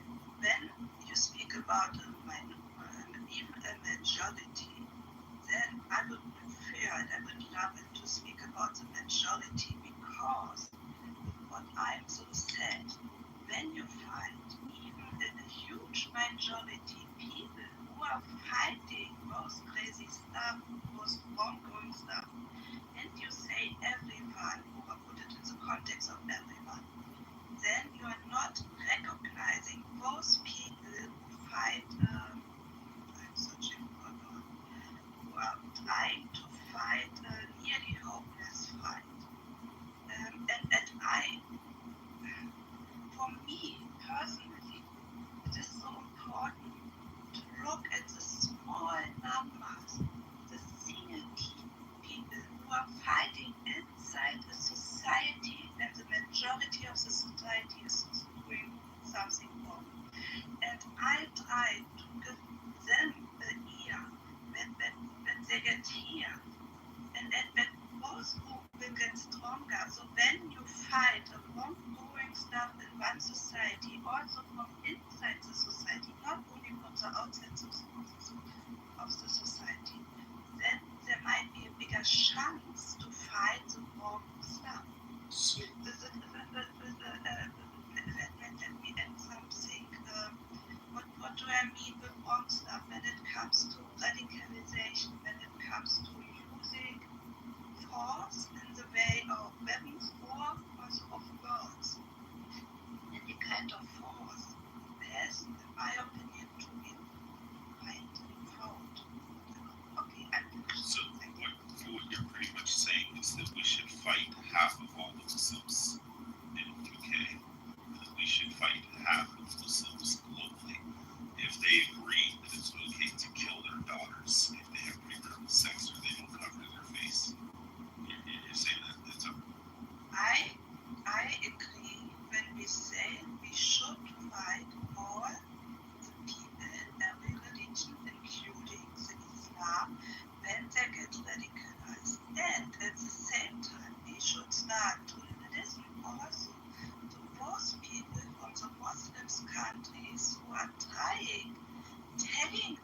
please be careful, please look careful in this direction, that direction, and take it seriously to learn from them why they are doing it already in their own countries. Also learning from them. And that's what I'm doing now. Okay, so I guess we are we're pretty on the same line. So, I'm so sorry. Yeah, we're in agreement.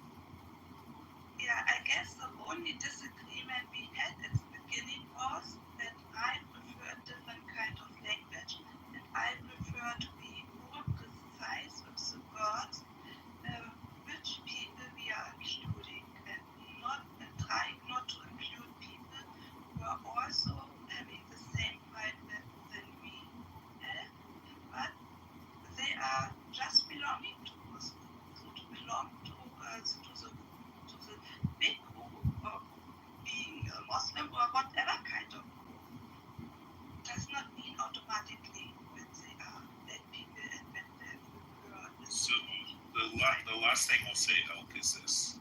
I've expressed this many times. I've studied the Quran, the Hadith, and the Tafsirs, very much so. Okay. And what I always tell people is that if the truest of Muslims, if they were to actually sit down and read the entire Quran and all the Hadiths and the Tafsirs, then they would be fighting for ISIS. And that the truest of Muslim would be an ISIS fighter. It's not the lady who works at your local coffee shop who supports gay rights. The truest of Muslims would want to kill everyone who disbelieves in Allah and also creates mischief against Allah, including what they consider mischief is evangelizing, saying that Jesus is the Son of God, and saying that you should become a Christian. That's considered mischief and is punishable by death in Islam. So the only thing I'm trying to warn people about is that once they get in large enough numbers and they outpopulate us, that's when they are legally able, in their Sunnah of Islam, that's when they're legally able to then, once they have control, they're able to start implementing these rules, which is honor killings and killing all the disbelievers. Like, that's what I'm trying to explain to people. And people, unfortunately, they have a Muslim friend, and they're like, oh, this Muslim friend's really nice and sweet. Well, when 50% of the people want to kill their own children, they're disgusting. And once they start outnumbering and that number gets 80-90%, you guys are screwed. And that's all I'm trying to warn people about. Go ahead. And I have a question. Are you Muslim? No. Do I have to be a Muslim? No. About this topic? No, I just wanted to know. Do you believe that a woman is worth less than a man? No, okay. Before this is going in the wrong direction, because I have not a good feeling that you are trying to put me in a place where I am not belonging in. I think he's just trying to explain Unfortunately, I wanted to add something or I missed the word. To respond, but now I forgot the point. You said a good thing. No, I forgot the point, sorry. But I'm not a Muslim. What I try to go, the way I try to go is to look at the people who are doing, in my opinion, wrong, who are using any kind of radical stuff. This was the point I wanted to say. What I have learned over the last years, also here on Clubhouse, in so many rooms, maybe, I'm not sure, maybe I try to figure it out. Maybe it might be helpful to have conversations about speaking history of the religions. So more than one religion was misused in history for putting force on other people, of killing people, doing really, really hard, wrong stuff. And to look at nowadays problems. So I try to speak with people when they think I have to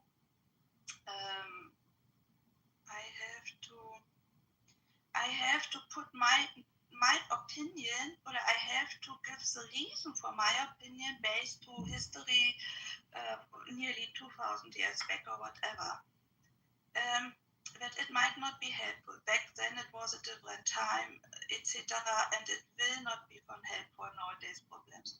I try to speak with the people and telling them, or giving them reasons or facts, and try to convince them to at least to think about it, that they have a chance to rethink and to redo their own opinion based on nowadays facts. And I try also to teach them or to tell about tolerance, even inside the communities too. Pointing back to history, then we start automatically in a different kind of conversation, because then you can pinpoint between different religions that they did something wrong, they did 800 years ago something wrong, even in the Middle East they did something wrong, whatever. It will not be helpful for nowadays problems, in my opinion. We will lose them from it. If you don't mind me asking, do you agree that it's disgusting when religion says that their God turned Jews into pigs, apes, and lizards, and that they're the worst of creatures? Because that's the words of Allah. In the case, in the very moment when you use a religion for not respecting other people, for giving the reason. That was the words of Allah in the Quran. That's the words of the Muslim God. I try to find the right words. Sorry, sometimes that is the words of the Islamic God. Sometimes I just need a bit longer for answering, because for looking the words. I know the words of the God of the religions, including Islam, including Allah. Allah is also only God. I know it. And here again, we are in the history. It was then back then, when people are using those as a reason for doing nowadays injustice, disrespecting people, taking it as a reason for killing people or doing any kind of force to other people, or even to their own people who are saying this is wrong, then it's wrong. In my opinion, then it's totally wrong, and this is exactly what I am fighting. So you agree the religion is wrong? Islam? I agree when I use wrong stuff from the history of the religion to taking it as a reason for doing nowadays. Because I will tell you the reason why I'm so careful. When I start to take out some stuff which we call wrong, back what happens in history with the Islam, then we will automatically end also with some stuff what was wrong with the Christianity. And with the Christianity, it goes even back to Middle Age, to the Middle Age. And then we are stuck in history. For me, it might be possible to reform a religion so that it will be helpful for people to get a guide in their life, and they are needing it. And it fits to nowadays to the nowadays values we have in our life, including tolerance, etc., to reform a religion. This is, I guess, a very helpful tool for many religions who did very, very much wrong stuff and worse stuff in history. And can I tell you something? Sure. Islam is the last and unchangeable word of God. It cannot be changed. It cannot be reformed. If you try to reform it, they will kill you. That is in Islam. That's actually in the Sunnah. Then I have a question. Yeah, but you can't trust the Sunnah. Well, the Sunnah of Islam is the Quran, the Hadith, and the Tafsirs. It's like saying Right. Tanakh. You gotta stick with the Quran. Well, yeah, but when you say Sunnah, it's just like saying Torah. No, that's I'm just saying, when you say Sunnah, it's like saying Torah. That might be kind of. It's the same. okay. Hadiths are nonsense. Sunnah's half okay. Can I ask you a question? Yes. Me? Okay. You said, in your opinion, the Islam is not being able to reform the religion. Do you think? Not in my opinion. In the written text. Okay. Also in the way Let me try to ask my question. Do you think that the first steps which are already made in some Arabic countries to reduce the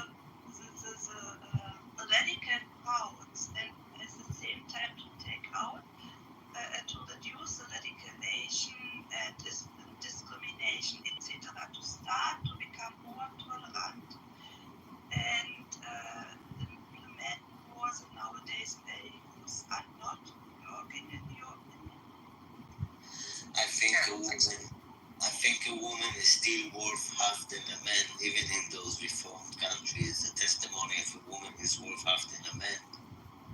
If she is raped, she's to blame. and it's not like the radicalization. My question was different. My question was not about the speed. Is the speed fast enough? My question was about the first steps they did already. Do you think that this is not the right way, or this is not helpful, or this might not be working for the religion itself? Yeah, I answered you. I said it still doesn't change the words of the Quran. So women are allowed to drive. It doesn't say in the Quran that women aren't allowed to drive. But it does say that women are worth half than a man, and that is still going on even in Saudi Arabia. Also, your question was whether modern Muslim educational techniques are preventing the kind of radicalization that's been happening for the past century or so, and it hasn't. Like, we still have tremendously large and influential terrorist organizations founded on Islamic principles. Okay, now we are losing the path I was on. I have not spoken that it works already in the majority of the Arabic countries.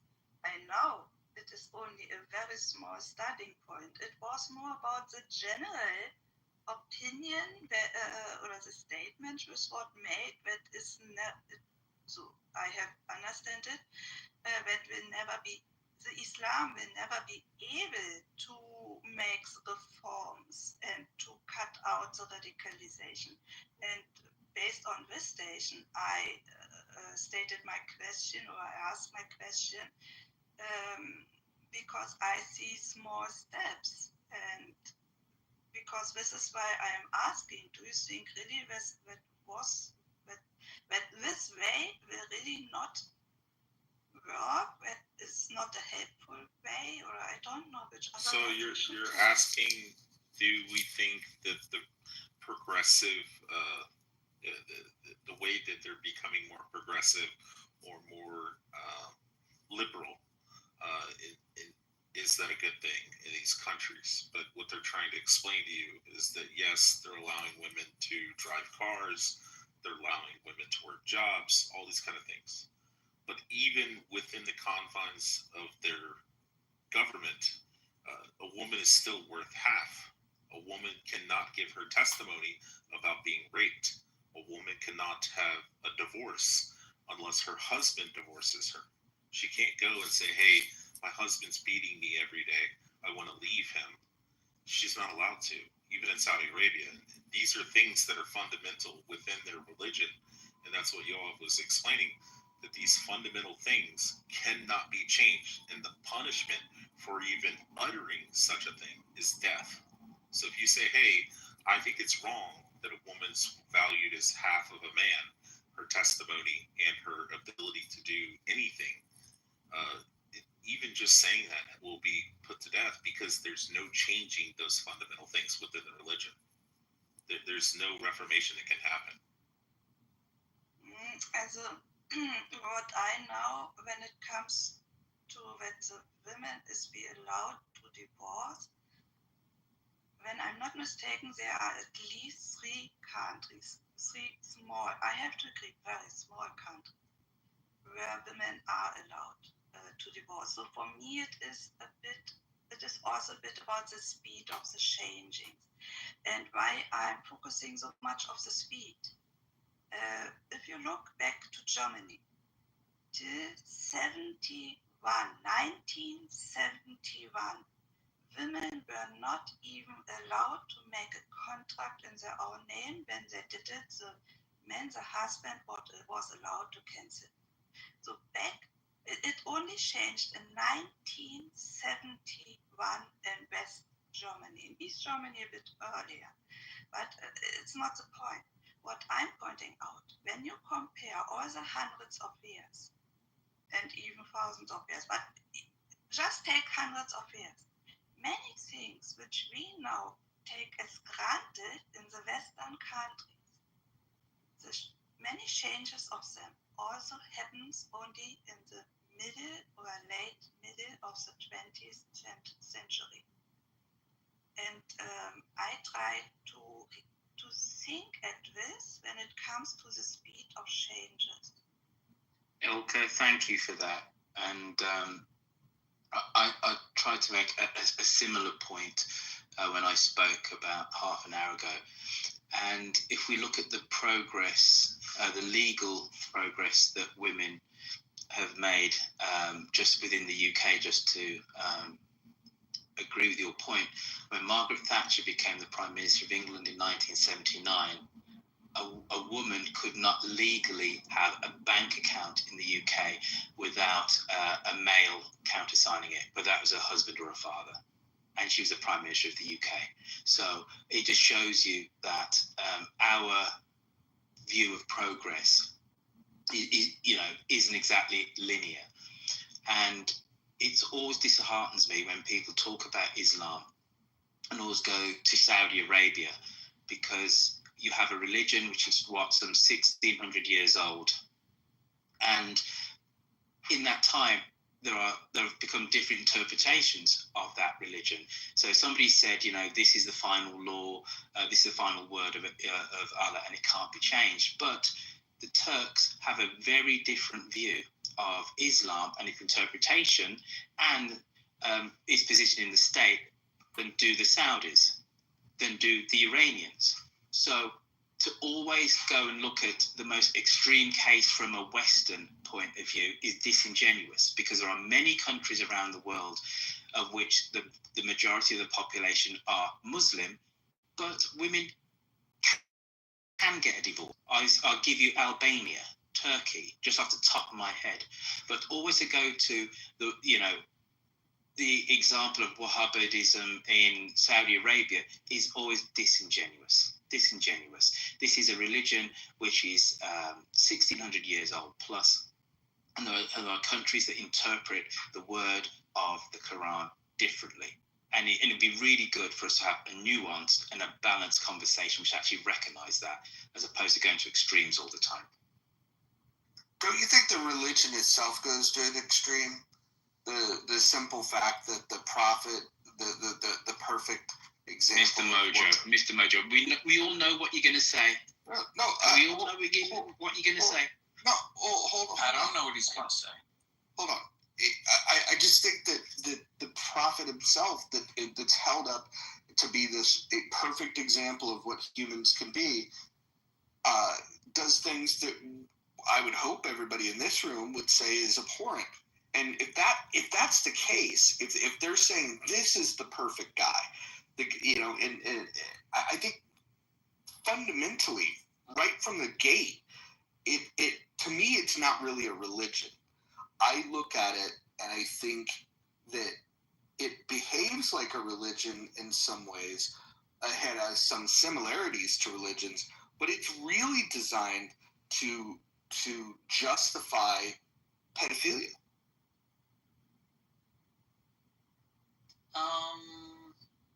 I disagree. You're welcome to disagree. I just say that I can hear an opinion that it's not essentially religious, that it's primarily a political movement, that I could hear an argument for. But to say that the whole justification is pedophilia, no, Roger, that's just an insult. Thank you, like said. And we all knew where he was going to go. Hold on. And if you don't believe that he's the greatest, this pedophile, if you don't believe that he's the greatest, they will behead you. I mean, this does not exactly seem like a religion of love. Respect. Honestly, when people take this as a reason for putting other people in miscredit or even put force on them up to killing, then it's wrong. Then it's a misuse of the religion, in my opinion, because you just take out the radical things which are mostly based in history, and many things which are also wrongly interpreted, sometimes, not every time, but sometimes also wrongly interpreted of the original religion. And do you think I have it wrongly interpreted when? No.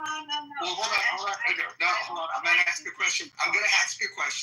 Do you think I have it wrongly interpreted when one of the most respected scholars of Islam, which was Muhammad's wife, Aisha, when she says that she was 6 years old when she married the Prophet and she was 9 years old when she consummated marriage?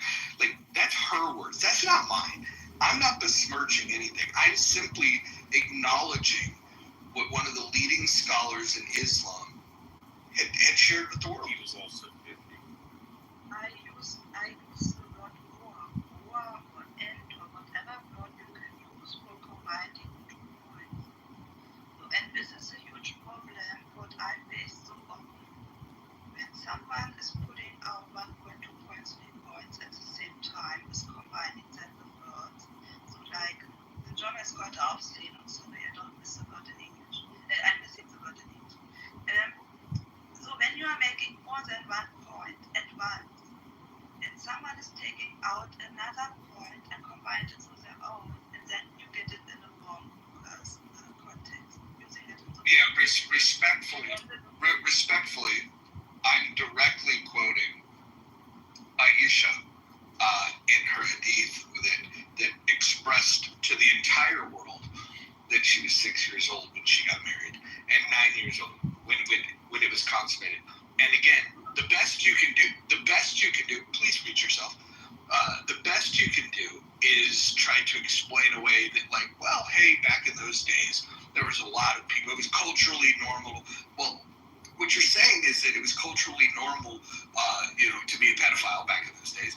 And the worst part, this is the problem I have a problem with, is that in 2025, we still have people that identify with this quote-unquote religion that will say things. When I bring this up, they'll say, she was old enough. I've heard that quote multiple times from people that practice the faith, and I think that should concern anybody, considering that when they get the numbers, they want Sharia law. And if they have Sharia law, you know what that means? That means watch your kid off with your meds. Mr. Mojo, we need to move on from this because, and I know you are a scholar of the Bible much more than me, but should we kill people for working on the Sabbath? Should we have death for disobedient children? Except that's you. Should women should be silent in church? We could go on and on. Leviticus, should we have death for homosexuality? It's like you're missing the point, Bluefield. No, I'm you are. Absolutely. Okay. You are missing the point because you missed my point. Is my biggest point of contention is that in 2025 there are Muslims that still believe these things to be absolute. Hey, listen, my grandfather, God rest his soul, fundamentalist Christian, believed in death for homosexuality. He only died 15 years ago. So come on now. Come on, right? I keep making the point here that there are extremists. If you have billions of people that follow a religion, you're going to have different interpretations of it. But nobody says all Christians believe that homosexuals should be put to death. There's a reason. But there are churches that are extremists. Well, I've so not finished. I've so not finished. You are correct about the diversity within Christianity, but what you're like sidestepping is exactly that part of the nature of the Islamic religion is they refuse to acknowledge distinctions. We can't parse out and say the Turkish ones are good and the Saudis are bad and the Iranians are perfect. We can't make those distinctions, whereas within Christianity and Judaism, it seems that they have whatever techniques within their religious schools that can accommodate shifting moral trends in pedophilia, women's rights, and death penalties.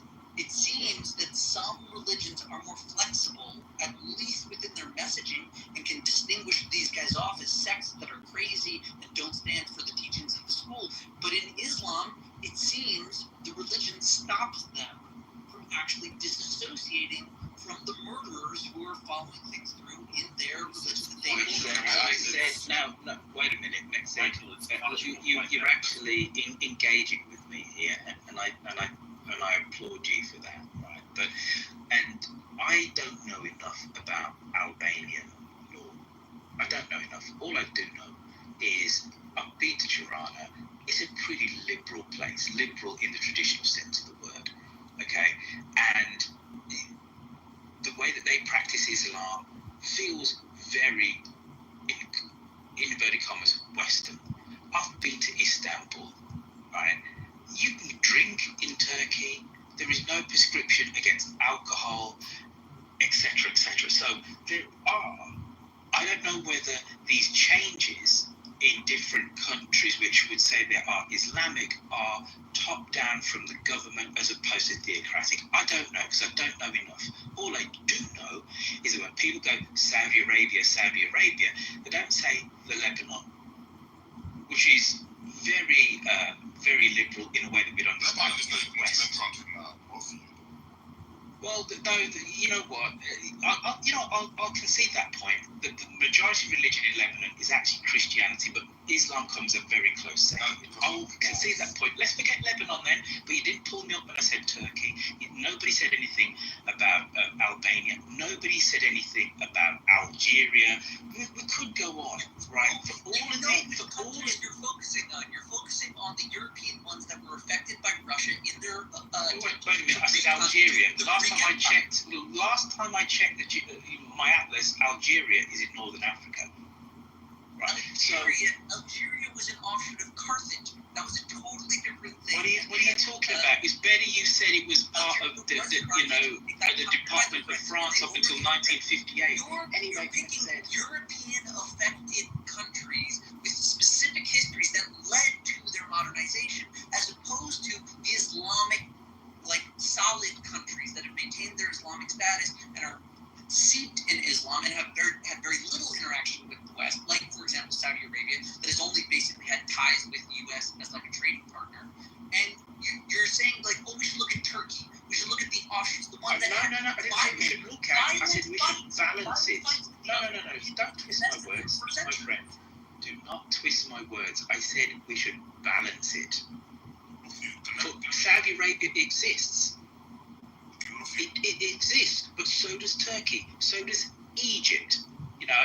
If we talk about countries which are, influenced by Europeans, Egypt exists.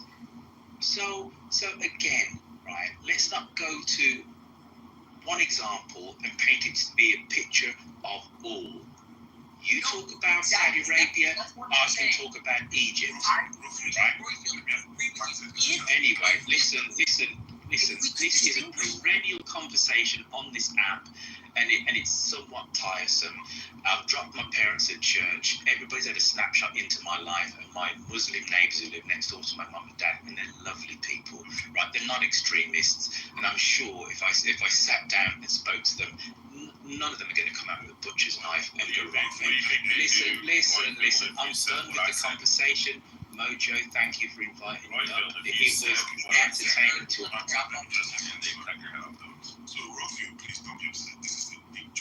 I'm not upset at all. I'm bored. I'm bored, my friend. I'm bored. You didn't address bored. Well, because you know what, I've got a life to live, and it's 11:15 on a Sunday in the UK.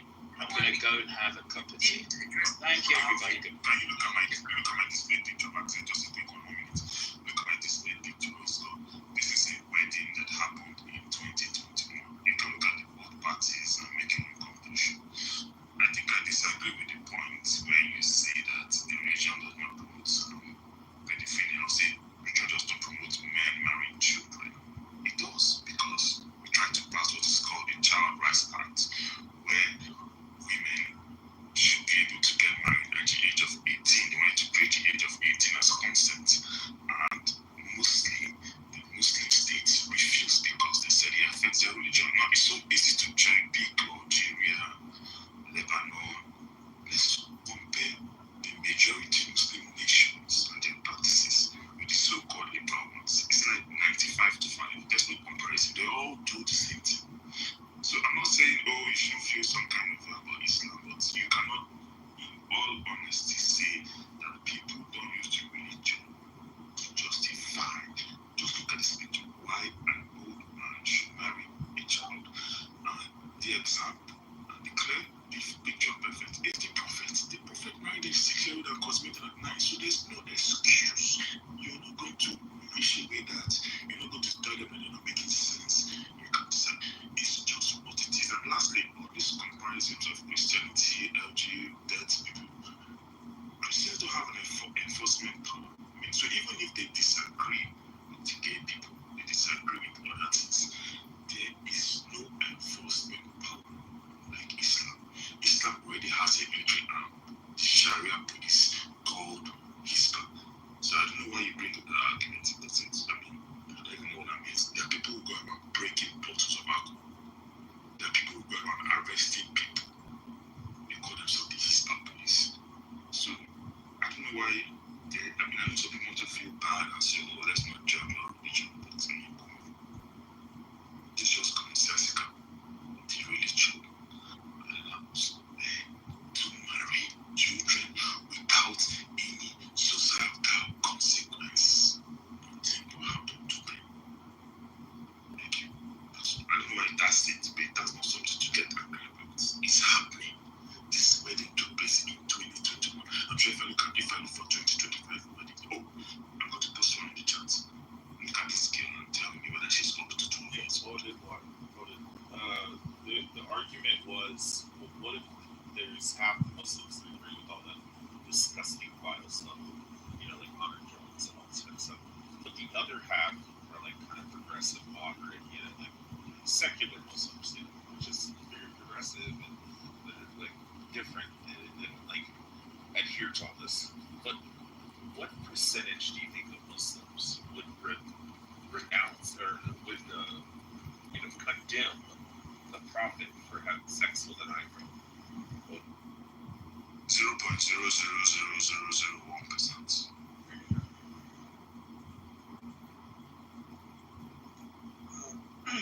Many aspects of Islam that are dangerous to the future survival of the West. So I think this period is the last thing. I mean, they can do this, but it will not challenge the survival of the West. The country most important is IRGC, Iran. Before 1979, people are freedom. They are free. They are happy, right? The question to us is how in 40 years that 10-15% of the population in Iran is able to control and suppress the the other 85% who still remember from their parent, it used to be a freedom country. That is the main thing we want to prevent, because this template of how to use 10-15% to suppress the West is what we worry the most, right? Turkey is somewhere between 20 years of this 40 years, right? People in Turkey no longer have a lot of freedom they used to enjoy.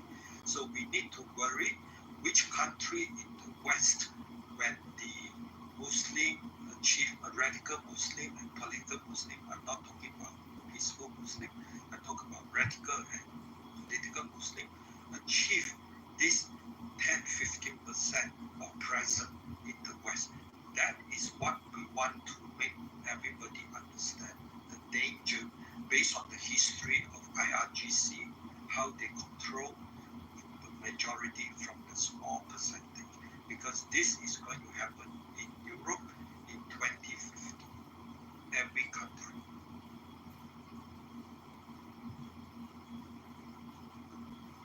Can I jump in? So, you did some polling on this subject of views, particularly extremist views, and specifically in the early 2000s, when the numbers were much higher than they are today, and they asked to what extent suicide bombing was often or sometimes justified. And in the Palestinian territories, it was 70%. In Jordan, it was 57%. In Pakistan, 41%. Lebanon, 34%. And roughly 20% in Indonesia, Turkey, and Morocco. 26% in Bangladesh, 42% in Nigeria, 18% in Tanzania. So it shows that in a lot of Muslim countries, this position of support for suicide bombing was quite high. The good news, I guess, is it's somewhat lower today because after the experience with ISIS, it's come down somewhat, but it's still alarmingly high. And so this, I mean, we can certainly point to obviously modern Muslims, especially like in Western countries, but to deny that there is this core that supports extremism, I think is just sort of denying the reality of these polls. Big problem right now is the political correctness practice in Europe and in US that has been suppressed due to Trump administration, right? The Trump administration is going to show how do you remove political correctness for the survival of the Western nation, right? And the Islam use this political correctness, I would say again, political and radical Islam use this political correctness to implement this term called Islamic phobia, which is a term prevent this kind of what we are having right now, an open discussion. What is actually important for the survival of Western Asia, especially Europe, right? So the political correct elite in Europe are still living in bubble. They are not in clubhouse. They have no opportunity to hear the truth, how the radical Muslim talk and try to dominate over the American. When they come into room and they just put in some Islamic words, when the Americans say, "Oh, we don't understand this. Are you racist? Are you against Islam? Are you Islamophobia?" And then before Trump administration, this American will walk away. But through these many months, group like this, we start to have courage to speak the truth.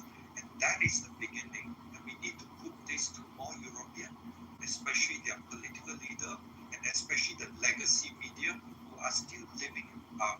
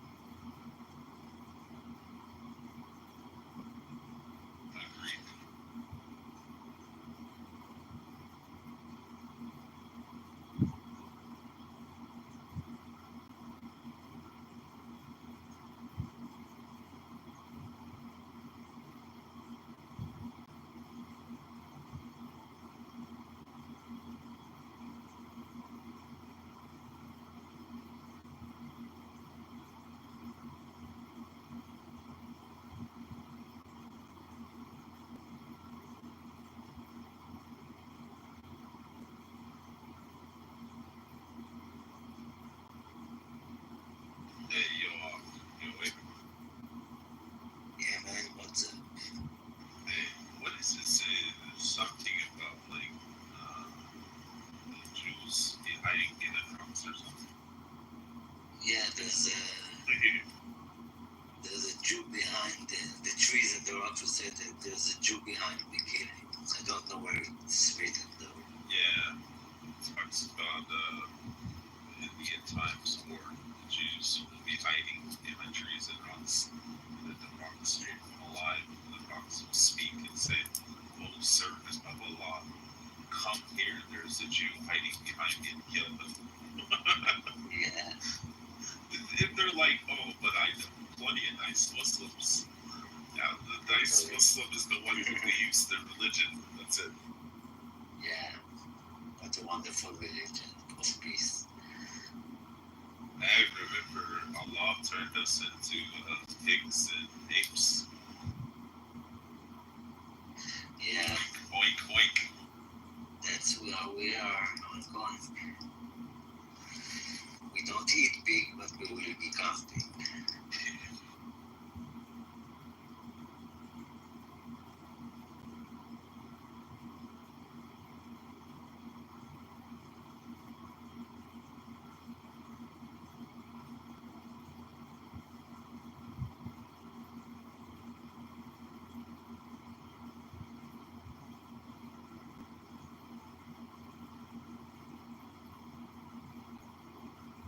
What part of Israel?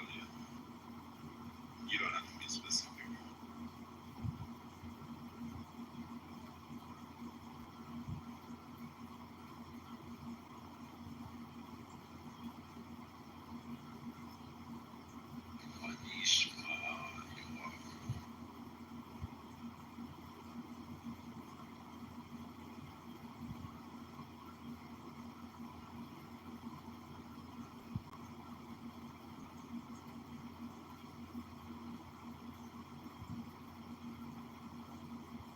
Sorry, I was away from my phone. Did you talk to me? Oh, you're fine. No, I said, what part of Israel? Tel Aviv. Oh, okay.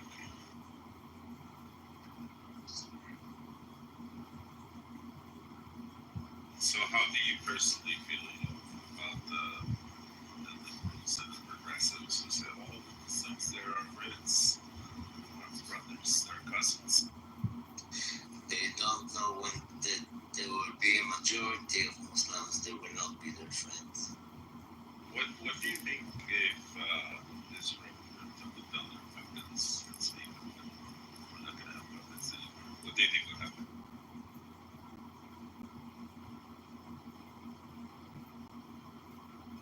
I don't know. Doesn't sound good though.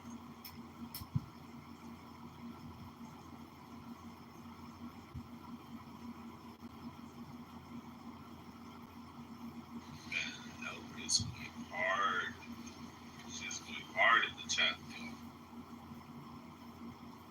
Yeah, she's progressive. What you gonna do? The only thing what I'm trying is, okay, first of all, I'm better at writing than speaking when it comes to speak about details based on my still a little bit lack of language is when sometimes when it comes to special details. And then I find it sometimes hard to join in a conversation where other people speak. And then inform also my own thoughts. I'm not a really great speaker. And the last thing I want to say is I don't try to want to be hard. I try to fight for more tolerance. It is so easy. I know it from my own past. It is so easy to get stuck in their own walls, in their own bubble. And it happens so often.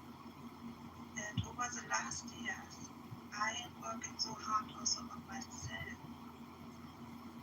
Even if I don't like the opinion on the other side, trotzdem, despite this, to try to look outside and to at least to have a look on the other side, and then try to point out very detailed what is wrong, what is not wrong, why people think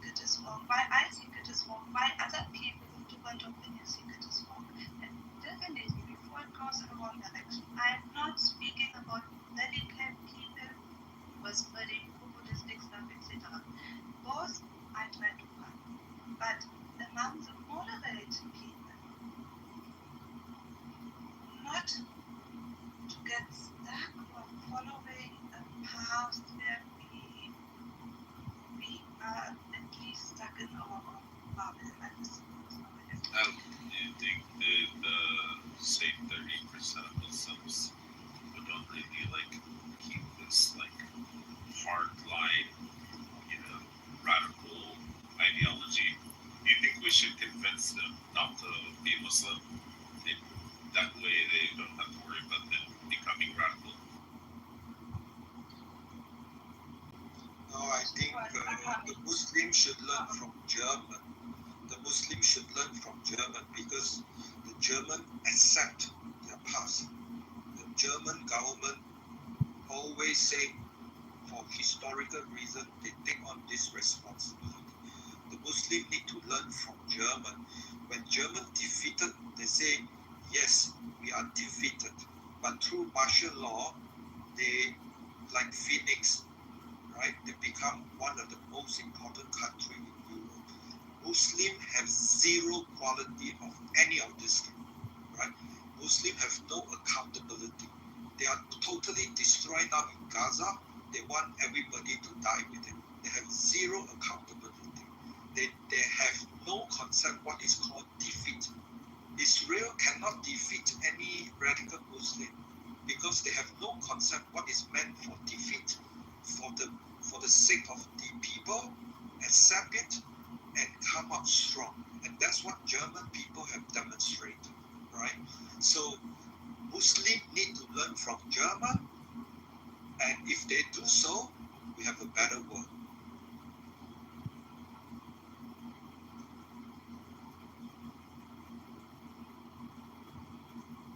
Okay, answering your question.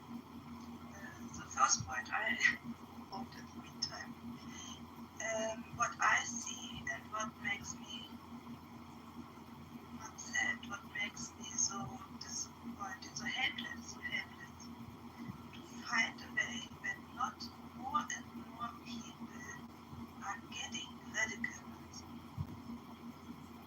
And I guess here it might also be important to look at the psychology, how psychology works when some talks are spread, how people act with each other, etc. I guess it might also have a huge impact. The second thing is the idea of getting rid or killing the whole religion.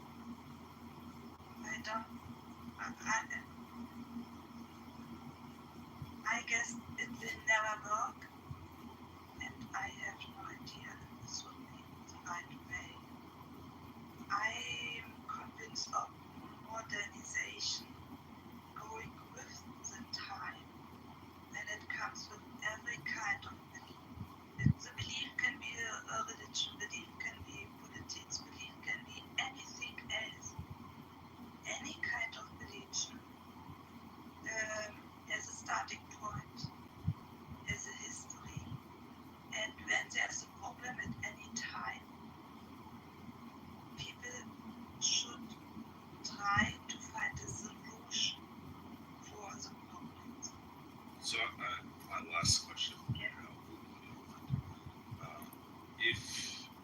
If hypothetically we could go back in time and we could stop Adolf Hitler, and we could stop the Nazi Party, Third Reich, and everything, we could go in there and we could wipe out all the Nazis. Do you think that it would be justified to destroy the Nazis and their ideology and the people who support them? You can see that it will not destroy, it will not be able to destroy it because the radical national way of thinking you now see all over the world in so many countries. Radical national thinking means intolerance. Intolerance means choosing any kind of group of people, pointing the finger to them, I guess I said it already, and declare them as the one who are the reason for our problems.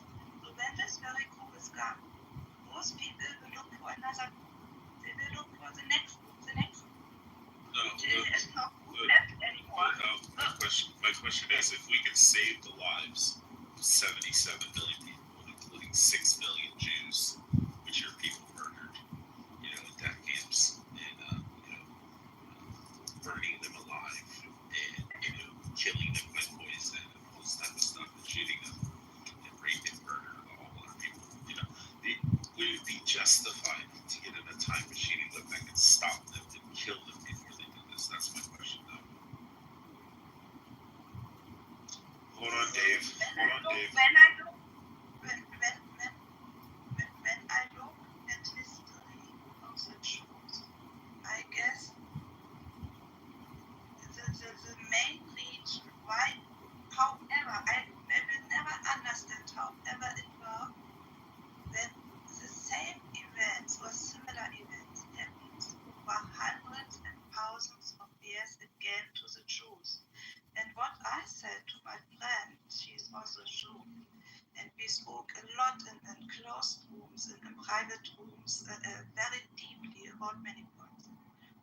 And what I told her is, I'm so impressed, and I'm so proud of the people of Jews, that those people could survive. Would you be able to just answer my question, though? Would people be justified in getting in a time machine and going back and killing the people who are going to orchestrate the Nazi Party, including Hitler? To create or to unite, to make, to I don't know like the actual definition, but like to make it happen. Would it be justified to go and kill Joseph Gerbler and all these different type of people, and also the people who support them, the 60% of the Germans who are going to support the Nazis? Would it be justified to go and kill them before they go and kill 77 million people or cause the death? You need to let others answer this question. Please be patient with me, because I have problems with understanding the whole statement we are doing. I try to. Okay. I'll reiterate it very clearly. If I had a time machine and we could go back to the rise of Hitler, Adolf Hitler, and we could kill Hitler, and we could kill all of his people that were going to be the Nazis, and we could kill the 60% of the German population who are going to support the Nazis, would it be justified? Okay. Would it be justified and out? But till the justified, I think I only can say what I think. I don't know. At that time, people had still in their mind, they were still in the thinking, when there's a problem, you have to find a group of people who are the reason for it. People at that time were also still very religious. The majority were very religious with Christianity. And Christianity was not very tolerant, at least the Catholic way was not a very tolerant. No, I'm saying us in 2025. Would we be justified to go back in time and destroy the people who are going to start World War II? Yeah. The 60% Germans and all the Nazis. Maybe give me 5. No, 1 minute or whatever. Maybe I go from another direction. I don't know. So when I look back, and we would make the time machine, then it would also include the still one-sided thinking, stuck in their own way of thinking. I guess it would not make that much difference, because the majority of people were so desperate to survive, and it seems so they had lost the ability of listening to news, to information, just following them blindly. And as long as those 2 points are there, and with the very last point we have right now, follow the populistic stuff and stop thinking on your own and educate yourself. When this is still there might not be a change. Maybe there might be a change which kind of group group, you declare as a majority group, you declare as the victim, who are the people who are causing the stuff. But as long as people follow the populistic stuff and they are stuck in their own thinking and lose tolerance, we will face similar events, or we might face similar events again and again, even in the future. I guess so.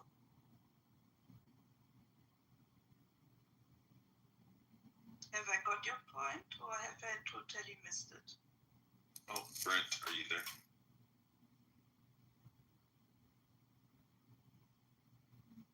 Yeah, I'm here. Oh, hey, if you catch my drift of where I was heading on the basis of the title and comparing it with Nazis, you can go ahead and take over if you want. No, I'm just saying you should probably, if you could prevent the rise of the Third Reich, you should probably kill some Nazis early.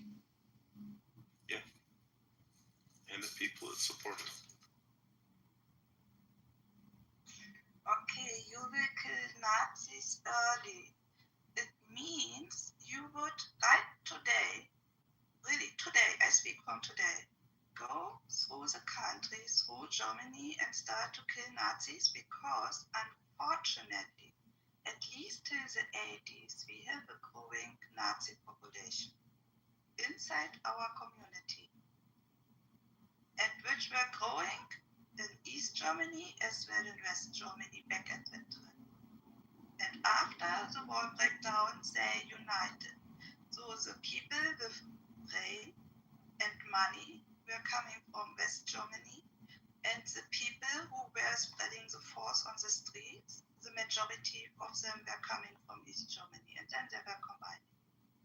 When you make it so clear, then it means you would go right now through the street and kill people. Is this really the religion, or might it not be more helpful to spread knowledge? What I'm comparing is the 60% of Germans and also the Nazis and also Adolf Hitler. I'm comparing them to Islam, and I'm saying that if we knew what we know now, we should go back in a time machine and destroy the Nazis before they had a chance to go and try to destroy the entire world. And I'm saying that that's exactly what we should do with Islam. I mean, if we're talking about mass murder, then no, we shouldn't do that. But if you could go back to like 1910, 1905, kill Hitler, kill Drexler, he was formed the Workers' Party, which Hitler joined,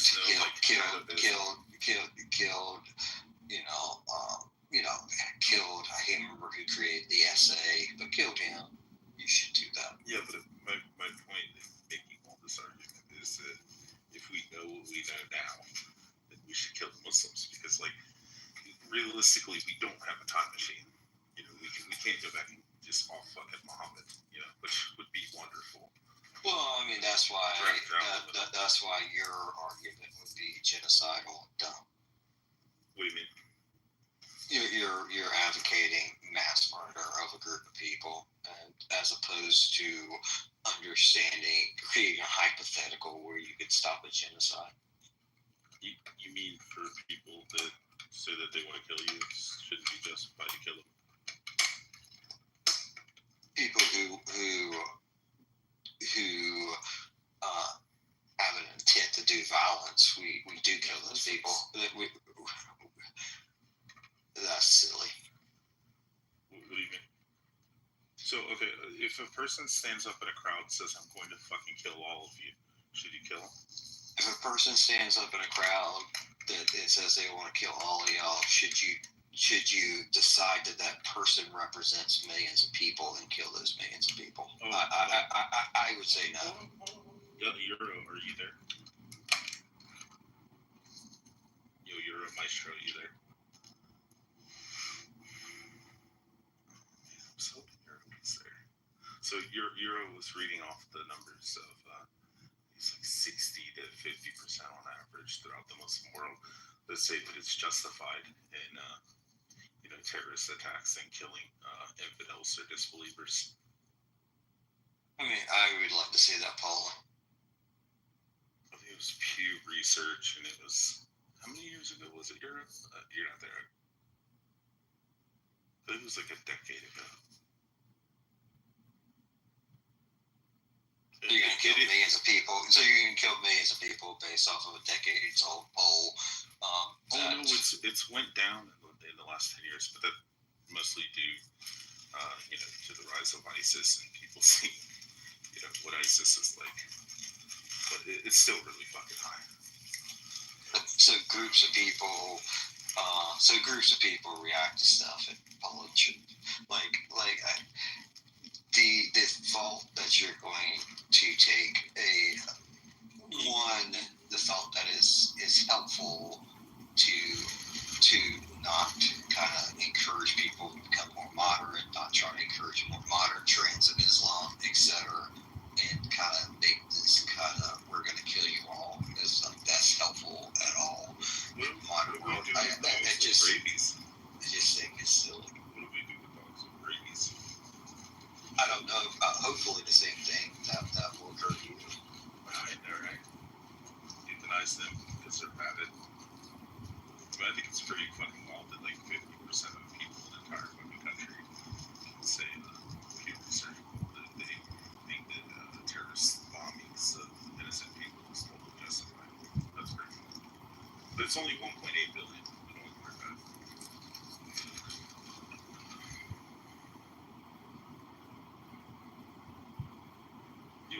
What happens when we don't worry about the Muslims?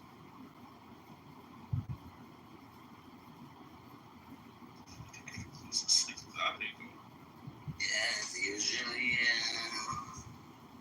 rise up and kill us like in October 7th. Wait, were the people at the festival, were they conservative?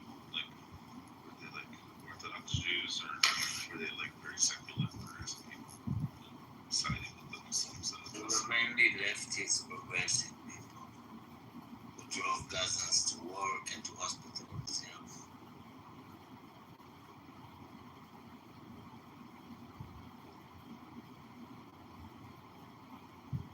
But I agree, you're right, yeah, makes sense.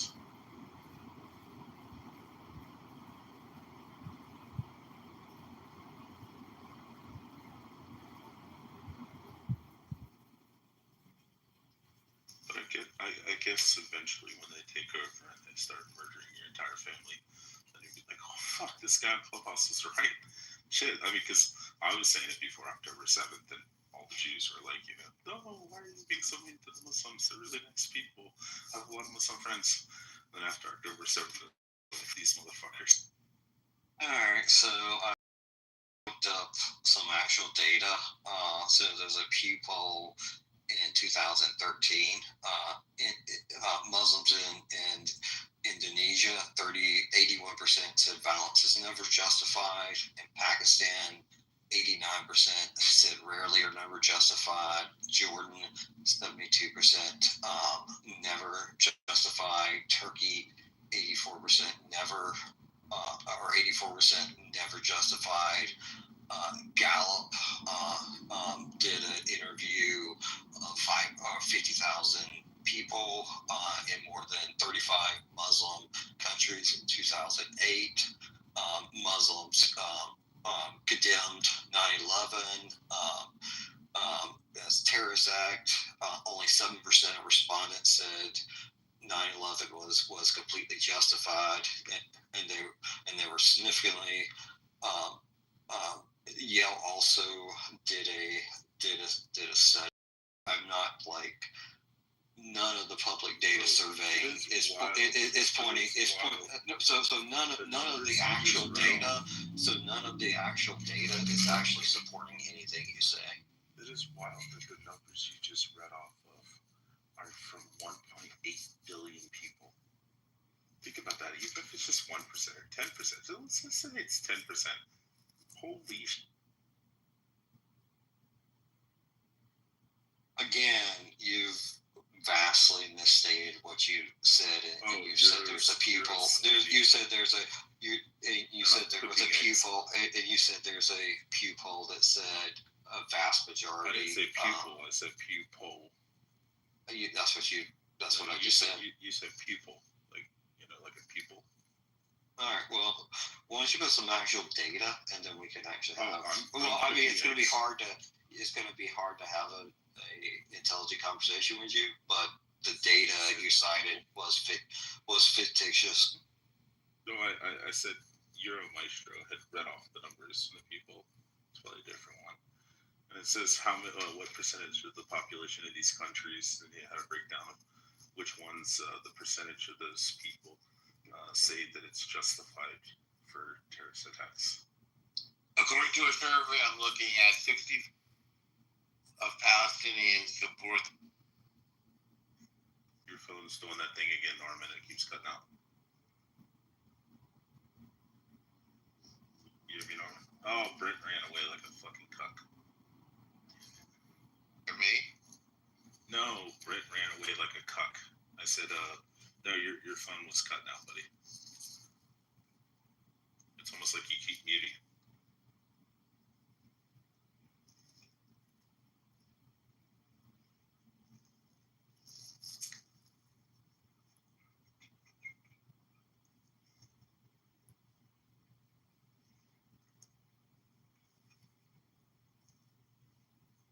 Yeah, just imagine 180 million people want to fucking murk you. Half the U.S. population. Actually, the number is even much bigger.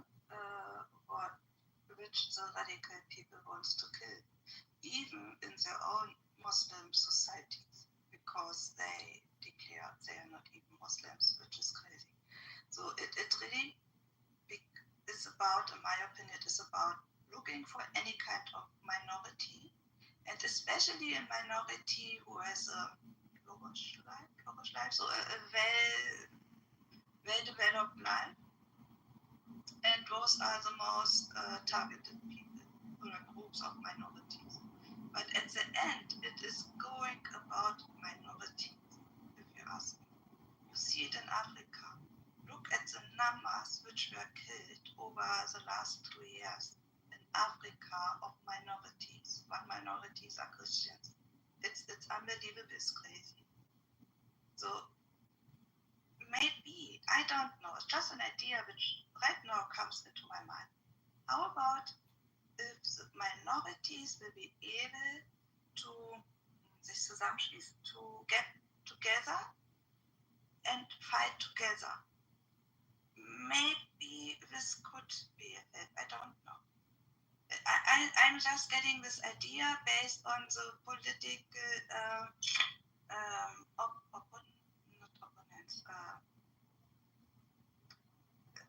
when smaller groups in politics wants to get, I miss the word. Like the political minority, you mean? I was looking for another word, not really minorities. Then you have 3-4 parties and the smaller parties who are the competitors to the bigger parties. But just forget it. The main point is, it's not the reason why I come to this idea, but when minorities might get together, fight together, then they are a larger group, and maybe this will help to reduce the radical way of thinking of too many, and it might be helpful that not even more and more people get dragged into radicalization.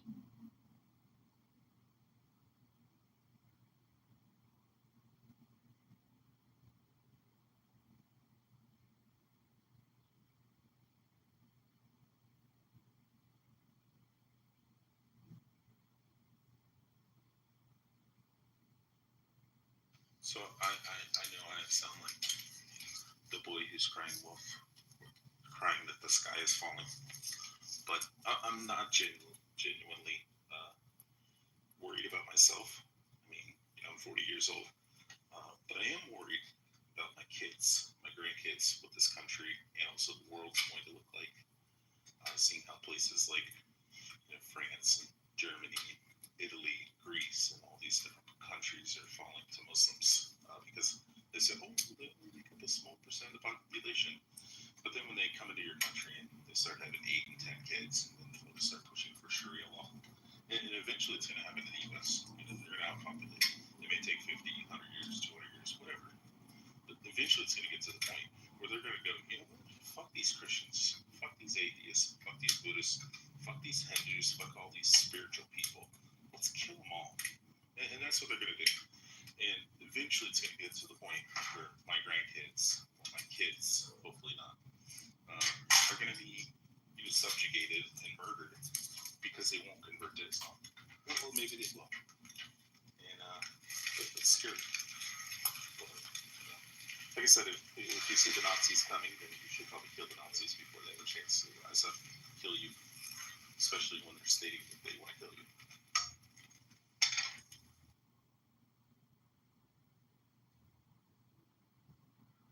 Or at least, even if you don't kill them, you should just tell people that, hey, they're going to kill you.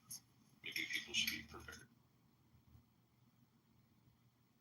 Actually, when it comes to the ideology of Nazis, they are at a special point starting to look for smaller groups in their own societies too and start to killing them.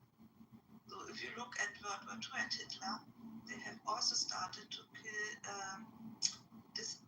disabled people in large numbers. And so it was not only about a so-called race or whatever. And here you see they killed homosexuals, they killed gypsies, they killed anybody that they didn't think was, perfect. Yes, it was really about, and what I was pointing out, and many people are not aware of it, it was not only about groups of people who are outside of the communities, like not so-called Germans, whatever it means. They also started to look inside their so-called German communities and pointed out to minority and started to kill them. So, and here you see the true picture, the true ideology behind the neo-Nazi and the Nazi stuff. It is about looking for minorities. It is not so about which kind of minority. It is about minority. And the Jews were a perfect aim because the Jews were fighting for thousands of years because they were minorities. They were,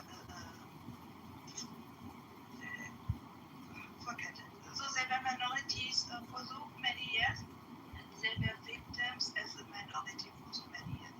They could never do anything right in the view of other people when they thought they are competitors. No, we have to find the competitors. Or whatever kind of ideology was behind it. So Nazi too is really about looking for minorities outside their own community and then later on inside their own community. Well, I agree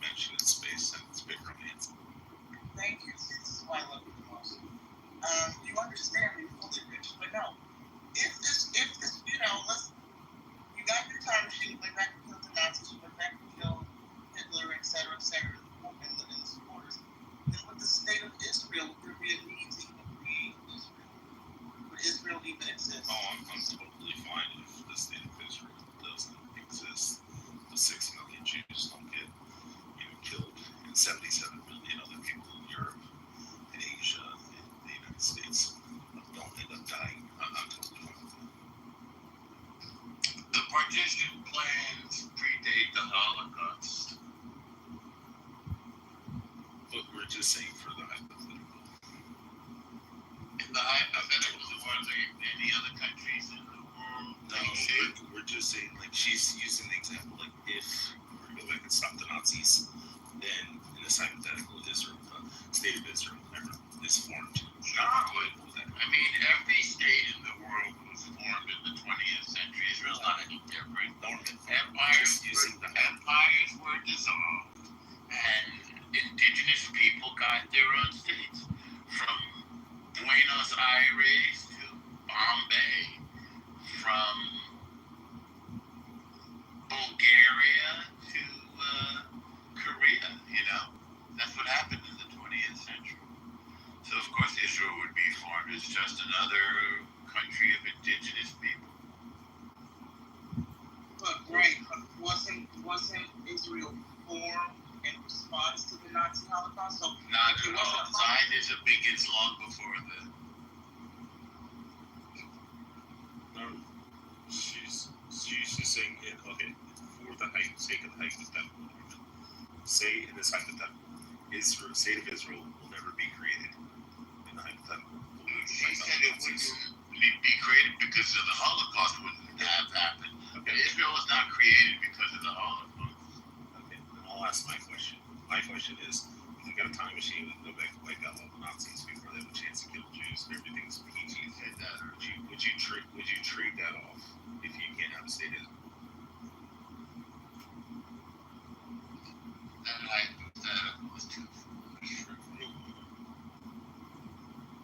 The Holocaust was not the only instance of mass murder of Jews.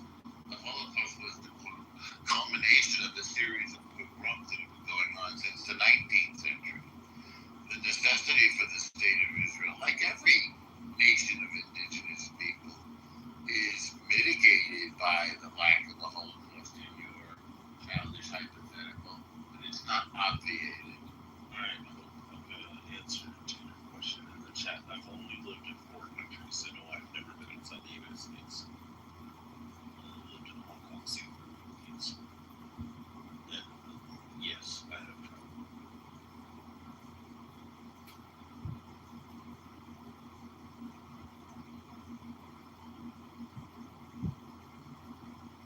One of the impetuses for the modern state of Israel, as you should know, was the Dreyfus Affair. France. By the way, did you know that the country with the third most Jews is France?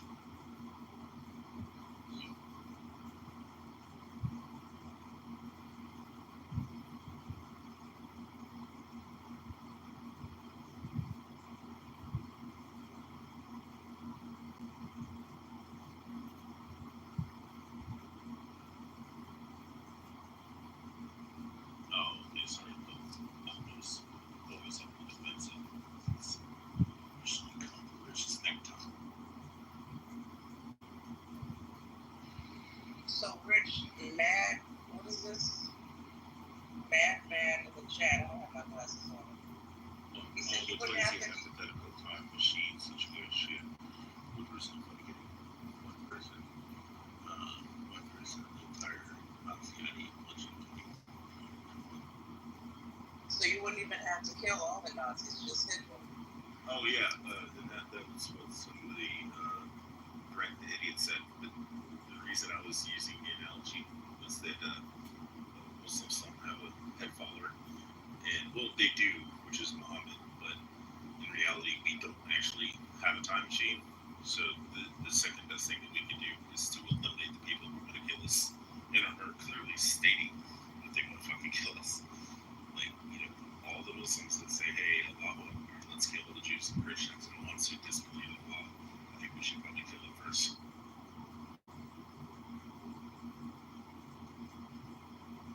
What if you guys have a time machine? I'll go back and kill Muhammad myself. Well, if I had a time machine, I want to go back and see how the pyramids were built. And I want to see if Jesus actually walked the earth. I won't say. See? Brilliant.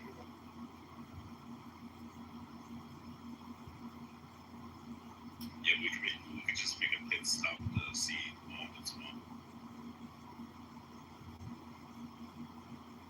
Did you see that Doctor Who episode where they went back to try to kill Hitler? I don't remember if they were successful, but I remember the episode where they attempted to kill him.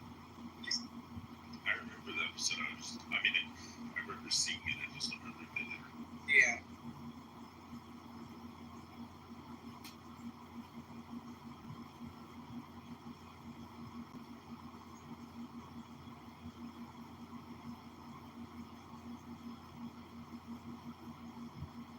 Am I allowed to say that the Nazis had great taste in art? And I only say that thanks to the History Channel.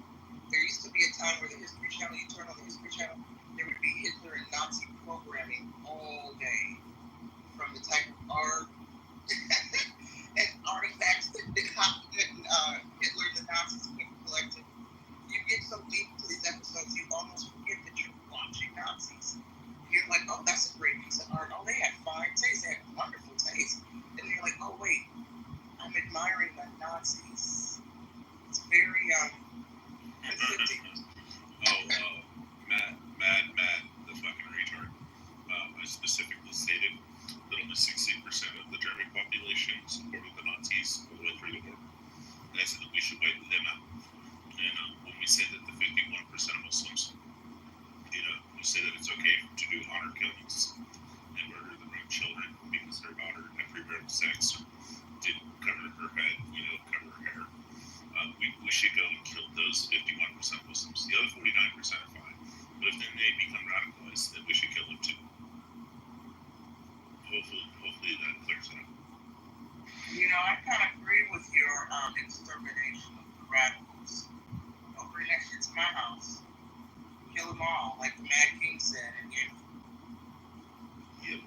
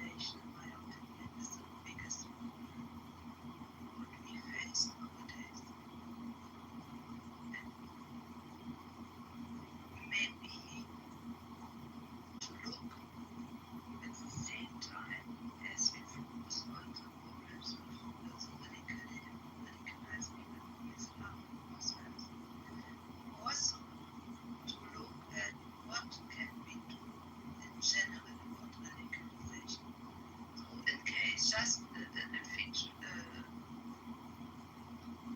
like it was said before, just imagine we would not have the problem of radicalized Islam. Just only imagine. I'm pretty sure we would have different groups where we have too many numbers, too many people who are radicalized and want to spread their radical way to the majority or to the minorities.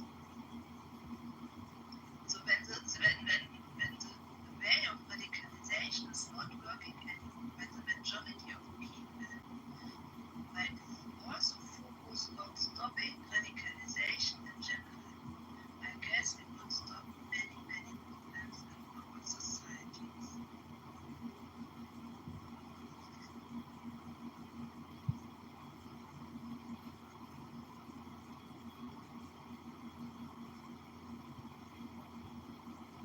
The only thing I was going to say is that prior to studying the Quran, the Hadith, and the Tafsirs, I would probably be of the line of stating, hey, I don't believe we should wipe out all Muslims and shit, because I don't think they're all extremists. It's a lot of misunderstanding. These are tropes. They're things that people just say about the Muslims. And, they're probably incorrect. But then when I actually studied their religion, I was like, oh fuck, they're literally like fucking Nazis. They're like demon Nazis who want to wipe out everybody who's not Muslim. And once I realized that, I was like, okay, now we just need to wipe them out because they're wiping us out.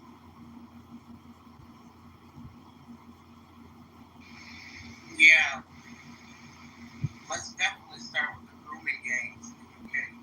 Yeah.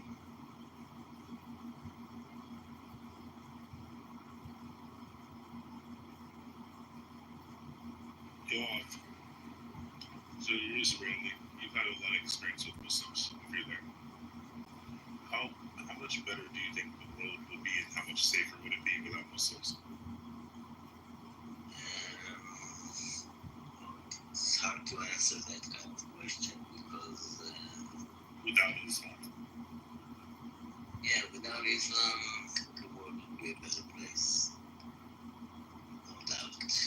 Without the IRGC, without Hamas, without Hezbollah, without ISIS, and basically, I don't know. I don't believe in moderate Islam. I agree. I have a question. What do you think the leaders of Muslim groups, when they would not have the religion, was spreading their intolerance, their radicalizing, treating people that they are not following their ideas? Do you really think that they would not look for another reason on which they could base their belief and spreading that different kind of beliefs, or not using Islam, using something else? I am a bit careful thinking that the religion might not exist because people, intolerant and radicalized people, will exist. We will have them always among our population.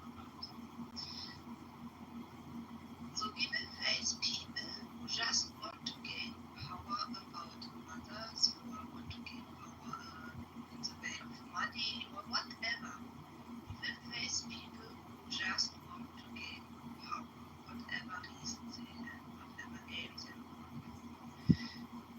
And to try to find a way for reducing their power, they might not be able to spread their ideas that much, so that many people are following their ideas, and then too many people have to suffer of self-suppression. So, you're saying if they weren't Muslims, would they still be terrorists? Yes, I'm convinced of it. Yoav, go ahead. Sorry, what was the question? What? I'll say it easy. If the Islam didn't exist, do you think those same Muslim leaders and Muslim terrorists would still be committing like terrorist acts? Just not as In the name of Islam, of course. It's the same. I am not saying the same. I said in general, we would still face people who want to gain. So the context is slightly changing when you use the same.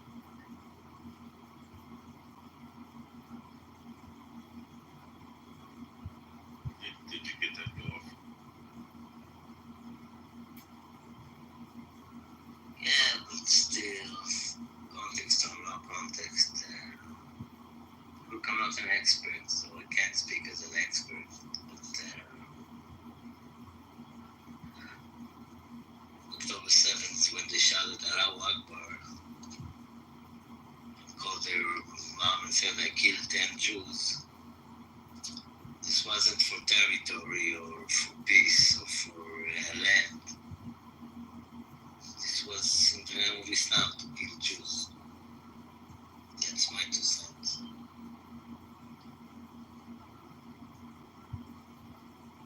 I agree.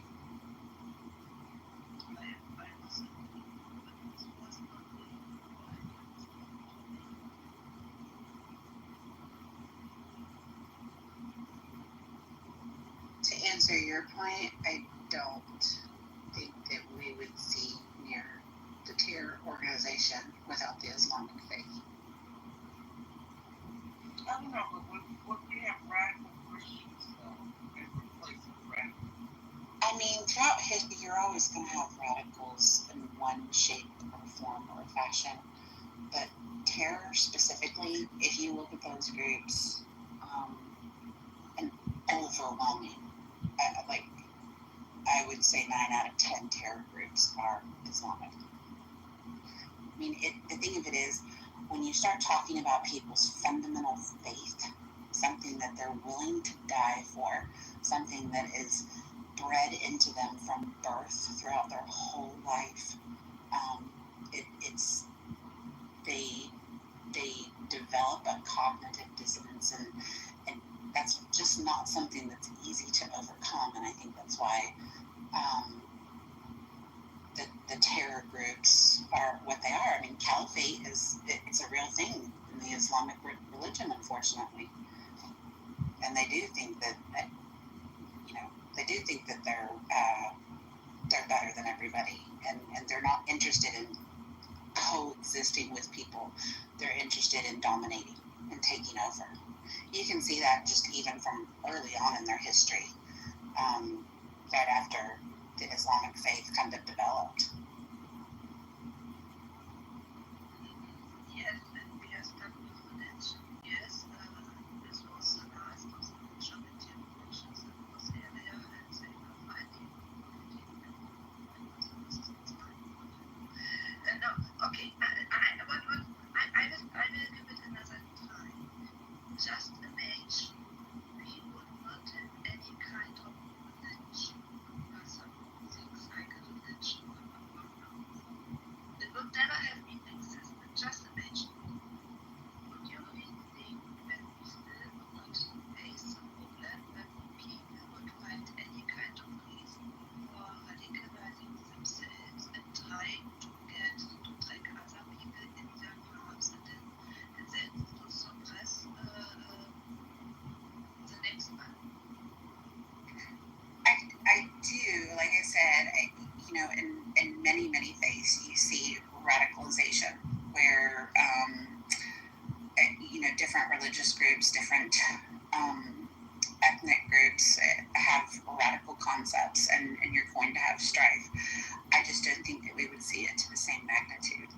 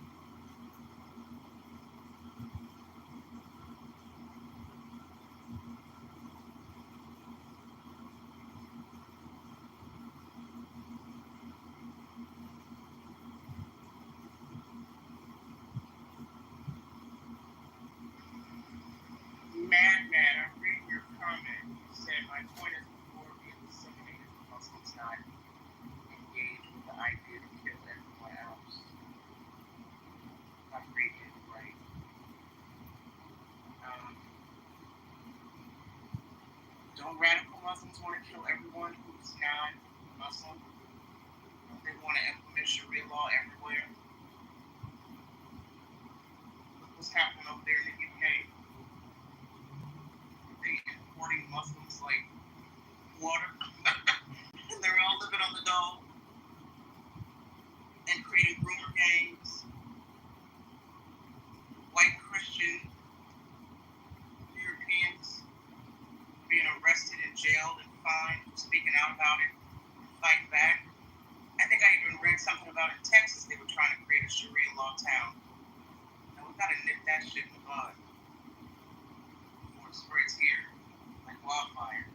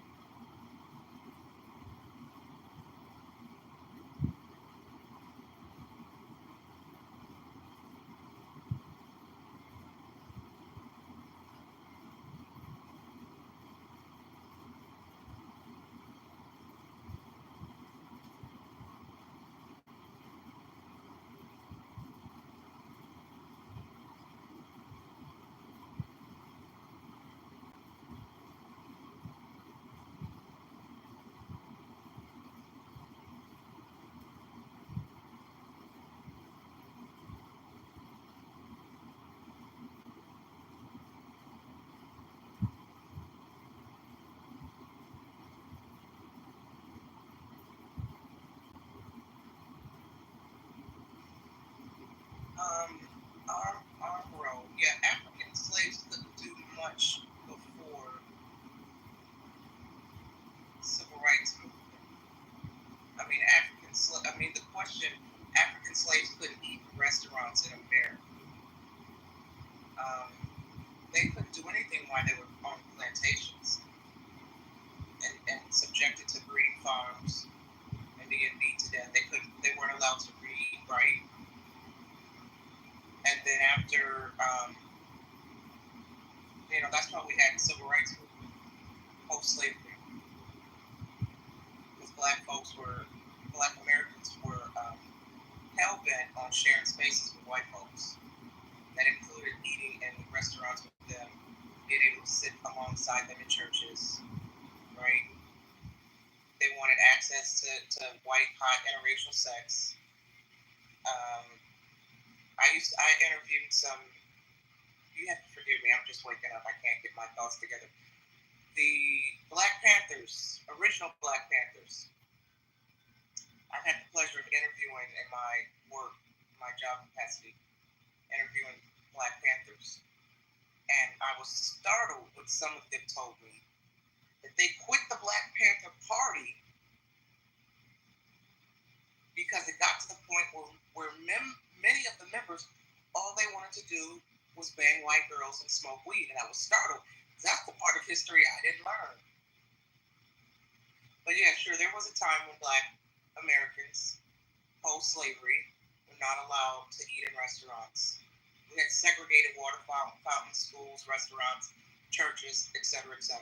Then Martin Luther King came along and said, no, we all need to be integrated. Of course, Malcolm X was against that. And Martin Luther King later said, there's a famous quote, and I'm not going to quote it accurately, where he said he feels like he led his people into the burning fires of hell or an inferno, and that's not accurate, when he pushed for integration. Because I think he realized integration was not to our benefit after all. Which is why you have many Black Americans today who are for segregation. That doesn't mean they don't want to coexist with white people and live among white people, dine with them and go to share space with them. They feel that to establish, it would be spiritually and mentally and physically safe for Black folks to embrace segregation, specifically as it relates to segregated schools, communities. We had Black Wall Street back in the day. If you don't know what Black Wall Street is, I encourage you to Google that. I've always said we need a new black renaissance, new leaders. We don't have accurate black leaders. And I think a lot of modern day black Americans want black leaders who would advocate for segregated cities where black folks feel they can thrive. Because many modern black Americans don't think they can thrive under this current system.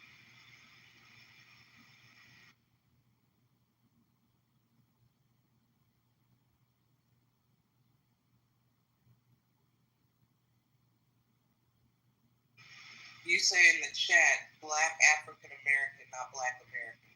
What is the difference? Again, I just woke up. I'm trying to process black African American, not black American. What's the difference?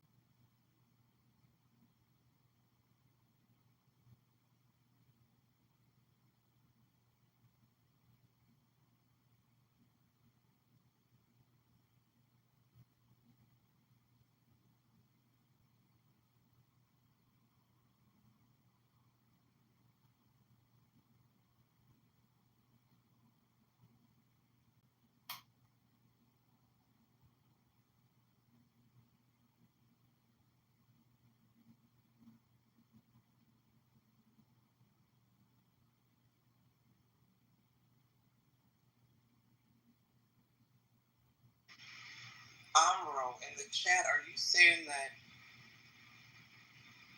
America was created by Islamic orders?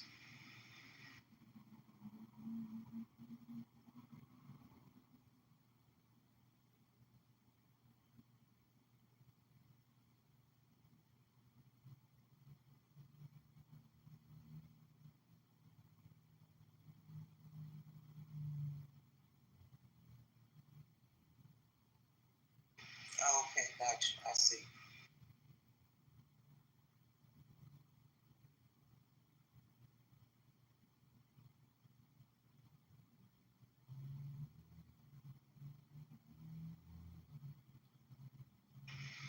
Anyway, guys, I don't know if Mojo is awake, but anybody on the stage can speak.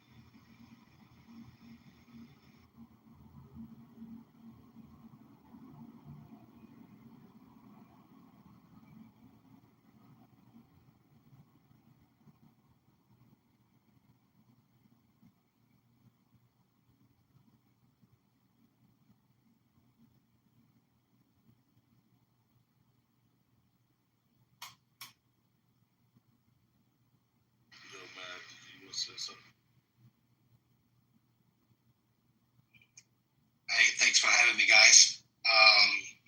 First of all, it's a very tough conversation, really, and I come from a completely different culture. English not even my first language, so first of all, my English is not coming. Where are you from? All right, Egypt. I'm from Brazil. Oh, okay. Yeah, tô bem. But yeah, it's tough. Wait, are you Catholic or Christian or atheist, agnostic, Muslim?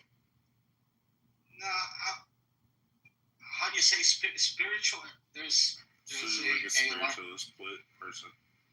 Yeah, pretty much. Do you reject Muhammad as a prophet? Or?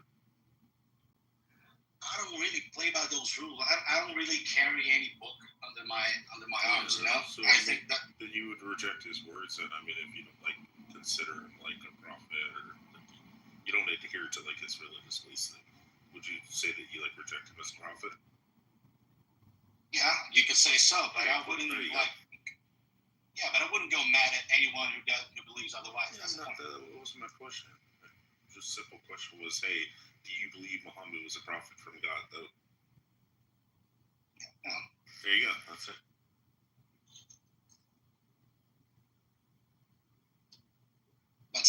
you'd kill all Muslims because they believe in that, and because there are some radicals, and they are painting their ass in lots of areas and all over the world. How would you treat them all in the same pot? That's my question. If they truly believe upon the Quran and Allah and His Messenger, and I had like Thanos' gauntlet, I would snap my fingers. Really? Yeah. Wouldn't you say that's radical same way? To wipe out a bunch of savages, demons who want to murder the entire world? That's you labeling an entire group. Do you think the entire group thinks like that? Yes, if they truly believe in Islam, yeah. Go ahead, Fish. I was just going to say... I knew you weren't. Dr. Amy, what do you think? Why do you people keep insisting that it's a small fringe group of people that think this way? There's been Pew Research studies about this. In the most liberal Muslim countries, up to 80% of them believe that homosexuals should be punished by death, that apostasy should be punished by death. It's all on paper. I don't know why you still keep lying to yourself like this. Well, it's like progressivism tells them that they should feel that way. And if you say any otherwise, then it's Islamophobia. I'm really not coming from that angle. No, it's okay. It's the equivalent of like somebody saying, "Hey, I'm a Christian, but I think it's okay for like gay people to get married." Like, or you can be gay and be a Christian. Like, I'm not saying you're like, "Oh, I think your Sky Daddy Spaghetti Monster is like stupid," or like I'm not saying like that extreme. I'm just saying it's kind of those people that like ride the line, and they're like, well, I believe in Jesus and I'm a Christian, but I think it's okay to like smoke some weed or get drunk all the time, or like all these things that like are antithetical to like the religion. So yeah, I get that you're not saying that like, oh, all Muslims are good. I get you're saying that, yeah, there's a bunch of shitty ones. We're just trying to explain to you that the numbers that you think that exist are like drastically higher. Like fucking huge amounts of Muslims want to do like really fucking crazy, disgusting shit, and they want to murder. I truly appreciate the honesty, and I'm really ignorant to the subject. That's why I'm here. So let's go, guys. Let's make it up. I'll read it real quick for you. Okay, this is just in the Quran. 29. Fight those who do not believe in the law in the last days, nor comply with the law and His messengers have forbidden, nor embrace the religion of truth from among those who were given the scripture until they pay the tax, willingly submitting, fully humble. So what it says is kill all the ones who disbelieve in Allah and who wage war against Him. And what they mean by mischief is just like evangelizing as a Christian, or saying, hey, no, I don't want to become a Muslim. Like, all that's punishable by death. And then it goes on to say that if you then say, hey, okay, I don't want to die, so I'll go ahead and become a Muslim. It says, so as long as you become a Muslim and you pay the tax and you humble yourself before Allah, then Allah will let you pass. So if you want to convert to Islam and pay the tax and stuff, then yeah, you'd be totally fine. But if you refuse to do that, they're supposed to kill you. Yeah, that's absolute nonsense. That's crazy. Yep. I mean, shifting just a little bit, how do you guys see like the Islam world getting into sports, F1, and then Champions League in football? Then they took the World Cup into Qatar, maybe trying to change the Western perspective on how do you think that plays? They want to make money. So okay, the Quran and the Hadith are very clear. When you're not in control, you're supposed to go along to get along. You're supposed to befriend the Christians and the Jews and be nice to them. Don't cut their fucking heads off. Not yet. But when you rise up and you're in control, that's when you could turn around and start cutting their fucking heads off. And if they refuse to convert, you cut their heads off. But if they convert, then Allah is merciful and just and let them go on their way as long as they pay zakat, or just pay their zakat, which is their tax, and they convert and become good Muslims. Yeah, I believe it's called Al-Taqiyya or something. Nah. Yeah, and I mean, having the World Cup in Qatar, I mean, having tourists from all over the world drinking all they didn't getting drunk, and they didn't let I mean, they banned places and at the stadium. They banned all LGBT flags and everything at the stadium. They were very particular about keeping it conservative. Trust me, I was there at the FIFA World Cup. Yeah, they banned all Jesus T-shirts too.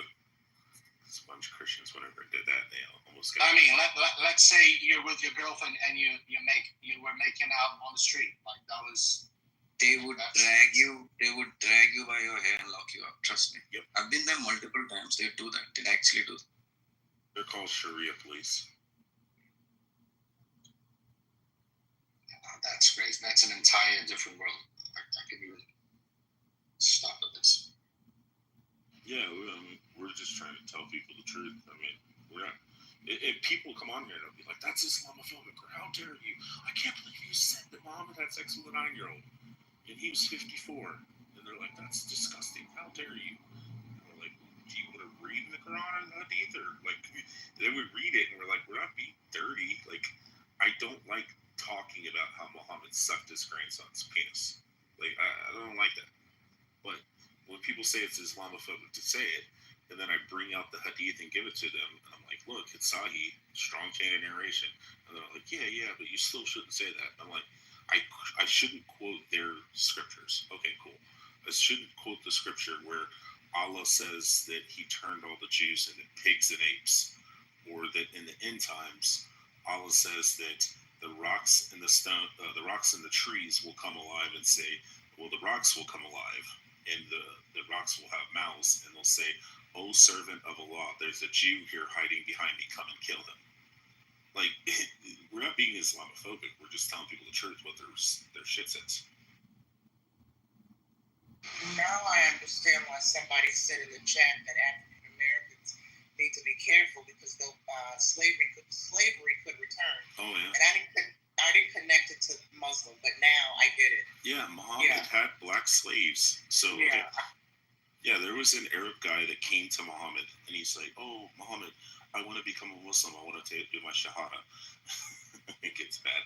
And then he finds out that he's a slave, and he says, "Okay, go to your master and tell your master that I want to trade for you. I want to buy you." And he says, "Okay." So he goes and tells his master, and his master comes and says, "Oh, Prophet, you want to buy my slave? You want to trade for him?" And he says, "Yes." And then he turns around for the Arab slave, who was the guy that wanted to become a Muslim. Muhammad took 2 of his black slaves and traded it for the 1 Arab slave. And then also, on top of that, I'm white. If I die right now and I go to Jahannam, which is hell, it says that I will turn black. I will become a black person. Wow. If you, Nye, as a black person, you die and you go to heaven, you become white. The punishment for calling Muhammad a black man is punishable by death. Muhammad said, you must respect the Ethiopian, even if he has a head like a raisin. Also, when you're making your prayers, the 3 things that can break your prayers is a donkey, a black dog, or a black woman passing behind you. If a black woman walks behind you because they're wicked, you have to stop your prayers and then you have to start over again. Wow, that's in the Quran? That's Hadith, yeah. That's next level. I don't even know what to call it. Yep. There's entire guidelines on slavery in that book, including sex. I mean, if you look do back, not commit adultery except for it says, do not commit adultery except for those whom your right hand possesses. So what ended up happening is Muhammad and his boys, they went into a neighboring city and they slaughtered a bunch of the men and stuff. And then they took the women and they captured them. And there's 2 separate hadiths. One of the hadith, which is the stories. One of the stories says that the guys were like raising their hands and they're like, "Oh, Prophet, What shall we do? Because we know these women and we know their husbands because they're in the neighboring town. Yeah, Kaibar, yeah. And so then he says, the people said to Muhammad, what shall we do? We know that their husbands are still alive and that we didn't kill them and they ran away and they're still married. So that would be adultery if we have sex with their wives. And in the other narration, the other hadith says that the men are saying, hey, Muhammad, we had sex with these women already, and we know that's considered adultery because their husbands are still alive and they're still married to these men. What shall we do? Well, what does old Muhammad do? He pulls it out of his ass and says, oh, Allah commanded and said, do not commit adultery except for those whom your right hand possesses. So if you go into battle and you grab a woman with your right hand, she's your possession, and then you can fuck her. Even if she's married, even if her husband's still alive. So wait, is the hadith, forgive me, I don't know much about this, different from the Quran? Oh, yeah. So Quran's supposed to be word of God. Hadith is the stories, like the writings of like his companions and Aisha and all that kind of shit. And then the tafsir is like the scholarly interpretation where they like break it down and they're like, okay, for example, the one says when you want to divorce your wife, there's 3 different women that you have to give a waiting period for. The first is a pregnant woman. If your wife is pregnant, you have to wait until the baby's born. After the baby's born, then you divorce her. She's not pregnant anymore. The second one is a menopausal woman. If she's menopausal, you still have to give 3 months. It does 3 menstrual cycles. So you have to wait 3 months, make sure the last time you had sex with her, well, you can't have sex with her anymore. But you got to wait 3 months, make sure she's not knocked up. After that, then you can get rid of her. The other one says, and the third one is for a woman who has not menstruated yet. And then you go to the tafsir, which is the scholars explaining that when it says for the woman who has not menstruated yet, it says it is for the women who are too young to have menstruated. So that means a man married a prepubescent little girl who never had her period. He had sex with her and consummated the marriage. And he still, because she didn't have her period yet, he still has to wait 3 months to make sure she's not knocked up. This is Islam, people. Do I have to go to battle, or can I just grab them with my right hand? Yeah, I know, right? Can we just get our guns right now, Fish? It isn't even about black slavery anymore. You know that these Berber pirates in Tunisia and Algeria, they used to sail all the way to Europe and kidnap white women and bring them back. And then it reached a point where the European nobility had to send emissaries all the way to Africa to tell them to stop doing it. And Dr. Amy, you know where that comes from, right? So Muhammad was like fascinated with the white women, and he would go around and he'd trade all his black women for white women because he said they were the most beautiful creatures, the women from Europe. White gold, I believe. Yeah, white gold, they called them, yeah. And I'm sorry, what's your name? You don't have a name. Oh, Rich. Rich. So, how long have you been studying the Quran? Only 3-4 years. And why did you start? So initially I had heard like these, I'd always heard the tropes, you know, oh, Muslims fuck goats, oh, they fuck donkeys, you know, they lick a black stone, you know, they do this and that, they rape their wives and all that kind of stuff. But I was like, come on, it's probably like the same stuff that they say about Jews and Christians, you know, like it's obviously out of context, you know, and you know, if you understood the religion, then you'd probably be like, okay, well, this totally makes sense. And then I started watching some videos, and then ended up on Clubhouse and got on here, and I was like, holy shit. Because I went in these rooms with like these scholars, like these sheikhs who were like these world-renowned scholars and stuff that were on Clubhouse at the time. And these like Christian apologist guys, you know, evangelical Christians who had studied, you know, Islam for like 20, 30 years and shit. Some of them were like prior Muslims, or now they're atheists or agnostic or whatever, you know, or now they're Christians. And they would come on here and they would be saying this shit. And you would expect the sheikh to be like explaining it, breaking it down, and be like, oh, okay, well, when it says the 3 golden bears attack these young boys, in actuality, in the Hebrew word for that, young boys, just means unwed men. So, like, they're probably like 18-year-old assholes that got ate by bears. And you'd be like, okay, well, that makes sense. You know, that's not like little 10-year-olds. that came out of the woods and like ate them. But the Muslims are just like doubling down. Like, yeah, we can fuck prepubescent, because they would start with the 6 and 9-year-old shit. And I would call Mike and I'd be like, yo, I'd be like, please, just do not, because I've seen him do it so many times. I'd be like, please just don't end up saying either Allahu Akbar, meaning only Allah knows, the answer, or don't then double down, because they would come in and say, oh, that's not true. Some of the Muslims would say that's not true. Muhammad didn't have sex with her when she was 9. That's just like a misconception. And then I would tell them, I'd be like, listen, we're getting to the end. Please don't then double down and be like, okay, yeah, if Allah says it's okay, then yeah, and if the Quran says that he had sex with her when she was 9, then yes, he did. But they almost every fucking time, like 99.9% of them, would say either Allahu Alam, only Allah knows, or yeah, if Allah says it's okay to have sex with Aisha when she was 9, it's totally fine. And then we would bring up the one about prepubescence, and they'd be like, yeah, I guess if that's what it says in the Quran, then yeah, we can have sex with prepubescent little girls. And I'd be like, this is fucking disgusting. These are like, and you would have like sheikhs on there, and they would like straight up ask them, hey, can you have sex with a prepubescent little girl? And they would say yes.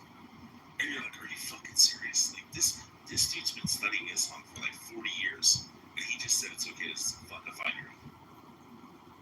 But how did that conversation go? Was it a civilized, well-educated conversation? I mean, oh yeah, most of them were like super cool and calm and collective.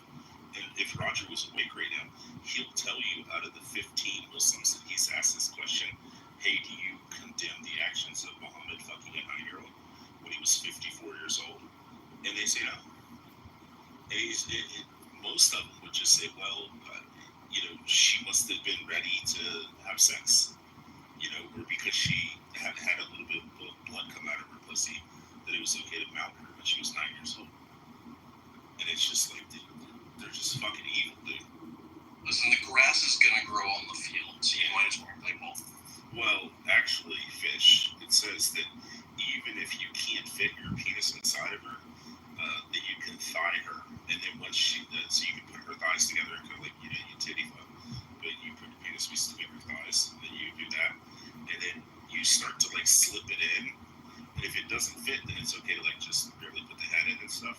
But as long as you keep easing it in each day and stuff like that, once it eventually slips in there, as long as you don't tear her from her vagina to her butt, as long as you don't tear her, then you don't have to pay anything. But if you tear her and she bleeds out and dies, then you have to like pay a fine. Damn, fine. Yeah, not punishable. I mean, it's pretty cheap though, right? I can probably afford it. Yeah, I mean, you're buying a 6-year-old, dude. Listen, he married her when she was 6, but he waited until she was 8 years and 7 months for the sex. That's very respectful. I get it. Because it was a disrespectful, disingenuous piece of shit. Brent. And it says, and if a man has sexual relations with a man, they're to be put to death. That is only done during the time of the temple existing. That is only applicable to Israelites, to Jews. Let's see the other one. If a man rapes a virgin who is not pledged to be married, he must marry her and not divorce her. So if a man rapes a woman, so what does it mean in the context of rapes a woman? Raping, in the context of the scripture in Hebrew, is talking specifically about someone who is giving away their virginity because the father is the one who controls the virginity of the daughter. That's why the family gets the dowry. You can also bring up the scripture in Leviticus where it talks about, Leviticus where it talks about that if a woman cries out, then the man is to be put to death. If the woman does not cry out, then they're to be married. So it's a shotgun wedding. That's what it's like. It says if the woman's raped, then you put the guy to death. It says if she doesn't cry out, which means it's consensual sex and they're like hiding out in the grass, like knocking bottoms and shit, then those two people are forced to be married, and the man has to end up paying the dowry to the family.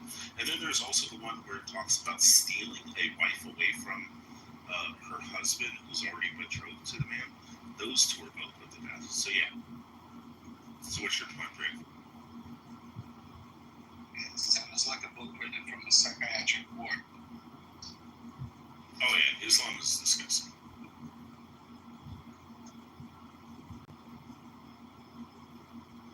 All the rapiness aside,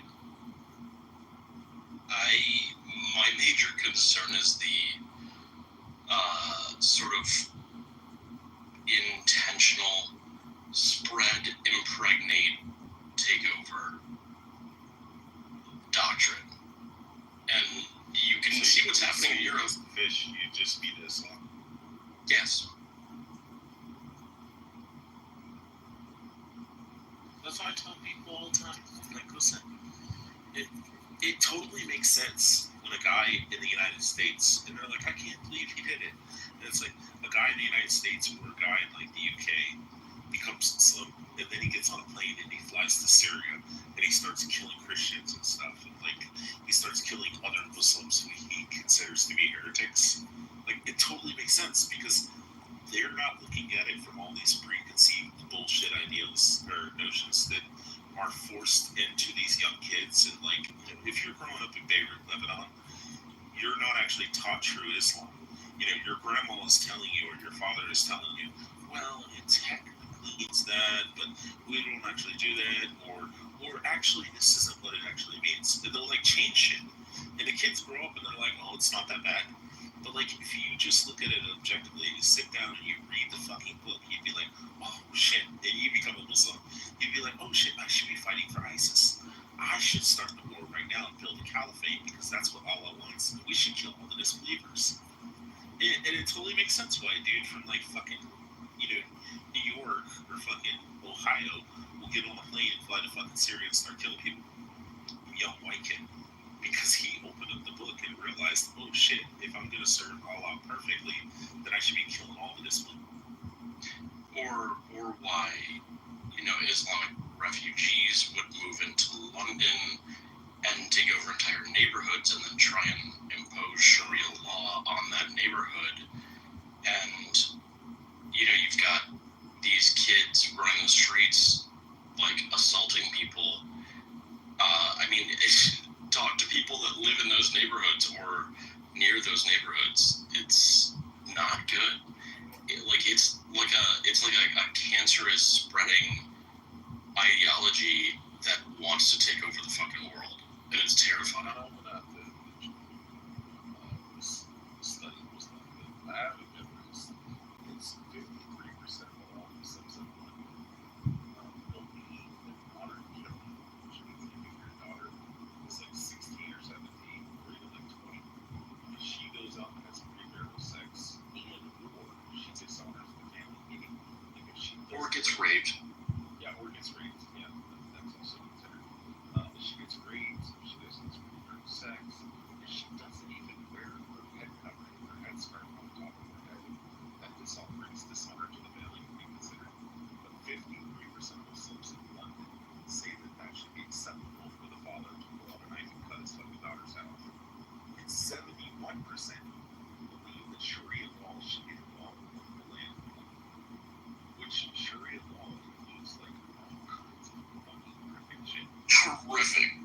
Yeah, like all the shit you see in Saudi Arabia where they like pull people in for like holding hands in public and shit. And they're like, oh, are you guys married? And they're like, no, just boyfriend and girlfriend. We're like off with their fucking heads. Like, this is what the Muslims wanted. Real progressive. Yeah, my takeaway here is that, man, I'll give you that. I'm completely ignorant to everything Muslim, like I said before. And it's really far from my reality here in Brazil. We don't really see much of that here. Lucky. Yeah.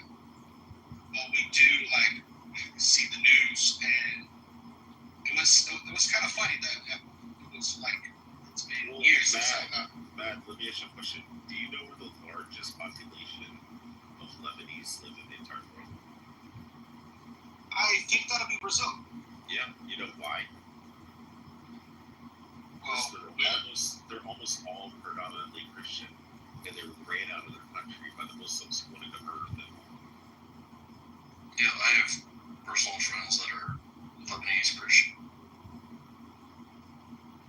Yeah, I mean, in Brazil, the religion debate is not really a thing. I mean, everyone has their own religion, and we live fine. Like, no one's trying to put anything down anyone's throats. So it's not anymore, but wasn't that the whole premise Bolsonaro used to win the election? Not really. It was not really religious. It was about family and values. Anyway, that's all great until you have enough Muslims in one area, and then it won't. But one thing that caught my attention. I mean, I've engaged with like multiple groups of people throughout my life, like ethnicity-wise, social group-wise, you name it. But when I got into Clubhouse, first thing that caught my attention was that first there's lots of Muslim rooms, and I was having my room, and they just like invaded, started calling me names like it was some subspecies or something, and that really like amazed me because I had never had. I'm gonna say this. I had never engaged with anyone in that low level before. That really was astonishing to me. Yeah, it's unsettling, right? Yeah, well, the word you're looking for is kafir. What would that mean? Anyone that's not a Muslim and also deserves to be beheaded.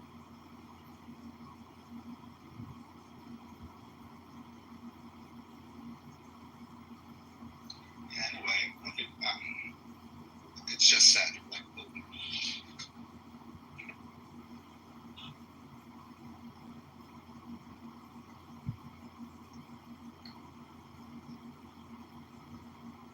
so they don't have Muslims at all in Brazil? Like no mosques, no nothing? They probably are, but it's not even a thing. They don't hear about it, they don't make noise. I mean, it's not really a thing.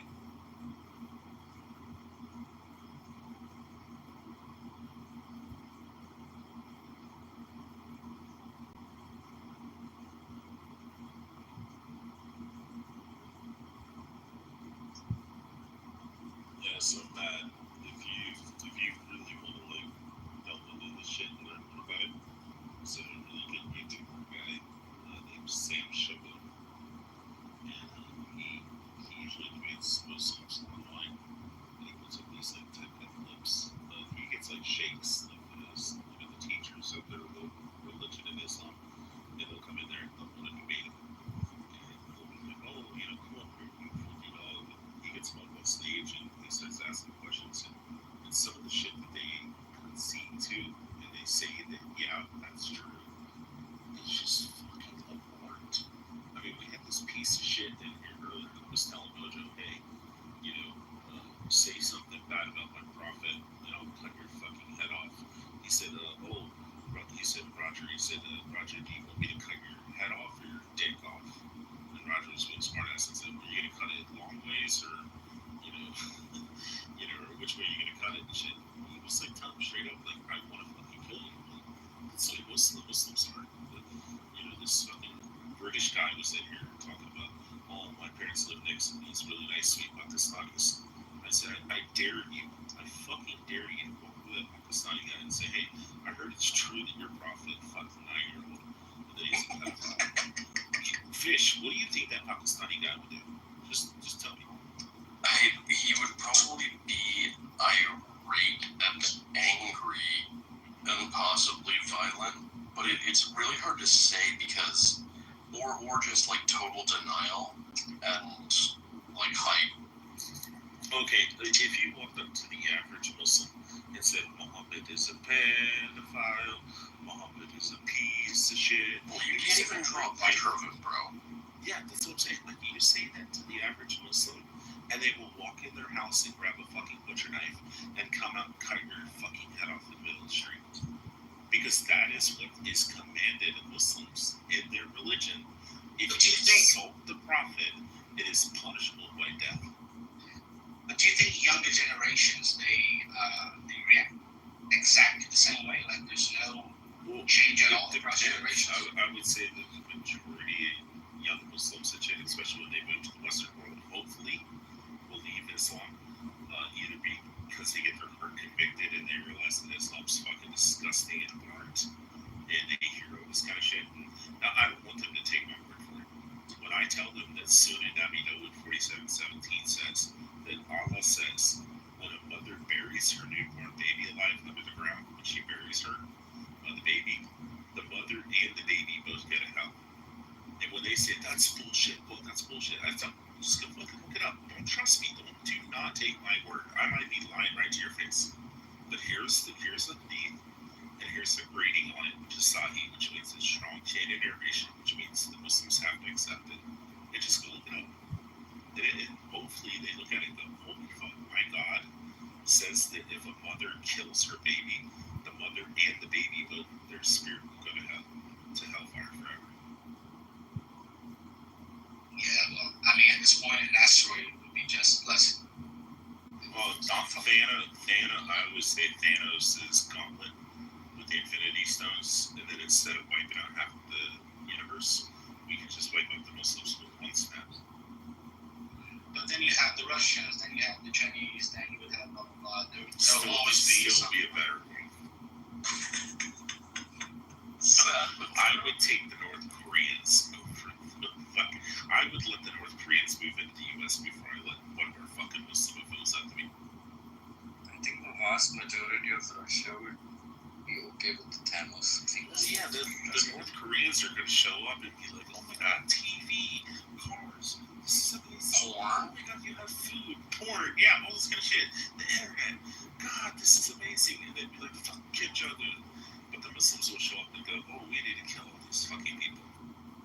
Yeah, the only reason North Koreans do anything is because they fear for their family. Yeah, well, okay. Rich, can you share that soundbite here in chat? Oh, Sam Shmoon, yeah.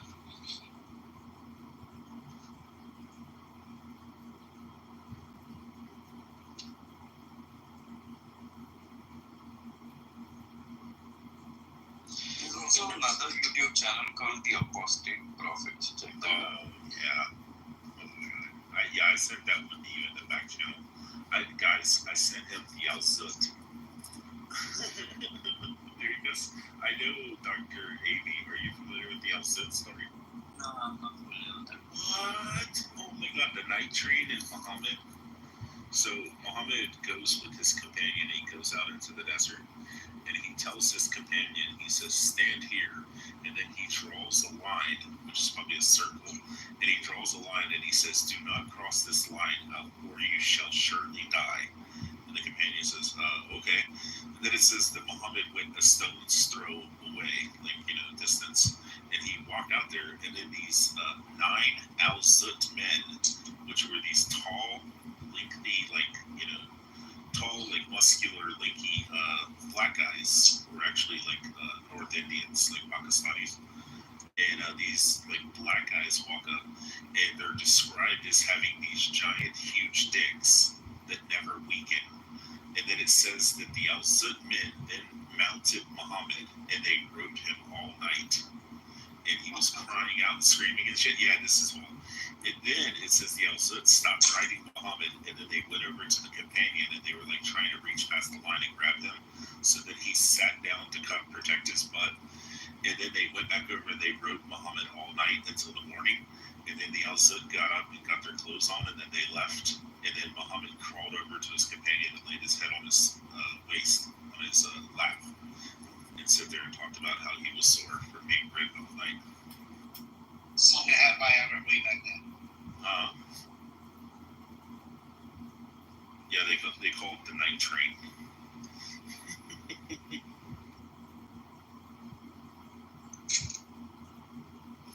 Oh yeah, dude. I mean, Muhammad talks about sucking his own grandson's penis. I I mean, it says, and I saw the prophet. I would say, may piss be upon him, because they want you to say, may peace be upon him. May piss be upon him. He knelt down to his grandson, Al-Hussein, and he lifted up his gown, and he spread his legs open, and then he sucked his baby's penis. So there's one hadith that says sucked his baby penis, and the other one says kissed. If it was a newborn baby. I mean, everybody needs a little baby dick in their mouth once in a while. I'm gonna judge. Dude, the greatest one is of all time in the Bukhari 44:28 narrated Aisha. And his Aisha said that the prophet used to say, in his ailment in which he died, the prophet used to say, oh, Aisha, I still feel the pain caused by the food I eat in Kitover, and it feels as if my aorta has been cut off. Because a Jewish woman, she was preparing the food, and she took poison and she put it into the shoulder of the goat, and then she fed it to Muhammad and his two companions. Those two companions dropped dead from him, so he spat the food out, and it cut off his aorta. And he brings a Jewish woman out, whose name is Zainab, and he says to her, he says, why did you do this? And she said, well, because you, and then you forced me to like prepare food for you. And after you forced me to prepare food for you, I thought to myself, hey, in my Tanakh, in my Jewish Bible, it says the prophet shall not befall the poison. You know, the poison shall not befall him. So she says, okay, well, I'm going to test this. I'll put the poison in there. And if he's really a prophet, then he'll eat it and he'll be fine. Well, he eats it, he's not fine. So he's not a fucking prophet. And then he has her killed. And then, and then I guess for the next 5 years, Muhammad ended up surviving, but they had to carry him around because he was like a fucking gimp. And he would just sit there crying about how much pain he was in for the rest of his life for the next 5 years. And people would, see, that means that he didn't die from the poison. That means he's really a prophet. And I said, no, that means that God is amazing, and that God allowed your filthy, disgusting pedophile prophet to suffer for 5 years straight in immense agony and suffering for 5 years. Poor fucking goat. I knew you were going to say something stupid. Yeah, I don't know. I just have a really hard time believing that people with an actual brain will read such graphical misogynist and like literal obscenities like that and think that that's somewhat sacred. I don't know, man. I'll read more into that stuff. I'll try to educate myself because it's. Fish, how many times have you seen Muslims read it and then go, Allahu Akbar, only all of it? Usually every time. It's like they have Stockholm syndrome, man. You know, like when you're kidnapped and then you're like, oh, he was really nice to me. And yeah, he raped me, but he raped me because he loves me. I always kind of wonder about that with, like, the women. I feel like that's exactly how it goes.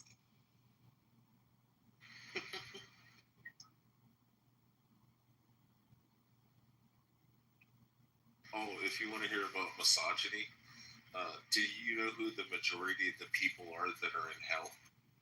Matt? Tell me about it. It's probably those filthy women.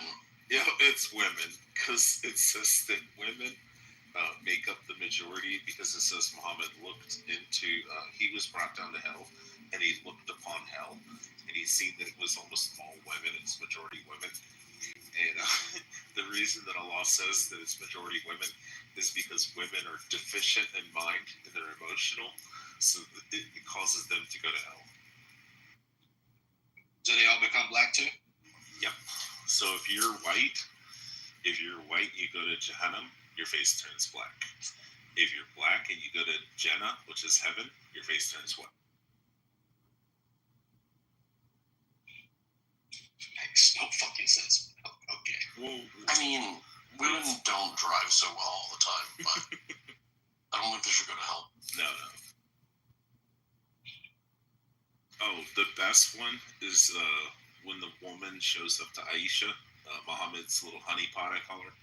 You know, the 9-year-old that Muhammad fucked when he was 54, his wife, and which is fucking disgusting. 8 years, 7 months, by the way. Yeah, 8 years, 7 months. Yeah, the way they do their calendars. That's precise. Yeah, so Aisha's sitting there and she sees this woman show up, and a woman comes to her and she says, "Oh, Aisha, please speak to the prophet because my husband is beating the shit out of me." She didn't say beating the shit out of me. She said, "My husband is beating me." And Aisha said she looked at the woman and she seen her arm, and her arm was the same color, or it was darker than the green dress that she was wearing. It's like he was really beating the shit out of her, black and blue. And he goes to Aisha goes to Muhammad. She's like, Muhammad, you have to help. You know, this woman's being beaten by her husband. And Muhammad pretty much tells her, hey, it's his wife. He can do whatever he wants, Allah says. And if he wants to beat her, as long as he doesn't kill her and shit, it's totally fine. Yeah, he's an amazing guy. But he told her not to fret about it. Don't worry. You know, that's just marital things, but you shouldn't interfere with somebody else's relationship.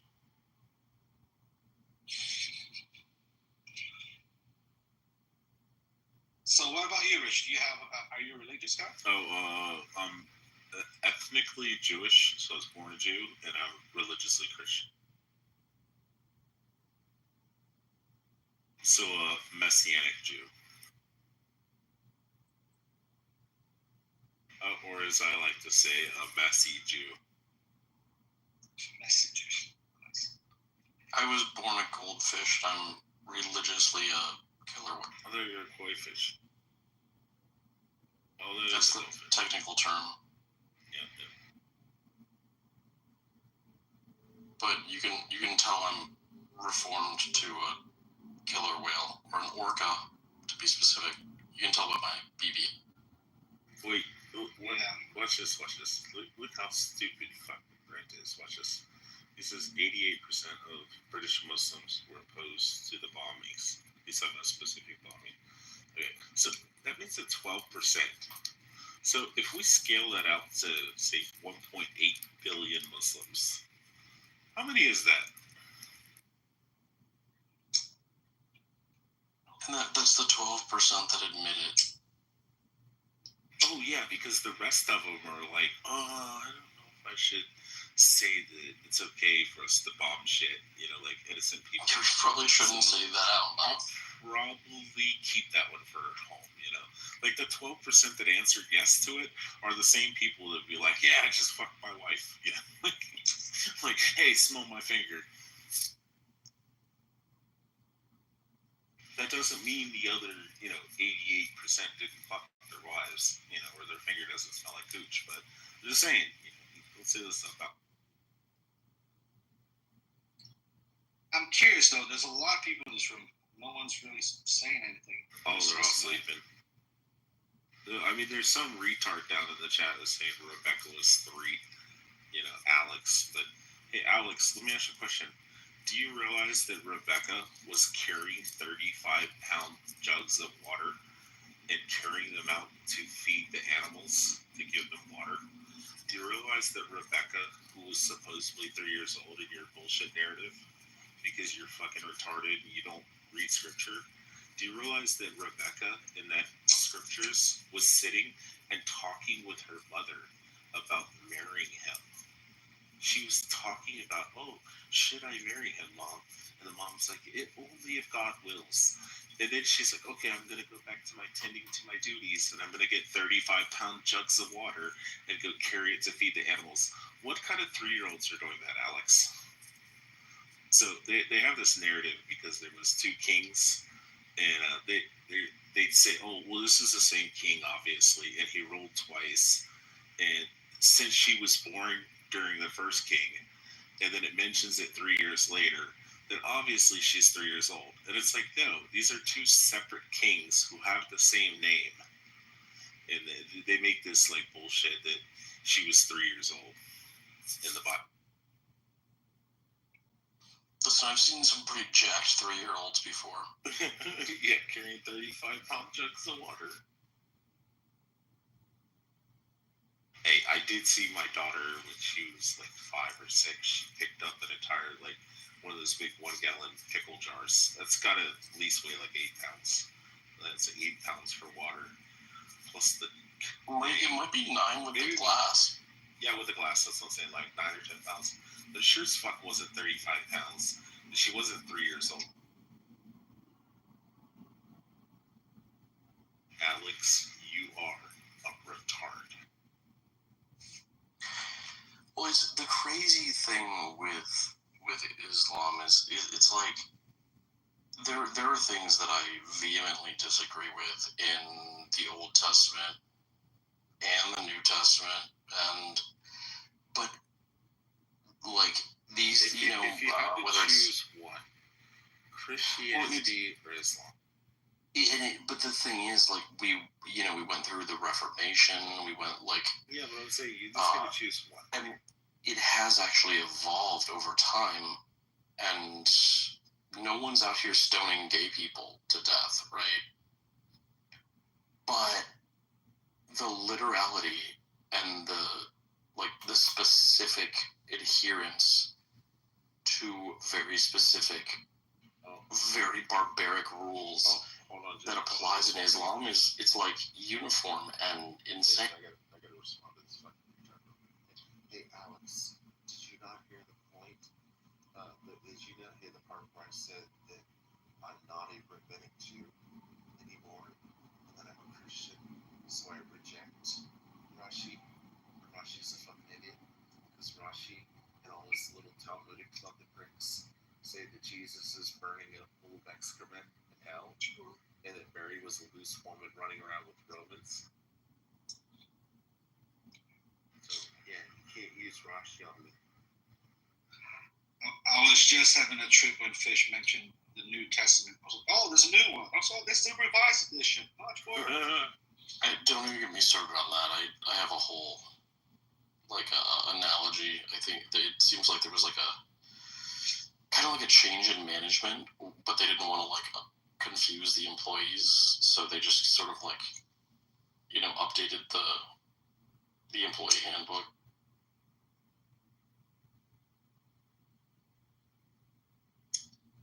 Who's the woman that came off mic just a minute ago? Is it Mel? Or is it? It was me. Oh, okay. I knew I heard somebody say something. I was going to when he made the comment about you don't see anybody stoning the gays. I was going to say, well, except for Muslims. And also, you can't stone people to death. You can't stone people to death if you don't have the temple. So you would have to have the third temple right now. And then, even then, it has to go through the court system, even amongst the Jews. And then, thirdly, it's only applicable to Jews, Israelites. So, if you're an Israelite and you get caught in that, then yeah, you might go before the court. They might put you to death if the temple exists. But if you're a Gentile, that doesn't apply. Go fuck all the dudes you know. You say you can't stone people to death. Have you tried modern weed? Holy shit. Alaskan Thunderfuck was the last time I smoked in late 2020. I just want good old fashioned Mexican brick weed. So, yeah, I don't smoke. With all the new shit, I'm like, I don't know if I got old or it got way too strong, but that's not for me. Also, Alex, if you go read the Talmud, you can see that they suck baby dicks too. So, but at least, I'll give it this. At least with the rabbis, they use a little piece of glass, and it's a little glass tube, and they place it on the baby's penis after they circumcise them, and then they suck on it, and the reason being, which is medically proven, that it causes the head of the penis after circumcision to bleed, and it opens up the blood vessels and allows for the blood to pour, which allows for it to heal properly. That's why the rabbis actually do it, and they use a glass tube. Now, maybe 3,000 years ago, 2,500 years ago, they didn't have a glass tube to use. So, yeah, they probably did it for that. But at least it doesn't. The hadith in Islam that Muhammad, for no reason, just comes over, lifts up the baby's gown, spreads his legs open, and starts sucking on his baby penis. like Fish said, sometimes you just have that baby piece. Does that mean bigger dicks? But like medically, it makes sense to make the penis bleed. You know, because then it opens up the capillaries and stuff like that, and it allows for it to bleed. It doesn't get infections. But at least they're explaining it like, hey, we're gonna put this glass tube where the baby's dick after we circumcise him. We're gonna suck on it and make it bleed. So a little bit of drop of blood comes out so he doesn't get infected. Like Muhammad's just over here just like to at babies for no reason. Not explain. Like if Muhammad was like, hey, we circumcised the baby and I came over and I sucked on it to make sure that the blood dribbled out, you know? Like we'd all be like, okay, that makes sense. But Muhammad also took a young boy and used to go do prayers and go do wudu, you know, the washing before they do their prayers. And he would go and do wudu and wash himself with the little boy. The little boy's like 10 years old. And they would go down and wash themselves, and then they do their prayers. And then he would come back up to the house, and then Aisha said that she used to have to clean the semen stains off of his clothes. Why is he going down to the river with a 10-year-old little boy, washing himself, doing prayers, and then coming back up covered in semen stains? Do you think he's doing something with the kid? I think he was. It was a little boy, too. But remember, Matt, it's religion, peace, and love with everyone, including your children. Well, hell no. I'm just saying, that's what the Mohammedans are like. So, honest question. How do you go about if you just come across a Muslim family in front of you? Do you engage? Do you just ignore it? Or do you like to get hostile with them? What's that? Just wondering. If you come across a Muslim family, what do? Do you engage? Do you just ignore? Do you become hostile with them? Like in real life, you mean? I usually try to cut their throats. Oh, no, I don't. I'm just, it's a joke. I know. We'll clarify to everybody else. I know you. Listen, Fish, we just got done talking about Muhammad's second baby dick. We just got done talking about Muhammad jerking off and we're getting his dick sucked by little boys. But that was crossing the line. That was a little dark. But no, I mean, I try to treat them normal and stuff like that. But I'm also going to then, when they say, oh, we're religion and peace, explain to them that they're full of shit. And I'm not going to stand idly by while they evangelize to a group of people and be like, oh, you should become a Muslim. It's really great. I'm going to look at them and be like, hey, let's start naming off all the shit in your religion. Fair enough. Come on, Monica. Come up here and mud shark yourself on stage and help the Muslim. She's already up? Yeah, she's already up here. Oh, tell her, come on, Mike. I only say she's a mud shark because she really, really hates black people. And saying that she would be a mud shark, meaning a white woman who hooks up black guys, is really offensive to her. Good morning, Miss Monica. How are you being mean to my friend Rich? Hi, mud shark Monica, because she's racist and she's an ale. The mud shark, you be nice. And why do I feel like I have this conversation of is Monica racist every other day on this app? She is. We just had this conversation It's every day, because you had it yesterday, too. We had it for 3 hours yesterday. Are you single? I kind of have a thing for racist shit.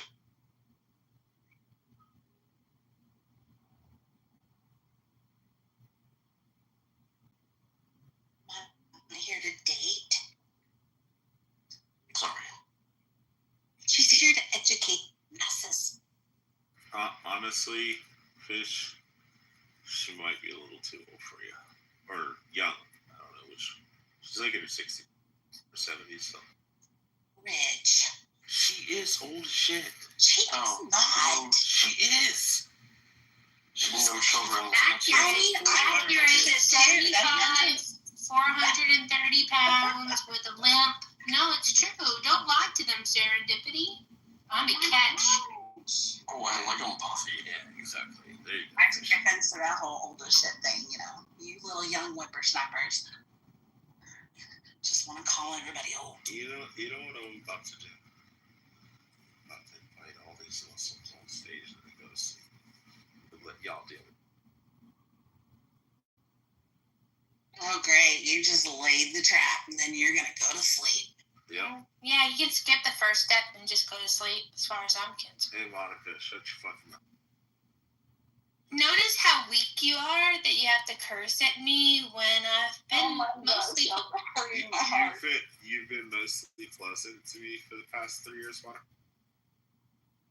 Actually, I've been heroic to you, and you've not appreciated it. Lying demon. You just can't help yourself. You're just a jerk, and it makes people impatient. And you do it deliberately sometimes, probably 80% of the time. Because I've seen you behave yourself when you wish, when it's someone who's asking you to not burn up the room, and you like them. You have self-control. Yeah, you just don't exercise it. I don't respect 90% of the people in chills, and that's the problem. Why and would yet I, you, why would and, I honor and and yet, respect them and be quiet and not yet, crash out? And yet you still go in there and you inflict yourself upon people. Which means there's 10% of the people in there that I like. And they can't tell because you treat them just like you treat the other 90%. 2 o'clock in the morning and I go into Clubhouse and there's 10% of the people there. I get on stage and we sit there and chill out and just have a nice conversation. I doubt that. Yeah, we do. It's like Jacobus, Eric, Butcha sometimes when he's not like pissy.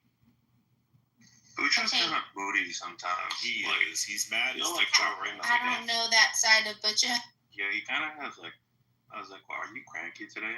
Sometimes. But like most of the times he's chill. Like I just random days where he's like, yeah, like when Kelly tells me, Rich, shut the fuck up. I shut the fuck up because I respect Kelly and I like her. You said fear. But strangely. I respect much Shark Mock.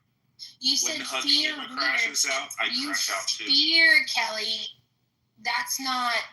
No, I said respect. No, I don't think you. Well, I mean, I'm not gonna say you don't respect Kelly, but I also think you fear her. I like her. She's nice. Okay.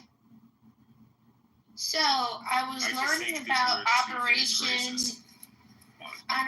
Your opinion of me doesn't matter to me because it's ill-formed and stupid. It doesn't.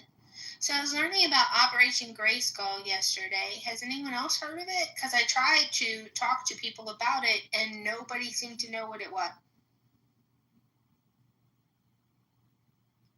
Operation Grayskull, led by the FBI, shut down 4 dark web websites that engaged in child trafficking.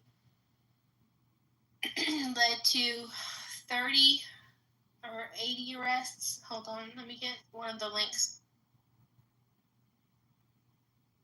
Hopefully she gets lost.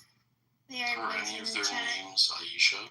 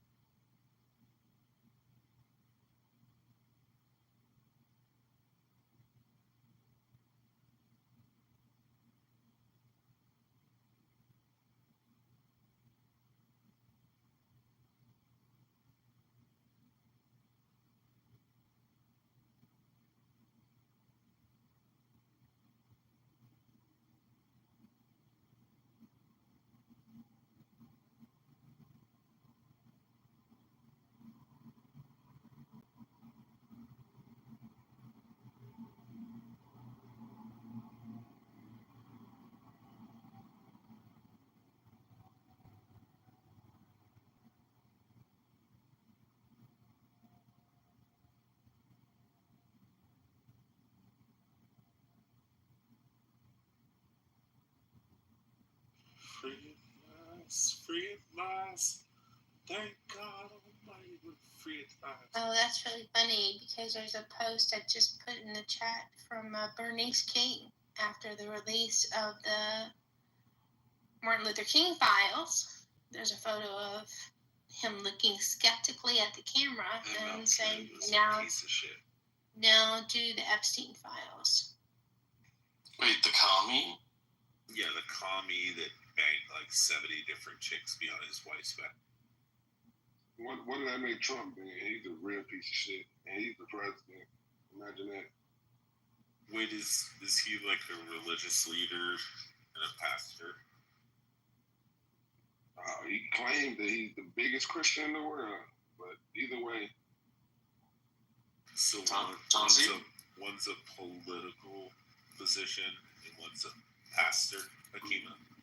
One of them is the leader. If one's worse if they're an adulterer with like 70 side chicks. You know? I think either they were your pastor or the president or the leader. I'm a galaxy right now.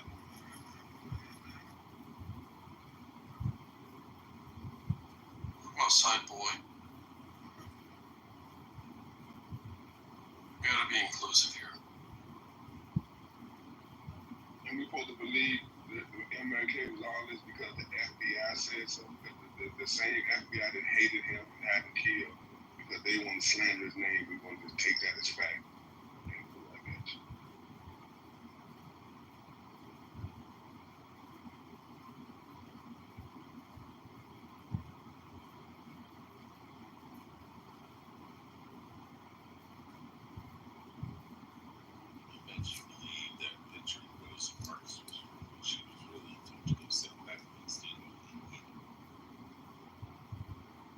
I really believe American history the way it was told was written. I believe that. Making sure.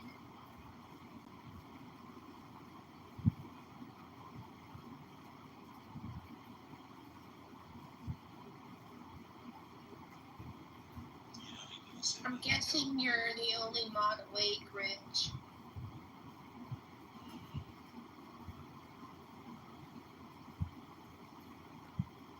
She moved herself down.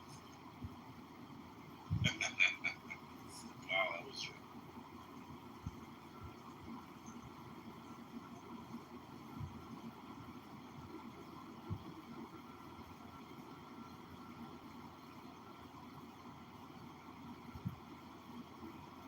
My biggest one.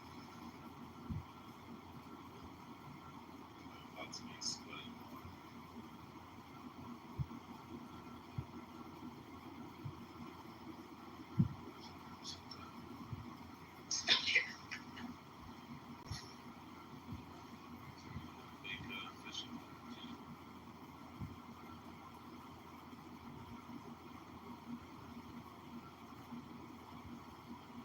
Now I feel awkward.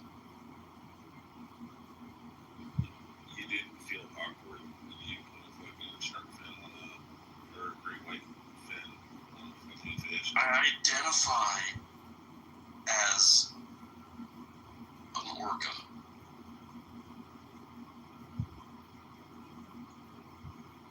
Whatever floats your fin.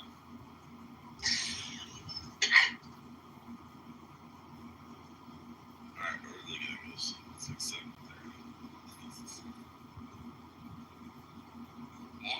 Central time, very ducks. Yep. Texas. Yeah, that's why I don't worry about Texas. Oh, I just left Texas. Yeah. I wish there was some show. I wish that we could murder them and find their entire family. Why would the Muslims show up in Texas? What's that? Why would the Muslims show up in Texas? Why you want to murder them? Oh, they already know not to fuck around in Texas. Garland, Texas. Nah, I don't remember. I haven't been there. No, they did have the Charlie Hebdo in France. The cartoonist was gonna write some like cartoon depictions of like mom taking a shit or fucking a donkey or some shit. They went in there and they shot up the whole place and killed a bunch of people and shit. Like trying to murder everybody in there. So Garland, Texas was like, oh, hold my beer, watch this. They're like, hey, motherfuckers, watch this. We're having a draw Muhammad competition. And people were in there drawing it with like shit and stuff, like Muhammad sucking dick and all kinds of nasty shit. And these like 3 Muslims pulled up in a car and they got out like right down the street from the thing, and they were just gonna walk through and start from one end to the other and just mow down everybody.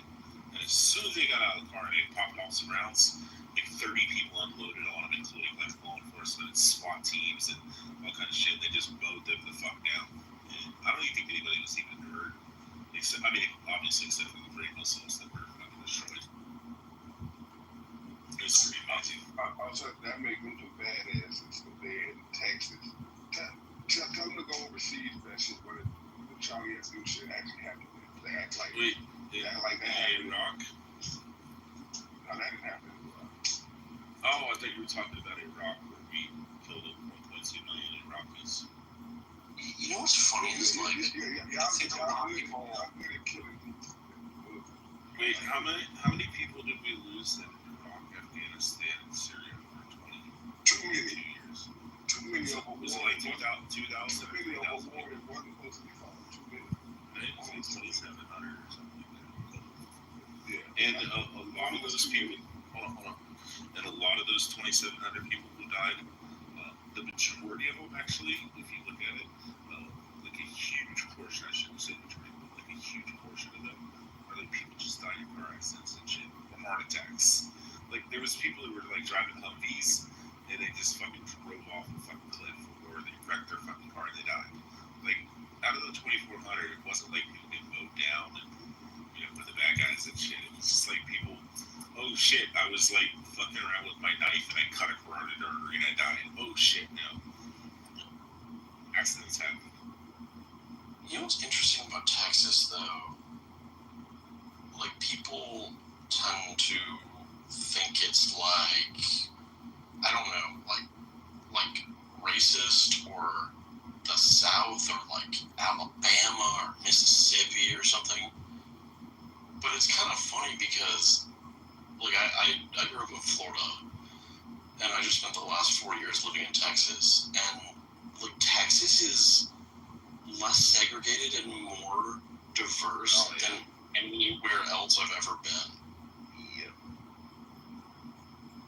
And it's like there was this fucking little like dive bar near my house. I went a few times, and it was like I walked in one night, and I guess it was karaoke night, and there were like Mexican dudes in cowboy hats and old white men in cowboy hats, and like young white dudes and with girls like with their pants sagging down looking all ghetto, and there was this fucking fat black chick on stage singing karaoke at the top of her lungs with everybody cheering for her in a fucking sequin dress, and I was like, you wouldn't see this in Florida.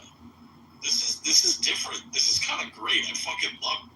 Oh, dude, Fish, I met a black guy a couple days ago, and he had a kid at Texas Tech, and he also was like, all right, you know what, right, sir? And I thought he was like fucking joking. I thought it was like, just like, hey, what's up, buddy? How are you?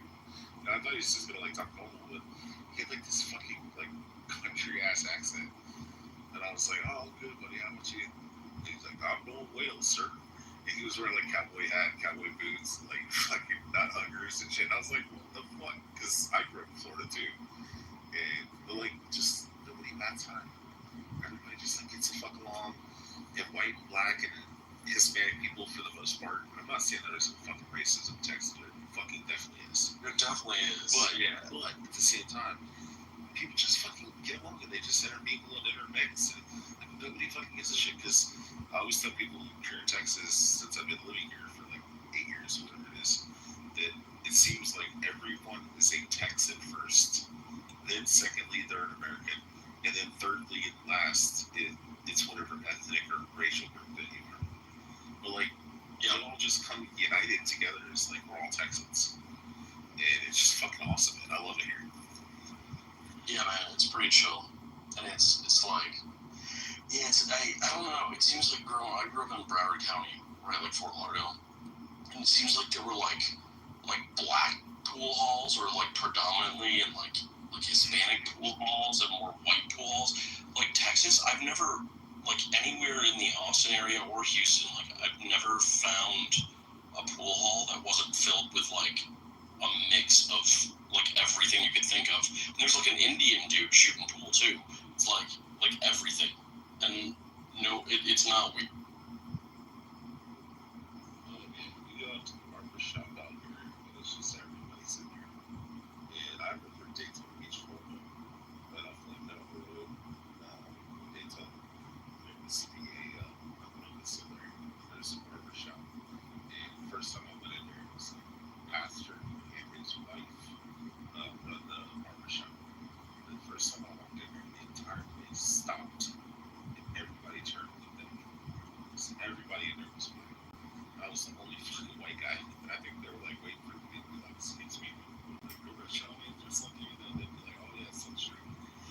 And I was walking in, and they're like, "Can I help you?" And I was like, "Yeah, I'm just wanting to get a haircut. My beard trimmed up and stuff." And they're like, "Oh, okay." And then I came in there, and I just became like a regular. And then I would come in there, and they were very accepting and very nice and sweet and everything like that. But I did the same day at Fife's in Alabama and Birmingham. Walked in this Southern Soul Food kitchen. And I walked in, and the whole place just like kind of like dead silent. Everybody turned and looked at me. Then I went over and I sat down and like a sweet tea. And everybody just went back to their shit. I'm like, okay, he knows where he's at. And like, but here, man, you just walk to restaurants. Like, it doesn't matter if it's a Soul Food kitchen out here in Texas. You know, it's just everybody. They're all just fucking there. Yeah, there's a distinct difference, right? Dating and married, and they all have mixed kids, and it's like white, black people, black and Mexican, and white Mexican, and they're just like all the fucking mixed, fucking gray people. And it's pretty fucking cool for the most part. And like I said, there is assholes. Like, oh yeah, for sure. Like out in the country, shit, there definitely I've seen some of that. You know, I lived like way out in the country for a little while when I first went there. But yeah, no, there is a noticeable difference from what I could tell. It's actually much more like diverse. I don't know what to call it, but it's like it's the country guys, like not way out rural, you know, they grab the fucking middle of nowhere and shit. Yeah, that's where you're gonna find the assholes out here.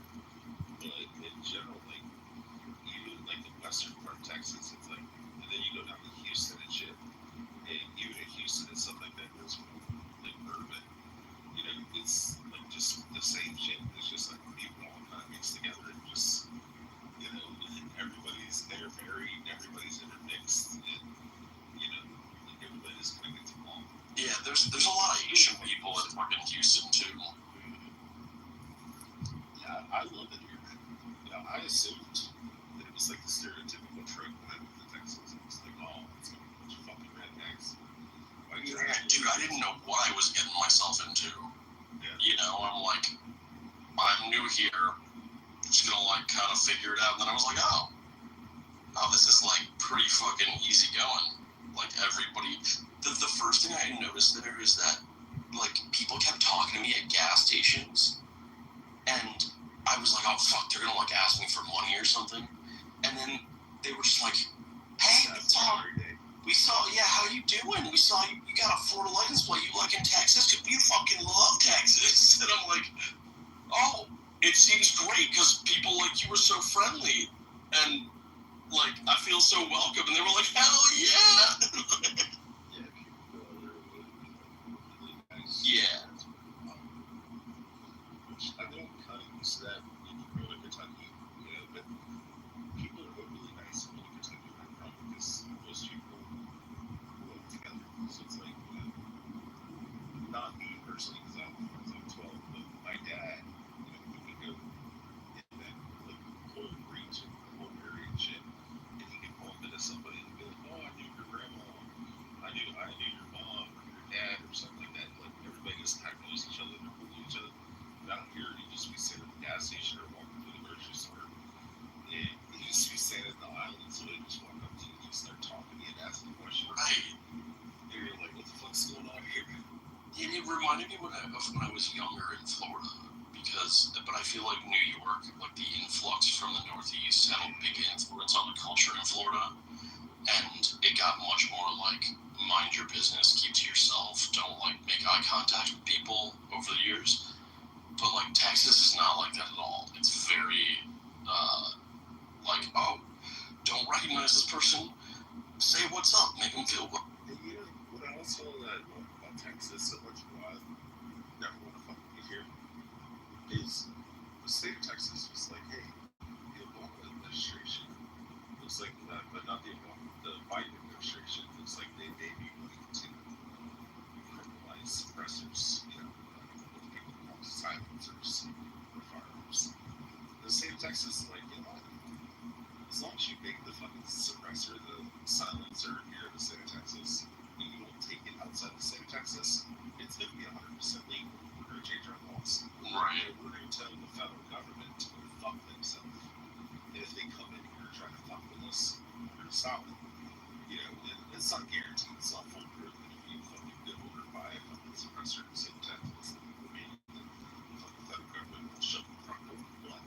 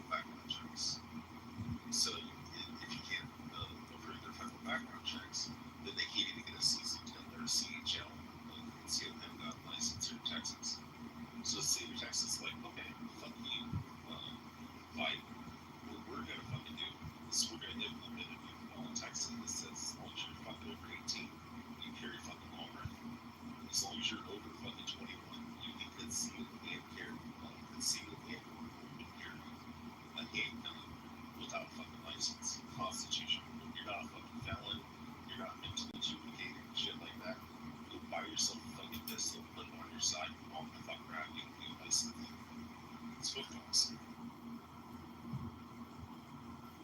And they did that same shit where the Biden administration said that they were going to do a federal ban on long rifles like AR-15s and shit.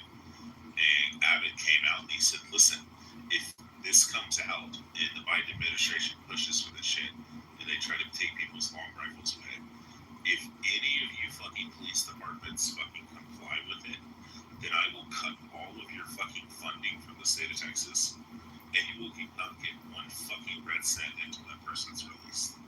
So pretty much every police department in the entire state of Texas was like, hey, if Biden does that shit, we fucking eliminate.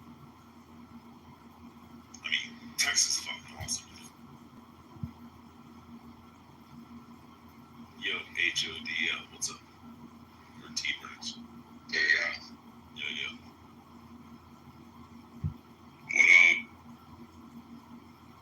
Not much. HODL, can you say something again? You sound like you had a tracheotomy or something. I do. How you doing? Can you hear me? Yeah, I got a question for the room. Yeah.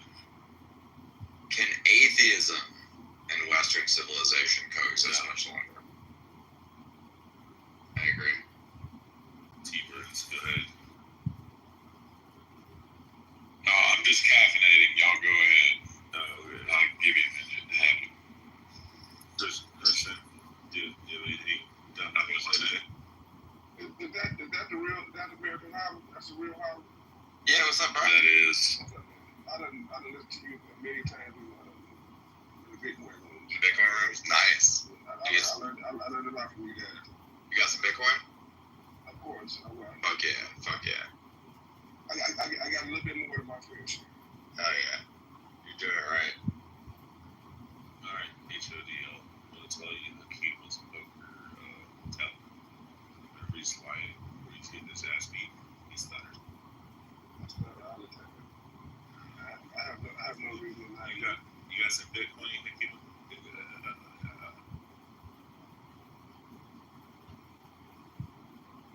I believe it. I believe it too. I don't care if you believe it or not, bitch.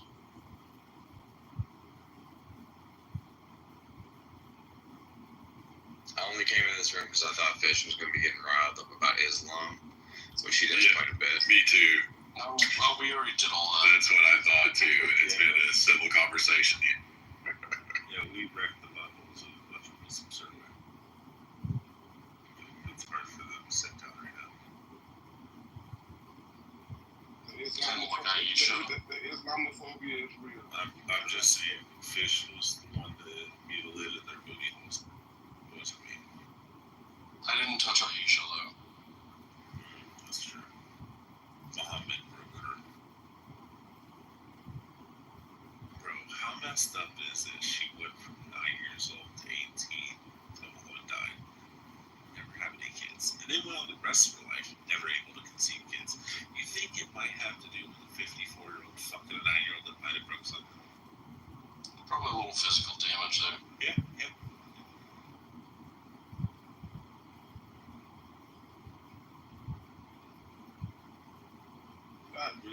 Islam live rent free in y'all head.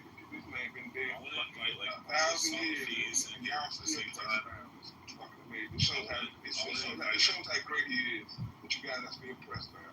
It's fucking amazing. I want to invite like 20 Salafis in here and they're just going to sleep on Fish. Are you not entertained?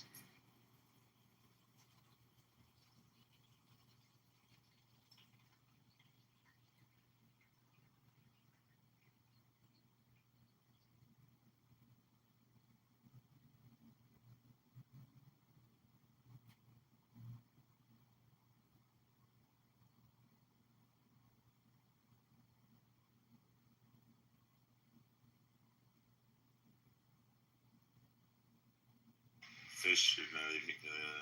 Oh, you dick.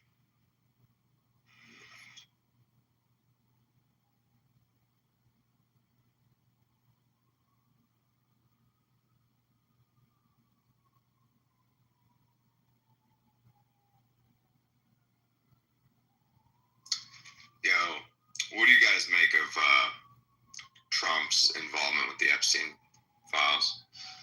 I still can't fully, like, there's something there, but I don't know, I can't, like, contextualize what the story is, you know? Like, I'm trying to, like, think of what his involvement was. He definitely did something, because it seems like he's covering something up, you know, but, like, what was it? That's the $1 million question, because he definitely did something. He's swinging and missing with all the distractions to not have done nothing. So. Hakima, I modded you up. I'm going to sleep. Have fun. Good. Shut the fuck up. You shut the fuck up. Motherfucker. I mean, listen, bro, I feel like at this point, everybody in America can tell that both of these fucking people, you know, the Democrats and the Republicans, that they both are covering up for pedophiles on their side, you know, and that it's a bipartisan affair, and basically everybody was on that island or in New York in his brownstone, and they were doing, you know, whatever they were doing there. And if you can't see that at this point, you're still like, oh, it was this side, oh, it was that side, like, you're kind of retarded. The sad part is that people are still going to vote for both sides. I know. They're still going to entertain the third party. That's the pathetic part. They both are supporting pedophiles. That's why I'm saying we need a Bitcoin party, bro. We need an orange party. It's not enough smart people to have a Bitcoin party. Sorry. Well, we just need Bitcoin to make all the Bitcoiners wealthier, and then we can form a party. But it's going to take some time. That's probably like 15 years out. I'm looking forward to it.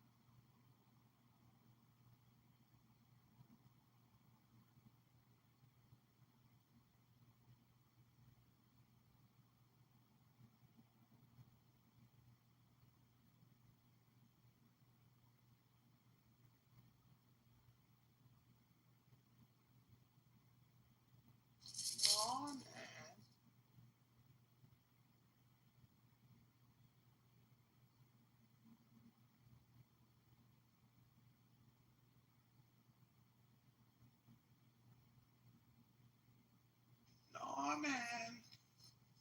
I thought you was... Oh, I had to go get a bottle of water. You just can't sleep. Nope. I want to sleep like 4 hours a night.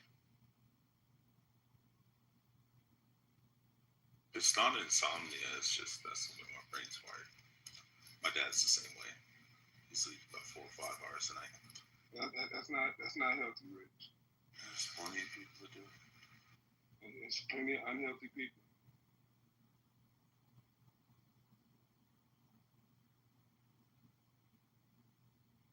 I mean, Daddy Trump does it. He's fixing the world. Yeah, his legs swelling up like a fucking pig. But you follow America's fame? I just stated the fact. It's not a sign of health. Like 40 or 50% of people over 70 years old have that. I was reading on that because I was like, man, I wonder if he's okay. And then I looked up what it was, and I was like, oh, it's like half of fucking all old people over 70 years old have that. And they said it's not life-threatening, it doesn't hurt them, doesn't have any like actual effect on it. It's not, however you twist it, it's not a sign of health. You should look up like I can't remember the exact name of it, but then look it up. Because I even put in, is it life-threatening? Is it dangerous? Is it bad for you? And it's like pretty much Google, AI, and ChatGPT were like, no. No, like, I know about it. It's chronic, but it's not deadly. Yeah. I was kind of worried about it when I first seen it. I was like, oh fuck, man, there's something wrong. Like even if it was Biden, like Biden's got some shit fucked up with him, I'd be like, oh shit, man, I hope he's okay. But at the same time, it's like you look at it, they're like, Trump is dying. He's not going to live past next week, you know, on the news and shit, and all these articles. And I'm like, what's going on? And then I look it up and I'm like, they're like, no, he's going to be totally fine. It's not going to fucking hurt him at all. Oh, okay, never mind. Russia. Orange man, that. It hurts his ego if nothing else. You know, I guarantee he don't like walking around with swollen hands and fucking legs. I mean, he's what, 80-something years old? They should go home and retire. Go play Clark and golf. Nah, he's too busy fixing the country from your last president. You said fucking up the country? Yeah, that's what I said. Fucking it up for you. Because I know you hate everything about it. You're like, this man is fucking this shit up. I'll be alright either way. Yeah, remember you only got 3.5 years left to wait. Never know. You survived 4 years of whoever ran the country under Biden. We can survive 4 years on the Trump. Yeah, if he survived the bullet, Hakeem, if he survived the bullet, that means your prayers aren't going to come true. I'm just saying. Hey, don't put no prayers on me. Nah, you know you want Trump dead. So, whoa! That's what you said. I'm not saying that I want, as a Hakeem is praying the shit. Don't say my name with that bullshit. You're like, you never know. Like, you might not make it. You might get impeached or 25th Amendment. Who knows? Oh, God. Y'all already tried that, bro. Yeah, he got impeached twice. It didn't work. Yeah, did they remove him from office, Hakeem? He wasn't convicted. He was impeached twice, but wasn't convicted. Hold on. Clubhouse listening to our conversation. I love President Trump. I hope nothing ever happens to him. He's the greatest president of all fucking time. Ronald Reagan was amazing, but he was also a fucking idiot for shutting down the insane asylums and putting all the fucking crazies on the street. Now we have homeless populations the size of fucking small countries. Go ahead. Did you see Trump executive order on homeless people? Yeah, I guess all the Californians are actually saying it's a good thing. I don't know the intricacies. They got shit in there where there was a bunch of people that were breaking it down and actually, like, they weren't even on Trump's side. They were on here on the stage the other day, I think yesterday, and they're like, I don't fucking like Trump. I can't say the motherfucker, but they're like, yeah, but what he's actually doing here is actually going to help California. It's actually going to help the homeless population. I haven't read any. I'm not familiar in any way, shape, or form. But there was like vehement anti-Trumpers on stage. They were like, yeah, this is actually pretty good.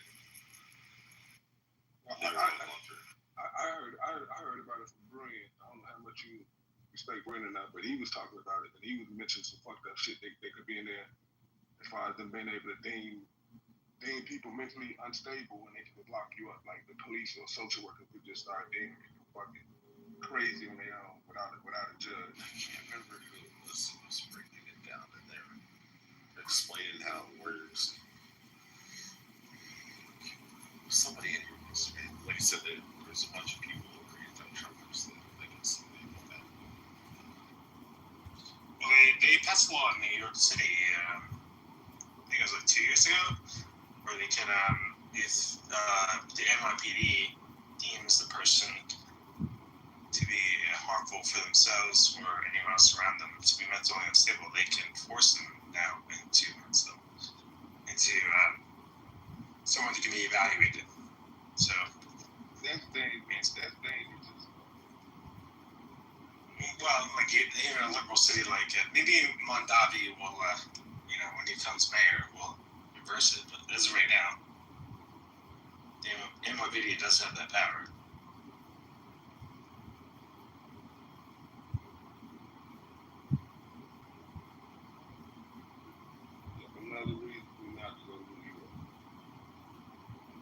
he mentally unstable? No, I don't trust the police. I don't trust them.